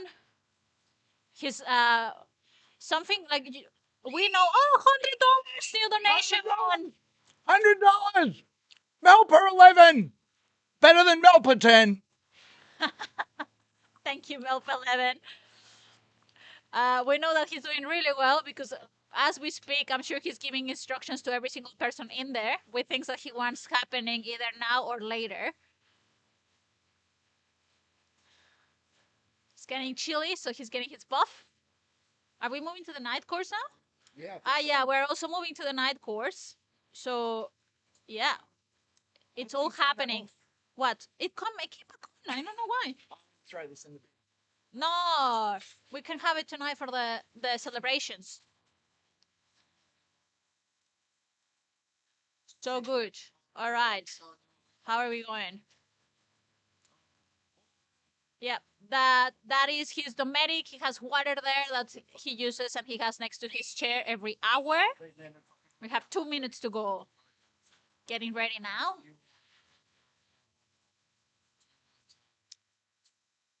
And I can also give you a run through of you can see 3 people in there right now, plus Chris with the camera. Gemma is in charge of the clipboard. Mali is in charge of the socials. That is a core role, but obviously we are helping with everything else if we can. And Holly is in charge of food.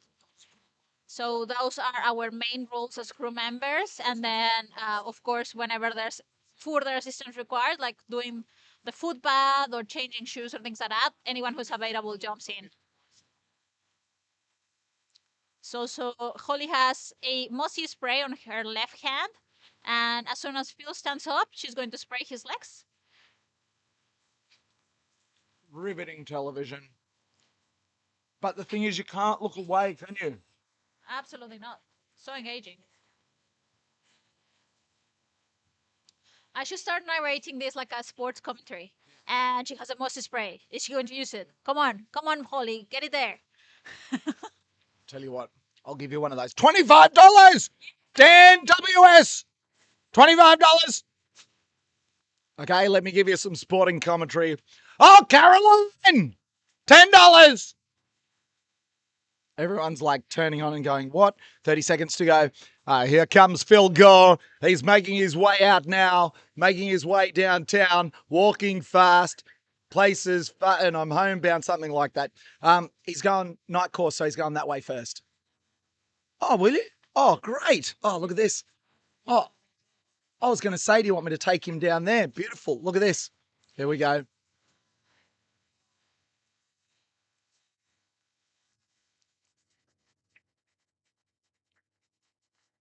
And off he goes. There is Phil Gore. Well, I tell you what, Gabby, I did say to everyone, once we get if we had a bit more available funds, we'd be able to get some more pictures.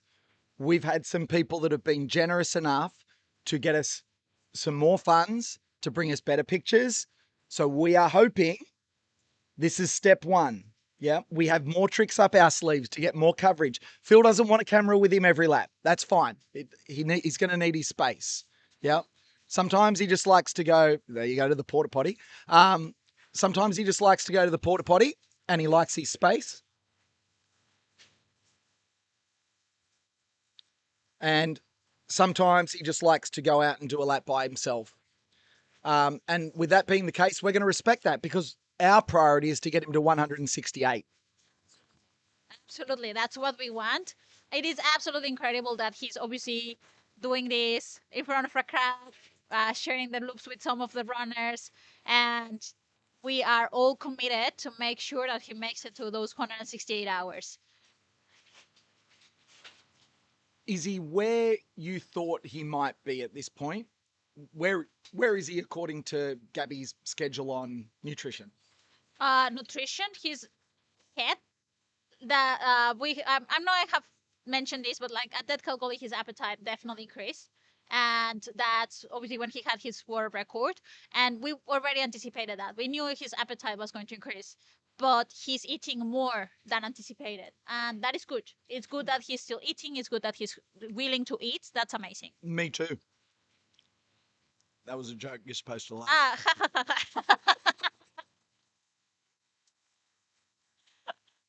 All right, here he comes. Oh, the machine. Look at those legs moving and ticking along. I don't think I look that good running a park run. No, it's absolutely ludicrous.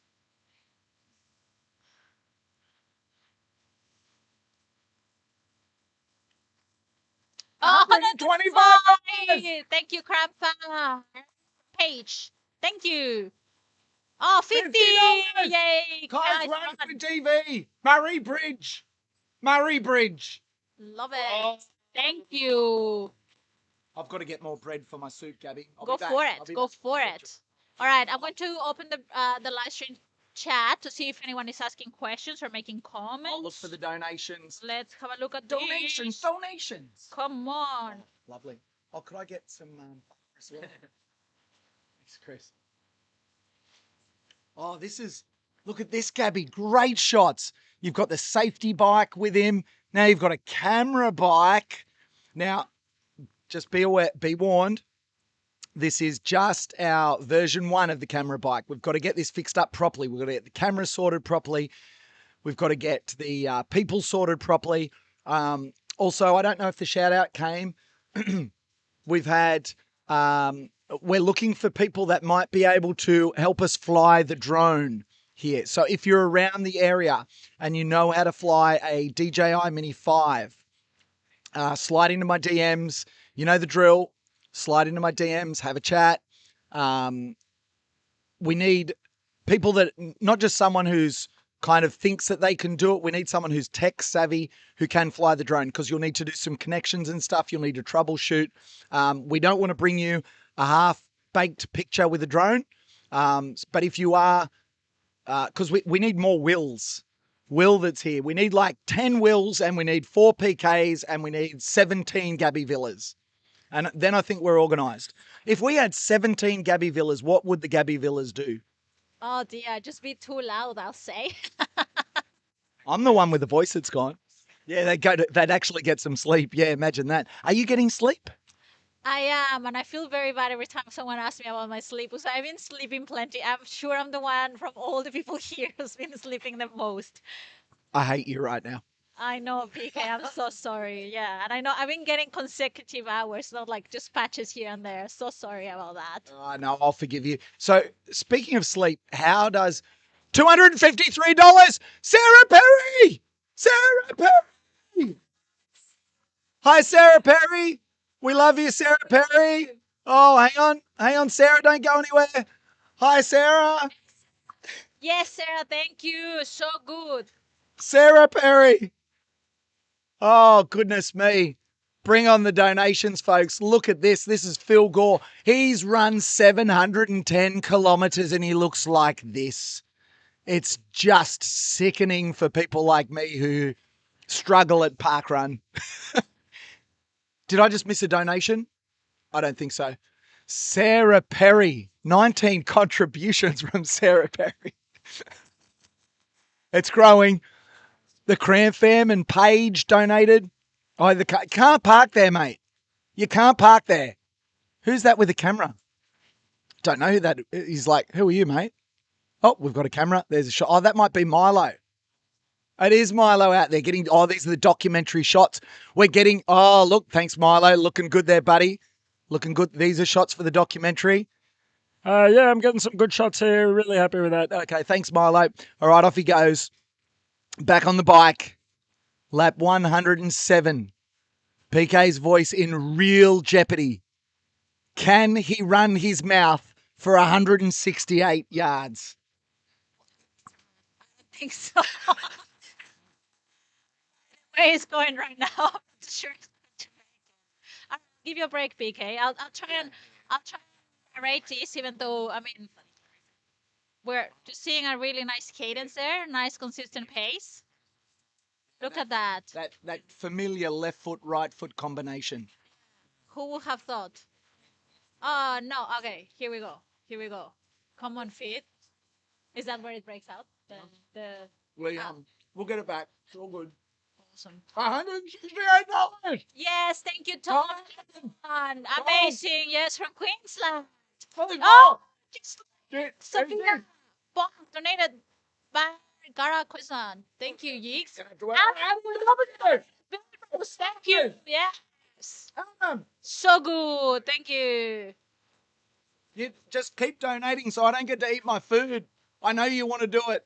Donate when I'm trying to sleep. Donate when I'm trying to eat. Make me yell out the donations.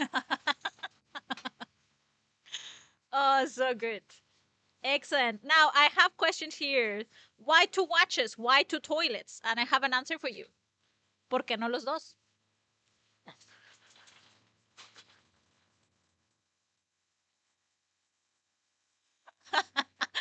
Actually, okay, I do have an answer for you. So, just leave it there? No, that may be the greatest Gabby Villa joke I have ever heard, because I love that saying and I use it all the time when people say, what do you think between this and this? But you're talking about Portaloos. Gabby Villa, you're a gem. If anyone in the comments understood what was said just there, you got to get back to us. That's so good. I'm going to ask you that question again next time. Gabby, why have we got two porta potties? And you'll say, ¿Por qué no los dos? But I would have given you bonus points if you went like this. Oh, no one can see me do that because they're watching Phil run. Trust me, it was a visual joke. It was excellent. Yeah. Excellent. Warn me if someone donates. Warn me if someone donates. All right, let's keep looking at it. Yes, 100. Thank you, cowgirl. Amazing, thank you. And third dude. Thank you. Senderhaus in Germany. Dennis, in Germany. Thank you, Dennis. So good. Yo. Oh, yeah? Hey, Carl. How are you, mate? What does he need to... So good. Ask me fairly frequently if I've got enough water, because I think there is no right now. So can you? All right. So we have people asking about Phil's sleep. So every night loop, he's getting at least 10 minutes, but usually he gets close to 15, if not even more sometimes. And the only times he takes a break from sleeping is so he can eat a bit more, and that's just a couple of times across the night. Are you From talking there, about he's me eating. again? No, I'm not. Sorry, PK. This is Phil. We'll see if some. Yeah, I think people can tell how much you've been sleeping, PK. Yeah. I don't think they need that answered. So, get in the comments and tell me, how many laps do you think PK's voice survives? When does he tap out? 8.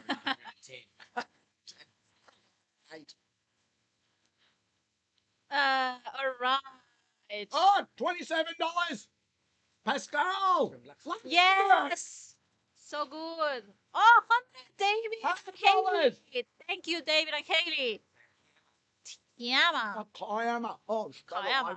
sorry, Yama. Gabby. I'm getting excited. So good. So good. Alright.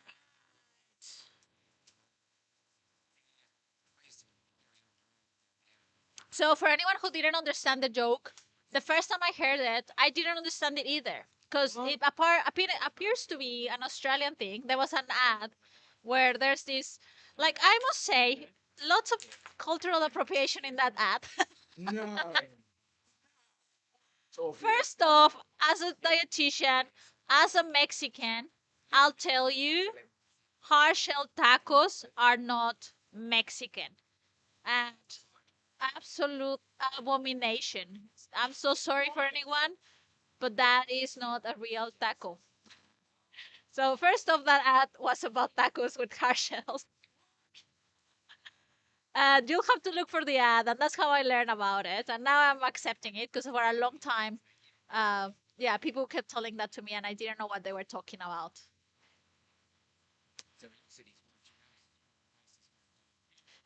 Vamos Mexico! Thank you.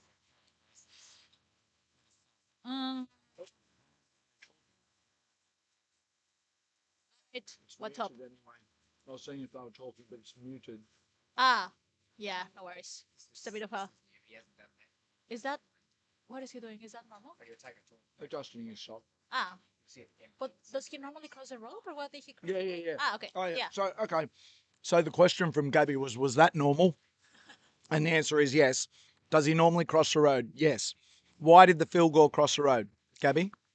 To get, I don't know. I'll let you get to that. I'm terrible with jokes. I don't know. $25, Anna! To get to the other side. Because he runs out a footpath on one side, so he crosses over. Here's the interview. Yeah, I've been running heaps. Yeah, I feel pretty good. PK does a terrible voiceover. If he's pulling that crap now, I'm going to punch him in the groin area. Yeah, he'll squeal. His voice is probably gone completely in shot, and he's probably doing a terrible voiceover of me. Yeah, it probably sucks, doesn't it?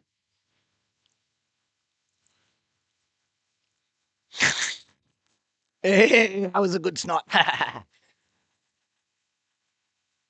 So, what are you doing here? Do you come here often? You're the one running, Phil. Yeah, this is what happens after you haven't had much sleep. So what happens? Let me go back to why Phil crossed the road. So, $18.92. Someone testing my filters. It says if you ever see $10. Ellis, Yarrabilla, Yarrabilba even. They're very close together. Very easy to get confused. So what happens on the night course is Phil goes out along the road. I'm going to have to stop yelling like that because I won't have much voice left. And on one side of the road, as you go around the dogleg down past the golf course, so you can see on the map in the bottom right-hand corner of your screen, you can see that the night course is basically out, turn right, down a dogleg, you follow all that road to the end, and then you turn around and come back. He's on that part of the road right now. The internet can get a little bit spotty down there because we aren't exactly in the middle of Metropolis. So we apologise for that. We'll cut away if the clip is going to die, and I'll cut back if the clip comes back. But you run down that straight stretch of road all the way to the end. $50. You got a screen, Gabby. Peter. Yes, Peter. Thank you. $50.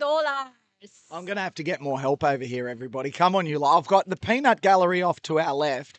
They're hiding out of camera frame. Chris is doing his standard, like just kind of wander into the side of shot. But everyone else, no, they're nowhere near the camera shot. But we need to make some noise every time we see a donation. So he's heading down that straight section, but at the top of the road, you have to cross over to the other side to get to the footpath. And then the golf course is about halfway down that road. And once you get past the golf course, there's nothing there. It's just basically a burnout ring for the locals to take their hotted up Monaros, and they're fully. We had a burnout there on Monday night. Oh, excellent. Beautiful. So if you're in the area and you want to go and light up the tyres, good luck to you. So that's down the road. Oh, quick, everyone.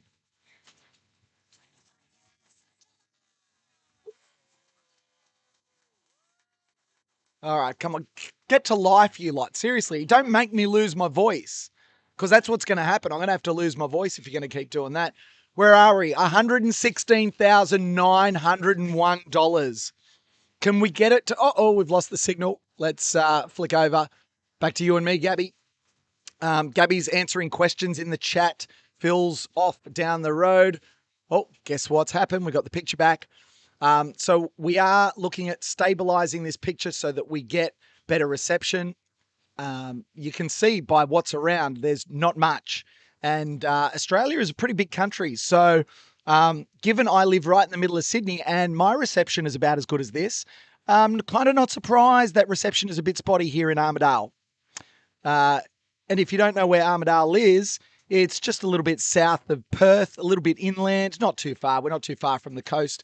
A beautiful part of the world, but a long flight to get to any other major city. It's actually the most isolated capital in the world, Perth. There you go. Fun fact, Gabby. Fun facts. Do you want more fun facts? Yeah, I can. You want to do the fun facts, or you want me to do some fun facts? Oh, have you got fun facts for me? I wish we'd have donations to yell at. I don't know if I have that many fun facts. I did share one on the doco, or maybe I can leave that one. That one was about Phil.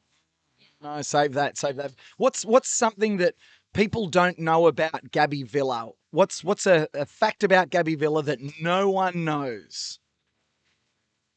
Do you want me to go first? Okay, so I've got facts about Gabby Villa that no one... No. Did you see the look on her face? They didn't see the look on her face. Okay, so Gabby, do you have like when you're in some of the lower grades in school in Mexico, do you have like a choir? Do kids sing? Maybe. I don't know. I don't think so. You don't think so? You don't have kids get together in a group and start singing? To the poor kid who just failed. Hang on a second. You know what I've just done? Nothing wrong with my muscle. It's just like it's just pain. If it's pain, yeah. This is the first time I've been down. Sam and This is Josh. nice. Back to Phil. Must be a real nice change up. Hey, Luke, when you get to switch to this one. Yeah. Yeah. How did the day loop end up after all the rain? It wasn't too bad. There was a couple of spots we needed to build little bridges. But Yeah, Melly said that. Yep. Shoes fully sodden every lap? No, not like today. It was all good? I didn't get wet at all. Oh, cool. The only problem was last time when it just constantly running. Till it got really, really bad, and I was just like, all butter.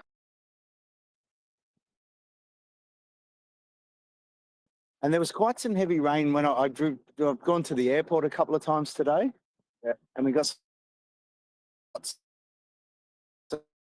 all right here. Yeah. The thing I $100.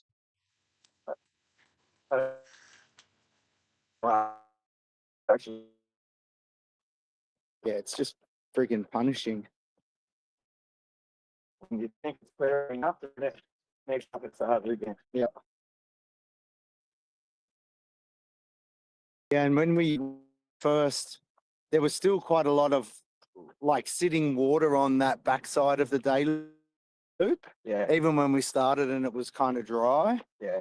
And I was like, I was really wondering how all that rain would affect that section, because it rained for a few weeks and that was still that amount of water sitting at the side of each truck. Yeah.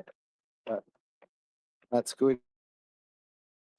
Hopefully we avoid the rain for the next few nights. Yeah, for sure. Well, on the rate, not that you can, the women's job is a fickle team, going to be good. Yeah.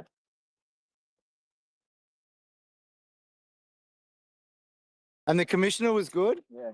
He's a nice bloke. He was presenting, like he's got one foot on. He's got to deal with politics and deal with Yeah, gotta wear 2 hats. Oh, there's the kangas. Yeah, and he's like, it's finding that fine balance between, you know, trying to keep parliamentary stuff happy and keep everybody else happy too. But I love it that he came from just being a fiery. Yeah. Like his backstory was awesome.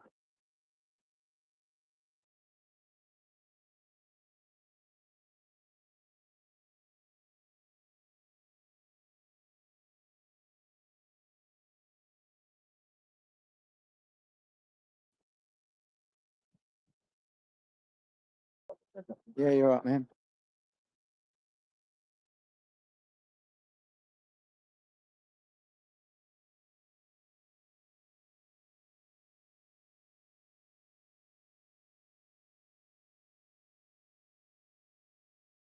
Oh, that was a nice little chat with. He's looking good, feeling good. He's a bit sore, but as you would be.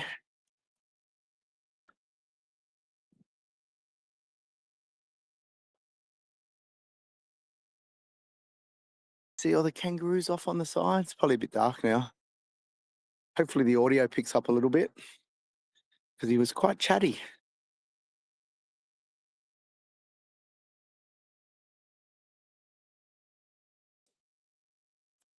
I didn't need to get a light on this bike or a light on my head. It got dark super quickly.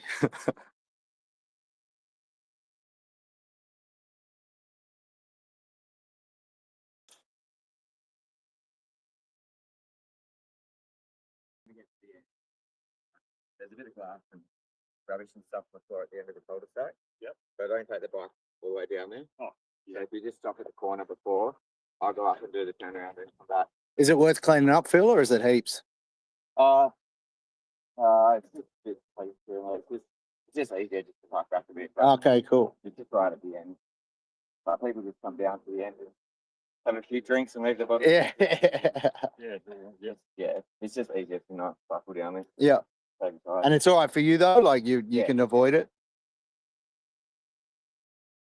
Shoes aren't good with air, so The old Air Jordans would be in trouble.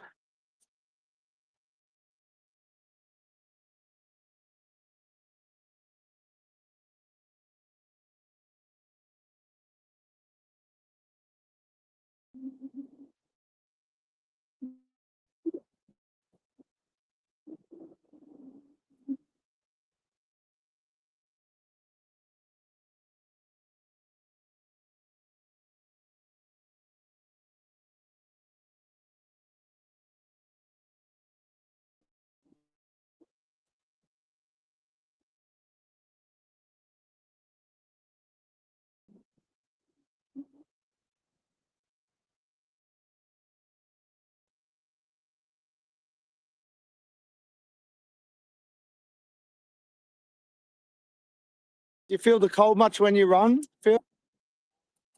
Like this morning seemed to be really, really cold. Yeah, this night was really cold. I had my puffer jacket on. This is good at the moment. Yeah.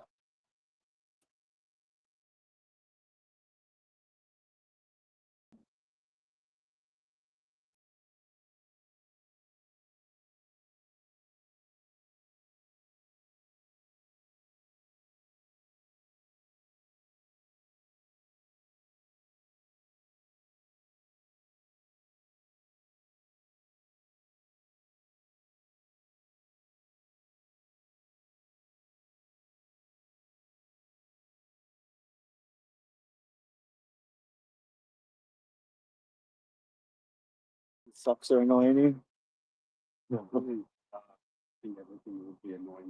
Oh, yeah, for sure. Any little like irritant would be like, God damn. Yeah.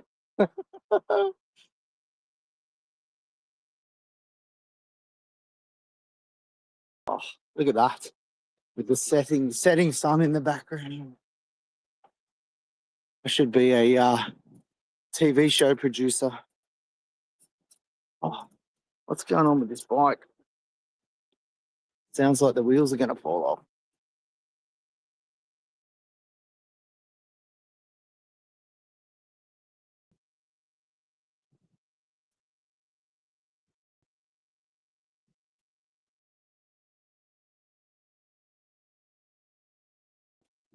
Looks epic.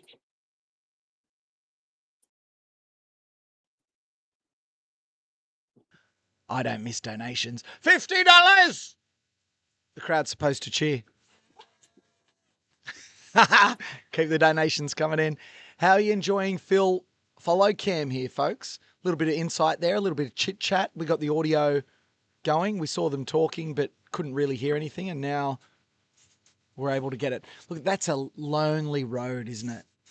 You just look off into the distance, and in Australia, that 60 sign represents our speed limit. 60 kilometres an hour is pretty standard for roads around here if you're watching from overseas. This is a very quiet road that Phil's on now. Basically, the only thing down that road is the golf club, and the golf club is shut. So it's pretty quiet down there. But as you can see in some of the shots, we've got the support bike that goes with him at night. At the moment, we've got 2 bikes out with him. Adam's got the camera and the support bike. Most of the time, it'll just be one support bike. You can see it just sitting off his shoulder to protect him, just in case any traffic comes up behind. His pace right at this moment is actually pretty quick. It's probably around that 5:20 range. I'm going to have a guess. It looks, I mean, it sounds ridiculous, but I've watched this bloke run so much in the last few days. I've got a pretty good idea of his pace. He might even be a touch quicker than 5:20 there, maybe 5:15. But he moves. And there's a lot of different strategies you can take. It's giving me Race the Sun vibes, mate, when we were bombing down that hill. No, man, that was freaking, like, that was amazing, that.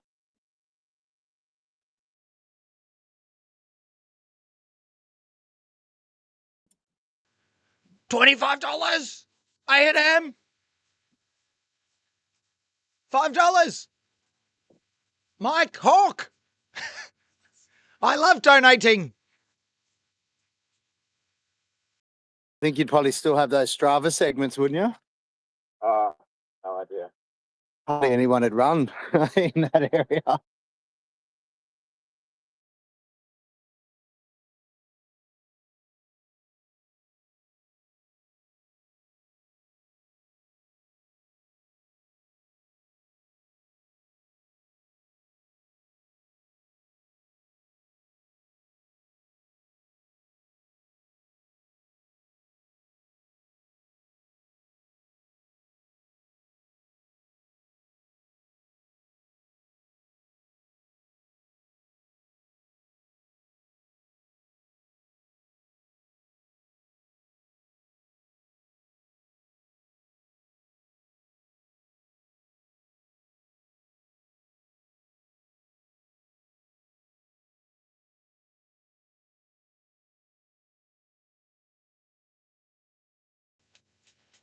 Hux, $65.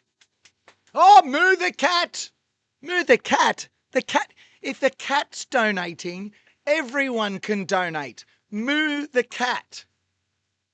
What? Why would you call your cat Moo?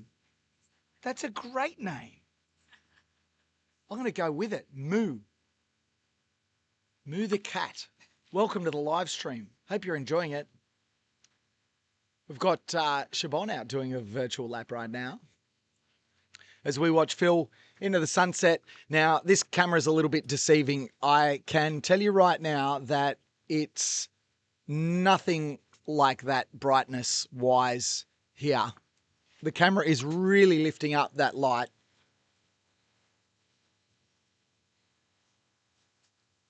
But that is not what the scene is like here right now.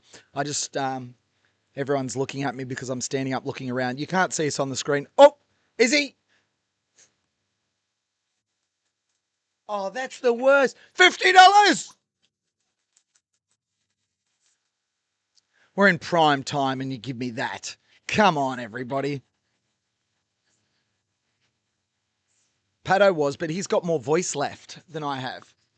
He's been getting luxurious sleep. Pato, he's off now getting some beauty sleep. But we're going to tag later on tonight. I'm not going to do the night shift tonight if you're tuning in from our European friends. I'm going to get some sleep tonight. I might even get like a semi-normalish kind of sleep. How much will that be? But look, if I get 6 hours, I'll be pretty happy. If I can get 7. Do you think I can get 7, Gabby? PK, you're getting greedy there. Well, I'm just about to have my mocha. You know what's going to happen, right? This is what's going to happen. I'll have my mocha, and then all of a sudden I'll start thinking of all these upgrades I can do to the live stream, and I'll start implementing some of those, setting up all the different, the bike follow shots, the audio, trying to get things smooth, get things running. And next minute it's 7 a.m. and Pato's like, all right, I'm going to go on a break. It's not going to happen. No, I will get a break tonight. I will make sure I get some sleep. But I just wanted to join everyone in prime time. You're watching Phil Gore's Project 168. Well, at least you're watching him kind of in freeze frame at the moment as we go through some spotty reception. Great pictures from out on the course. We'd like to thank, in particular, Rowan for being able to provide us with some funds to lift the live stream. And in turn, the expectation is the money that we've put into the live stream will be able to make back more. $75! Hannah Dyson. Oh, Claire from the UK. Oh, Claire. That's a thing of beauty, Claire. $117,368.87. My name's PK. I'm sitting in the commentary box with Gabby Villa, Phil Gore's nutritionist. PK, I can see here some ideas on the live stream. They are telling you that perhaps you may want to add a mental state or mental RPE. Someone is suggesting a pain cave meter for Phil. So don't know how we can track that though. You know what? We could possibly, I've got to stop giving myself work. We could possibly do like a mood meter or something. And because every hour during the night, we always get one of the crew come back and give us like a 2-minute synopsis of what's going on. Maybe we do a mood meter. That'd be fun. And the other thing is, Phil wants what did he say? Is it like it's a quando? A quinda? Glenda? Quenda. All I can think of, tell me when will you be mine? Tell me quando. I've got to do a quando count meter. Is this for me? Oh, dude, thank you. We've got Terry Muffins in the house, ladies and gentlemen. Guess what? We've got for now, for some laps, a full-time little follow cam on Phil out on the road. So it's good. Now, hang on. What did you see? Hi, Sarah Perry. She says you're not eating enough noodles, Peaks. She knows me so well. Like, we go way back now, Sarah Perry and I. Fantastic. Tim Moffat, he's on for the night shift crew-wise. Gabby, do you want to talk everyone through what's going on crew-wise? How do you rotate? How do you know who's on? How many are there? Let people know who are watching, maybe tuning in for the first time. Yeah, absolutely. So Phil wants 3 crew members at all times, and I believe we achieved that with the crew. Oh, 25, yes. Basewater, well donated. Thank you. Amazing. We love bringing that in. Yes, so he has 3 crew members at all times, and we rotate. The rosters are close to 12 hours actually for each crew member, and actually mine have been a bit less, but anyway, it's close to 12 hours. The way this was set up, Phil organizes a roster where we know exactly how long like what time we start, what time we finish. As I mentioned, we have wristbands that are telling us, like, more than telling us, is like so Phil is aware of what we are doing as well. He can see our wristband and know what's going on. And the core crew roles are food, clipboard, or social media. Of course, we all do the extras, like rubbing his feet and setting things up in between yards, but those are the main roles.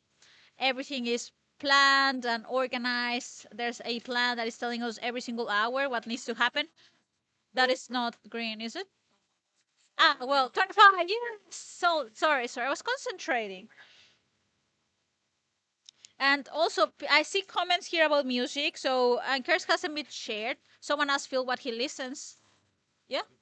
Ah, okay. PK is going to be back. So, Phil, when he listens to something when he's running, he's been listening to techno. That's what he told us. Keeps him going. One more thing. Oh, I'm just going to tell Gabby something.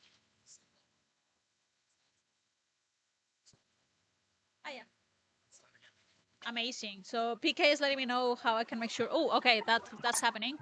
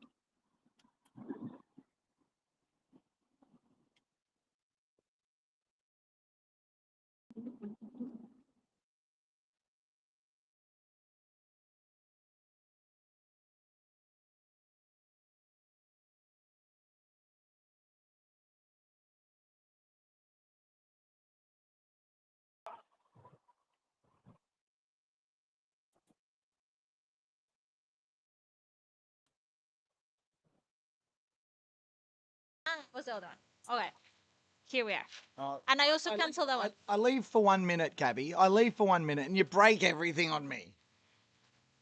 I'm sorry, PK. I know how hard you've been working on this. So sorry. I also click on that. Was that a problem? I click on those two. Is that right? Click on whatever you want. All right. Okay. As long as it's still working. Don't worry, trail snails. We have plenty of the orange nectar. And yeah, Terry's staying away from it.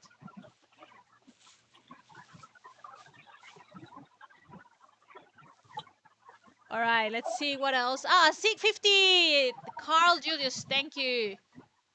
Sorry, I'm trying to keep track of the chat and donations. Thank you for supporting what we want to make it to 120,000 before that 110. We're getting so close. Keep them coming.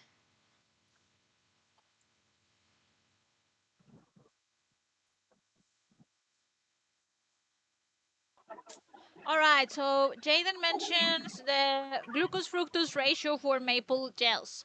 And the thing is that matters when we are pushing beyond 60 grams an hour consistently. For what Phil is consuming right now, it's not relevant whether the glucose-fructose ratio is optimal. So that's why we're not too stressed about it, really. If he was pushing close to 100 grams, or actually, if he was pushing close to 90, we will be worried about it. But for what he's consuming, we don't have to worry about it. And there's a whole science behind it. I can explain it, but I want to stay on track with everything else. Do any of those drivers know the goats they are driving by? They will soon, hopefully. Love these. All right, so you can see Phil moving extremely well, very consistent. He has his very well set routine where he sticks to a plan where he's running faster during the night loop so that way he can get more sleep.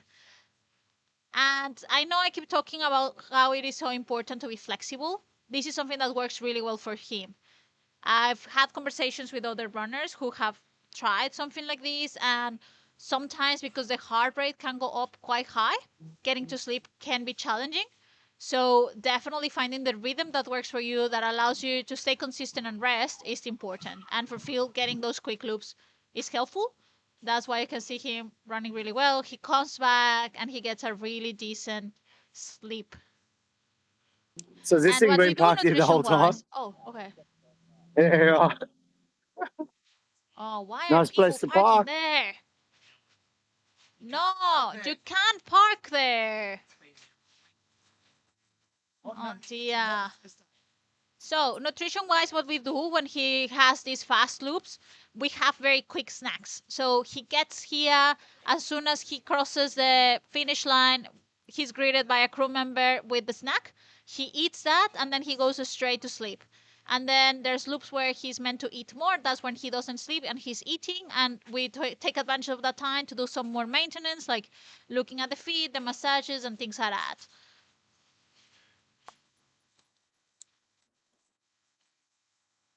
How about if we get to $118,000 before Phil goes out on the next lap? We'll do some giveaways. Sounds good. Let's do that. What do we have available? Let's do that.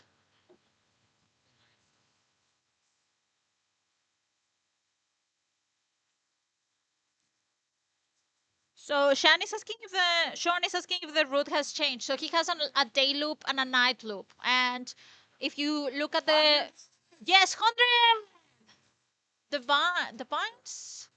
Yeah, Kevin.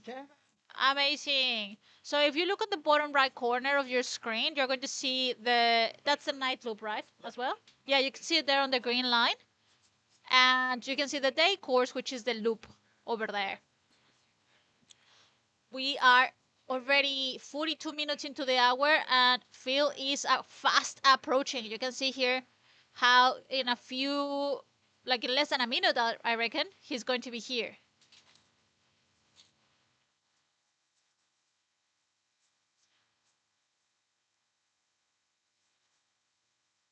Here comes the goat. Here comes the goat.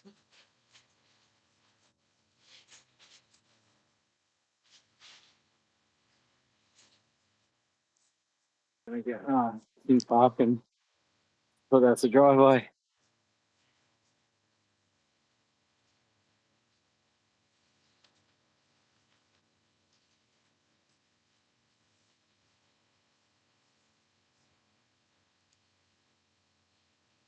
Here he comes.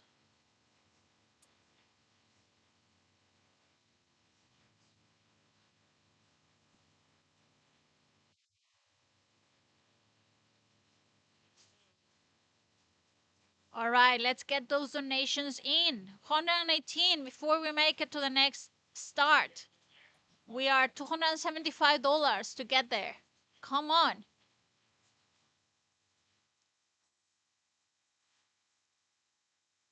Look at those feet moving.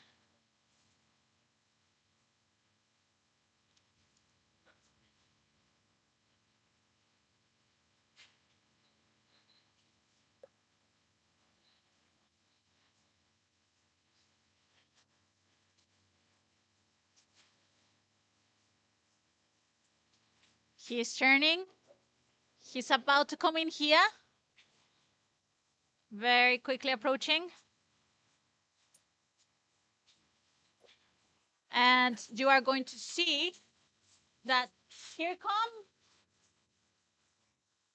here's coming. You're going to see a crew member greeting him really soon.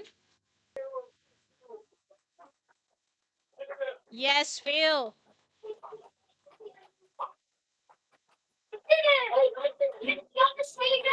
Shopping commerce.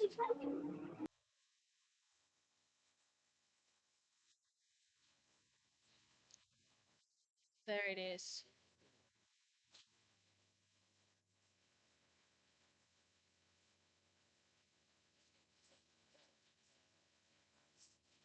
It took me a while to get the audio up because I didn't have that.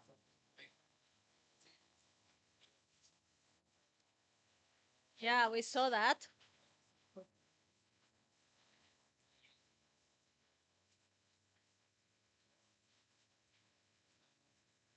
50, Tom Pom, the Shire. So good. PK has his Intensive Fit hat, ready for the Intensive Fit yard. Love it. Try and get a cam into Phil's tent right now. Are you happy to hold the fort for a second? Yeah, absolutely can. Remember? Let's get it. 118 for the giveaway.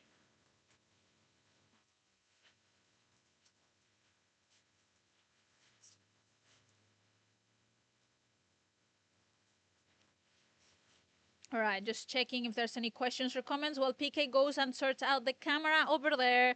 And once we have footage, I can walk you through what's going on.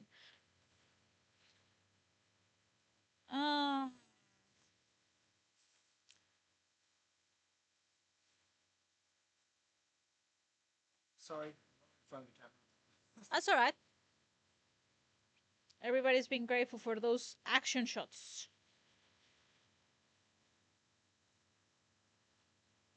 And very grateful for the night loop demo. Everyone appreciated that. Oh, I hope so. I can't feel my hands. Well done. Like everyone is really happy to have seen that. PK, this was the best lap. Thank you for the camera following Phil for this lap. The thanks is all mine, not this bloke behind me. Yeah, all credit goes to PK, not the person holding the camera while handling a bike. Not Macca, not Macca.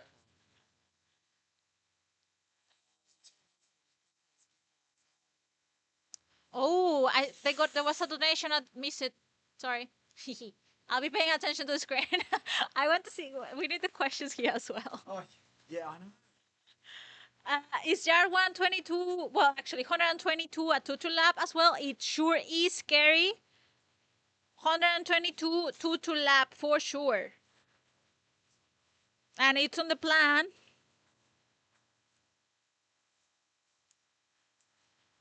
Thank you, everyone. I'm glad. Well, I didn't do anything, but so good to hear that that full loop was appreciated and that everyone enjoyed sharing the lap with Phil.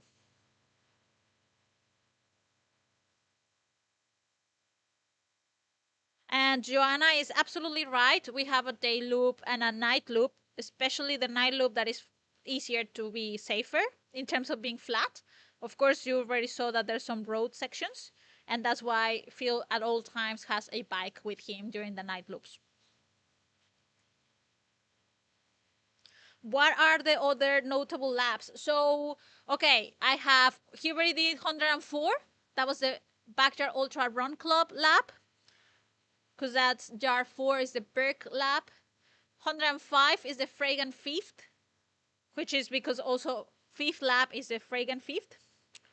108 is the Intensive Fit loop, because loop 8 is the Intensive Fit loop. That was thanks to Michael Shiki, who suggested the 8 was a good one as a good pun for the food. There is also coming the... Oh, I missed the Roach one as well. That's 112. That's going to be the Roach. And we have the 221, 122 also. Not to be missed by 119. That's Phil's PB.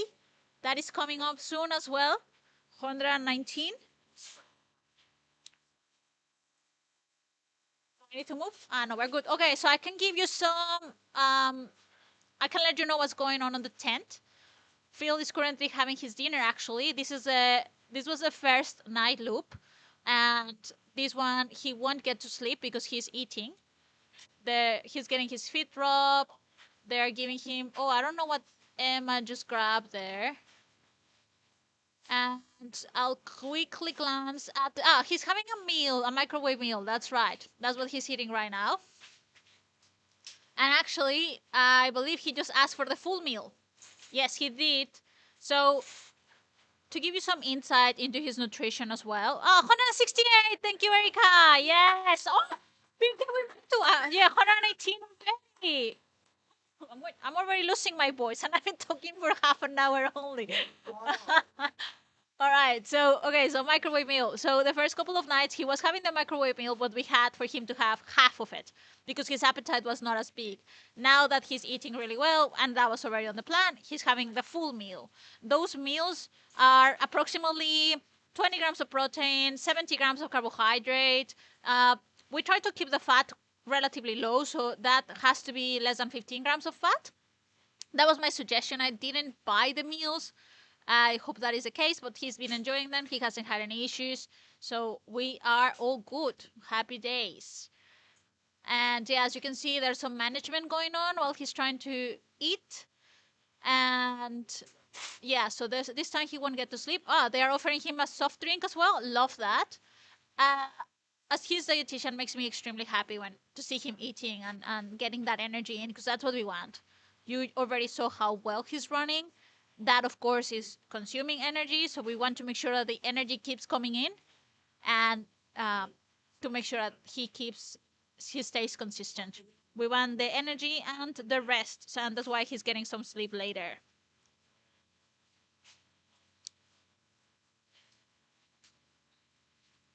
So I did get some questions about whether we measure his weight. We didn't. It would have been awesome to have more information before and after, but based on how many moving parts were going on, we didn't do it. There was a backyard ultra where I did it, and it was, but for that one, he ran like 54 hours, and he lost like a couple of, actually, it was like less than 2 kilos that he lost during that time, which is very impressive. And yeah, unfortunately, we didn't measure his weight. I haven't asked him if he tried to do it. Sometimes he was doing that on his own. Oh, a recent donation 200. Hey, Lucky, Ethan, Ann. Thank you. Amazing. Let's keep them coming.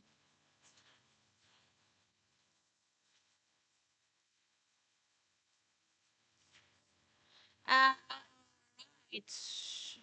Oh, thanks, Gabe. I'm glad you're enjoying my commentary. Thanks for watching.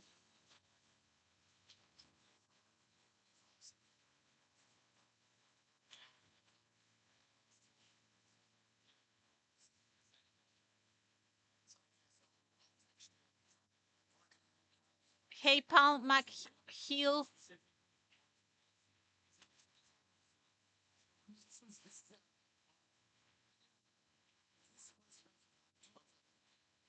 All right, so let's see what else. And yeah, just as I was suggesting, well, mentioning three crew members at all times. We have Tim Moffat, we have Craig Malley, and we have Emma Harris currently on crew.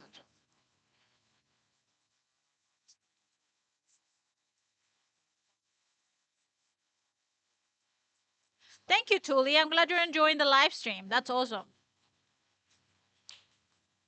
So yes, Phil wears creeper socks.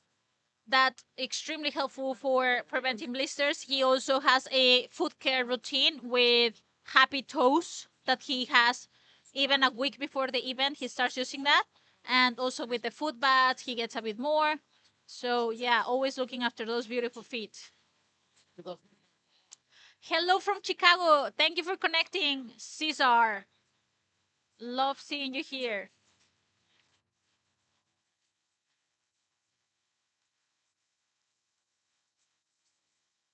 So he's going to start his sleep lab from next one. Next one, he starts at 7 p.m. By the time he gets back, he's going to sleep.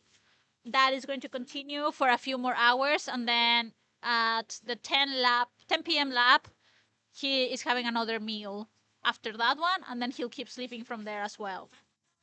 $15, 50. Yes. Keep them coming. Keep them coming. You know what, guys? PK is going to save his voice, but actually he can show us some moves because looks like he still can move. Go PK, go PK, go PK, go PK. I love it. All right, let's keep seeing. Oh, we've got disco lights. Ah, there it is. There it is.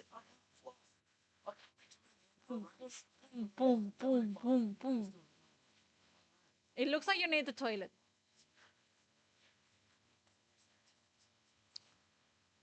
All right. Okay. We get the donations coming. I'll keep my eyes on the screen so I don't miss the donations. And I'll glance on the questions briefly, just to give you some more comments around this.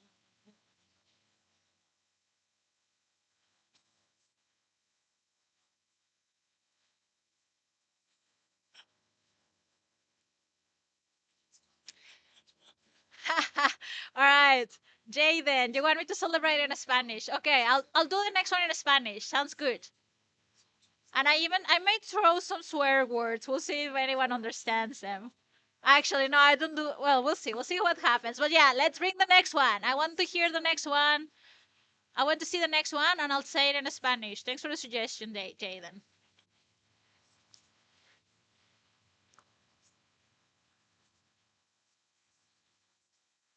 25. Sí, gracias.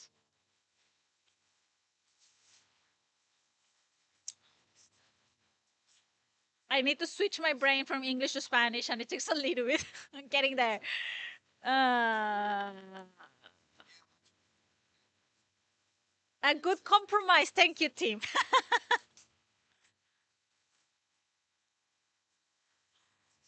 So good. Okay, I'm keeping my eye on the donations. They are going to be in Spanish while I'm here.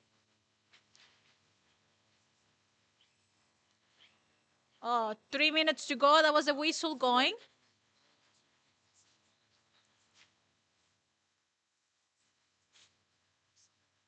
Let's do this.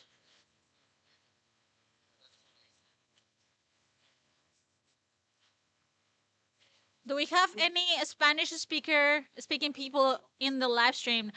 135.97. Vamos, Pique. Quieren que te muevas. Baila, Pique. Dance, dance, dance. Yes, yes, yes. Go, go, go. 100 de Cara Murray. Thank you.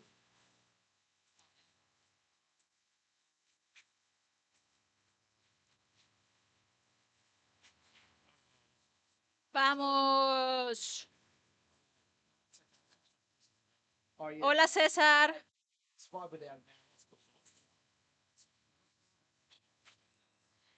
Eso, Crisla Campbelli. Excelente, me encanta. Saludos a todos los que hablan español. And for those who are not understanding, hello everyone who speaks Spanish.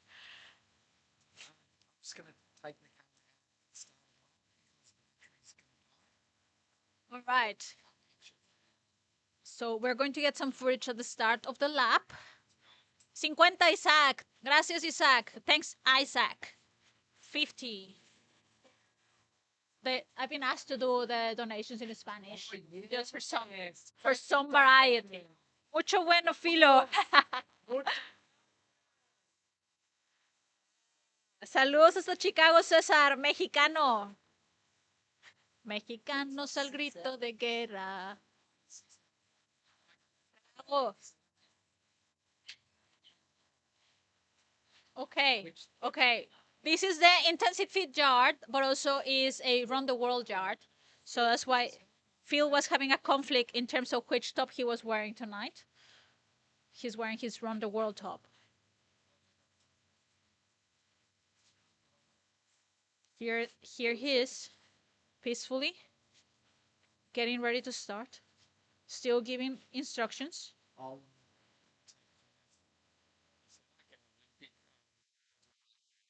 Yeah. Standing on them. 20 seconds to go on the board. Yeah, go for it. Now? and then and then hit this transition button. So we can wait for it to come back and then we do it. Just hit transition there. Yeah. When this camera is off. Okay.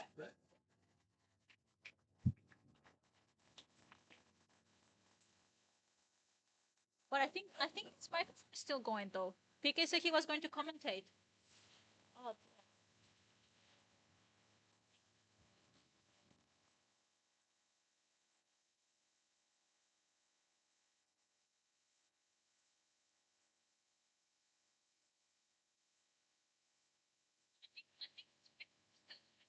PK said he was going to commentate. Oh, which is that camera? Okay. Ah, there is, there is. So I'll mute this one.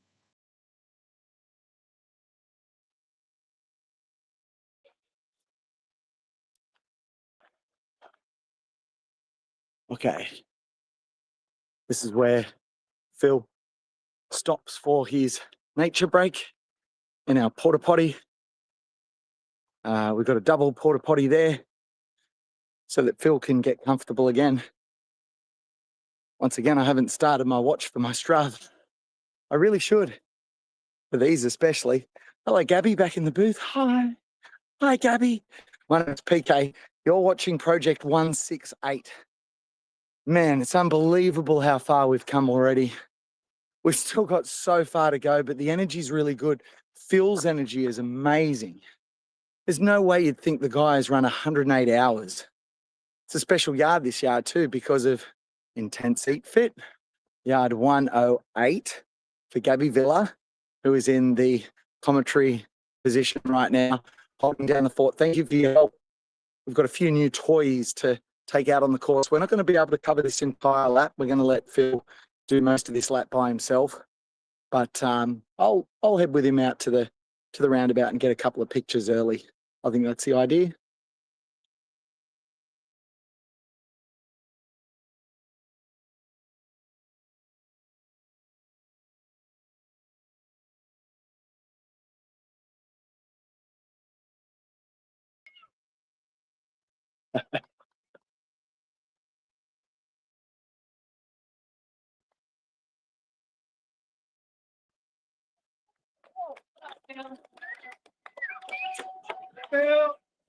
Show me my headlamp. Thank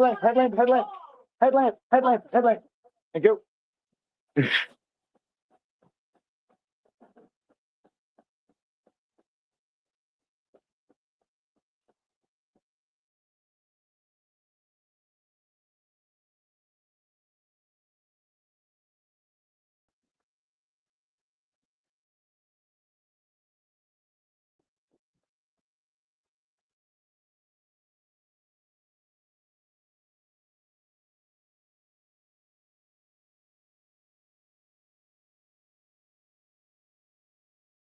Should have taken the tracksuit pants off. Who let me run in tracksuit pants? It's too early. It's not cold enough. Gotta get my headlamp on. It's a disaster. Can't get my headlamp on. Oh, now I've got to chase Phil Gore. These pictures are appalling. Who hired me as a camera person? He's booking it, folks. My Lord. He's booking it. Come back, Phil. He's sending voice notes. He's probably saying, tell PK to bugger off. He hasn't even got his headlamp on his head. Oh.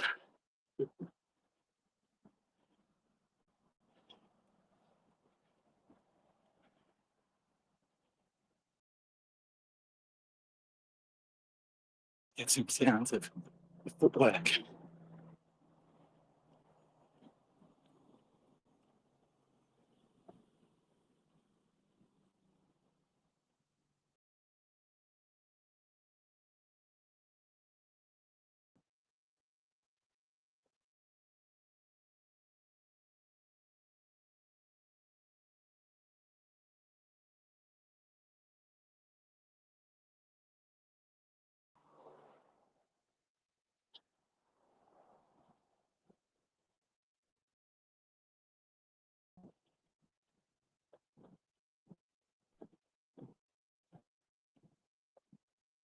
I'm not coming with you for long. I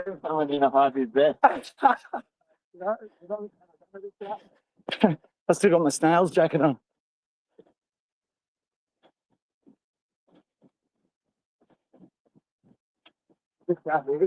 Yeah.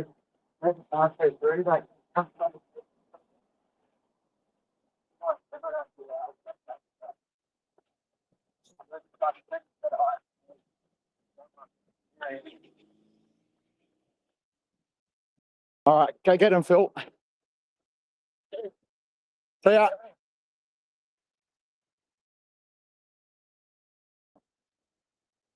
Off he goes. I think he thought I was going to run with him. I didn't get my tracksuit off, Phil. I didn't get my tracksuit off. Sorry, Phil. Still got my tracksuit on. You can hear by my voice, I'm puffed. Man, he is booking it, Gabby. He's really dialed in. You heard him having a conversation with a cyclist.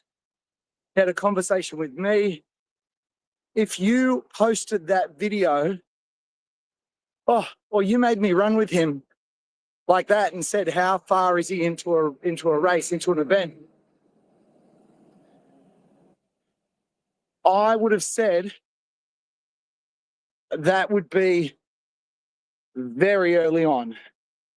There's absolutely no way I would have suggested that he was 108 hours into a backyard ultra. That was one of the most ridiculous things I've ever seen. We'll get more camera coverage on course, but you can tell, like, we're sending our team members out on course to get these shots. So we're getting the gear to make it much easier, because I'd like to be in the commentary box as much as possible, bring you all the action, but I also enjoy getting out occasionally for a run with Phil, but we want to get more coverage. So that's what we're doing now. That's what we're sorting now. Never fear. If you are a drone pilot, as in you know very well how drones work, we've got a mini DJI Mini 5 Pro. Is that it? Something like that, Mini 5. And you need to be a little bit techie so that you can make sure that everything's technically going correct, because I don't have time to add another task, another duty to what I need to get done. So the only way we can get drone footage is if we have someone here that knows what they're doing. Now, we've got Will coming back. Will, we miss you. And we'll be able to get some shots when Will gets back. But in the meantime, if you're able to donate some time, any time of day or night, slide into my DMs, or even if you want to see Phil, you can just come down to Armadale Soccer Club and say hi. Let us know who you are. And if you're the right person, we would love to have you on board to help us with this incredible live coverage event. Phil Gore, Australia's leading backyard ultra runner, current world champion. He's closing in now on his PB of 119. I cannot believe I'm saying those words. I cannot believe I'm walking down this road again at night with a selfie stick telling you all about this. I don't know if Gabby's cut away from this shot. I have no idea. But what I do know is we're seeing something extraordinary. If you are a business, remember, donations, you get they're tax deductible. Check with your accountant. But you get the invoice from Telethon. You're donating directly to Telethon. None of this goes through Phil and Gemma Gore. It goes straight to Telethon. You'll see the link to donate is on the Raisley website. Whoa. So get in there. Donate. If you're a business, you can see our top donors, our top 5 donors stay on the screen until they're superseded. Our top 5 donors, some of them have been there for days. Think of the business coverage you get. Think of the people who are watching. Right now, we've got people tuning in from Europe. We've got people tuning in, obviously, from Australia. We're in prime time, baby. Let's go. Get your donations in. I want to get back to the computer and see a big number you can see the whole team gets hyped. The whole team gets excited. It is a wonderful, wonderful time. We've passed halfway. We've passed 100 laps. We're on our way to Phil's PB of 119, and then we are going where no man or woman has gone before. Whew. Armidale Soccer Club is where we're at, Perth, Western Australia. My name's PK. Welcome to the coverage of Phil Gore's Project 168, where he's assembled a team from right around the country, and indeed we have some international guests here as well that have joined us. We've got so much going on. We're very busy. This has literally been brought together as a charity event. No ticket sales, money out of our own pockets, and the generosity of you, the people at home that make the donations to Telethon. We've got a couple of wonderful sponsors that are helping sponsor the event just to put the event on. But you wouldn't believe that I've had conversations with Gemma and Phil and them saying, look, we don't mind if we lose some money on this event. And I said, that's not acceptable. It's absolutely not acceptable. I'm not going to put up with that. The opportunity to fly over here and host this event is a once in a lifetime opportunity for me. So I wanted to grab it with both hands, and I wanted to share it with you at home. While Phil Gore heads out on lap 108, we sit here at Armidale Soccer Club and enjoy this incredible night. Phil's in a great mood. It's not going to stay that way. I guarantee you, he's going to ride the roller coaster as he has done this entire journey. So we will wait to see what unfolds. I'm back at the commentary box. Over to you, Gabby.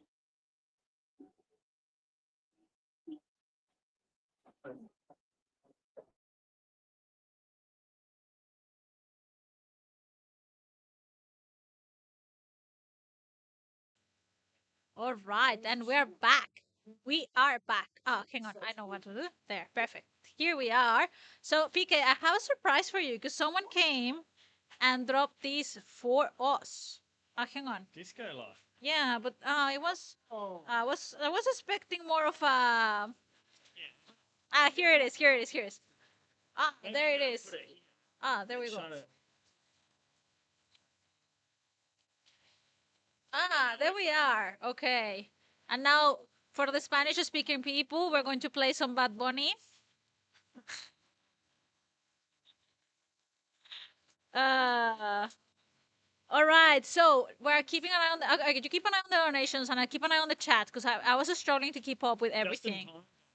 Just in time. Thank you for donating. While PK was talking, thank you. Now, I love PK. I love that PK gave us a demonstration of Phil's pace because you could tell how tired and out of breath PK was after that small jog following Phil. And, okay, so we're getting the caffeine chewing gum. Now, here's something interesting that I don't know what these guys have been talking about with the comes to caffeine gum, but I can give you the nutrition facts around that. So, getting caffeine through a chewing gum is the quickest way of getting the caffeine kicked in. So that's why you can see these guys going all hyper immediately after they have the caffeine gum. Yeah, after. Man, PK is so. Are you PK? Is this you commenting? Is this you? Because this PK person is saying, man, PK is so natural. He would make a great sports journalist. Is this you hyping yourself up? Well, I tell you what, I don't know who's left that comment, but it's a very insightful one indeed. As here we are at Armidale Soccer Club as we watch Phil Gore attempt Project 168. We've got a cast of characters lined up here, and boy, oh boy, ha ha ha, are they wonderful people. Over to you, Gabby. Oh, we've got to change the live stream in just a sec. So you got to subscribe to the channel because we're going to change over the live stream in just a minute. Oh my goodness. Okay. I hope we're still getting excited from our donations coming in. I'll leave it with you, Gabby. I've just got to get my mocha sorted out in my cup and then I'll change the stream over. So We are getting some feedback about the microphone. I don't have the knowledge this person says, but if we can lower the gate on the mic, and the gate is saying it might be called mic threshold on your software. So yeah, because it's full up. Is that we change it to maybe lower it? Yeah, lower. All right. All right, hang on. Actually, dear Joshua Johnston, can you please let us know? We're going to move it, and since you are so knowledgeable about it, please let us know if that's good for you. Because like we are really appreciating the feedback. By the way, this is good. Let us know if that's better, please. We will appreciate that. Someone donate and I'll yell. So, do we need to change the stream now or not yet? Okay. So, I don't know. Are we still on then?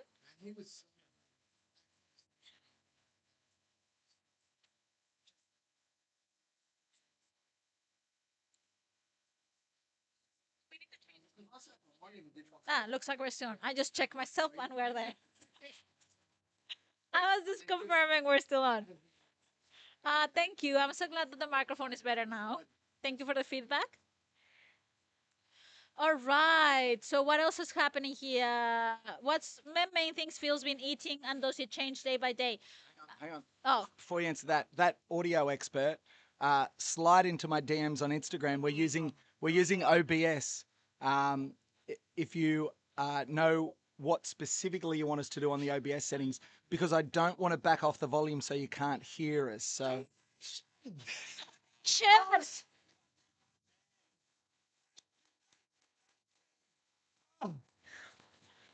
Is that too loud? Was that the right volume there? Yeah, check that gate. So Paro is giving us feedback saying that the microphone was better before. That's the volume. Keep on max. PK is just louder than Gabby. Okay, it's interesting that you're louder than I am. So here. I'll just whisper. Do you know what I really hate? Is those movies where they have someone whisper and you can hear those sorts of sound. Have you seen that video on YouTube of the ice cream taster? Vanilla, pure cream. Have you not seen the ice cream taster? You haven't seen this? Please jump in the comments. Tell me who's seen pure vanilla, the cream. That's a 10. Oh, have you not? Oh, nah. You've got. Come on, in the comments. Back me up, folks. All right, over to you, Gabby. Actually, I'll jump in and I'll get this stream changed over. All right, amazing. Thank you, PK.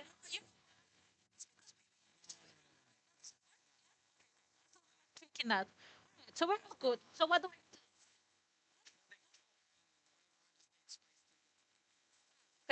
Okay. So I'll stay here. I guess we're all good. Here we go. Here we go. And I'm going to leave soon. But in the meantime, PKSMR.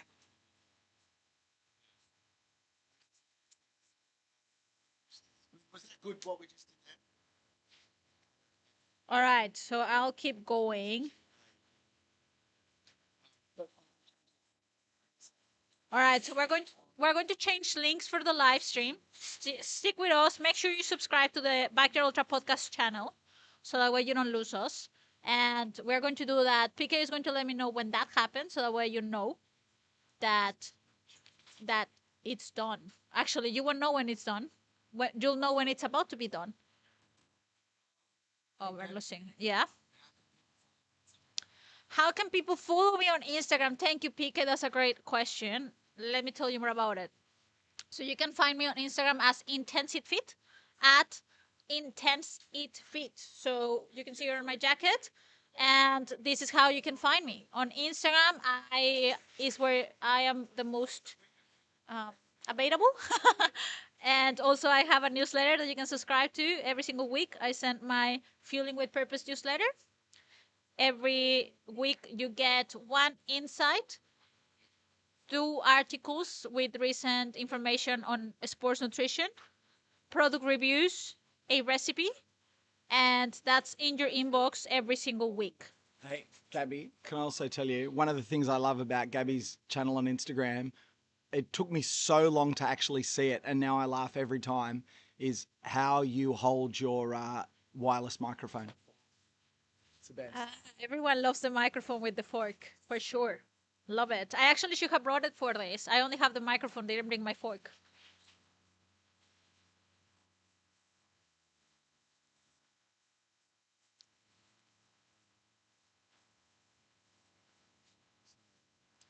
Thanks for checking the newsletter, Gabe. That's awesome. Thank you. Gabe is one of the OGs intensive athletes.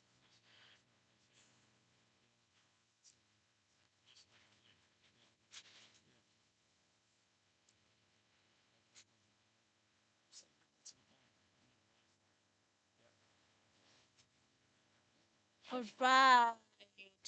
All right. So yeah, this question was the main thing Phil's been eating, and does it change day by day? So he has so many options available, and everything is set on the plan. He has from mains. He has burritos. He has microwave meals. What? He has, say that word again? Burritos. Burritos prepared in a really authentic way by the whitest crew member. By the one and only Craig Malley.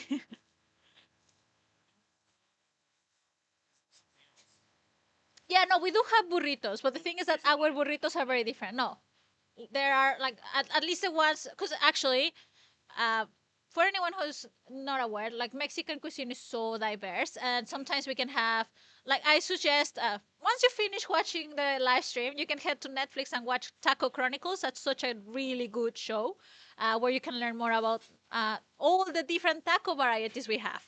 But anyway, in terms of burritos, the ones I know are really like you have a massive tortilla and you have oh dear, I can't remember, I don't know how to say this one in English, but anyway, it's like pulled beef, let's say, with like a red sauce, and you roll that and you toast it. So tasty, so good. Yeah, like you put it on the pan. Yeah, and it's nice and crunchy. Yeah.